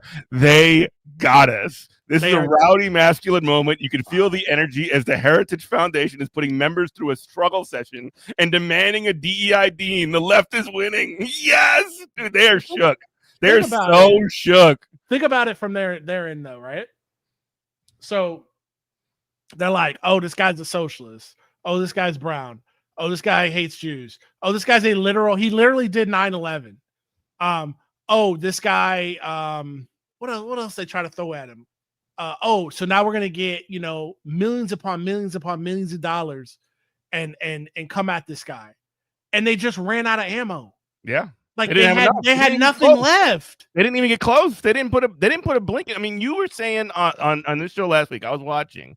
You were saying about Zoran Mamdani, about how you like couldn't stand his smile, and like I get it, but also at the same time, like why he does that. Oh yeah, because his smile's not for me. His smile. Oh no, it's for his haters because they cannot make him. They cannot shake him. He's just smiling while they're saying the most racist stuff that you could possibly say imaginable, and he is not even blinking. Yeah, he's doing stuff. He's doing stuff. I used to think I could run for office. I used to think I'm a good communicator, but I could never hold public office because like the stuff that he got said about him, I'd have been like, I would have ignored the first question. In the debate, I would say, Andrew Cuomo, you got 30. I'm going to concede my time to you. You got 30 seconds to apologize, or I'm about to wrap my hands around your throat. And I'm just like, that's what I would have said. And like, I would have been like, I said what I said. Like, it's like what do I always say? I've said this to you probably a million. You're sick of hearing it. Ted Cruz could have been president right now. When Donald Trump called on a debate stage, called Ted Cruz's wife ugly. He could have said, Don, you got 30 seconds to apologize for that right now. And he'd be like, oh, what you gonna do about it? And I'd be like, I'm gonna show you. I'm just like New Orleans. I said, I'm gonna show you. And he'd come across that stage and just put hands on him. Yeah. And then he would have been like, he would have beat him down, and then he would have had a little blah, blah, blah, blah, blah. But he would have been like, hey, Ted Cruz don't play no mess. He ain't made of that. He ain't got that in him. He is so Ted Cruz would have been like Eugene Debs in jail, winning the presidential election from jail. It's like unimaginable that he would ever do that, though, because he is such a little weenie. And that's why Donald Trump is good at what he does, because he knows that. Yeah. He knows that. But no, I couldn't do what Zoran does. I could be the most I could hope for is to be on his team and to like write for him. But I couldn't go out here and look at these people. I couldn't go and look at these demons in the eye and deal with them, or the way he had to go on. The man is still out here like he's campaigning. The way he was on for no reason. There is a good reason, but you know what I'm saying? He was on Good Morning America with George Stephanopoulos. George Stephanopoulos now, the man just got a 50% mandate in the city. And George Stephanopoulos is asking him questions like he's still campaigning. Like the man has not answered these questions over and over and over and over again. And I'm like, are we ever going to respect this man now? Or when does that happen? When do we respect him? Just to do like one super last thing about the campaign, the thing that I thought was crazy on like one of the like bring it home, like end of the day, like final word speeches, Cuomo was like he was like complaining about how Zoran Mamdani, the guy who talks endlessly and only about, he could turn any subject that you can possibly imagine into affordability, free buses, and universal childcare. And he was like Cuomo was complaining about how Zoran Mamdani was trying to make this entire campaign. Zoran was doing this, trying to make the entire campaign about Israel, which is just like the craziest thing. That's so funny. That's so funny. Like he ever wanted to talk about Israel. Yeah, he took every question about Israel. He answered like a question like one time out of a million times being asked. Every other time he was twinging about, you know what? I don't want to talk about Israel. I want to talk about how we can make this city more affordable. And he did it way more elegantly than I could ever do it. But like, it's so awesome how full of crap these people are, how terrible they are. And like, we're kind of going through different stages currently. So like New York is on like level 5 of, we've shed the liberals. We're moving forward. We're actually going to take care of business now. Virginia, we're on like level 2. We got a liberal in charge, a CIA in charge. We got a dope AG. We got a dope lieutenant governor. But like, right now, we're not quite there yet. But the thing is that we're going to get there is if we keep progressing. And the way that does not happen is like you got to take the Zoran approach. You have to be aggressive. You got to say, hey, we're going to say stuff, and this is why. And this could be kind of like, but the Democratic Party won't learn that lesson because you had Akeem Jeffries on CNN last night, afraid to say the man's name. Well, dog, they didn't want to say his name. The very same thing, like the day, like on election day or the day before, it was Monday.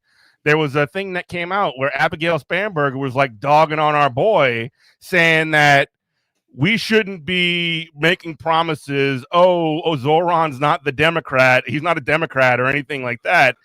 He shouldn't be making promises that you don't intend to deliver on, and all this other stuff is like, hey, Abigail Spanberger, maybe you don't intend on delivering anything for your people and your constituency, but it's another one of those things. Every accusation is a confession, and she is saying what she plans to not do and putting it on our boy.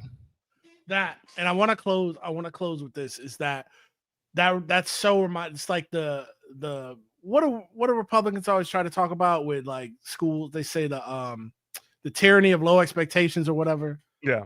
And it's just like, bro, the way that people in this country have such like a serf peasant mind virus to where they think it's their duty, like to pay, taxes on the land.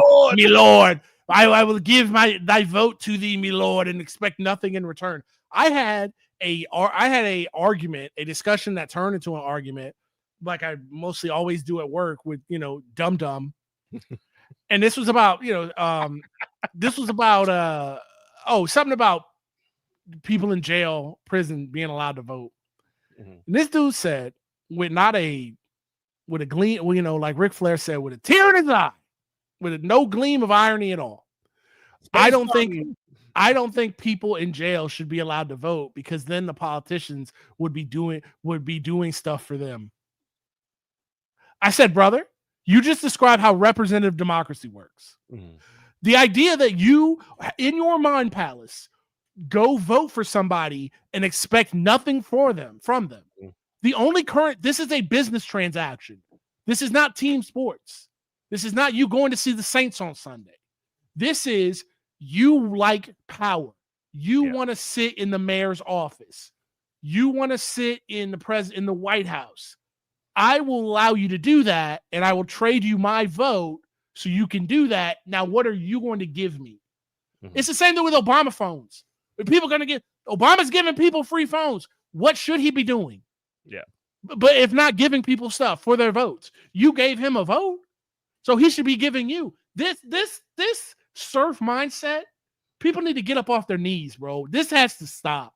I cannot deal with a bootlicker. I cannot deal with a peasant. You have people, you have value.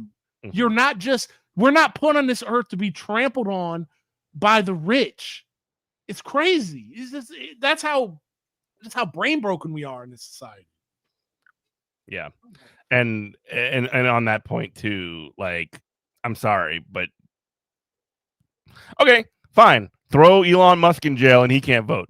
Throw Jeff Bezos and all these, billionaires, Bill Smokes Crackman into jail and he can't vote. Is that what you want? Because if that's the exchange that you're willing to make, then I'm all about it. But that's not what we're talking about here. The audacity of crime. What we have defined as crime is literally just like, not obviously there are crimes that do exist or whatever, but like most crimes and most people locked up are for crimes of poverty, sure, and for crimes of need. That's that's a whole different thing. That's just an example of just like the absolute groveling, weak mindset that we have to break people of. It's just like the audacity of a politician offering you a free bus ride for a vote. Yeah, like back in the day. Back in like the day, it's why the bars close in Kentucky on election day. Politicians at least used to be like, come to the bar and I will buy the bar and drink for free. Yeah. My God, like, can we get back to something, anything? Mm-hmm. Like, I'm supposed to get something out of this transaction. And right. You come to me, and that's my biggest gripe with electoral. That's the thing that we go back and forth with voting. And it's like, well, you got to vote for harm reduction. And I'm like, my vote is all that I have, and you want me to give it away?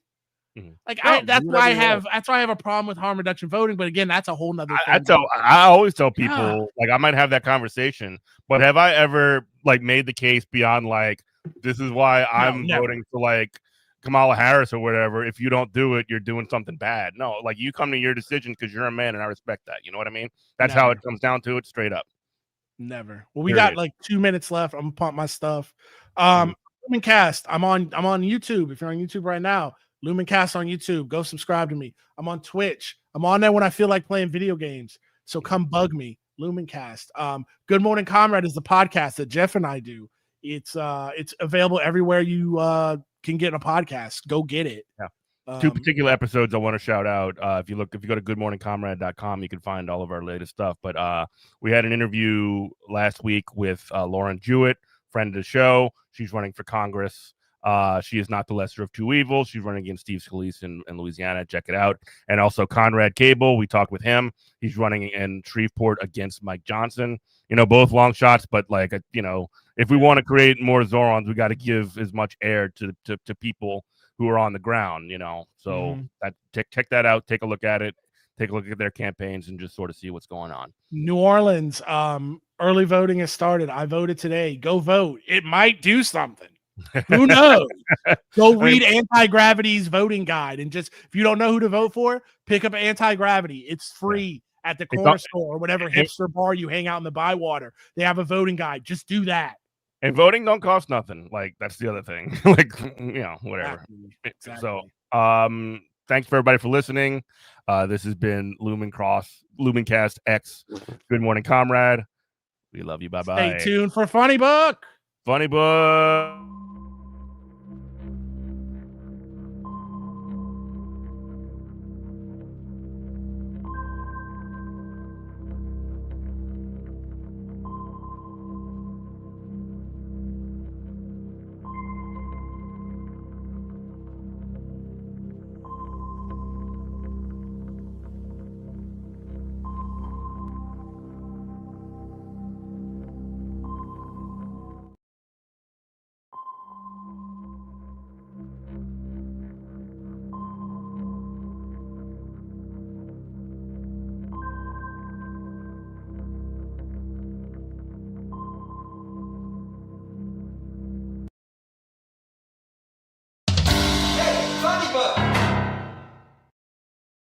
Hello and welcome. I am the Letterhack, aka Matt Strackbein, aka the Letterhack. Today is Wednesday, November 5th, 2025, and I'm not here right now. I'm here right now, but I'm not here right now.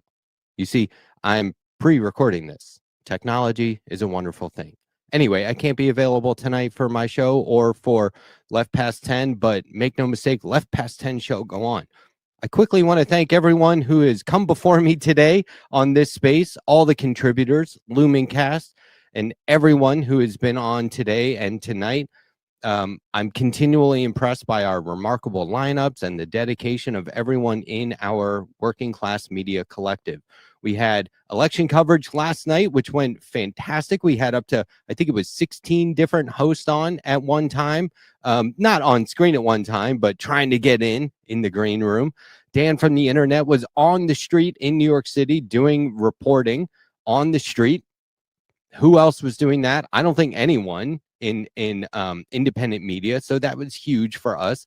And we were very grateful to him and to everyone for hanging out. Lindsey Boylan was on the show, hanging out with us. Look, we're doing big things here, and it just keeps getting better. And so I want to thank everyone for their contributions and for making it work, all the mods and editors and the producing behind the scenes, but especially the viewers. You make this possible, and you motivate us to keep going. So thank you for your participation, for your viewership, and for supporting our work. Okay. Today, we're going to be talking about a lot of different things. We're going to be looking at a new comic book that came out today. Wednesday is generally New Comic Book Day, and we'll give you a chance to consider that. We're looking at a video by the Serfs. I love to watch videos about people talking about comics that they may not have read, but that's okay. I'll take the enthusiasm. I will also help you along where I can. And then, of course, we're going to be talking about a particular piece of art and how that can inspire all of us to be artists and what that actually means. But first, we're going to start with a newly discovered manuscript. This is not the first one, but it is the newest one. This is a book by Dr. Seuss, starring the Cat in the Hat, Sing the 50 United States. Let's go to the Associated Press and an article written by Mark Kennedy. Newly discovered Dr. Seuss manuscript featuring the Cat in the Hat and celebrating the United States will be published next year, just in time for America's 250th anniversary. Now, let's just talk about this real quick. I spend a lot of my time being incredibly critical of the United States of America, the government, the people, the voters, the politics, the laws, everything. I'm very critical. Our foreign policy, it goes on and on and on. That doesn't mean that I hate America. I love this place. I love where I was born. I had no decision in that. I am an American by default, but I really, really appreciate it. The reason I'm critical and the reason I think people have been critical for literally 250 years is because we see its potential and we demand that it could be better. And so we fight for it to be better. And that doesn't mean that I fight for it to be any one particular way of life. I want to celebrate the diversity. There's no way you're going to have 50 states who all act the exact same. It defeats the purpose of having individual states. Yes, there should be federal laws that apply to everyone, but we can celebrate the differences in our locations, in the areas. And when I was a young kid, we used to always say, where are y'all from? It matters. It's very interesting to hear what your life is like, how your life is different from mine. Can you inspire me to do things differently? So there's nothing wrong with celebrating 250 years, especially in an educational sense, especially when we are living under a fascist regime trying to affect history and the way education is conducted and like what things should be taught. And it's all incredibly biased towards racist white nationalist points of view. So, you know, my instinct to say celebrate America is, okay, what are we celebrating? Well, darn it, we're celebrating the fact that we have been spending its entire history fighting for it to be better. Okay? Not all of us, but enough of us for it to still be here and for it to matter. We are gaining ground. Okay? We have to keep going. And so, you know, if there's a way to inspire your children to set down that path, like I wouldn't pull a kid aside and go, okay, now look, here's everything that's wrong with America and why you should be critical. No, start by celebrating the positives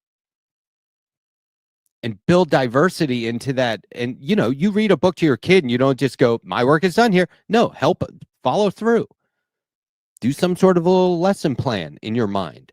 Explain to them that you can't possibly have 50 different places that make up one country without there being significant diversity, and that should be celebrated. So come on, let's positively indoctrinate.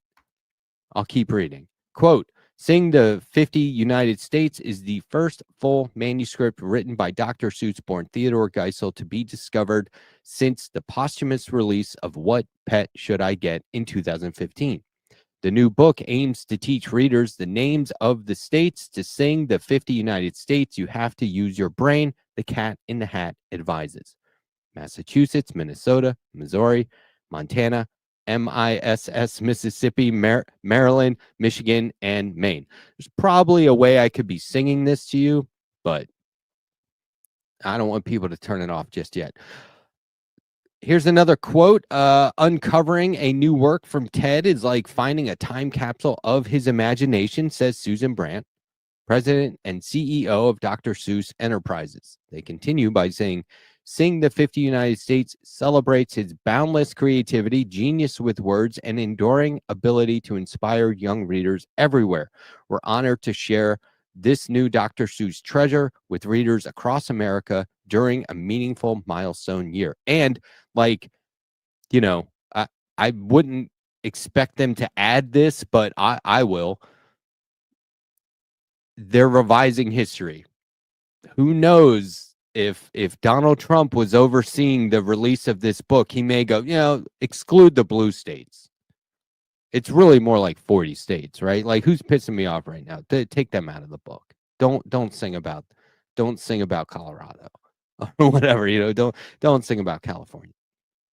Let's have it be celebrate or sing about the 250 states up to 1950, and then don't include anything. You know what I'm saying? Like, they're trying to change things in such a dramatic way that this is also about preservation. And you can say that I'm sounding dramatic, but the truth is I'm not. And if you don't realize now, it's just a matter of time. So, get on board. The manuscript was found earlier this year in archival materials at the Geisel Library at the University California, San Diego. Geisel also left behind a cover sketch and notes on the overall art direction. New illustrations were done by Tom Brannan in the style of Dr. Seuss. This is brought to us by Random House Children's Books. Will be published on June 2nd of 2026 with a first printing of 500,000 copies. Tom Brannan, the artist, has done a lot of Dr. Seuss stuff. This isn't just someone who was like, I think I can do it. He's already doing it. So if you like the Lorax and things like the Cat in the Hat, and you don't want to wait around for them to maybe or maybe not find a hidden manuscript or lost manuscript by the man himself, the doctor himself, check out his work that is more contemporary by, how would you say, Enterprises approved, Dr. Seuss Enterprises approved artist Tom Brannan. Now, we are dramatically going to shift gears, and I am going to talk about another illustrated work that isn't necessarily for kids. It might not seem so terrible, but it's kind of brutal. I'm not going to show you the entire comic here, of course. I'm just going to give you a preview of a new comic book that comes out today. But I've read the entire thing myself, and there are some moments where you're like, yikes, I don't know if I would show that to a kid. So this is not necessarily age appropriate. As always, when it comes to comics, consult the guy behind the counter at your comic shop. If a comic shop is worth their salt, they will be able to show you the kids section or guide you toward the books that are appropriate for your kid. Tell them the age, tell them what they're into, tell them what grade they're in, whatever information you think is necessary, and they should be able to point you to appropriate comics. Even then, check it out yourself before you share it. This is just my advice, because it's not always a perfect science, okay? Some people think some things are appropriate. You make your own call. In this case, you would have got to the end of this comic and been like, everything seems fine. This seems okay. This seems okay. Whoa, that's a lot. So, just at least flip through the thing. There's a lot of pictures. Makes it so maybe you don't have to read it. You can just see a couple of images and go, that's a flag, or not. But this is a fun one. I had a lot of fun with it. I want to share it with you now. It is called Death Dog. Death Dog, written by Bryce Ingman, art by Alan Robinson. And there's a variant cover on the right. On the left is the official cover. On the right is the variant by Shannon Wheeler. This is from Ahoy Comics. And I like this comic a lot. So as of today, Wednesday, November 5th, Ahoy Comics will finally answer the eternal question, who's a good boy? Welcome to Death Dog, a touching tale of a terrifying future from the deranged minds of writer Bryce Ingman, who has done a comic called My Bad. So if you like his work, you can find others. And artist Alan Robinson, who was the artist, the art guy on New Fantastic Four. So these guys have got the chops. The 32-page issue 1 of the 2-issue sci-fi comedy about a murderous robot dog or robo-dog who unexpectedly bonds with his teenage target. And it will feature the, 2 covers, so you can get them both. Look, it's 2 issues. This is an easy one, okay? You just call the comic shop and you say, can you hold issue 1 and 2 of Death Dog for me? And then just go make one trip. Just wait another month, pick them both up at the same time. They may collect this down the line. They may not. It's only 2 issues. It's easy to do. You don't have to invest. Like if I said, hey, you want to start reading Hellboy? Where do you start? I honestly don't know. I can give you advice, but it might not be the perfect jumping on point. It's been going for 30 some years. There's a lot to take in. With something like this, it's 2 issues. Pretty accessible. So in a near future America, Wyatt, an innocent 13-year-old accused of shoplifting, is pursued by murderous robot police dogs. I'm not saying this is going to happen, but I am saying there are people out there that want this future. I've seen robot dogs. Why are they doing that? Look at how they make the military. That's to protect us. Then why are they using the military against us right now? Okay? It's uneasy. But an accident transforms one of his terrifying pursuers into a tame, docile, and affectionate robo-dog who tries to bond with and protect Wyatt. Now that's a decent backfire, right? Because this thing that was trying to get him is now like, you know, the protector. This is the perfect thing about dogs. I'm going through this now. There's a reason I'm not live tonight. We're adopting a dog. It's a stray pit bull. I have no idea. I have some idea what to expect, but you really don't know until it's time. My hope is that we end up with a bonding relationship like this, where anyone that comes near me will think twice. Okay? I want to be on the right side of this dog. So, you know, maybe this comic spoke to me a little too personally. I'm just saying. It is a touching tale of a terrifying future from the deranged minds of Bryce Ingman and Alan Robinson. I just love how the review calls them deranged, so I had to say that more than once. Death Dog #1, it's out today, November 5th, 2025. From Ahoy Comics. Ahoy Comics does a lot of good work. They're a great independent publisher. I highly recommend checking out other works from Ahoy. Just go to their website, Ahoy Comics, and have at it. Okay, we are going to watch a video now. It syncs up. I don't want it to play right away. Hold up, Lance. Hold up. This is Lance of the Serfs Times. Lance, pal of mine. We have talked comics on my show before. I would love to have Lance on again to talk more comics. For now, we're going to let him take the reins. I rarely do reaction videos. I'm not going to be critical.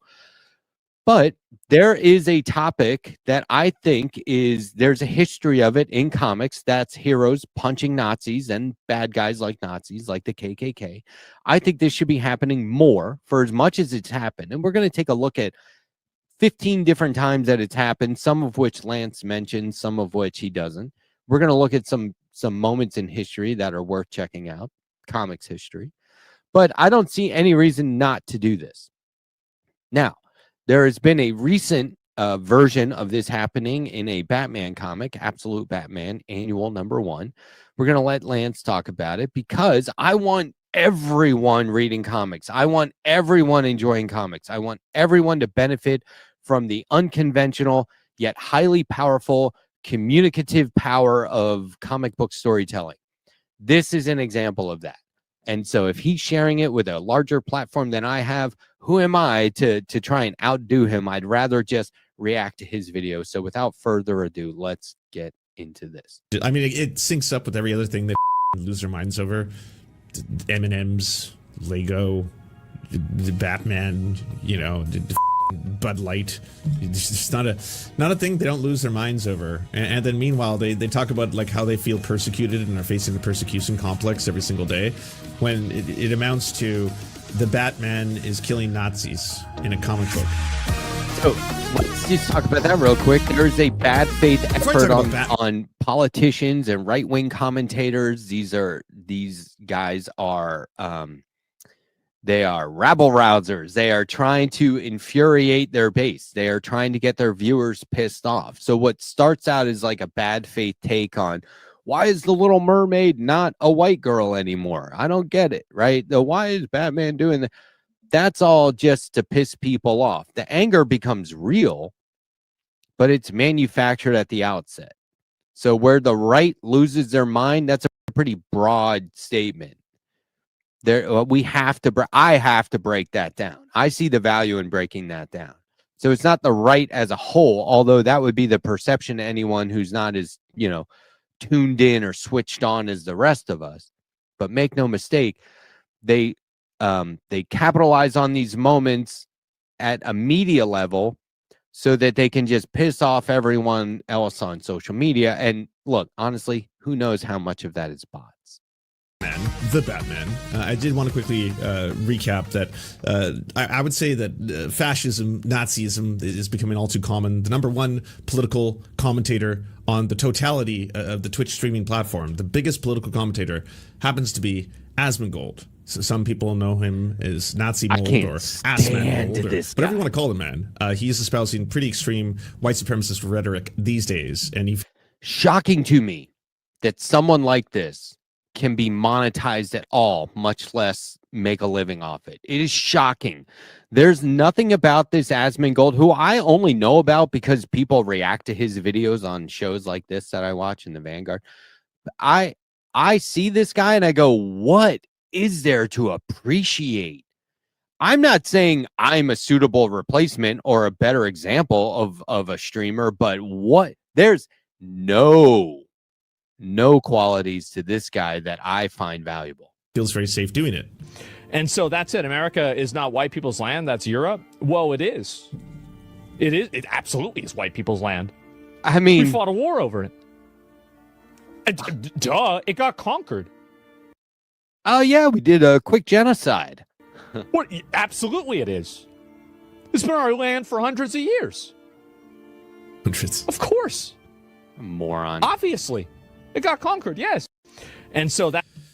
So a couple points. One, Native Americans are still around today. They have not been exterminated. Indigenous people. As much as he wants the genocide, I guess, to be complete, it did not succeed. I know they call them indigenous people in Canada as well. There are treaties that were signed between, again, Native Americans and the colonizers that should be honored to this day, which does grant them certain rights and exclusivity to land title. It usually battles itself out in the courts, but also a thing. And third, who are you? Is my biggest question. Oh, I'm sorry, fucking pioneer gold here, fucking descendant. Definitely did not get fucking dysentery at any point in the quest. Yes, here to tell us about the great conquerors of lore. Like, by this logic, can someone just come into his house and then just push him out of the house and then claim all the roaches and dead rats and use band-aids as their own? It freaks me out that the direction this Asmongold guy is going in is that white people own this land, so Nazis and white supremacists are acceptable. That's what freaks me out, that he may be going in this direction. I haven't heard anything that would say otherwise. It's our land now. Okay, so you don't believe in property rights. I do. I guess. Wow. Yeah. Now it's getting kind of weird. Which is why there's a time for a Batman to rise. A new Batman. Absolute Batman. Yes. We've known from the start that Absolute Batman is much more brutal and violent alternative to DC. Absolute Batman is an alternative. It's a different multiverse parallel or dimension or whatever. This isn't the Bruce Wayne and Batman that but you never know where they're going with this. They may make it more of a continuity thing. They may keep it in its own thing, but the absolute comic titles are like Wonder Woman, Superman, Batman. You can get into these things from an issue 1. It's been going for like a year now, and just never have to worry about reading all the stuff that's come before. You can start fresh and then maintain that course for as long as they maintain it. These more traditional takes on the Dark Knight. He pretty much has to be when he lives in a corrupted world where the deck is utterly stacked against him and his fellow heroes. But after reading Absolute Batman Annual Number 1, we're starting to wonder, is there a limit to how far Absolute Batman will go? Does this Batman actually kill? Read on for the breakdown. So I guess spoilers. I haven't actually read the... Spoilers, and a comic book annual is a book that comes out. It's like the 13th issue. Right? They come out every month, and then there's an extra one. It's typically longer in length, has more like an anthology of stories and different artists. So in this one, Batman punches some white supremacists. Absolute more Batman than that. comic series, but I did want to show you the pictures that are making all the Nazis super upset right now because it's pretty funny. While the main Absolute Batman series is currently exploring the feud between Batman and the universe's terrifying incarnation of Bane, the annual flashes back to an earlier period of the young hero's career. In this story by writer-artist Daniel Warren Johnson of Skybound's Transformers fame, Batman wages a one-on-one war against a group of white supremacists who have targeted a homeless encampment. Early on, Bruce is shown to be buying equipment for the coming battle. He asks if the seller of the weapons are non-lethal, to which the seller refers to them as less lethal. That doesn't seem to faze Bruce at all. And one sign maybe he won't be too broken up if he leaves a few dead waddies in his wake. Later, when the battle begins in earnest, Batman pulls absolutely no punches in combating the white supremacist. One ringleader finds his arm broken in a truly grotesque fashion. Another is hit with several batarangs at his eyes, only for that to be swiftly followed up with a brutal knee to the face. As many fans have pointed out, Absolute Bat seems to borrow from the movies of the AEW star Kenny Omega's playbook, and from the V-Trigger to the one-winged angel, Johnson is famously very fond of professional wrestling. Daniel Warren Johnson has done comic books like Do a Power Bomb and Murder Falcon. He is a massive wrestling fan. When he had his first child, he was up at night taking care of his kid, kind of nothing to do except watch Japanese wrestling. And then he was inspired to infuse that into his work. As Lance mentioned, he, I wouldn't say revolutionized, but he breathed fresh air into the Transformers comic book series when the license was traded over to Skybound Comics, a division of Image Comics. Yeah, okay, all right, I see. Yeah, I see. Okay, I see what's going on here. Later, Batman goes even harder still, crashing into his enormous Batmobile, basically a repurposed construction vehicle, into a building where the white supremacists flee and torching many with a flamethrower. At one point, it becomes hard to imagine what some of these people don't die from the sheer ferocity of the Batman assault. But is that the idea? Bruce's actions are contrasted by those of a pacifist priest who implores him to realize that violence isn't the answer. Shut up, priest! This shores up memories of Bruce's dead father, Thomas, who once praised his young son for his compassion. It's even revealed that Thomas and the priest once participated in the same protest against police brutality together. Haunted by those memories, Batman can do nothing but hang his head in shame, stupid priest. His mission is successful, but at what personal cost? Well, or benefit. So some of the imagery is just absolutely beautiful. This is the one in particular that is really pissing the Nazis off. So one of these ghouls says, pure power, white, and then fucking... It's always okay to piss off Nazis, folks. But we're not trying to keep them happy, because who are they trying to keep happy? If a Nazi goes, hey, you made me upset. Well, what were you doing right before that, if not making everyone upset? Another image. Stunning art here. Just beautiful. Haunting. You know, there's Batman. Colors by Mike What appears to be Spicer. a giant axe facing off against a whole bunch of Klansmen getting ready. This comic is about hating average Americans. Oh, yeah. So a lot of right-wingers lost their minds over this, especially like the symbology. Because, again, they've gone way too Nazi and become way too comfortable in thinking that it like represents the vast majority of the world internationally. Whereas I would say still to this day, because the vast majority of Americans didn't vote for Trump. And even the ones that did aren't they themselves, you know, necessarily full-blown white supremacists, right? You can have a combination. Their tent can include, you know, traditional conservatives, They rhinos, voted for people who just want AOC in liberal New York. tiers, etc. And then yes, Nazis are going to be in there, and some groypers and some, you know, MAGA fash, but there's going to be a whole bunch of other shit. So, you know, mixed together. It's not necessarily every single American, but there is a large subset of just full-blown white supremacist neo-Nazis these days, groypers, America Firsters, who are online, who are now kind of like seeing this kind of stuff and being like, wait, but that's the Batman, and he's burning them all. He's killing them all. DC Comics wants you dead. Be serious. I mean, come on. Look, are we supposed to believe that Batman, like, as a white supremacist, are you reading Batman going, yeah, no, yeah. I like, now, we could sit here and talk about all the authoritarian qualities that Batman has had over the years, but he's not a Nazi. I gotta say, like, so many things when you see any of the superheroes throughout history who have traditionally been beating the fuck out of or killing Nazis. It's not a new thing. You know, Captain America, Superman, they've all been doing this since the early comic book days, you know, the golden era. if you are recognizing these patterns, if you see characters walking around burning homeless people, screaming white power and stuff like that, and you think that's you, like at that point you're like, I feel represented. Oh no, you might be a Nazi. That might be like a moment in time to just self-reflect. What I think is going on there is that,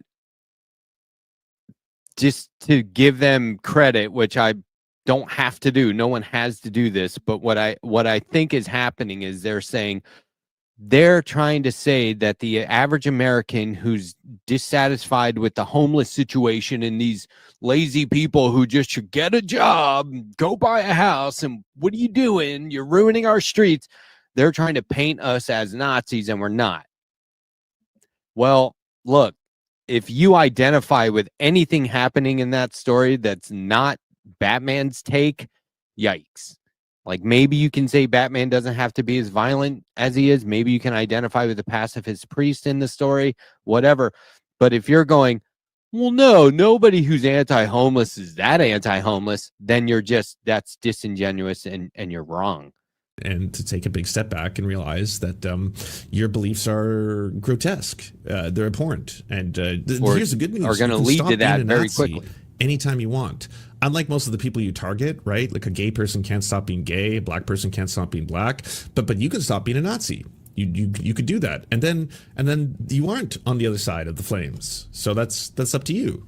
The fact that people are getting genuinely mad about this is pretty funny. They even tried to make a racist version of it already using AI, obviously, which is just like, how sad you have to be to see all this and then immediately be like, I feel threatened. Also, I'm going to make this about black people. This is from 1989, just so we're clear. That's the Batman haunting and getting ready to attack a bunch of Klansmen. So Batman versus Klansmen is not a new concept. Someone even pointed out even earlier, 1943. So I'll try to do my best 1943 that's Lance's sound effect, voice. by the way. DJ Mule, thank you for the rating party. Can everyone go to twitch.tv/DJ Mule? And also thank you to Vio, twitch.tv/Vio. Give the Raiders follows back. We're currently looking at Batman versus the Nazis, which is a great battle indeed. See? Now he's scared. So keep hammering away at him. Zeep sockings until he just naturally falls apart. That's the way to beat the Nazi. Plunk! From 1986. Where's the Batman here? He almost pulls the trigger. That slows me down, makes me sweat. Here's Lance looking at a very famous page from The Dark Knight Returns by Frank Miller, Klaus Janson, and Lynn Varley. And doesn't know what he's looking at. That's fine. It's cool. Batman is in disguise in this scene. That's what I think is funny. Hey, Bruno, she's getting away with it. Now, You can't just read the page, folks. Read the book. Oh, Read this the whole is the one that made me the happiest. The fact that the Joker also hates Nazis, because, yeah, everyone hates Nazis. I'm American, and I fucking hate Nazis. I'm a homicidal maniac, not a traitorous bigot. I commend you for efficacy with which you've accomplished your part on this mission. There were some who felt your reputation made you a bad risk. And just exactly is the point of that suit, fella. Damn. You've been a bit late for Halloween. You will not be able to get your millions of dollars in blackmail money, of course, but there are rewards awaiting you in Berlin. That's really that will good. make you $1 million seem like a pittance. Adolf Hitler himself intends to award Germany's highest honors. You mean that's not just some crazy disguise? I've been working with a Nazi? But of course, why are you so upset, Joker? From what I have read your exploits, it seemed obvious you would make a superb Nazi. That mask must be cutting off oxygen to your brain.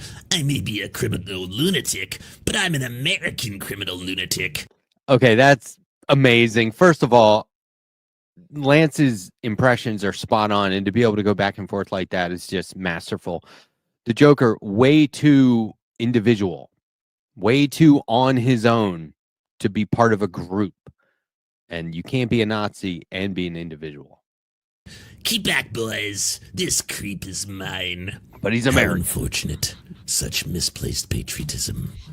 So, yeah, even the Joker fucking hated Nazis. Back then. Everyone hates Nazis. Every single one of these. It's anti-Nazi. Son of a... Thack, crash, losers. And then big old smile. Look at Bruce Wayne. Big old smile. Look at that. Hellboy. Good luck. We must stop you. Hellboy notoriously fought Nazis a lot. He would say, I hate Nazis, and go crazy. I loved it. I love it. Since the American government has chosen to keep this weapon a secret from the people, they will naturally assume it's some sort of Nazi super bomb. Just real quick. This Joker and Red Skull, that's a DC character and a Marvel character. There were a bunch of crossovers throughout the years where DC and Marvel would do collaborations. You can get all of these stories collected in DC versus Marvel, which was published by DC Comics. It's an omnibus. It's 1,096 pages. It came out last October in 2024. The vast and varied history of DC versus Marvel returns to print for the first time in decades in one massive volume, collecting the universe-bending crossovers between the greatest superheroes in pop culture and supervillains. Now, look, I have the book. It's amazing. It is amazing. It was originally $150. You can get it for about $90 now. So it's never going to be cheap. But just so you know, they're doing more Marvel versus DC crossovers now. Batman and Deadpool, I believe, is on stands. Check it out. Assault's destruction will be so demoralizing America that your troops will crumble before the last rope surge with the armies of the Third Reich. I think not. Lieber Gott, est eis die Fledermaus, the Bat. The Batman to you punks. Yeah, so it's a long history of this. It's just so funny that people were losing their shit.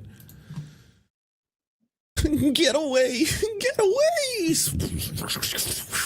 I don't know if they died necessarily. I think the ones that he burnt on fire probably died, you know.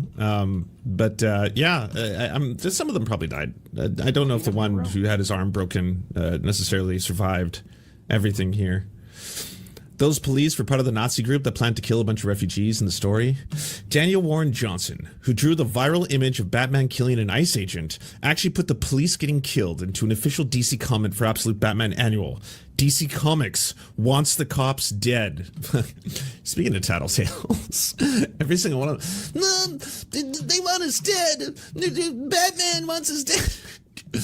It's make-believe. There's no such thing as Batman. He's not real. There is no eccentric billionaire who's dressing up in a costume every night. Most of them just try to cover themselves in a strange goo. I wouldn't put it past an eccentric billionaire to try this. I'd be wary of it. But the fact is, it is fictional. And every time somebody gets mad at Batman or a comic book for doing something unrealistic, the first thing we need to do is remind them none of it is realistic. At least we hope not. Okay, Lance, thank you very much. I really, really appreciate the commentary and for highlighting comic books. Again, that was Absolute Batman Volume 1. We'll take another look at it, or Issue 1. We'll take another look at that in a bit more detail. First, what I would like to do is take sort of a deep dive here and look at that's the Cat in the Hat, not that one. We'll go to this one instead. We'll take a look at 15 times superheroes fought fascism. This is Punch a Nazi at comicbookresources.com. And this is written by the staff. But look, real quick. This is from 2017. Okay. This topic was on people's minds because with Donald Trump came a resurgence of hardcore hate groups like the Nazis and the Klan, and they had to unite the right rally, chanting "Jews will not replace us." This is bad stuff. So this is why I continually say you may denounce, Nazis, but if they support you and what you're doing, you need to really think about revising what it is that you're doing. Because if your policies speak to Nazi ideology, that's a bad thing. I don't need to tell you that, but it's worth repeating. But let's take a look at this. Since World War II, The Nazi Party and those who share their ideology have been an ever-present source of villainy in all manners of pop culture, which of course includes comics. I automatically think of Indiana Jones. I love that comparison, or that that people bring that up all the time. Qualities like racism and obsession with the occult and violent militant behavior make Nazi characters the perfect foils to the superheroic qualities we've come to expect from our caped crusaders. Whether it was comic creators taking a political stance, wartime comics acting as propaganda, or modern writers and artists using Nazis as antagonists, superheroes have a rich history of fighting Nazis. Given the current political climate in America, it seemed like the right time to look back on 15 times a superhero punched or otherwise fought a Nazi. Number 16 is an honorable mention. The Joker is a patriot. They misspelled patriot. That's okay. We'll forgive the quote-unquote staff over at CBR. Lance took a pretty good look at this, but it says that proving that even the most maniacal sociopaths can love their country, the clown prince of crime himself, the Joker, showed his national pride when he turned on the Red Skull in Batman and Captain America, written by writer-artist John Byrne. Now, that's pretty corny, okay? It was the 90s. So, number 15, Nazi fighting kids. Here's Bucky. Everyone knows Bucky from the Captain America comic books and the movie, and went on to become the Winter Soldier. But he got his licks in too, though he may have been the first. Captain America wasn't the only Timely Comics. Timely Comics became Marvel. They started as a magazine and periodical distribution company called Timely Distribution or Timely Distributors, and they said, you know what? One of the main problems with the comic book industry is distribution. Since we already do that, let's just start making comics. So he wasn't the only Timely Comics character to fight the Nazis before America caught up. His sidekick, Bucky, led a team of kids known as the Sentinels of Liberty, originally made up of his friends Knuckles, Jeff, Tubby, and Whitewash Jones. I don't like that name. To assist Cap through a handful of fights in Captain America comics before becoming popular enough to warrant their own spin-off title. Now, we'll talk about this a little bit more as we go down this list, but I just want to show you that the Avengers and Captain America and the way they assisted the Allied forces and punched out Hitler, that stuff has been reimagined and recreated over and over. People can't do this enough. Here's a replica of the original cover of Captain America punching Hitler by Alex Ross. Pretty cool. Here's another good one. It's as if he got into Hitler's bunker, got to him before he had a chance to get to himself. So, you know, people are still celebrating this and recreating it at every opportunity now. I just love seeing somebody's take on a classic piece of art like that. All right, moving forward, Midnighter kicks Hitler in the balls. Love this one. Love this one. In 2006, Wildstorm, a division of DC, turned into an alternate DC Earth during an event called Worldstorm, which acted as a soft reboot for the universe and its characters by relaunching a few of the marquee titles, as well as beginning a few new ones.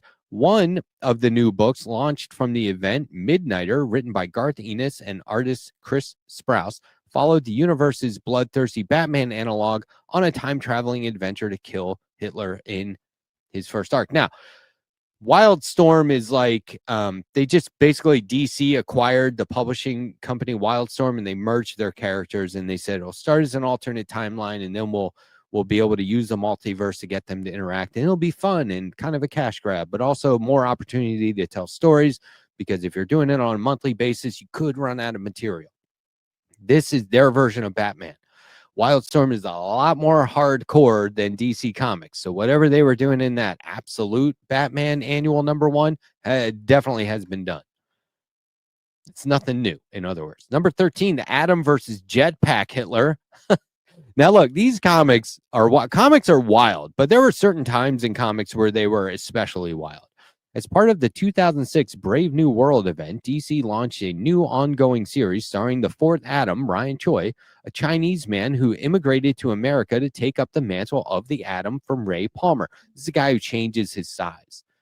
After a string of incidents in issue number 14 of the all-new Atom by writer Gail Simone and artist Mike Norton, beginning with visiting a city on his dog's butt and ending with opening the gates of hell, the Atom fights Adolf Hitler. Now, wild.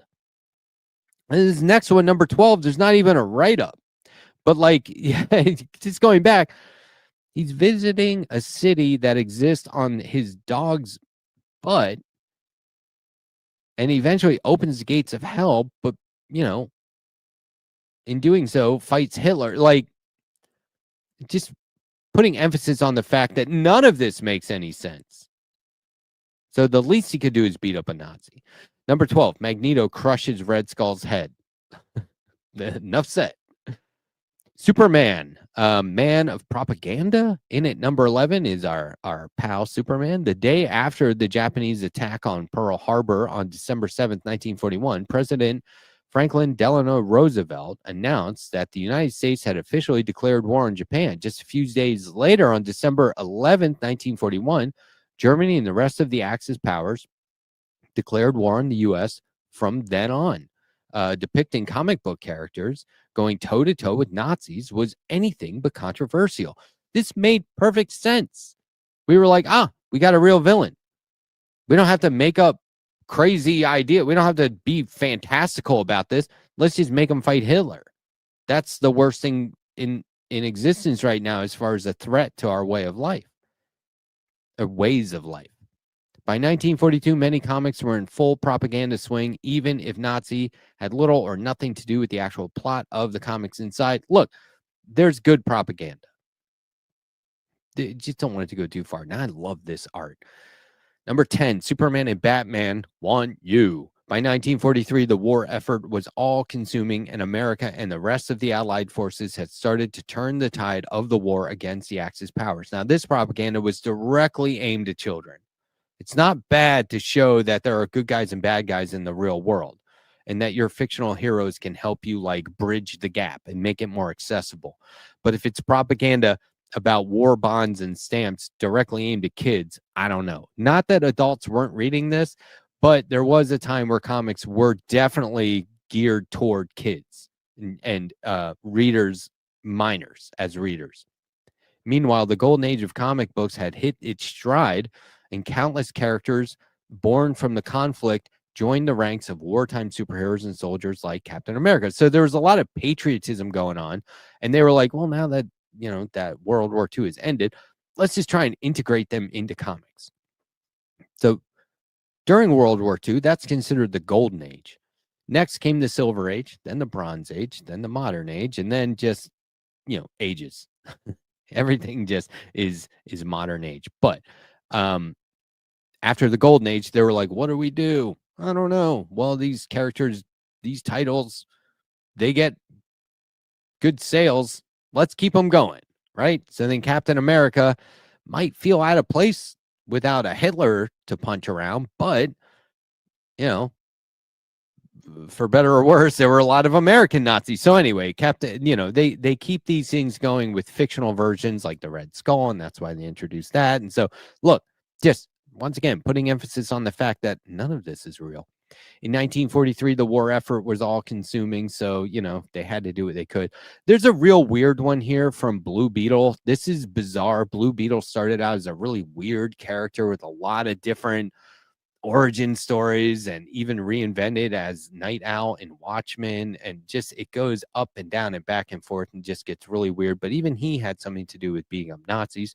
Number 8, the Green Hornet and the Nazi Ghost Ship. There was a recent movie with Seth Rogen at the time in 2011, only 6 years old when this was written, and so they referenced that. But the character originated as a radio program in 1930s before coming to comics, movies, and TV. He had his own TV show in the 60s that sort of was a spin-off of the 1960s Batman television show. The cover of issue number 15 of Harvey Comics, Green Hornet, with an uncredited artist, shows Green Hornet and his sidekick Kano fighting with some ghoulish looking Nazis. I bet we could figure out who that artist is. I'm not sure if that's Steve Ditko. I bet we could find out. I'm going to look into it just for fun.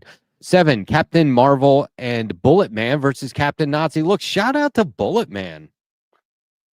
I think there was a Bullet Girl or Bullet Woman too. This is Bullet Man. How'd they pull that off? This is amazing. Though comic fans today know him as a hero in the DC multiverse and a member of the Justice League, Billy Batson, a.k.a. Captain Marvel, was actually originally the flagship character of the now-defunct Fawcett Comics.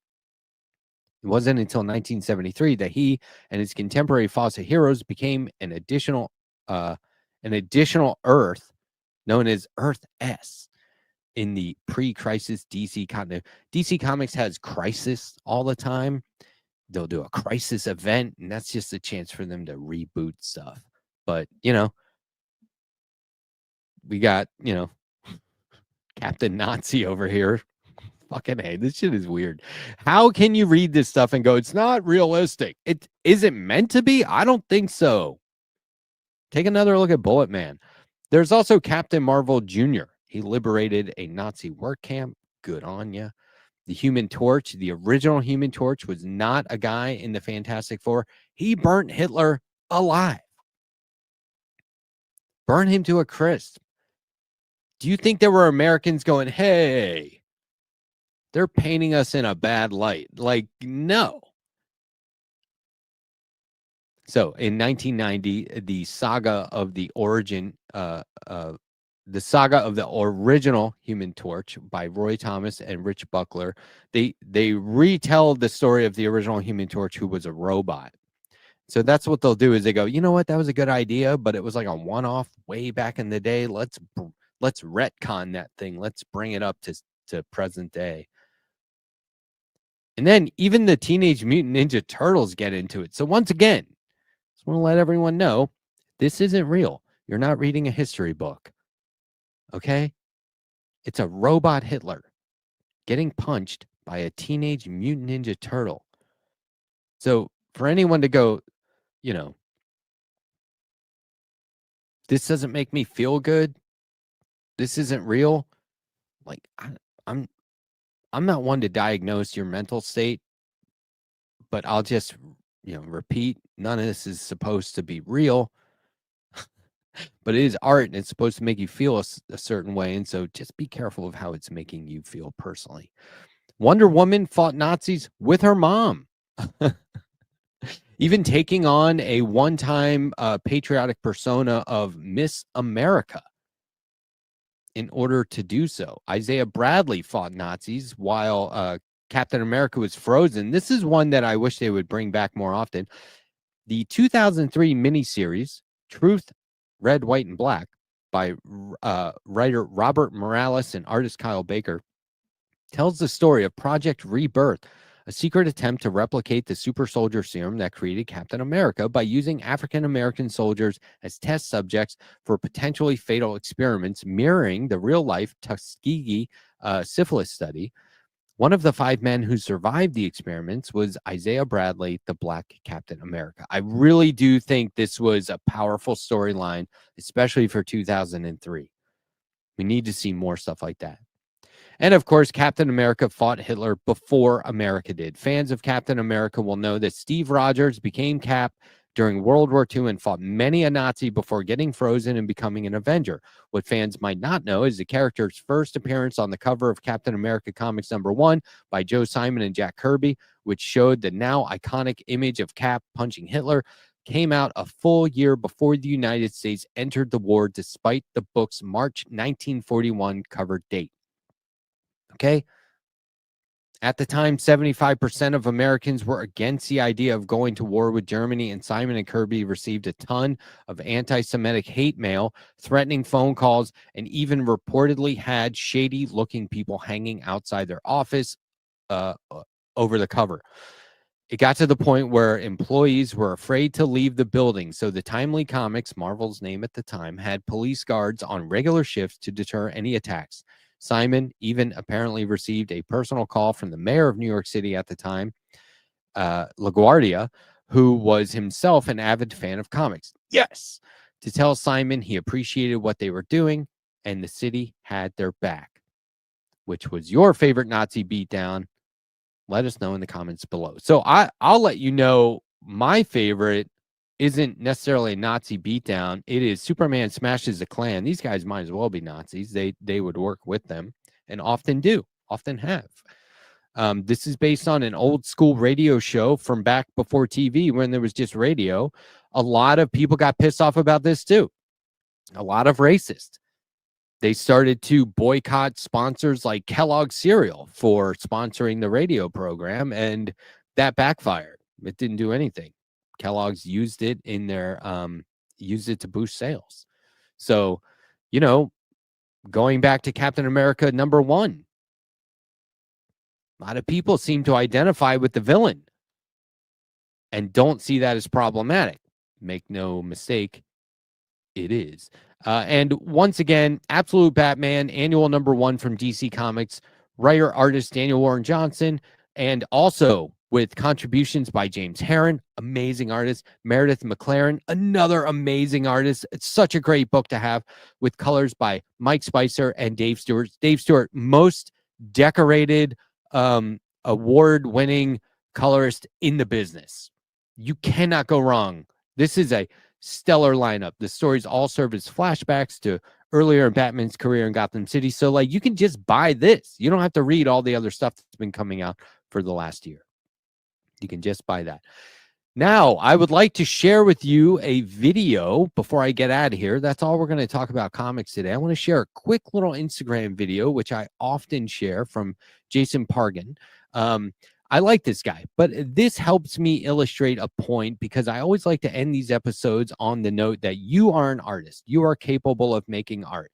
And this is a little story about a very well-known statue in New York City that people might not know the origins of. And so I didn't want to let that go without reminding you of how this all started. I'm going to share the video now in the hopes that the volume is working. It should work.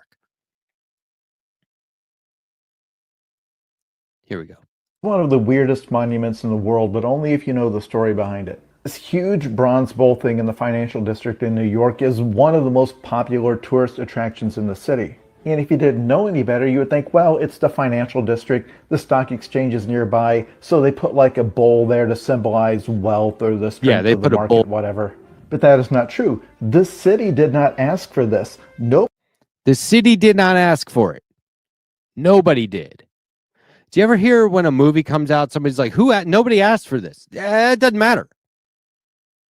No, nobody's asking for anything. If they are, that might be audience capture. So I'm happy to just have stuff that nobody asked for. Nobody asked for it. This 7,000-pound bronze bull just showed up one day. On the morning of December 15th, 1989, it was suddenly just there. It was suddenly just there. And here's like somebody taking a picture of a girl posing with the bull's testicles, which is fucking weird, but people do this all the time. Art evolves. It had just been dropped on the sidewalk in front of the New York Stock Exchange. They just dropped it off. Somebody just showed up and dropped it off. You know who it was? It was the artist, and he paid for the whole thing. It cost him hundreds of thousands of dollars to do this entire project. He did it with his friends. And they had to call to have it hauled away. An artist named Arturo de Modica had been working on the bull since 1987. They asked him to move it a little bit. They were like, okay, I mean, if you're going to give it free art. Secret. He spent more than $350,000 of his own money making this thing. He then scoped out the area and found that police patrolled it every 7 to 8 minutes. And so he and dozens of friends, along with a truck and a crane, organized basically a reverse heist. Okay, so you've heard of Banksy? That's nothing new. It's nothing new. No one's asking for the art. Are you going to wait for someone to ask you for art before you make art? You're going to be waiting a long time. I am an artist, and people don't ask me for art. People do, but not in a way that I would sit around and wait for. We are all artists. And if you don't think that's true for yourself, You only need to make art, and you will realize your ability to be an artist. I'll make it even easier than that, because we are all capable of being artistic, even if we don't make art in some fashion, commercially or for an exhibit.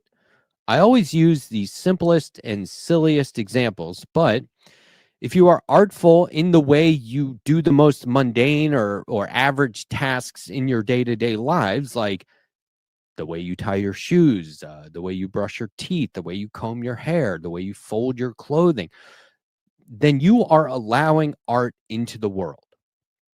And you will no doubt develop a process. And that is the point. No one asked for it, but you're doing it anyway. That is what it means to be an artist. It goes far beyond making art and having like a gallery opening or exhibit, or, you know, selling your art commercially. It goes beyond renown, being renowned as an artist. It goes beyond receiving praise. It goes beyond receiving any sort of critique or having people do write-ups and reviews about you and your art. And you don't need the praise to do it. That's not the point. That's an after effect. It may or may not happen. If you're doing it for that praise, you may go in the wrong direction artistically, and it may become twisted and distorted from what it originally was, your original intent. You are simply adding to the beauty that already exists in the world. We see shapes, we see color, we see composition everywhere we look. So why should we continue? Why shouldn't we continue to contribute to that menagerie of inspiring images? I think the simple answer is that we should, and we can. It's hate and villainy, like Nazis, that is counter to that. And like right-wingers, it's counter to that. Anyone promoting nationalism or racist, bigoted views it is simply antithetical to the world's beauty, whether made by humans or nature itself. You are not in harmony. They don't want to preserve a way of life. They want to ruin and put an end to every other way of life besides their own. The goal isn't to preserve beauty. It is to destroy harmony. They don't want to hold traditions. They want to smother traditions. There is no single way of going through life. There are many ways of going through life. We just have to recognize and appreciate that. And there is no single means of making art. There are only infinite possibilities and methods for being an artist. You can refine it, you can copy it, whatever it is. Art is to be interpreted and understood. Art is mysterious and it is obvious. Art is complex and it is simple. Art is magical and it is scientific. Art is meaningful and it is depressing.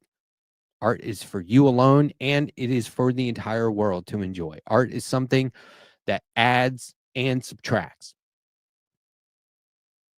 Art is a thing that gives and takes. Art is recognizable and it is also hidden. Art is apparent and it is subtle. Art is life in all the ways you can describe it, whereas hate is hate. Hate is an end to things. Hate is a roadblock. It is a cutoff. Hate is a bottomless pit. Hate is an empty void. Hate is based in anger. It condemns unfairly and it ridicules innocence. Art defeats hate. Art combats hate ongoing. Art triumphs over hate without really trying. It's just a better, more rounded way of life.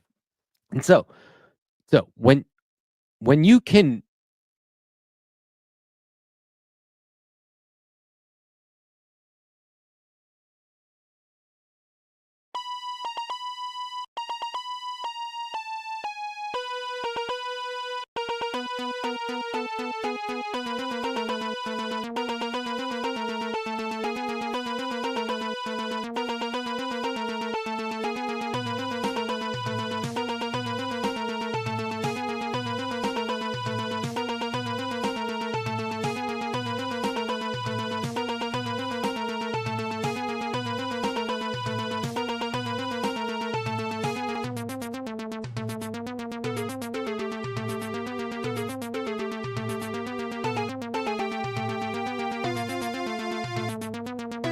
Gang, we got to remember no talking.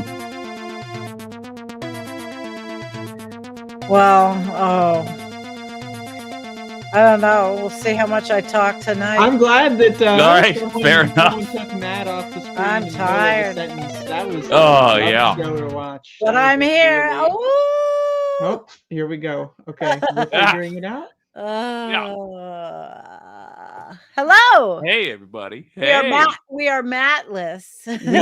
Yeah. We We're have matless. no authority figure here Yeah. tonight. And And An I personally unwise am wrestling. looking forward to taking advantage of that fact. No authority Yeah. fucking So, figure. bear Is with there a us reason tonight. your mic is pointed at your elbow? What hate? Yes, because Out of here, Dan. I got a mic stand. I wasn't going to put this on my channel tonight. Actually, I'm professional. Nicholas I'm no did it. longer balancing it on my table. So Mm. I got a mic stand. Well, hi, Jake. Nice. Hi, Andrea. We at least had some little good feelings of stuff to feel today about the producer said New York mic is City. working. What is that? Why does the producer say that? Say what? The producer in the chat says your mic isn't working. Yeah, it sounds like hear you. you're in another room. What do you mean it sounds? Really, like I I'm hear in? you. Hello? Well, You where's are the- you fucking with me? You point the microphone at your mouth. It is. I'm right here. Hello? It just That's sounds. the side of the microphone. It's No. It looks like a dildo. Hello? that is a shotgun mic. I know. That it does it describe itself on the package as a shotgun microphone? You I have don't to know what talk that means. right. You have to talk right into the front. See? No. You don't have to talk right into No. the front. That's not how it functions. I can Oh. assure you. It's a different one. I can assure you. I yeah. talk in through the side sometimes on this one, but everybody said you have to talk in through the front. So anyway, I wasn't even going to put this on Environmental Coffee House tonight, but it's on there. So hello, everyone. Let me show you my shirt. Because you're tired. I don't know. It says practice composure, and it's a well, my friend gave it to me. It's a skeleton, and it's like 40,000 sizes too big. But that's the best kind of sweatshirt when you're laying around the house. Practice composure, and it's a skeleton in the pose. And Andrea, I have a couple of little trail cam videos for you tonight. You're gonna. All right. love I'm them. ready. I'm ready. You're ready. I I'm got ready. you. You're Let's do not it. gonna really already. Okay. Oh, whenever. I mean, You are going to be so thrilled at this one because this is the first time I have seen one of these guys in my property. It's a bobcat. Ooh. Look at that guy. Look Hey, at sweetheart. this guy. And watch, just standing there looking. Look at the tail. Look at the face. I've got to edit it a little bit. This is right from the camera, but probably I have to edit. Wasn't that cool? Yeah. Not seen Oh. a bobcat. Nope. I have had bear, deer, opossum, raccoons. You've seen half of those. I've got I got an opossum tonight too, but everything, cats, but never a bobcat. That's the first time, so that's pretty good. That's cool. Pretty good. Yeah. How I have. did the Bobcat feel about Mamdani winning in New York? Oh, that bobcat came right up to the house and said, yeah. Bobcat was going, brrr. Yeah. It was good. And then there was a fox, a foxy fox. I don't know who's eating who, but I haven't seen many rabbits lately, so I'm kind of thinking they're all feasting out on the rare bit. that is not good. No, it's the way it is. It's natural selection. Why isn't it good? They all got to eat, right? No. Yeah, they do. No. They feed on No. each Fuck other. them. Foxes should go extinct. Fuck them. Die off, Why? bitch. That's not any. That's Go ridiculous. vegetarian or They die were, off. they were all here before Any us. carnivorous mammals are a threat to the mammalian kingdom, and they No. must be extinguished. You're just Fuck saying 'em. that because Fuck you 'em. think humanity Fuck is the on lions. top. Fuck the Humanity is tigers. not on top. I don't think humanity's on top. I think rabbits are better than us. Squirrels are pretty cool. Fuck them. If you eat meat, you're an uncivilized mammalian They're cannibal. animals, Andrea. And they're mammalian cannibals. We're Mammalian. eating ourselves. Mammalian While the because plant kingdom they takes have over this ma- goddamn planet. Do While they the have- fungoose are fucking growing Oh, their Keith said networks the of rabbit- I was going to tease Sandy about we're eating humanity it. not about humanity being very clearly on top, but then I remembered that humanity lost a war to emus. I what? Humanity lost a war to emus in Australia. Emu. Yes, emus. Tell me more. Tell me more. There were emus in Australia, and they were an invasive species, and the Australian military tried to take them out and actually took casualties and gave up. So the emu All right. won. That's Yeah. a good story. That's a really good story. Yeah. Hey, good to see Sandy. Who said that? Marty. Hi, Marty. All right. Hey, Well, my last 2 days were. I had a guest, and then last night we went to Buffalo, and she got us a room, and we stayed overnight, and then I took her on the whole lake tour, and she couldn't believe the Peace Bridge. You know, Jake, the Peace Bridge that goes over to Canada from Buffalo. It's so short. You know, it's short. Canada's right there. She was like so freaked out. She's like, "Oh my God, that's Canada!" I said, "Yeah, but they hate us. We don't go there." You see, there was like no truck traffic. It used to be packed. It used to be like unreal. Now, I think that even the businesses, because of the tariffs and all, everything. Are there armed guards like in snipers? No, and no, you know, there are alligators in the river. No, just the regular know? border patrol, honey. Did Same you as see it that- always was. Could I swim over? Like, how hard would it be to swim over to Canada undetected? Well, like, not that you- hard, right? Just swim over. undetected? No, it's hard to go. You Undetected. you will be detected. Really? They- like they if I have go underneath sophisticated- the water, like if I'm For how underneath, long? I'm immersed. With a suit? Well, I don't know, swimming. Well, I don't know. We haven't had too many people that want to go on that under that river swimming with all the current. It's a pretty hefty river. There's a current. Okay. That's the Niagara River. And What if it I is- had like camouflage, like I'm wearing like blue flowing water like suit that makes me blend in with the water, and Well- I'm floating above the water? Would I still get Then detected? the Coast Guard would get you as a foreign object. A foreign object, but I'm camouflaged. Why don't you be They a couldn't see mermaid? me? Be a mermaid. With I the could long, try. floppy in the summertime. They'll think you floated down from Niagara Falls, Canada, where all the tourists are. You just say, "Oh, I'm a mermaid. I flew. I fell down." I would like from to Niagara point Falls." out something, by the Yeah. way. Yeah. Letterhack says this show is simulcasting Oh, on really? his channel. You know, he'll get his pajamas off. We He said- have the potential to do some Well, no, sabotage. I think he should show but up. we're not with- going to. Why can't Why? he show up Because with the we're on dog? the same team. But just note the trust on display here.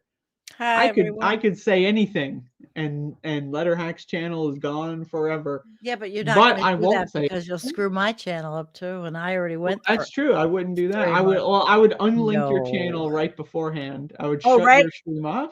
That Then right. I would say it, and then Jake would go. When I again. leave tonight, I am shutting the stream off. 'Cause, I'm tired. I drove home and it was what is about 8 Celsius, 40, 45 Ugh. Fahrenheit, and raining, and we had high wind warnings all day. She had to fly. She was flying to Detroit. Yeah, Really? lot of wind. Yeah, the airport had a high wind warning, like a warning for the specific airport. I didn't have the heart to tell her, but she should be. I heard the air back- traffic back shutting where down. she's supposed to go. I don't know. Anyone hear about this? Things are The going word to on the street. change. Okay. It's 9:30. She should be flying right now. It's so awful. I also heard air Airport traffic is fuck. going down. Yeah. Well, sure it is.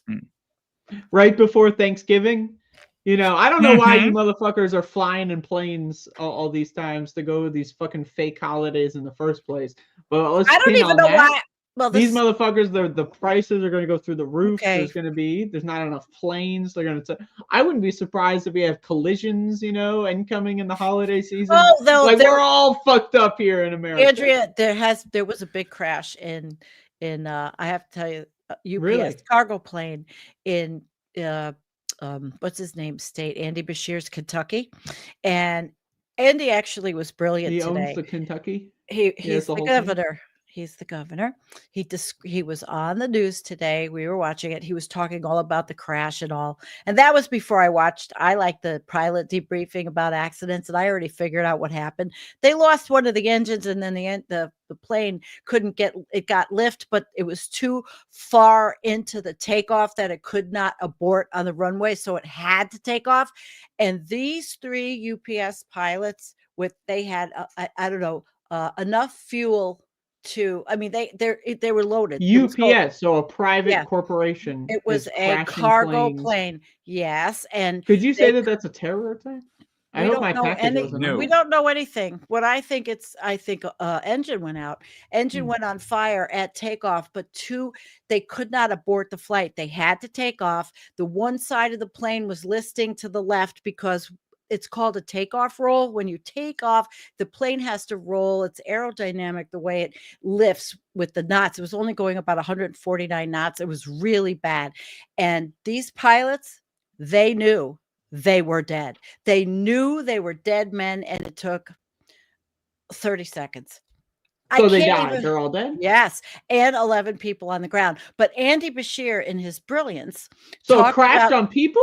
Yes, it crashed on a building and people got, because I have to tell you, this is When did another this happen? This happened today? Yesterday. And on the end of the runway, now where this runway ends was a gigantic fuel tank. How stupid is that to put a fuel tank at the end of a runway when this jet was carrying so much fuel? It was flying to Hawaii. And it was a cargo plane flying to Hawaii from Kentucky. And God knows what was on it, but a lot of fucking fuel. But let me tell you the brilliance of Bashir. He gets on, he talks about the accident. He's on, all eyes are on Andy Bashir, governor of Kentucky. And he took the opportunity to talk about the tragedy, the plane, everything they knew. And then when he knew the whole country, including Fox and everything, had him on, he talked about SNAP. He talked about how the state was going to function, how this is all awful. He took advantage of having the audience, an international audience, to tell what was going on in the United States and what he had to do in his state. So then Wolf Blitzer asks him a question, that old fart. He goes, well, isn't this supposed to be about the plane crash? And he said, this is an update on everything in my state. Okay, I thought I'm not bad. Totally against Blitzer's questioning here. I feel like if we had a proper progressive in the same position, what I would want to see is them talking about the actual cause of the crash. They don't know that yet. They don't know. Are tuning in. Yeah, but they cannot say that. It's too fast. The NTSB hasn't investigated. Jake's doing that thing again, but Yeah, Matt's it's not okay. here. I'm It's all right. noticing No. that Jake is But doing there's that no thing that Matt would get investigation. really mad at right now. It's visual. There's not even Disagree. anything. There's not even anything yet published on what the recorder, voice recorder. Nothing yet. But there will be. But Andy doesn't know the. But was my package on the plane? Like how many packages? Yeah, was your it? package was on the plane, Andrea. Jake. Well, so I was bought yours. something recently, so it very well could have been. Jake, so was yours. Oh no. So what I was talking about was the fact that you could use this moment to address the deregulation that is no matter what specific thing we find. I might have missed that. Maybe he did, but that I think is where I would want to see a politician talking. I do appreciate that he tried to tell the world about other problems. Me too. But my concern is that that's sneaky. It's yes, sneaky and guess tactic. what? When they go low, we go low. I think that's what's happening. Yeah, I want to I'm advertise about- worried who we about the actually package. are. I'm gonna be honest with you. What building did it crash into? Whose Was package, it hun? my package? I think it was. I bought something from Kentucky recently. But it was what going was the to- building? Was it like a company? Was it Uh, like a restaurant? It was an industrial thing. Oh, industrial. Yeah, industrial. So what were they making? That No, factory I shut know down. where Jake is coming from. I know exactly where you are, of course. But I feel like this is just a different time, and he probably will. He'll have to talk about. He'll come back on, but he'll talk about more of the, what happened to the actual plane when the NTSB gets there. Well, they're there. They're cleaning it up. But these other pilots that have these flight debriefing YouTubes that I like to watch, they teach you all about it. I've learned all about so much, but I knew right away just by seeing the video, the way it had to be an engine and it flared. How does a UPS cargo plane with all that fuel have an engine loss upon takeoff? I was watching catastrophic Denzel Washington film about a plane that went down recently. It was an ice building. That was a good, oh shit! Somebody on my that channel. was a good movie. I love What Denzel building? Washington. Oh yeah. Somebody said it was an ice building. Just kidding. One could hope, right? I love that smile, Sandee initially thought that was serious. That was a good second of reaction. I couldn't see the whole thing. That's why. Jake, you smiled. I mean, even once in a while we get lucky, and the irresponsible evil of Republicans bites them in the butt. And yeah, I wish it was a nice building. So, what's your analysis of last night, Jake? Oh my God! I mean, it nearly could not have gone better. Like, it was just about perfect in terms of electoral results. I thought Mamdani's victory speech was you can unfold that thing and see 1,000 different pictures. You know what? Hold up. I got never hearing from Cuomo again. Have a good personal life. I'm never gonna say your name again. I have to let me tell you, share some. Everybody, I went to the doctor's office today. Even the primary care person said to me, because she knows that she could do this. I walk in there, she goes like this, Mom Dummy, in the doctor's office. I'm like, boy, shit's changing. Let me add this up here. All right. Here's 4 highlights, just sentences. We got highlights. Any way to terrify a despot, it Thank is you, by Jake. dismantling the very conditions that allowed him to accumulate power. Boom. This is One more not time. only how we stop Trump, it's how we stop the next one. So that dude, that's a guy who's a proper progressive. That's somebody who is addressing the problem, acknowledging that Trump is not just a random thing that occurred. I like that his suit has the same highlight effect as the text on the sign. You see that? That's very good lighting. And even his forehead. That's great. Thank you, Jake. I'm glad you had these clips. But he still is able. So Donald Trump to communicate, on a different level, on a slightly more visceral, less. I'm way too brainy high to level. look at this color scheme. Yeah, Why is his forehead Andrea, I did purple? one of my- Why is his head purple? Because what the is happening lighting. here? Am I? Yeah, the Because- backlights are blue. And my backlights are orange tonight, so I'm kind of orange. He's got the back. Exactly, Jake. since I know you're watching, Jake's the man tonight. I have 4 words for you. Fuck Turn you and the volume up. yeah. Turn the volume up. So he knows there's going to be a big cheer. He knows that moment's going to happen. My point is just he's got the charisma to use a crowd. Also great to see. Just if only for the fact that it's gonna it's going to show other Democrats how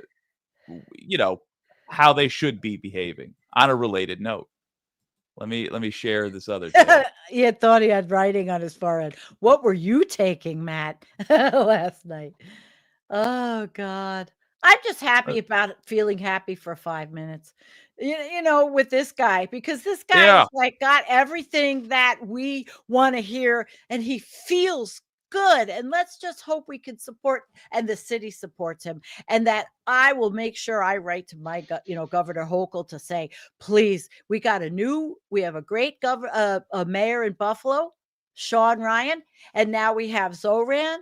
So we got somebody that, because Buffalo has been corrupt for several years with the Byron Brown situation. Do you remember India Walton? She won the Democratic primary, and then Byron Brown, like Cuomo, sore loser, runs and then takes Trump money and all of the right-wing idiots in Buffalo. So betrayed Democratic voters, went against their will. Yeah. Man, that shit was fucking crazy. Yes. When Cuomo did the same thing, but same thing. Same thing. No, because it's a different time now. What this represents is the centrist Democrats losing power, which is huge. And that's excellent because if you remember, do you guys remember Cory Booker saying, if you come at me like that, then you're going to have to come through me? They're inherently selfish people. I think this was a dig against that class, and I think it was worked into the speech basically just to get under their skin, but also for us a little bit. President Trump, when I say this, to get to any of us, you will have to get through all of us. That was him doing another take at a line by Cory Booker, centrist Democrat. I thought that was very good. I got one more, though. We got a whole montage here. Holy shit. I'm glad. I'm excited I asked that question. I did not some plan good the related question. videos in there, by the way. Some was that Left Past 10, the related videos? See, I was not I couldn't watch any YouTube coverage except on my phone last night, and I was in a stupid hotel, so it was MSNBC. It was really lame. I'm kind of jealous, though. I love that feeling of a hotel. Let me play this, though. A great New Yorker once said, she wanted to while stay you there. campaign in poetry, you govern in prose. That great New Yorker was Andrew Cuomo's dad. Oh wait, I got one. Can you play that again, please? Yeah. Okay, because I grew up in Mario Cuomo time. Here. Shoot. Okay. I do enjoy the just pure hater energy being displayed against Andrew, dear precious Andrew, for losing twice, and that's probably my favorite part of this. I'm skeptical of Zoran. I hope he does well, but I like Andrew Cuomo losing quite a bit. It's healthy to be a skeptic, and that's a good thing, Andrea. We can't blindly trust anybody anymore. Go ahead. President Trump, when I say this, that's not the same clip. This is amateur hour here. You're right. Notice that Jake is just taking over the show. That's fine. I asked him for this. I just want to stipulate for the record, I do not consent to the Jake show here. I'll have to take over the show after Jake's hour. All right. Yeah. I'll give you guys and I'll just be here for the ride. Yeah. No, I actually was in charge at the beginning, and then I relinquished it to Jake because I wanted to do this, and I wasn't prepared. I like after my airplane diatribe a lot more. My Miss Know-It-All about I know aviation. Jake's about to fucking kill himself. He really wants to play the clip. All right, let's go. Play it. While you campaign in poetry, you govern in prose. So if that must be true. Let the prose we write still rhyme, and let us build a shining city for all. Oh my. So the reason that is such a good moment for me anyway is that Andrew Cuomo's sitting there having betrayed everything his father stood for, and the man his father wishes was his son from heaven apparently is up there quoting him correctly, and that I think that just had to have emotionally hurt Andrew Cuomo. And so, That's the thing. It's a really well-crafted fuck you. That's what I enjoy about it. yeah. Also, I got a mention on the Majority Report. I did real quick. You did. Are you going to throw us? What are we doing here? Guy's a pimp, okay? You are pretty cool. Jake.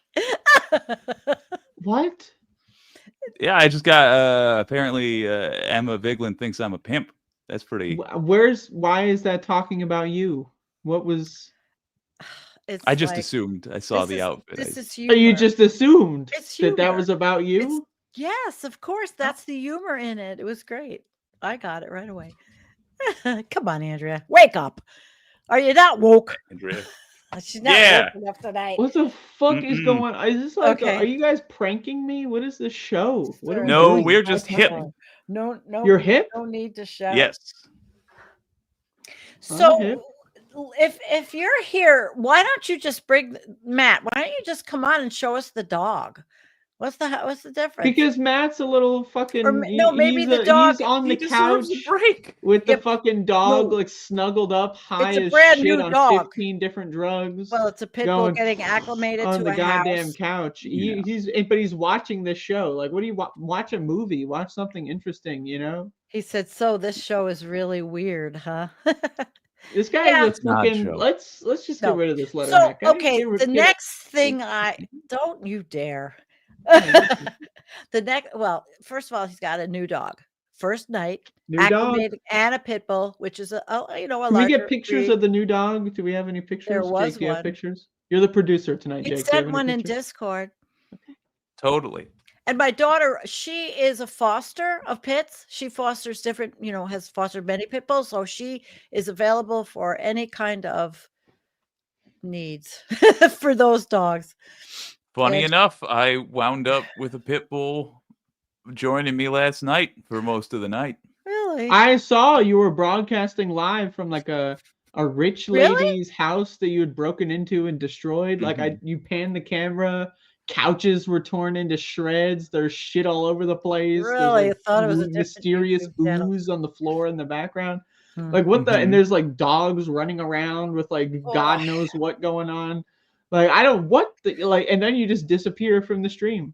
Like you just show up, show everyone you're living in hell, and which is a town in Michigan, and then there's dogs everywhere, and then you disappear. Oh, look. It is a beautiful dog and looks very comfortable. I want to be very clear. This is I a am great not dog. living in that very nice house that I was I didn't stinking see up. it. I didn't see That it was because Jake I broke was into the not. house just for the show. I was on my phone watching the coverage on this space, but I really couldn't because my friend had the TV on. It was not. Didn't work. Oh. I joined the This Space coverage for about half an hour. I saw you. And then I realized I didn't care, so then I left. Everyone else seemed to have a great time, but it was Oh, I dude. went to go watch some cartoons. I've been watching some Teenage Mutant Ninja Turtles Escaping. recently, so that was way more She fun. actually has it right. She's doing something to get away from all this bullshit. Yeah. I kind of did I for a would. few days. I did. Good. We got an update on the dog. The dog's name is Frida? Frida. Oh, I like it. That's a great name. Frida.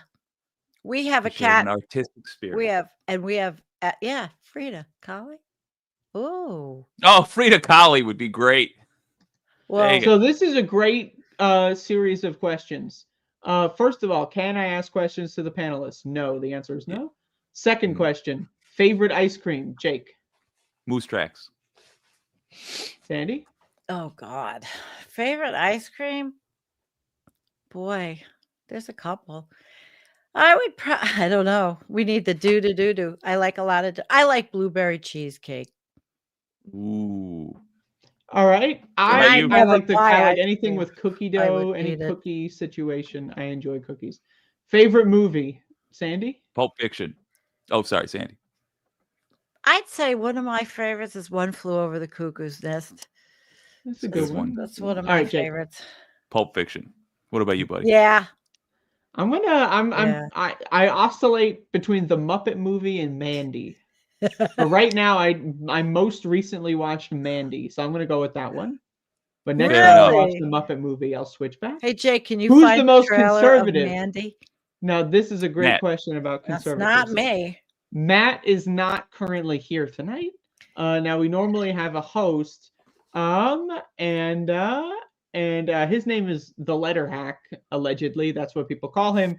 He was voted. We actually had a poll. He was voted the most right wing. I think it was 3 times in a row. He's a 3 times winner. He even tried to rig one of the polls, like only had it open for like 2 minutes and then only let people vote for people that weren't him. That was a rigged election. So he was voted most right wing, but he's not here tonight. And so that begs the question, should we host a poll tonight? Who is the most conservative and who is the furthest left? I So think these are we great should, questions. and I think we should argue our cases. And who's the biggest doomer? Well, I am a multi world record holder in the video game Doom. So The video game. So you're a technical doomer, and I'm a sociological doomer. I think I would go further to say I'm more of a doomer in both categories. Yeah, than I you, think so Sandee. too, Andrea. I'm feeling pretty bad about this thing. So you seem to be giddy over there. You seem to be smiling. I'm not so smiling. I'm sad. I'm Well, frowning. I mean, we're facing doom with a stiff upper lip, I suppose. You're not wrong. I can't disagree with either of you. So okay, let's get a poll going. I don't know how to do the poll, so I'm just going to make Jake do it. I don't know how to do the poll. I don't either. Can we do the poll on here? Jake, can you do a poll? Is there a little thing that says poll? Am I going to have to figure out how to Nicholas, do are a you poll? here? Is Nicholas on the job? I'm going to have to do this. You guys are Nicholas going to here? make me do the poll. All right. Letterhack, you do Oh, the poll. God. Letterhack, I you're don't- watching the show. Letterhack, I you do sure the as poll. hell wasn't. Hey, Nobody hey. was defending Wolf Blitz. I think I was actually. Letterhack, you sign You weren't in, you do the defending poll. him. Okay, You were so talking about the poll should content be- of his question. Yeah, well, he was. I was, but Matt's got me. He was sucking Wolf Blitzer real hard. But the it poll was should be cupping the who's balls. the most conservative, and I needed assure you I will be in last place. Oh God, I'm having a good time now. My favorite Wolf Blitzer moment was when he had to go live on air like 30 minutes after he posted a selfie like in a bar when he was shit-faced. And then he was on air and he was all red. That's my favorite Wolf Blitzer moment because that's the only time he's looked a little human, you know? Yeah. I haven't does. seen that He guy will. in years. I haven't. He's had a weird journey. Does with he have media. any YouTube shit? Because I don't have any regular media. I don't think so, and I think he's not interested in new media whatsoever. Okay, that's I why think I he's never... an old school TV And isn't guy. he the guy with the voice that's very monotone, like, "Hi, this is Wolf Blitzer," and I'm not... I mean, he's kind of Well, he monotone. has not about shown Wolf any Blitzer? emotion since Right. the Nixon administration. Yeah, Yeah, maybe he's he isn't able to say a complete sentence at once, and also is famous for Jake, not communicating emotion. find us a Wolf Blitzer clip really quickly. Go on X or some check shit. out the poll. Oh, We got a poll. we got a poll. Ooh, where is it? It's on this space. I'm pulling her up. I'm looking for where you're pulling it up from. If I'm on the same. Oh, I'm on the you same thing as motherfucker! you. You son of a. Where is it? Here's No, this is a here's good poll. Do you see This it, is a good Andrea? poll. I like this. Yes, this is a great I poll. did not see it. This is a fantastic poll. You have to open it up in Where? in the In browser. which? Yeah, but where? Report the poll. Do not report the poll. Child abuse. Do not. I click don't that button. understand where it is. Do not. It does not promote terrorism. By the way, look at what's happening in the background Oh, I here. We see. have a situation occurring. We have a situation occurring here at the top I'm of out the of it. screen. Oh, Unintentional, but God. it is occurring. Poll closed. I didn't even see the goddamn poll. Where am I supposed to be looking? Apparently, the poll was, why is Jake so right-wing? He can't help it, 73% of respondents, or he loves it, 27% of respondents. Personally, I voted for He Loves It because sorry, I know that Jake, I Jake didn't say he can help it. He chooses not to. He loves dancing into the I right think wing. Jake is a great actor. Thank you. A great Sandee actor, is that's exempt from right. this. Everybody else can suck every inch of my cock. You out there, you, you're Jake cool. is The rest letting you it can go burn it up. all hang out I tonight. think it's very clear Jake that is Jake's like the being right-wing the hack, and he's just trying to alpha male. What the fuck? You're the alpha male tonight. I would call myself an alpha male, but I Tonight. actually have testicles, so I am allergic to the terminology. Well, you've got But women. didn't you say they were This is torsioned the at one woman point? show tonight. Yeah, I've got 1.5 testicles, which is 1.5 more than it's 1.5 more than necessary to be too manly to Wait, consider you yourself have an alpha male. you have 1.5. I have none, so you have 1.5 more than me. You also might be too manly to consider yourself an alpha male. You've got to be a real wretch of a child to try to be Sigma or whatever. You were being sweet to me, and I just wanted to take a moment to make fun of jocks. I don't know why. I thought it was brilliant. That's a shame. I mean, it was made me laugh. Listen, anything that makes me laugh these days, amongst all of the negative, awful stuff we see and consume, and what's happening in our news, if anything that makes us laugh is great. That's Yes. a good thing for Wednesday night. Sometimes we don't care, and we're gonna laugh and be ourselves. And this is the night I get to be not anything but we're gonna be laughing ourselves. I and was showing fun. up as someone else the whole time. We're supposed to be ourselves. Andrea. What the hell? Andrea. The altar Andrea. The altar Andrea was showing up. I never think, saw the poll. There's a new one up. It says, there who it is the is. most right wing? We've got options including Jake Draugelis, your old pal Jake, and Mr. Draugelis. I'm going to commit an act of terrorism against Matt. I haven't figured out This what. is a fantastic poll. I have to go vote in this poll immediately. I'm going to vote in Okay. this poll. I am going to go on the internet and get up the show and vote on the goddamn thing. Whose channel is I it hate on? everything. Whose channel is it on? It's on This Space TV. It's like this Okay. lefty. Okay, yeah. I'm gonna vote for your old pal Jake because that's the name I see on the screen. That's I what I'm hate you going with. both. I'm writing you out of my will. I didn't know I was in the will. So you're saying Yeah. if you died right now, I would get whatever in the will? Oh, there it is. I got it. Well, I was just dividing up my debts, but yeah. Okay, so who is the most right wing?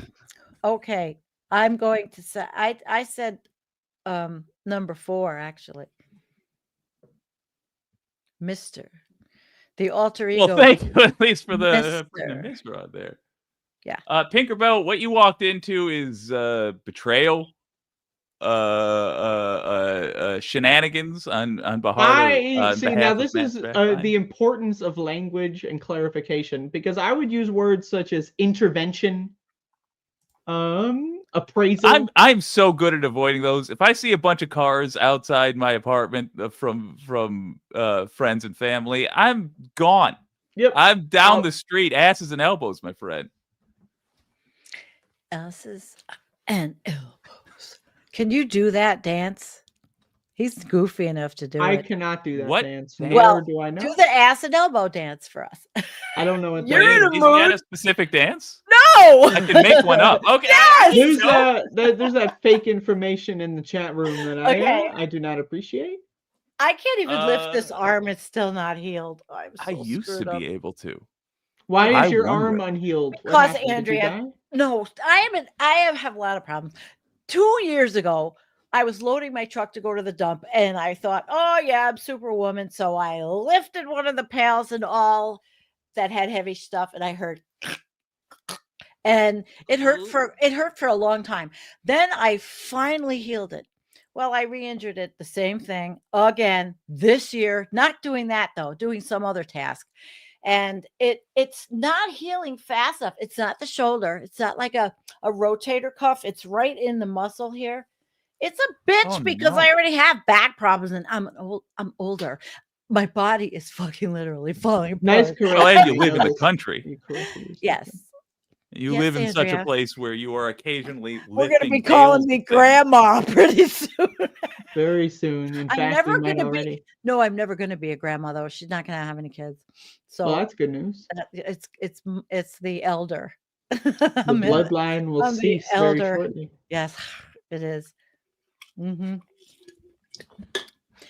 Oh, What kind of music does everyone like to listen to? This is a QCOC episode. Questions, comments, or concerns. It's kind of cute. I like it. And let's Sandy each seems to take like- turns. I like hair metal. No, I actually, Rufus.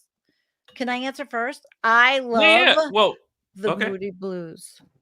And that's not hair That's a good metal. answer. I love the Moody Blues. I love blues. I like harmonica blues. I like, that's what I Yeah. like. I do like metal at the gym, like in my old days when I used to go to the gym. I did like to work out to some heavy metal, I guess, because that's where you get the most going. Okay, that's my answer. I love the Moody Blues kind of. Let's rock also blues. try to answer for Matt since he's not here. Oh, You what know, Okay.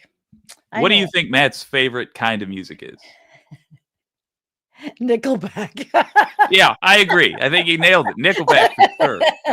Huge fan. I can answer for earlier. Yeah. His favorite film, if I recall, we were talking after one of these shows, and he was like, he really wanted me to watch this thing. He's like, you got to see Birth of a Nation. You got to check it out. It's amazing.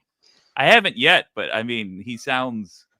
Okay. That's really actually, into it's really interesting that you That's say a that, very because Republican movie. Matt actually sent me a message not too long ago that he watched Yes, this movie me called too. A Serbian Film, and he found it Wait, fascinating, and he wanted me to check it out. No. Mm-hmm.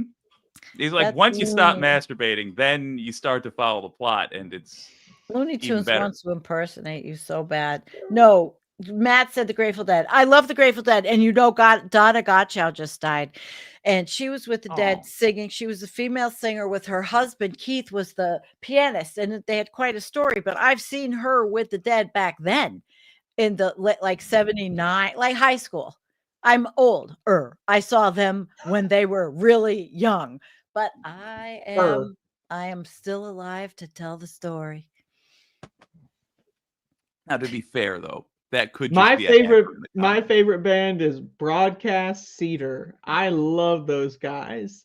Now those Broadcast guys, Cedar. you might not know them. They're little known. Okay, wait. Not many Should I people look know 'em up? them. In fact, no one knows them, but I do. Oh, no, And, they don't have a website. They are quite fantastic. So I'll tell you that. much. Broadcast Cedar. I bet she said they don't have a. Is it a I am local band to where you live? Not where I live, Broadcast Cedar? but someone. No, lives the there. only thing I am coming up with is a Earthway product nylon bag. That's Earth. That's a great. They released this. Broadcast Cedar. They released the record. I remember listening to it over and over. It fell apart. The vinyl plastic burned to a crisp. Hell yeah. It vaporized. Can you find And it? it was a fantastic. Everyone loves Broadcast Cedar. Well, I don't know if we can play it. Is the thing. We can definitely play it. I can. Broadcast He's Cedar? fucking with us. We I can am wanting to definitely know play what Broadcast Theater. We absolutely. The only thing It I was. came up with It's really they're an experimental group. They were experimenting. Wait. Some would say it was Cedar, a failed like the experiment. Or Cedar, like a broadcast Cedar, like the actual Tool. The Tool, like the Broadcast Cedar. I just pulled Well, one up. You guys don't know about Broadcast Cedar, really? Is it The band? No. The band. You guys don't. You guys seriously don't know about Broadcast Cedar. We've been doing this show for what, 2 years, and y'all don't know about Broadcast Cedar. Read chat, Jake. Wait a minute. I'm being enlightened here. Y'all don't know about this shit. We've been doing this show for over 2 years. And y'all never heard of Broadcast Cedar? Come on. There's too much chat. I'm sorry. I only see Matt's. The Sam- hardcore Samcast band. Samcast Cedar. If I remember Sam- correctly, they were on the Eastern Coast. Sam Cast Cedar? And I'm talking about Broadcast Cedar, the most Broadcast. experimental. Really, they were out there. That's what I remember. Listening to one of the reviews that someone posted about Why them, do I feel and like they I'm- said that the band kind of sucked. But that guy was Oh! a hater. That guy was a hater. I don't know about that guy, but I would never say that. Of course, now I remember. Oh, now you remember about Because- Broadcast Cedar? Yes. Jesus, that think. lasted a lot. I had no material past 10 seconds, and yet I had to keep going. You did, you did really well with it because Jake and I were looking at seeding tools that seed your yard. Yeah, That- Sandee is too nice to get that joke. She would never assume that you're betraying her, and I'm too dumb. I literally, it has to be explained to me over a long period of time. That's like when someone asked earlier what my favorite movie was. My real answer is what was it? Superman versus what is it? Dawn of War, and because it has my favorite actor in that film. And you might not see him because they deleted him actually from the movie. But he was in the movie. He went there. He was on set. Who is this? And it was a great movie. It was a fantastic film. If you watch the DVD extras, maybe you can see him in the background and like behind the scenes, just walking around, just causing a ruckus. This is me, is what she's talking about. Yep, it's Superman versus the whichever Spider-Man. I don't know, one of the other ones. Matt so wishes. Dawn I of have a Justice. conspiracy theory about that film because Okay. I was there for multiple days of shooting. I was in a prominent spot for basically every establishing shot. Okay. And every scene I was in got cut out. Like every location I was in got cut out. I'm convinced that I was staring at the camera Wow. the entire time. I think I fucked up so bad that they were willing to cut however many $100,000 Jesse Eisenberg scene just so that I didn't ruin the movie by being like, Lex Luthor. because they would, like, the camera was going to go past and they'd be like, That hi, was just a heads up, don't look up at the camera. What year was that made? 2016. So like I you'd don't be even going remember. like 2016. Wow. I just wasn't paying attention. Like you're supposed to Jesus. look like you're not paying attention, and I accomplished that not by up. not listening to anything. Good night, Matt. No, I'm not getting royalties. Fuck So no. now this is the part of the show where Matt pretends to leave. And he's baiting us into talking about No, him He wants to sleep with behind his his dog and- back. He wants to sleep Well, with. let's fill in. Yeah, let's have a snuggle. Let's fill in more of Matt's opinions, though. I feel like we know Matt well enough. Yeah, that it's we like can- because a lot of people, this is like a time to get to know Matt in a way that he is not in Yeah. control of, you know? Yeah. Look, we already named his favorite movie, and did we name his favorite music? What we know Matt listens to? There was a hacker saying Grateful Dead, but I said thought it was- Nickelback, and he said Grateful Dead. So that's right. It Grateful was Dead is his all-time favorite, like the movie Loser Mine. I'm gonna go with Nickelback. Yeah. That's in my answer. With for who? it. Who are you gonna go with? Nickelback. I think that was the funnier answer by far. That's what I want to stick with. So Jake was an extra. Jake was an extra. I recommend to everybody that you find out whatever the biggest talent agency is in your state, because it should be free to sign up.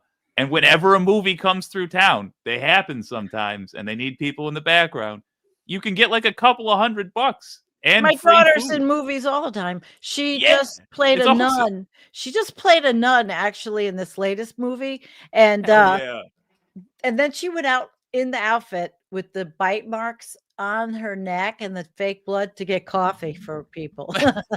And But then your daughter's like an actual actress. Yeah, Like, she and can learn somebody lines said- and you don't even have. Yes. I'm just saying, if you're like Somebody a said- regular person, go be an extra, dude. Well, she wasn't a regular person. She got into this by just deciding this is what she wanted to do, and met everybody, and has fun doing the costumes because they're all dark movies. They're all gothy, bloody, vampire-y kind of movies. That's the genre. Can you give us a list of films? Me? Yes. Of hers? I'd have Yes. to go on her it's cat. Oh Lord. They're Buffalo from, I don't know, there's a couple of different companies. I'd have to go on her I'll send it to you because I don't want to do it right now. I mean, I but would I love will. for us to have a goth day, by the way, where we all dress Really? gothy. Yeah. I think it'd be fun. Would you do it, Andrea? Andrea would be so good at it. I'm going to be honest, I don't know what that means. Like, do you want me to paint Okay, my nose wear purple? black, and then get some eyeliner. Get some dark eyeliner, right? I've never worn eyeliner in my Oh life. God, I wish I could go over I'm to her. gonna I be wish I could honest. go over there to her house and just do it. I'm not going to start now. I really am No, not. this going would to. just be like Halloween. I will This never wouldn't- put makeup on my face for any reason other than for trying to escape the country or for espionage purposes. You wouldn't put on a costume? I love You- Halloween. really? I did my costume. I Same. did my show was on What an Idiot Bill Gates Is, but as Miss Kitty, and Miss Kitty had her magic fish, and Miss Kitty's accents change a lot. Well, for goth dress up, you don't actually need makeup. That's just an easy route to get there. Yeah. You could also wear all black. You can Mhm. put safety pins in your clothes. Anything Helena Bonham Carter would wear in a Tim Burton film, Yeah. pretty much. Yeah. Oh, what do you call those cloth gauntlets? Or if you Yeah. wanted, you can get some I've got some pictures of Dawn in makeup with black and all kinds of wild stuff, but you can get that stuff at the dollar store, but you have to wear it for a little bit and then take it off, wash it off. How It's did they seriously. know I was in Convenience in 2008? Ooh. What the? Somebody- You were in another Some- movie? That's There's great. another Jake movie? Yeah, I've somebody's been in a looking lot of up- movies. Yeah, I was a Jake's an actor. professional actor for like a whole summer. I That's paid cool, my though. rent. That's cool. You probably should do it. I Man. love the Groove Dragon. Move to Buffalo. types There's so that many out places, but like you got to get a at, regular like, a job to fucking- do it an because AI No, I mean, post. how does chat? Oh, possibly how did they know? know? Somebody you did. up. Yeah, they looked you up. Everybody's everywhere, Jake. You were in We the did a credits. deep clean Google.com investigation. Are your into your Convenience was a- filmographic Is it on your history. IMBD? Convenience was not a big production. I don't know why it would have an IMDb to be credited. Well, that's kind of But cool. all right. What kind of So what? production was it? How many people were involved? 6, 7? 6? Are you kidding me? Let me No, look I it was gonna up. say like maybe 5, including it was myself for this scene, another actor, the cameraman, the director, and I don't remember if anybody's girlfriend came along. Okay. This is not a big film. Where can we see this movie? Are you one of the actors? I don't know. Ethan? I don't know You said you're how one of the it's actors? written down anywhere. Where I didn't even think they finished. Convenience. What is this called? We have to find this. All right, Convenience. Wherever it is, it's not good. Here, It's not like Jake. it's not. It won't even be bad in a way that's satisfying to watch. It'll be like Can that work? you know Okay, what? I have a got- question. Does this sound like an accurate description? A cashier No. finds a gun pointed at him in a robbery that is not quite what it seems. Does that seem like an accurate description of the film that you were involved in? I don't know anything about the film I was involved with. I'm sorry. You don't know anything about the film you were involved in. You know nothing about it? Correct. So you I've were been doing this- involved in a film that you know nothing about at all? I want to show you how long I've been doing this. Hold on. 1 second. This is how long I've been doing this GD thing. I'm adding this to the stage. Look at me. Look how young I am. I can't even make this thing full screen. That's how old this film is. Okay. This is great. This is great. I'm going to need you to play the whole thing. This is not copyright, Wow. right? That's the resolution. Make it's in. it big. Make it big, though. I literally can't. There's Oh, not okay. even. Do oh, wait, yes, I hold the can. control button. Okay. That's way cool. This is great, Jake. All right, let's watch. It's not. That's the point But I'm to us making. it is. This is Jake's oldest surviving film. Yeah. I think it is. Exclusive on youtube.com/panjake and Yeah, this is Danish. great. Go subscribe Wait a today to youtube.com/panjake and Danish. All right, now play the clip. This video has been around so long it could vote. So, I don't remember most things of it. All right, you know what? I'm going to play this. I will play from Gotham with Love. We are already in best episode of all time territory. I just want to say, like, we're really brushed up against it right now. We are. We might not be able to get there. It might not make it, but we're already approaching very just quickly. point out. This watermark is going to be on the whole video. I hope. Dear God, let it be on the whole video. I think. Oh, it's got to be. We had no idea how YouTube worked. Uh-oh. I'm making noise. Music. What's the just keep it. This font, by the way, I've used that. Here we go. Okay, so what is? Oh, I really hope that music is not Nervous, Alfred. It's all right, sir. so that's you. Which one is you? That's you. Yeah, that's me in the That's jacket. you. Young. With the sideburns. He's a mere child. That's you. You have sideburns. He's Is a that what that child. is? Yeah. That was. What is this? This Could is be his- fantastic. Everyone go subscribe Currently. to Panjake and Danish, everybody. It's his. You should. Yeah. You should. Get Panjake views is for Danish. this. I'm Let's gonna get- I'm gonna do it Let's right now. get views for this. Yeah. Jake and Danish. Well, I don't know that it needs views. It's been up there for 18 years. It has almost 300 entire views. Well, now it's time know for what? this movie to take off. This thing is going to get a lot of views now. Oh, Hello. Hi. Hello, Mr. Wayne. Yes. Come on in. not So only this is is a this Batman 18 film? Yeah. Oh, you didn't know? This is nearly before they did the reboot with Great. Christopher Nolan. This is Yeah. what they Really? were considering. That's cool. Okay. Mr. Wayne. So wait, pause it for a sec. Pause it. So let me get this straight. So you made a Batman film in Mhm.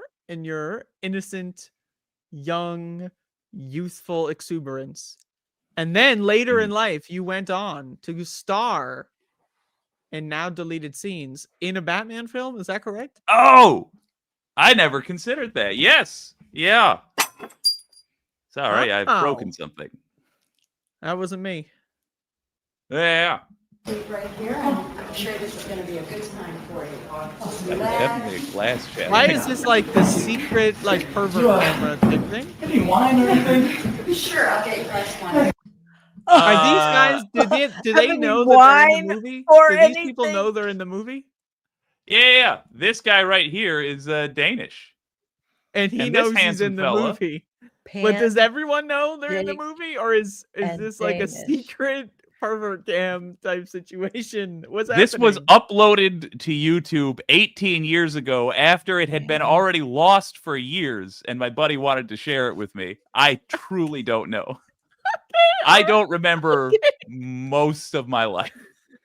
I gotta say, this is amazing. I I got like it. this guy. He's Oh laughing. my God, I'm on the channel. There's 8 subscribers.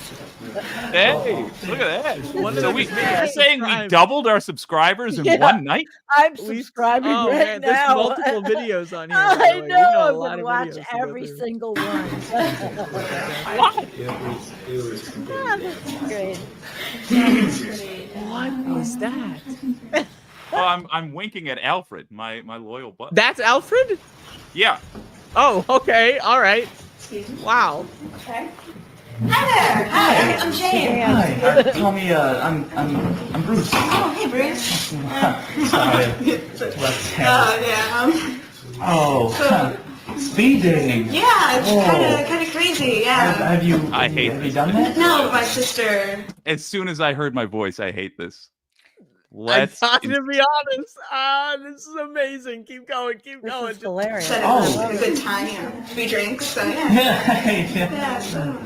My butler got me to do this. You have a butler? Yeah. Well, yeah, I've what do you seen do it. before a butler? Actually, I'm Batman. Oh. Alfred! You see, he tells a lot of people that he's Batman in the movies. What the fuck? Wait. Okay, so you're drugging and kidnapping this girl? No. Just chloroforming her because I told her I was Batman. What are we watching?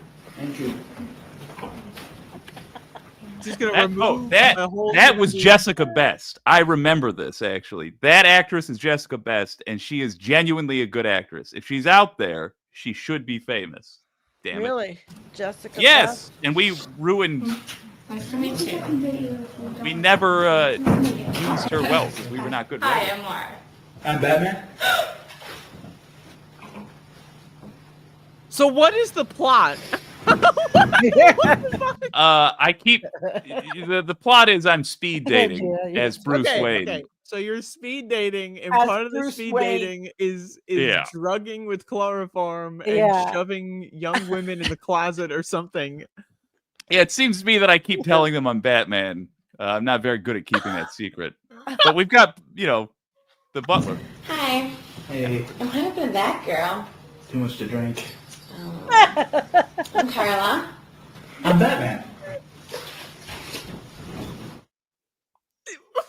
I don't know what we need to okay. Good job. But what is the plot? There's no explanation. I'm on the wrong side of the table, aren't I?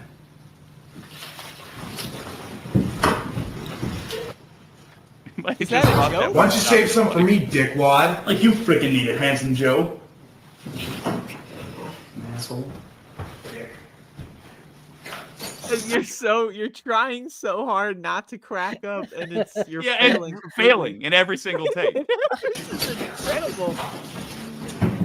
I really am not a good actor. I'm Julie. I'm an alcoholic. Well, I'm Batman. Wow. My butler's an alcoholic. Goodbye, Julie. Your butler's an alcoholic. That's a good line. Goodbye, My Julie. name's Hannah.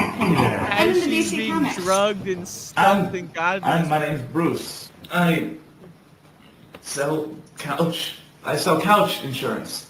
Health insurance. That's kind of interesting. Yeah. That's not interesting at all. So you like what are you into? I really like comics, DC comics actually. You know what my favorite comic is? What? Batman. Do you know that one? No way. I'm freaking. I like the movies. Really? Well, Yeah. why did you see the movies if you don't like comics? Well, it looked interesting. Now I want to read the comics though, so that is a good thing that I think happened. This is it you never read the comic? The comics are the best. I've got some out in my car. I could go get them and we could read them if you want. Yeah. Cool. Yeah. Okay. Yeah. Let's. Okay. This you had enough wine. Let's. Yeah. All right. Comics. But where are like the 7 other rich up there? That's a great question. They're on the floor right Look, there. They're right there. Yeah. Yeah. Okay. There's continuity. You figured it out. You see, Bruce Wayne's rich, so he doesn't really have He's consequences. got a It is in step America. over them. Okay, this Yeah. is great. Yeah. You know, I've never broken any bones. Lucky. Yeah, I can imagine it would. Huh. Oh. So what kind of music do you like? No, I'm Batman.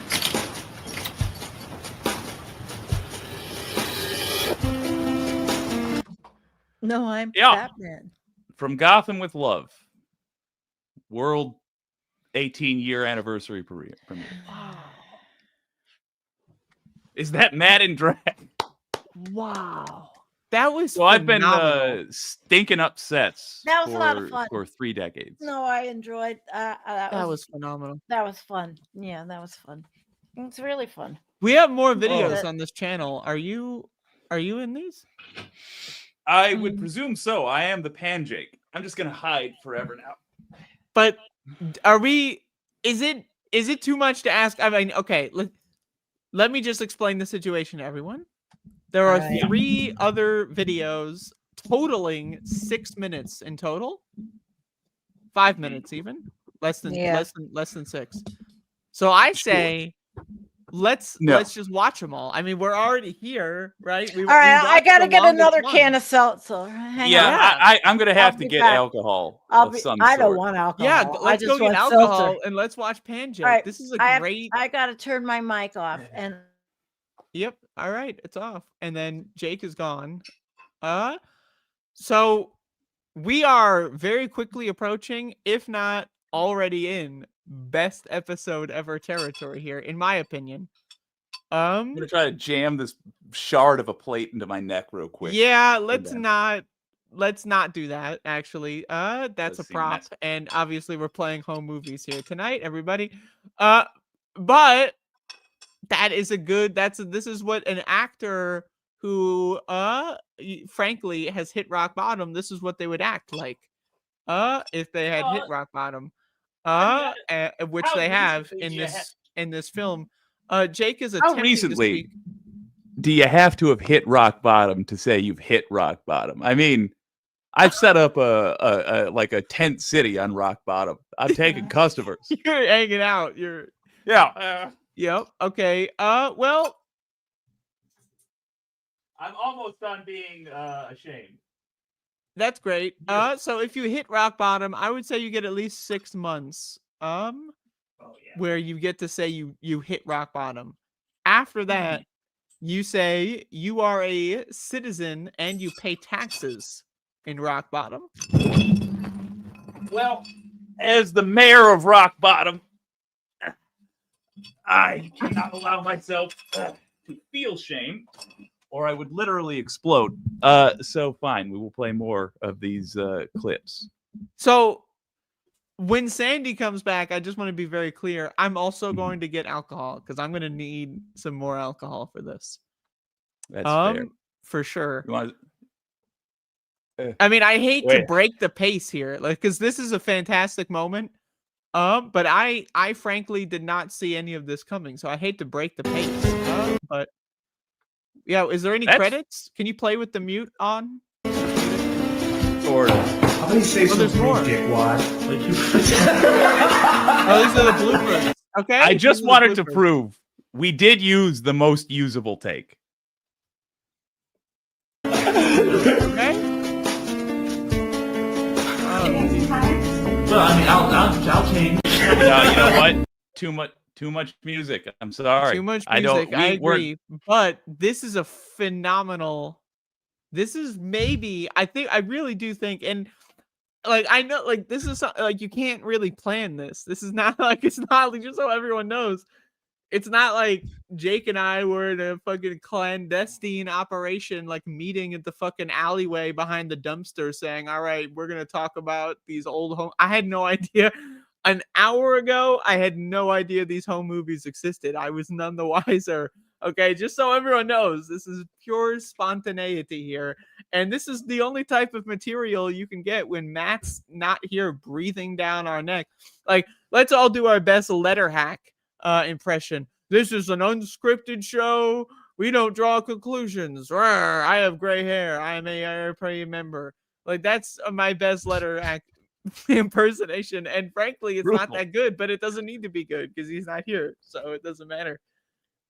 Oh my god. Hey, Pinkerbell, if you're still watching, I need you to go ahead and forget that you saw any of that from earlier.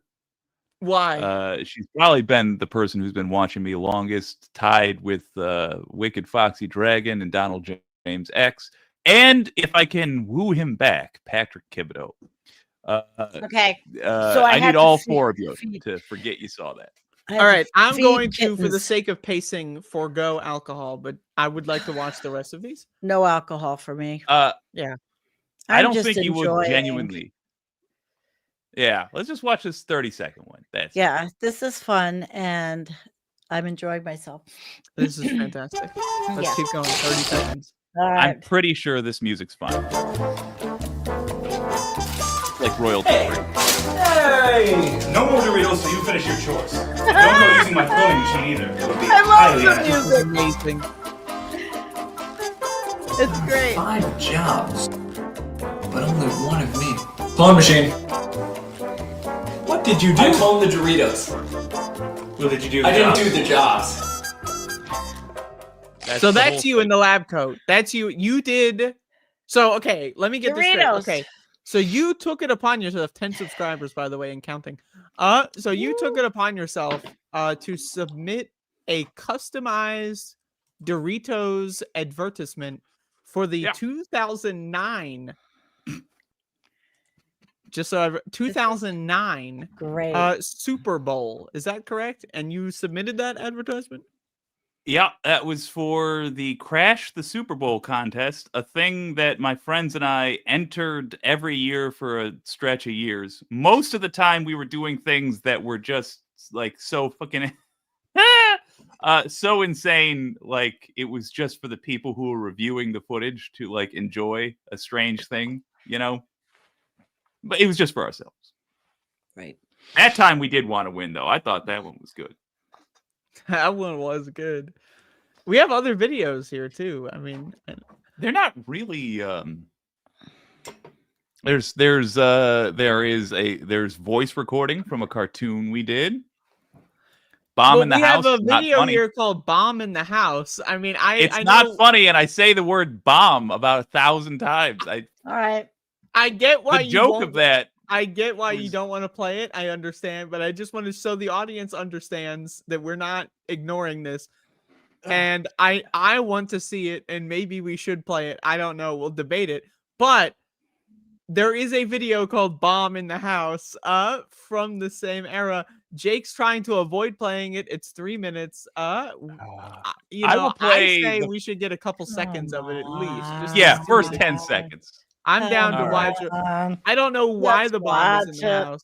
I don't know where the bomb is going. But this seems like it may be the best. And Matt's not here. It's a fucking bitch and moan. So like, let's just watch Bomb in the House. Yeah, this is great.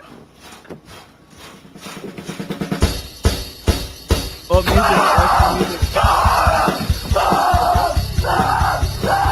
Okay, so there's a bomb in the house, and only this guy knows. 14 seconds you got. Okay, and which one's you? Are you the one screaming? Are you the one screaming? Who's screaming? Yeah, that's me screaming. You're screaming, there's a bomb in the house. You must be my kid's age. Really, I don't know why I'm not the most famous actor of all time. Okay, so you're telling me this whole video allegedly is 3 minutes and possibly 40 seconds of you screaming in the living room and there's a bomb in the house? Pink, you forget you saw that. Like we get like at least like a skim in like the middle. Like I would love to see like 3 seconds. That's the whole thing. It's just me running around. That was a shared apartment that we all lived in, and it's just me ruining the apartment. Okay, so everyone's trying to have a normal life, living in suburban, whatever fuck, like 2009, right in Michigan, yeah, in Michigan, and Jake comes in and said, "I'm gonna film one of my home movies." Oh, there's a bomb in the house. So you start running in there, like without warning, screaming like a fucking animal. And they're like, "Oh, Jake's filming the home movies again. Let's just, just go along. Okay. It'll only take a couple minutes. He'll tire himself out, fall asleep on the floor in the living room. Get a free footstool out of it." And so you filmed this, and how many of these are out there that are not on this YouTube channel? Like, is there like a treasure trove? Literally thousands. If we could possibly, yes. I would like to say I would love to pay money to buy these films. Like if you can give me the original tapes, the master tapes, I will pay you money. Go on, Sandee. My buddy Dane and I. Yeah, these are great. We started hanging out. I'll edit a montage for you. We gotta don't do that to yourself. We started hanging out in high school, and basically every weekend we quickly realized we enjoyed making films together. And after we got tired of porn, we started every weekend just filming stuff. There's a bomb in the house. Yeah.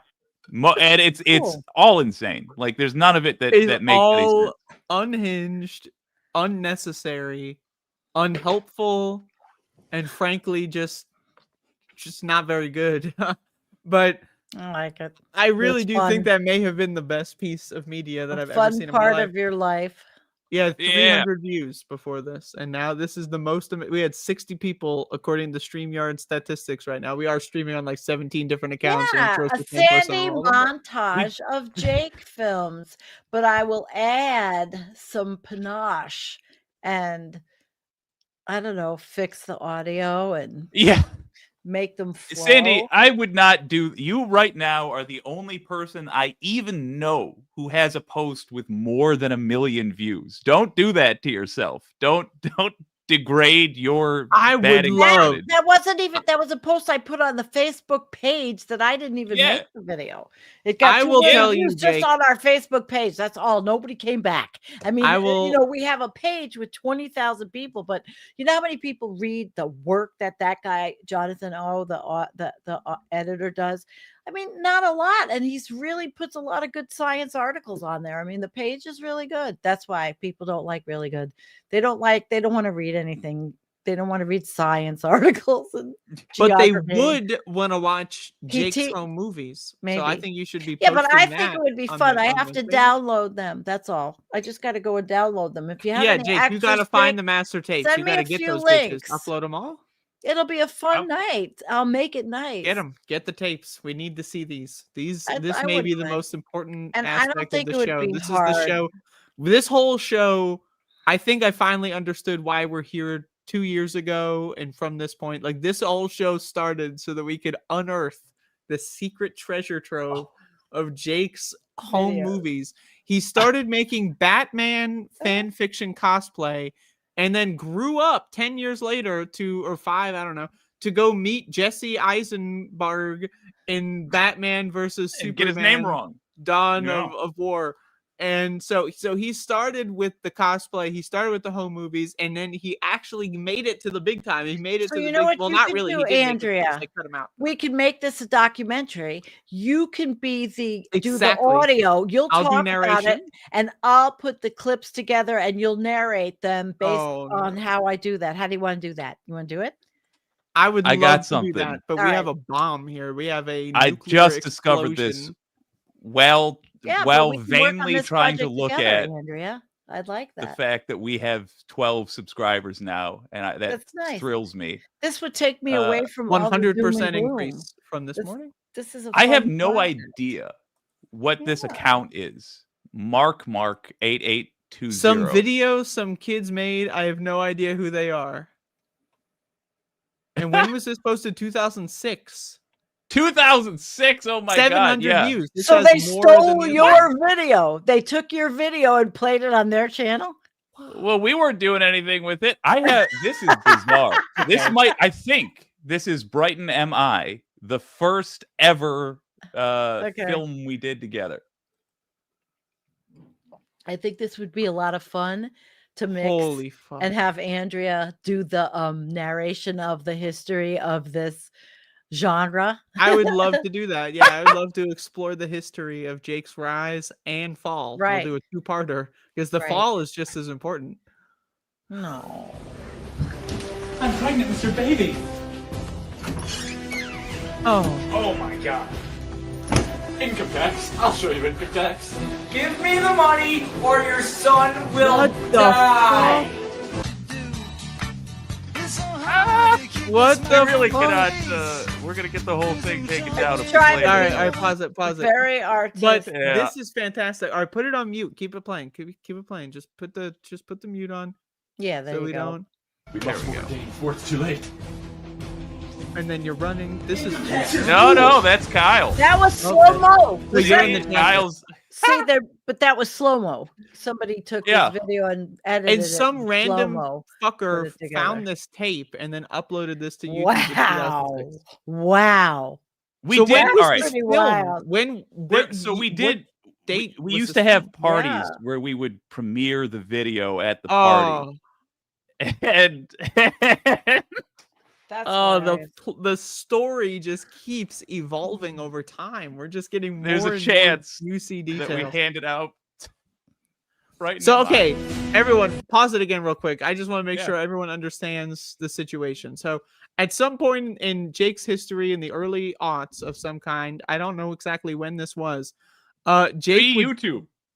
Yeah, so Jake would go to parties. Yes.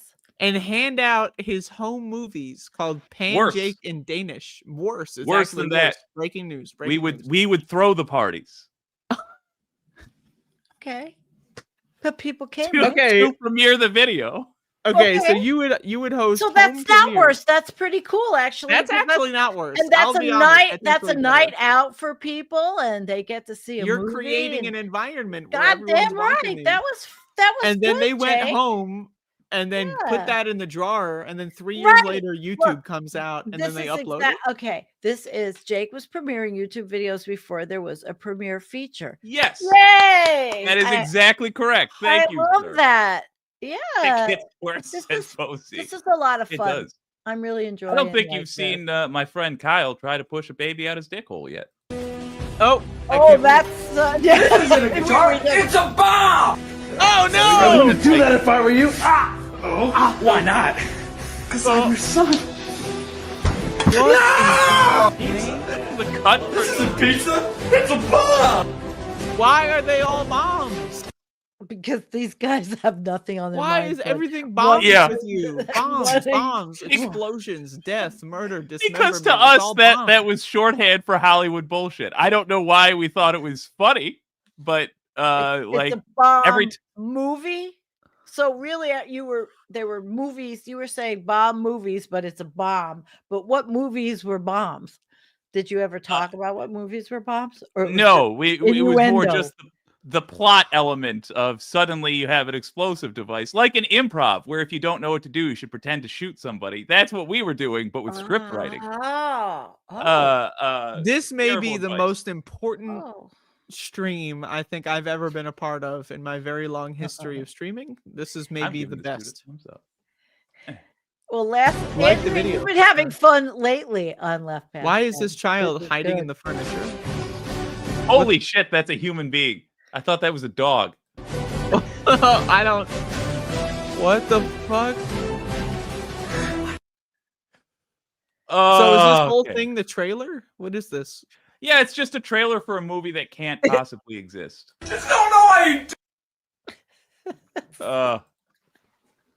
Yep. I'm looking for one more thing. It's fun. We can still I see your just screen, by the really way. do we want to do this? Just put them all together, Andrea. You narrate each one. and I would say love what to. you- I'm blown away. I don't think I've say been what this you- what you- excited for a all right. project in a long time. All right. So if This I is how about phenomenal. if I stitch together something that makes sense, and then I'll download the file to you or upload the file to you, and you'll have the large file. You can edit Sure, it. but we got to get Jake Can to you- fill in the can gaps. you We got to get- do an interview. okay. We got to do a sit down interview with like that wood chair, you know, in like a big empty room with a wood chair and a Oh, spotlight. wait. Okay. So you would do the interview, and then we could. All right. I'm thinking creatively how to make the video right and work. Well, here's the All right. main problem that I Yeah, haven't this heard is the- anybody address. All of these are filmed on an early aughts camera with a resolution that is so bad. I Right. filmed it, Makes it and I better. can't even really tell. It makes what's it. going That's on. the thing. It's like Yeah, the and Bigfoot I'm video, gonna you know, try that you can barely downloading see it. what's happening. I'm gonna see if I can download it on my software. And This is amazing. there's another software that takes videos and AI can do a lot of shit too to fix videos. I know Matt. I hates don't. it, I don't. but I might. I'm just gonna go ahead and veto everything Sandee's trying to say on that I one. don't know. I don't know Yeah. what these Well- video programs use anymore. They're all you can't see what I'm saying is you can't get around anything. So if let's say I use a video and the software I have has all these settings to change different things, but Well, it don't can't use the get the settings. I also did a right. judo You don't throw. know if they've now intervened since you've been using the software a long time. You don't know if they've put AI in things. That's I do. I don't They use do? software that has AI in it. I don't. Yeah, they specifically have to tell you, don't they? I don't. gotta I don't. say, Because I know with Canva and Storyblocks and at Canva, you have to, if you want something in AI, you have to specifically go after that and ask for that. I don't do that. I like to make my own thumbnail. I, do all the art. I don't know what Canva is, to be honest. It's So. an art program to make thumbnails and graphics.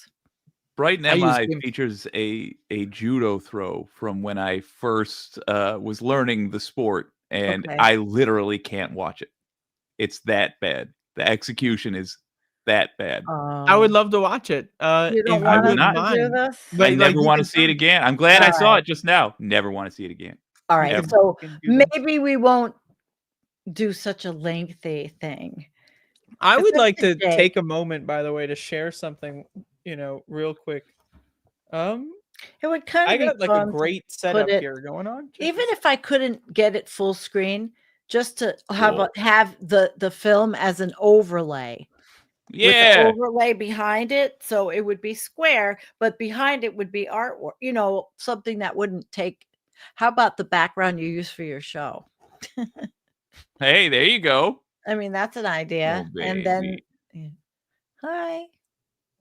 See, now Matt's Well, you gonna are get welcome to do whatever you Matt's, want. well, I'll see what time we have, to do things, because now I'm slowing down out. I mean, I'm pretty much done. Everything's cleaned up outside.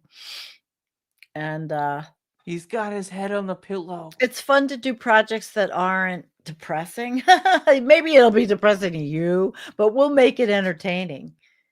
Like an actual I'm depressed. Yeah.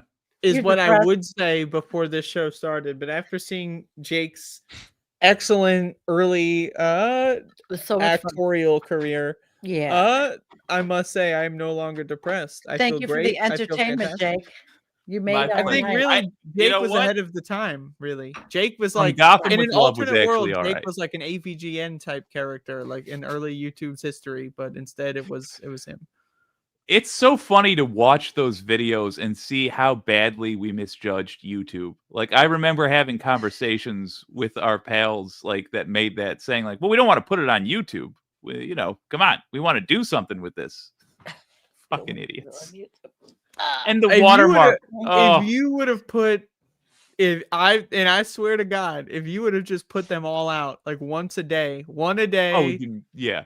You'd be millionaires. We'd be right now. crazy. Yeah, we would. That was it. Just because there was nothing else on there. Just You because didn't there even was have to be nothing good. else, and frankly, that was really good. That was high quality. Like it's that level of like it's high quality and high effort enough that you just kind of have to respect it, no matter how dog shit it actually is.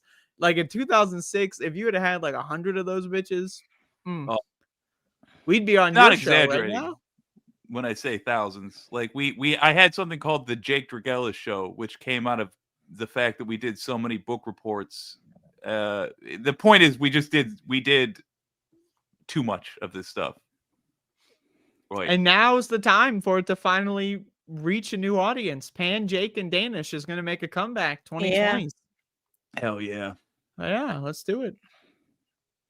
I feel I don't know how I can. I want to just hide right now. If I'm honest, I'm just desperate to get off camera. I get it. No, I Really? totally get it. Are if you we really? were playing You're some shit that I embarrassed was when I doing think when this I was is 12, great? I would freak the fuck out. I totally get it. But I'm on the other side of this equation, so I'm gonna really keep going because it's amazing. It's fun.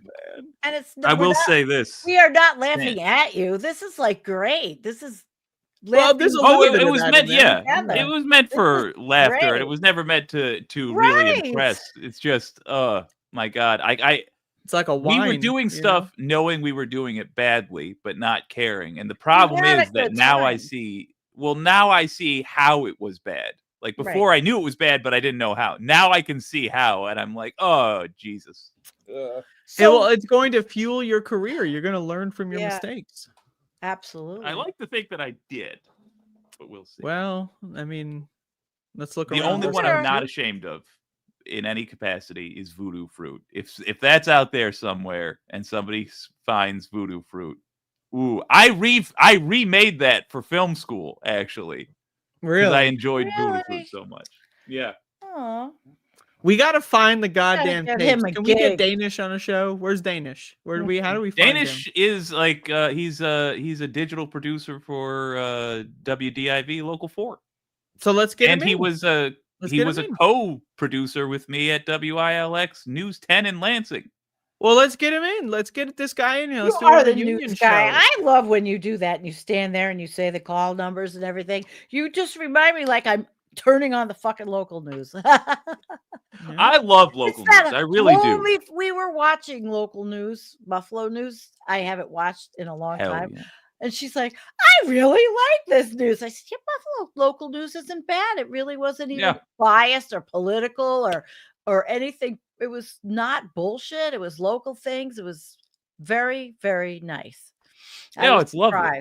I was surprised because down here, there is nothing local where I live down here.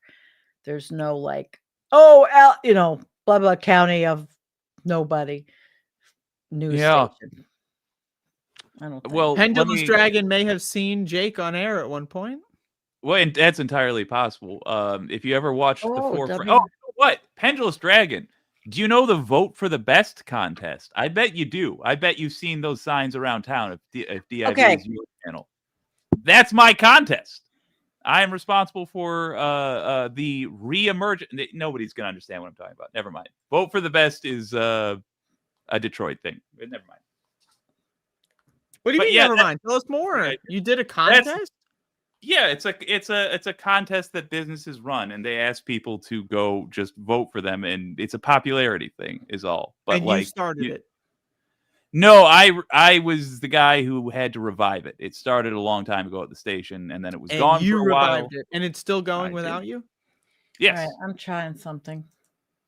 I mean, that would be. I should be clear. That's like for Detroit area. That's like saying I revived Aretha Franklin's career because I was the person who was in charge of selling her new CD. Like, it's not, I didn't actually. I just did the work, and I was ordered. Hey, man, that seems impressive. I'm telling you, I'm seeing a trajectory here that's that maybe you're not seeing, and maybe you don't think I'm serious, but I am serious in both an ironic and an unironic sense because that's the world we live in now.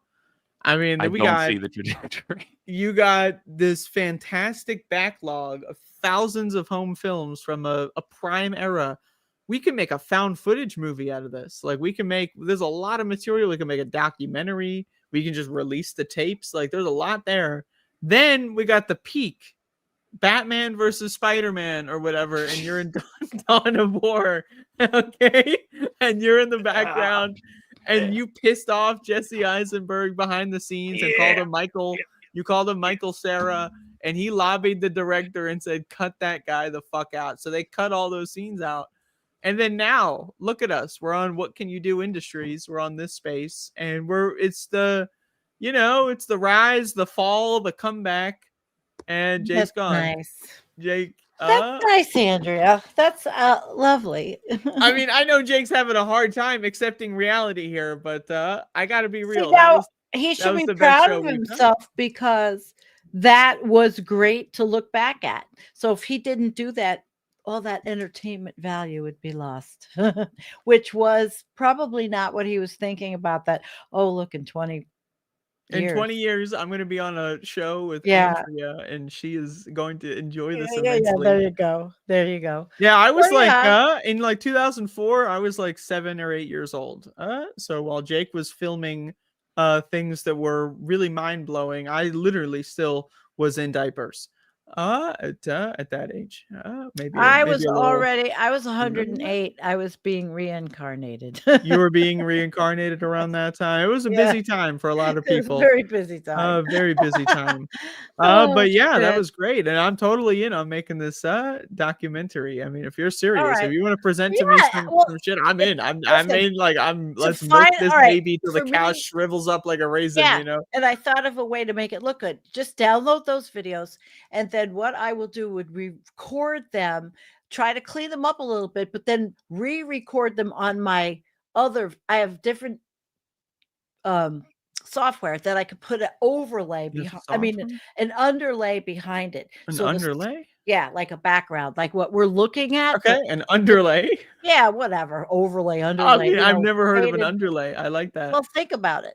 No, yeah, I get look it. at what we look like, and there's a Yeah. behind. That's the Yeah, and that's the underlay. No, I'm in. I'm background. all in. But I can do that with the video.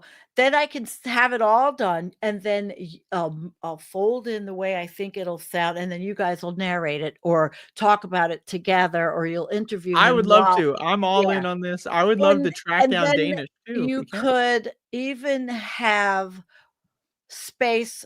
a space maybe to have a break where you would then interview him or not narrate it, so we'll figure out how to do it, and then of We'll course definitely figure this enhance it, out. and we Jake wanna is not. He is not done with this arc. This is just the Yeah. beginning. Well, I we hope have Jake to, realizes this because I know he's probably Okay. still watching, or he might watch it in It the won't morning. I'm not take sure. me. It won't This is take a lot episode of 1. time. This is is the not a beginning. lot of time for me to do that video. It's not like it's not a lot of work, but it's just. I'm putting it like we together. should produce like a 6-part mini series, Oh my like God. 10-minute videos, 6 parts. Well, we could do it. I The could rise, make it the the fall. one, and then we could chop it into 10-minute videos. Sure, yeah. So okay. we'll do the one long one, and you could narrate each piece, and then we'll split it. That's great, and we'll release it as a mini series. We'll do a premiere watch party, just like Jake would have done.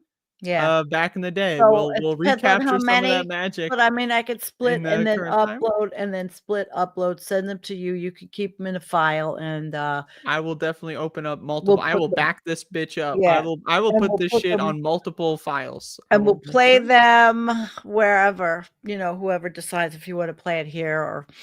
I Okay. will rent that See, billboard. we're in Times doing the Square creative for however process long. right here for all of you. I hope now my channel. I did an experiment. I kicked everybody off, and You kicked him off? I told them the chat to come to this space TV. I want to Oh. see. I want us to get everybody over here because when I go to bed, I'm off. The channel's done.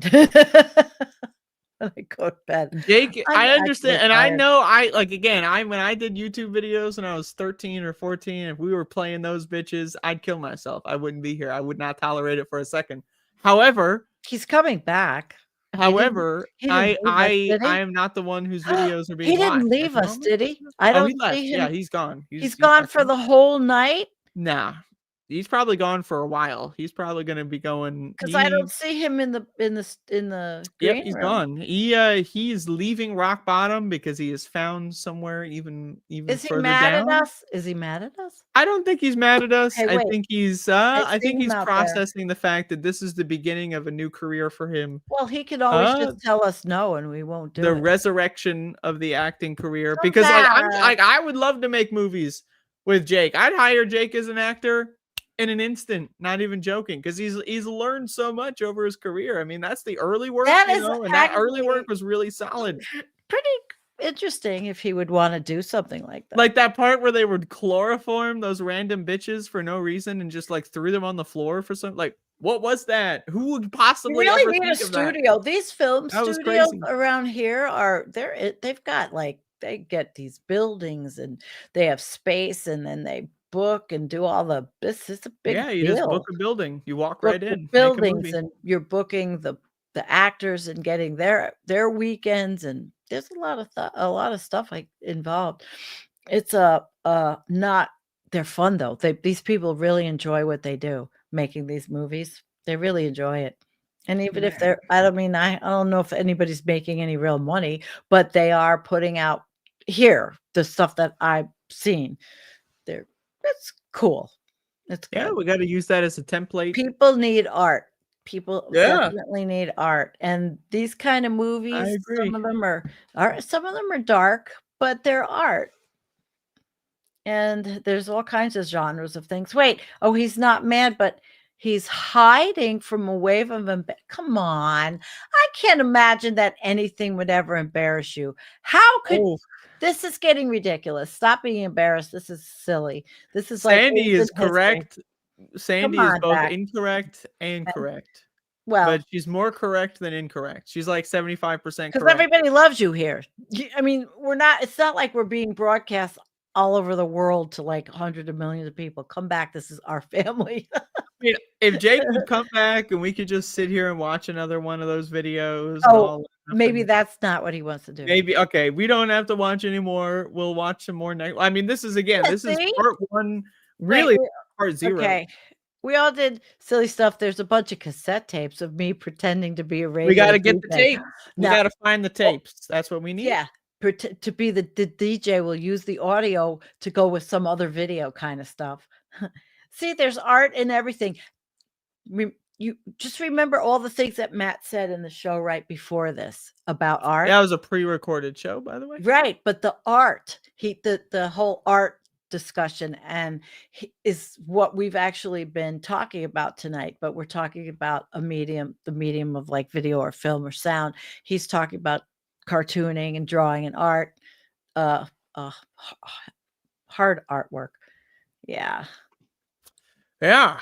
I mean, this has been a great show so far. I mean, we're not even done yet. We brushed your teeth on stream, showed us your hair bowl. This is not that worse, Jake. That is true. Jake did show the hair. Oh, I'm glad you're back. So Jake, I'm not ready to go off. I have like 10, 15 minutes before I'm saying good night. I can do 15 for sure. Let's do 15. We'll end at midnight. We got take it to 12. Yeah, I think that's exactly my time. Because I have a show tomorrow at 5, and this is the first time I am absolutely not prepared at all for a professional hour. Not this. This is garbage. This is horseshit. No, I want a topic. Just like when you have your show, we have topics, we have shows, we plan. My topic today was shitting all over everybody. I was pissing in bottles and then collecting the bottles and then putting in the spray nozzle in there and then just spraying the. That's what I was doing today. I was pissing on the parade. Extremely therapeutic. Pissing on the parade. That visual just. Yep, that's what I was doing. Just a fine mist. I got the mist and everything. I see it spraying. I see it hitting those people in the face, and it's just glistening on their forehead. Yeah, and they're not knowing that it's piss, and then all of a sudden they go like this and they smell it. See, we're making a movie right here, Jake. This is great. And we're all very animated people. This is the shit that happens when Matt is gone. Right. Matt is gone for a day, and we have fully degenerated into levels previously not thought possible. I think it's fun. I think we're having a great time. And anybody with us, I hope you're having a good time. All how many all together? All 54 quality mother effers, man, just being with us. And half of my channel said they're still trying to watch it and going, wait, they're not there? We got a contribution. We got some monetary contribution to presumably Jake or Letterhack. I'm not sure. Letterhack. I'm not monetized. Yeah. So Pendulous Dragon is giving Matt money to ask Jake a question. That's Did you get to meet Sonny Elliott? No, I did not. Matt's gonna send you the $2. I got to meet Mort Krim. I got to meet Andrew Michael Cera. Humphrey. Actually, I did a lot of stuff for him. Yeah. Oh, they're talking about Local 4 people. Oh, Sonny Elliott was a weatherman. Weatherman. Mort Krim is the guy that Anchorman is based off of. Fun fact. Yeah, and Jake comes from a prestigious line of long-lasting characters from the Michigan region. Yeah. And Mort Krim is in Detroiters, which was filmed at that very station I was in. Fun fact. We got to get a lot more of that history in here, because I feel like this is really. This to me is like it's like an Etch-a-Sketch, It's like it's like doing the thing where you shake it up but in reverse. That's how I feel. That's how my brain feels. You film that and then you play it back and rewind, right? That's how I feel at this moment. Sandee's about to die. No, my back is fucked from 2 days of driving. I'm not. I have things, 2 days of driving. It's a bitch. I have. I just don't drive. That's my solution. I know. Yeah. I have to give I credit. try Penn to his as credit. little as possible. That's all. But it's always to Buffalo and back, so I always do that. That's like the once a month deal. Real quick, I got back questions. First, I gotta say, Pendulous Dragon, you are like a real Southeast Michigander. You're a real one, my friend. It's just cool that he knows that they're so We need to hook up and make some noise. You Hell got a yeah. friend there, babe. You know what? For sure. The woman that just left my house that stayed for 4 days is somebody I knew from the channel. I've Really? entertained quite a few people, but I know who they are before they come to stay. Like So she's Sandee my invites the viewers. If you're living in or near Buffalo, Sandee will invite you to the home. No. I've been talking to her for 6 years. And 6 years. All you have to do is watch Sandee for 6 years. She didn't watch. Drive just to me. Buffalo and say, "Hey, Sandee, No, I'm she nearby." didn't just watch me. I have like cat food. You have It feels cat like- food in your tooth? Is Yeah, that but what I it is? really don't. But it feels like it. I don't know. It feels like. Well, why would it feel like you have cat food? Like, were you eating cat food? No, I was previously? Why holding would- the cat. I fed the cats before I were walked back feeding the in, cats, and I okay. held the cat. Right. But I don't think I got cat food in my teeth. I hope not. I really hope not. That would suck. They really missed me too. I was away for overnight, but they lived. This is They did phenomenal. This fine. is great. Yeah. We got Sandee eating cat food, me just observing this whole No. situation, Jake showing his home movies. Mm-mm. This is a great episode, and Matt's not here, and that's No. also a benefit in and of itself. No cat my food. God. He's gonna be so pissed. No That's cat the thing food. about Matt is he has this like weird like jealous streak because we did that one show at the gas station and he's been really pissy about that for years. Matt, he has this jealous streak. Like when he doesn't show up and we somehow pull it off, we have a great ep. Oh, Like I that think whole thing earlier with the microphone that was great. Like I think he there's quite so reasonably. there's so much Go ahead. here. I just think he does a ton of work to put the show on, and I don't, he gets I think a little bit annoyed when the show coasts, Without him, he's not Yeah. needed. Frankly, but And well, we I enjoy want to his underline Get the out whole of coast- Andrea. we He's enjoy his not presence. She's just summarily. He's not needed. She We just like him here. He's a great guy. But frankly, he's Snip. not necessary. Like when Sandee was gone for those couple months, we were nobody missed struggling. me. We were Yeah, gone. I don't think What? yeah. I don't believe that. We were pittering out. Well, It was like driving on all fours, and they were Yeah, it all was- tires that No, were I running out. don't We almost believe you. we almost lost. No, Matt, on that's the other true. hand, We we were getting would be annoyed. fine without. Not accurate. I missed Not you accurate. guys. I guess I'm the Yeah, good, we missed you, and the show got weird. good It stopped being foil fun. It got dark. Billy. Jake was Yes. threatening to kill people for a while. It was really brutal. I couldn't watch. Yeah. I told you it would make me cry. I was like, I can't do this. I would cry. I missed my friends, and I was like miserable on Wednesday night. So I was watching Dr. What's his name? Racconello. He Right, had that one. I twins. knew that one too. That one. Yep. I told you I would watch his show. Office Hours, because I like Vincent. He's from Manhattan. Well, he lives in New Jersey, but he's from Columbia, and he just knows everything about that genre. He's really smart. That's And he does, and on Wednesdays he has office hours. He talks to his followers, and then he does a class. Tonight he taught us right before the show. I came in tonight. We went over all the different kinds of Lyme disease, and it was so funny because I just had that visit with my doctor about getting a deeper test because of some things that I have that are just different, and I've been bitching about it, right? And so maybe you gotta I watch did- out for ticks. Those Listen, bitches, I they stick had you. Yeah. a tick bite last year. I think I told you guys I had that, and I took antibiotics for 2 weeks. But the doctor today said, well, you should have taken them longer. So we're going to figure it out. But then on tonight, his show, they went over all the different kind of tick-borne illnesses. There's a lot of them, Andrea. There's many. And there he was talking about different countries also, but he did specifically narrow down on North America where we are. I live in Tick Central. I had a Yeah. tick on my neck a couple did? years ago. This is Ooh. the first tick experience I had. Oof. It was on my neck. It I was got in a bathroom, and I looked in the mirror, and I was like, "What is that?" I don't know how long it was there. It didn't like fully attach, I don't think, but you didn't take antibiotics? no, because it wasn't like It stuck didn't. in me It really. didn't suck your blood. But it was like didn't trying to, suck a like I felt blood. the pricking, Yeah, right. and I've been like ever since then. I've been like, anytime or ticks, I'm in any area in any situation, there might be ticks.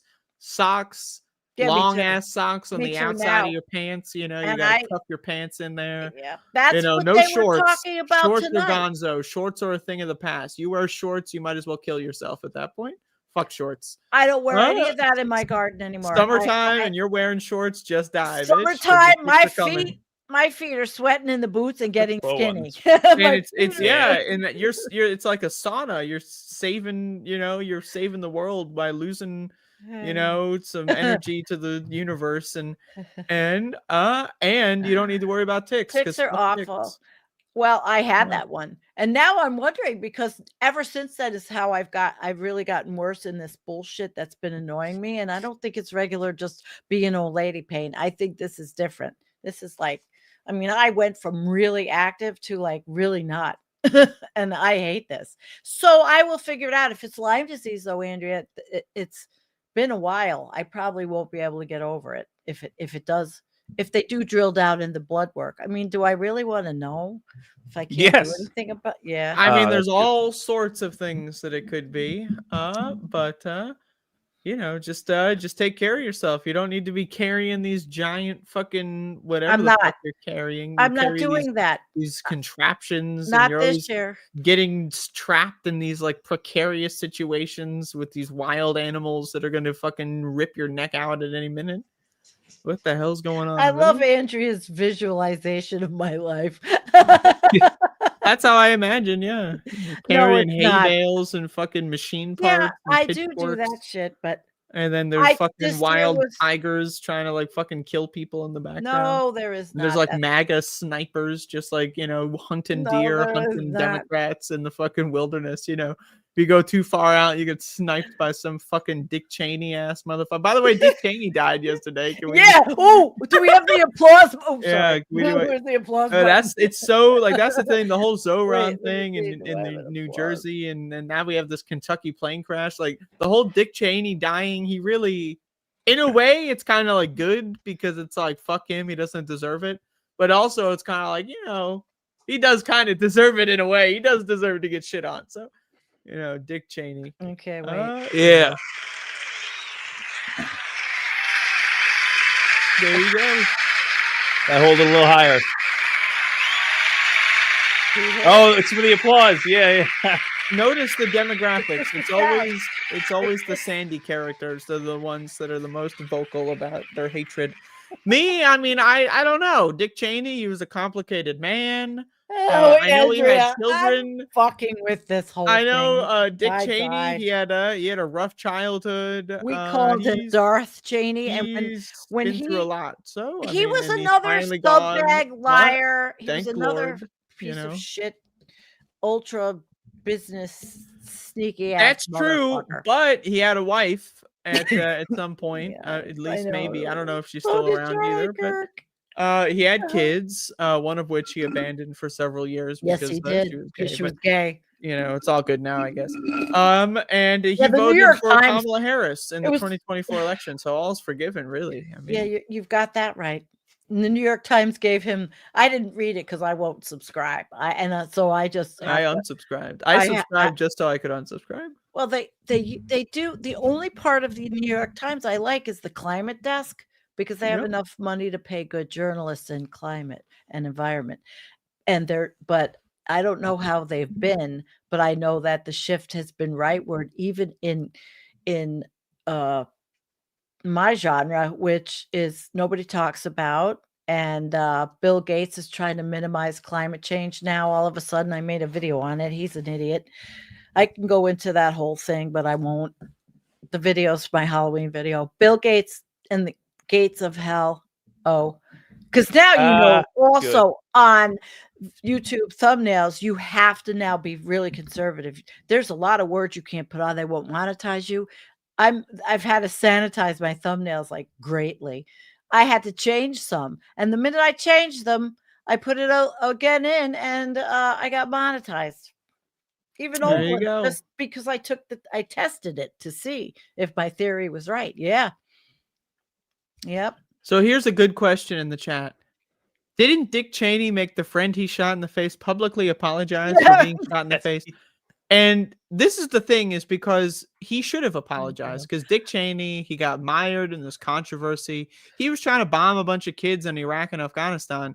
So he was trying to kill a bunch of people, and then he got mogged down in this fucking controversy, and that guy was pretty much all his fault for being shot. If he wasn't there like a fucking asshole standing around like a dipshit, he wouldn't have gotten shot. So he really honestly should still apologize. He should apologize today. He should apologize every day that he's been alive. Because Dick Cheney, he was the father. Yes, I have it. Harry He was- Whittington, the man Dick Cheney accidentally shot during a quail hunting. Andrew, you're so right. Publicly stated he was deeply sorry for all that Vice President Cheney and his family have to go through this past week after being discharged from the hospital. It was interpreted as an apology for the public and political fallout the incident caused the vice president, rather than apology for his own injury. He emphasized it was a hunting accident and did not blame Cheney. That's all he had to say. He didn't have to apologize about it. He was deeply offended that he caused Dick Cheney to miss a phone call where he could have ordered an elite sniper strike. Maybe Graham Plattner was in that crowd, because Graham Plattner was in Iraq and Afghanistan murdering, gunning down. He was in a machine gun. He was a machine gunner gunning down Afghanistan citizens, Iraqi children, just gunning them down, just going bah, bah, bah, bah, bah, bah, bah, dead kids. That's Graham Plattner. So, and Dick Cheney, and so rest in peace, Dick Cheney. Has he released his military record? Has he released his military record? No, he just keeps lying about it. I don't know. I don't track it, so I want you to do that. So I'm listening to what you're saying. I don't know. I don't live in Maine. I don't I'm either. Not the main character. Yes, but your interpretation is not. You're not alone. Well, he said he was a machine gunner. He was a machine gunner in 2004. So he's just dead kids. Dick Cheney's greatest accomplishment was allowing us to forget that $1 trillion was missing from the Department of Defense. We still haven't figured out that mystery. And the New York magical Times money laundering. Yeah, the New York Times gives him a glowing, send off. Thank you. I saw that fucking Joe Biden and Kamala Harris were engaging in necrophilia when Dick Cheney died. Just sucking that fucking corpse cock. Just really, so rigor mortis, really strong with Dick Cheney. Is this monetized here? I hope so. But no, it's not. I never monetized my Left Past 10 ever. This is such a great opportunity to see. I like your background, Jake. Thank you. Yep. To see who actually has leftist politics and who's just playing this goddamn game. Because the people that get up there and pretend like Dick Cheney was anything other than a murderous they're lying, and they're lying for politics. They're lying. I saw Zoran's reaction. Nope. It was really funny. He was just like, oh, and then just looked, he just ignored it. Which is the best. Yeah. All right. Anyway, I'm trying to vote here. Because plenty of us, who'll deal with them? I wonder if the iHip girls, those bitches, man, they just say everything. They'll do it. They'll talk about it. They'll probably do it, yeah. Oh, she did it already. Get them, gals. You know what she did? She said, oh, yeah, that's right. She did it. I heard it in the car. She said, yes, we are sending the family thoughts and prayers. And she was very, and something else about it, but about his war record while he was getting us, just what you said, Andrea, while he was getting us into, the war in Iraq and lying about Osama bin Laden having weapons of mass destruction and all. Yep. I remember. Yeah, but that's the thing, is that at the end of the day, Dick Cheney was a father. And he had kids. I love your shtick. And those kids, I think one of them has had kids, at least. And one of those kids campaigned with the Democratic nominee last year. Remember that? Yeah. And so he was a father, and so God bless his son's soul, and Jesus Christ, amen. We didn't get complete justice, but I will say we did get he got to see that we were right, and that we, those who were disagreeing with him throughout his career, correctly predicted everything. And I don't think he had any doubts. Like he didn't have a soul or anything. So I'm positive that he didn't care that he was doing evil. I'm sure he knew that he was doing evil. Right. But it's just nice that there was an awkward couple of years where his own daughter was against his party for a while. That's good. Yeah. I mean, it is pretty interesting that old Dick Cheney. What kind of name is Dick anyway? He's bald. Accurate. Richard. Yeah. Anyway, Richard. So Dick is dead, and it is 12. Ding ding dong. The wicked Dick is dead. So officially, Dick Cheney died 2 days ago. Are we ending the show at midnight still? Yeah, my brother is on the radio in London. All right. Let's right see. now he's on the radio. He'll be in a bit. What? We're hoping he's having a little car trouble. We'll see what happens. He does a radio show in Broadcasting in Oregon. HD. This is listener-supported public radio, KRVM. That's your brother talking right now? 91.9 Eugene, Springfield. We broadcast on KSYD 92.1 Reedsport, KAVE 88.5. What is this lore drop? What is this random This is bull awesome. fucking shit? One Florence. And What streaming is on the this? internet at He's doing the public radio thing. KRBM.org. Listen to Sandy's brother. Wait, he does the I'm sick of this shit. Whoops. Have you seen He the does ads? the Grateful Dead radio show. It's like it's called Long Strange Trip. That's all. Well, Matt's Hacker is going to be He's a big from fan of that. Eugene, can you see it? Eugene, Oregon. Yeah. Hell yeah, dude. He's playing Grateful Dead. It's probably copyrighted, so I got to. It is. Oh, don't play that. I'm not. He's what doing the the fuck? He's Hey, doing Andrea. because Donna Jean Gottschall died. What? She was in the Grateful Dead. Any Deadheads out there know what I'm talking about. I Grateful actually know Deadheads. a song that's not copyrighted. If you guys want to listen to it real quick. Yeah.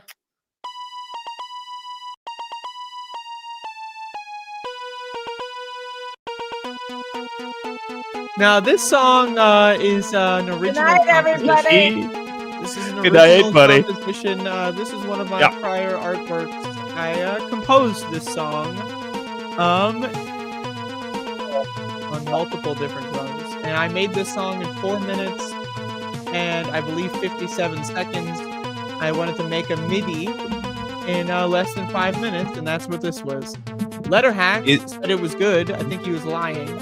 And now we're here. You're wrong, because I liked it enough to use it for a video. And now Jake is lying as well, and he just wanted free music for his cartoon. Turn it Also true. And I like And he this was for a part. whole episode. Can you imagine? I like this part. I love that part. Okay. And we're now done. here we are once again because Jake we're doesn't know how to end the still show. We're gonna have to play the outro once again. Jake, click the button, play the outro, and then after the outro, we have to actually click the end button. This is what happens when Matt's not here. So we're just gonna try it again. God, this is hilarious. Let's give it one more We're shot. gonna do it. We're gonna be normal. A normal ending. So this is an original composition. I wrote this. You ever listen to it's called someone when they say I Mind wrote this Snapper, song? right? I wrote it with a pencil. I wrote this song, and it's an original composition. I wrote this myself. I was writing this. Jake drew the cartoon. I don't know. I don't know why Jake chose these thumbnail images that were on Thumbnail screen. images. The like the one where it's like anyway. So this was Left Past 10 without the Letterhack. This one, like we chose this thumbnail. Like where's Yeah. Man, I gotta get back there. Anyway, Left Past 10. All right, now click the end button. No. Wait. You just gotta. I got it.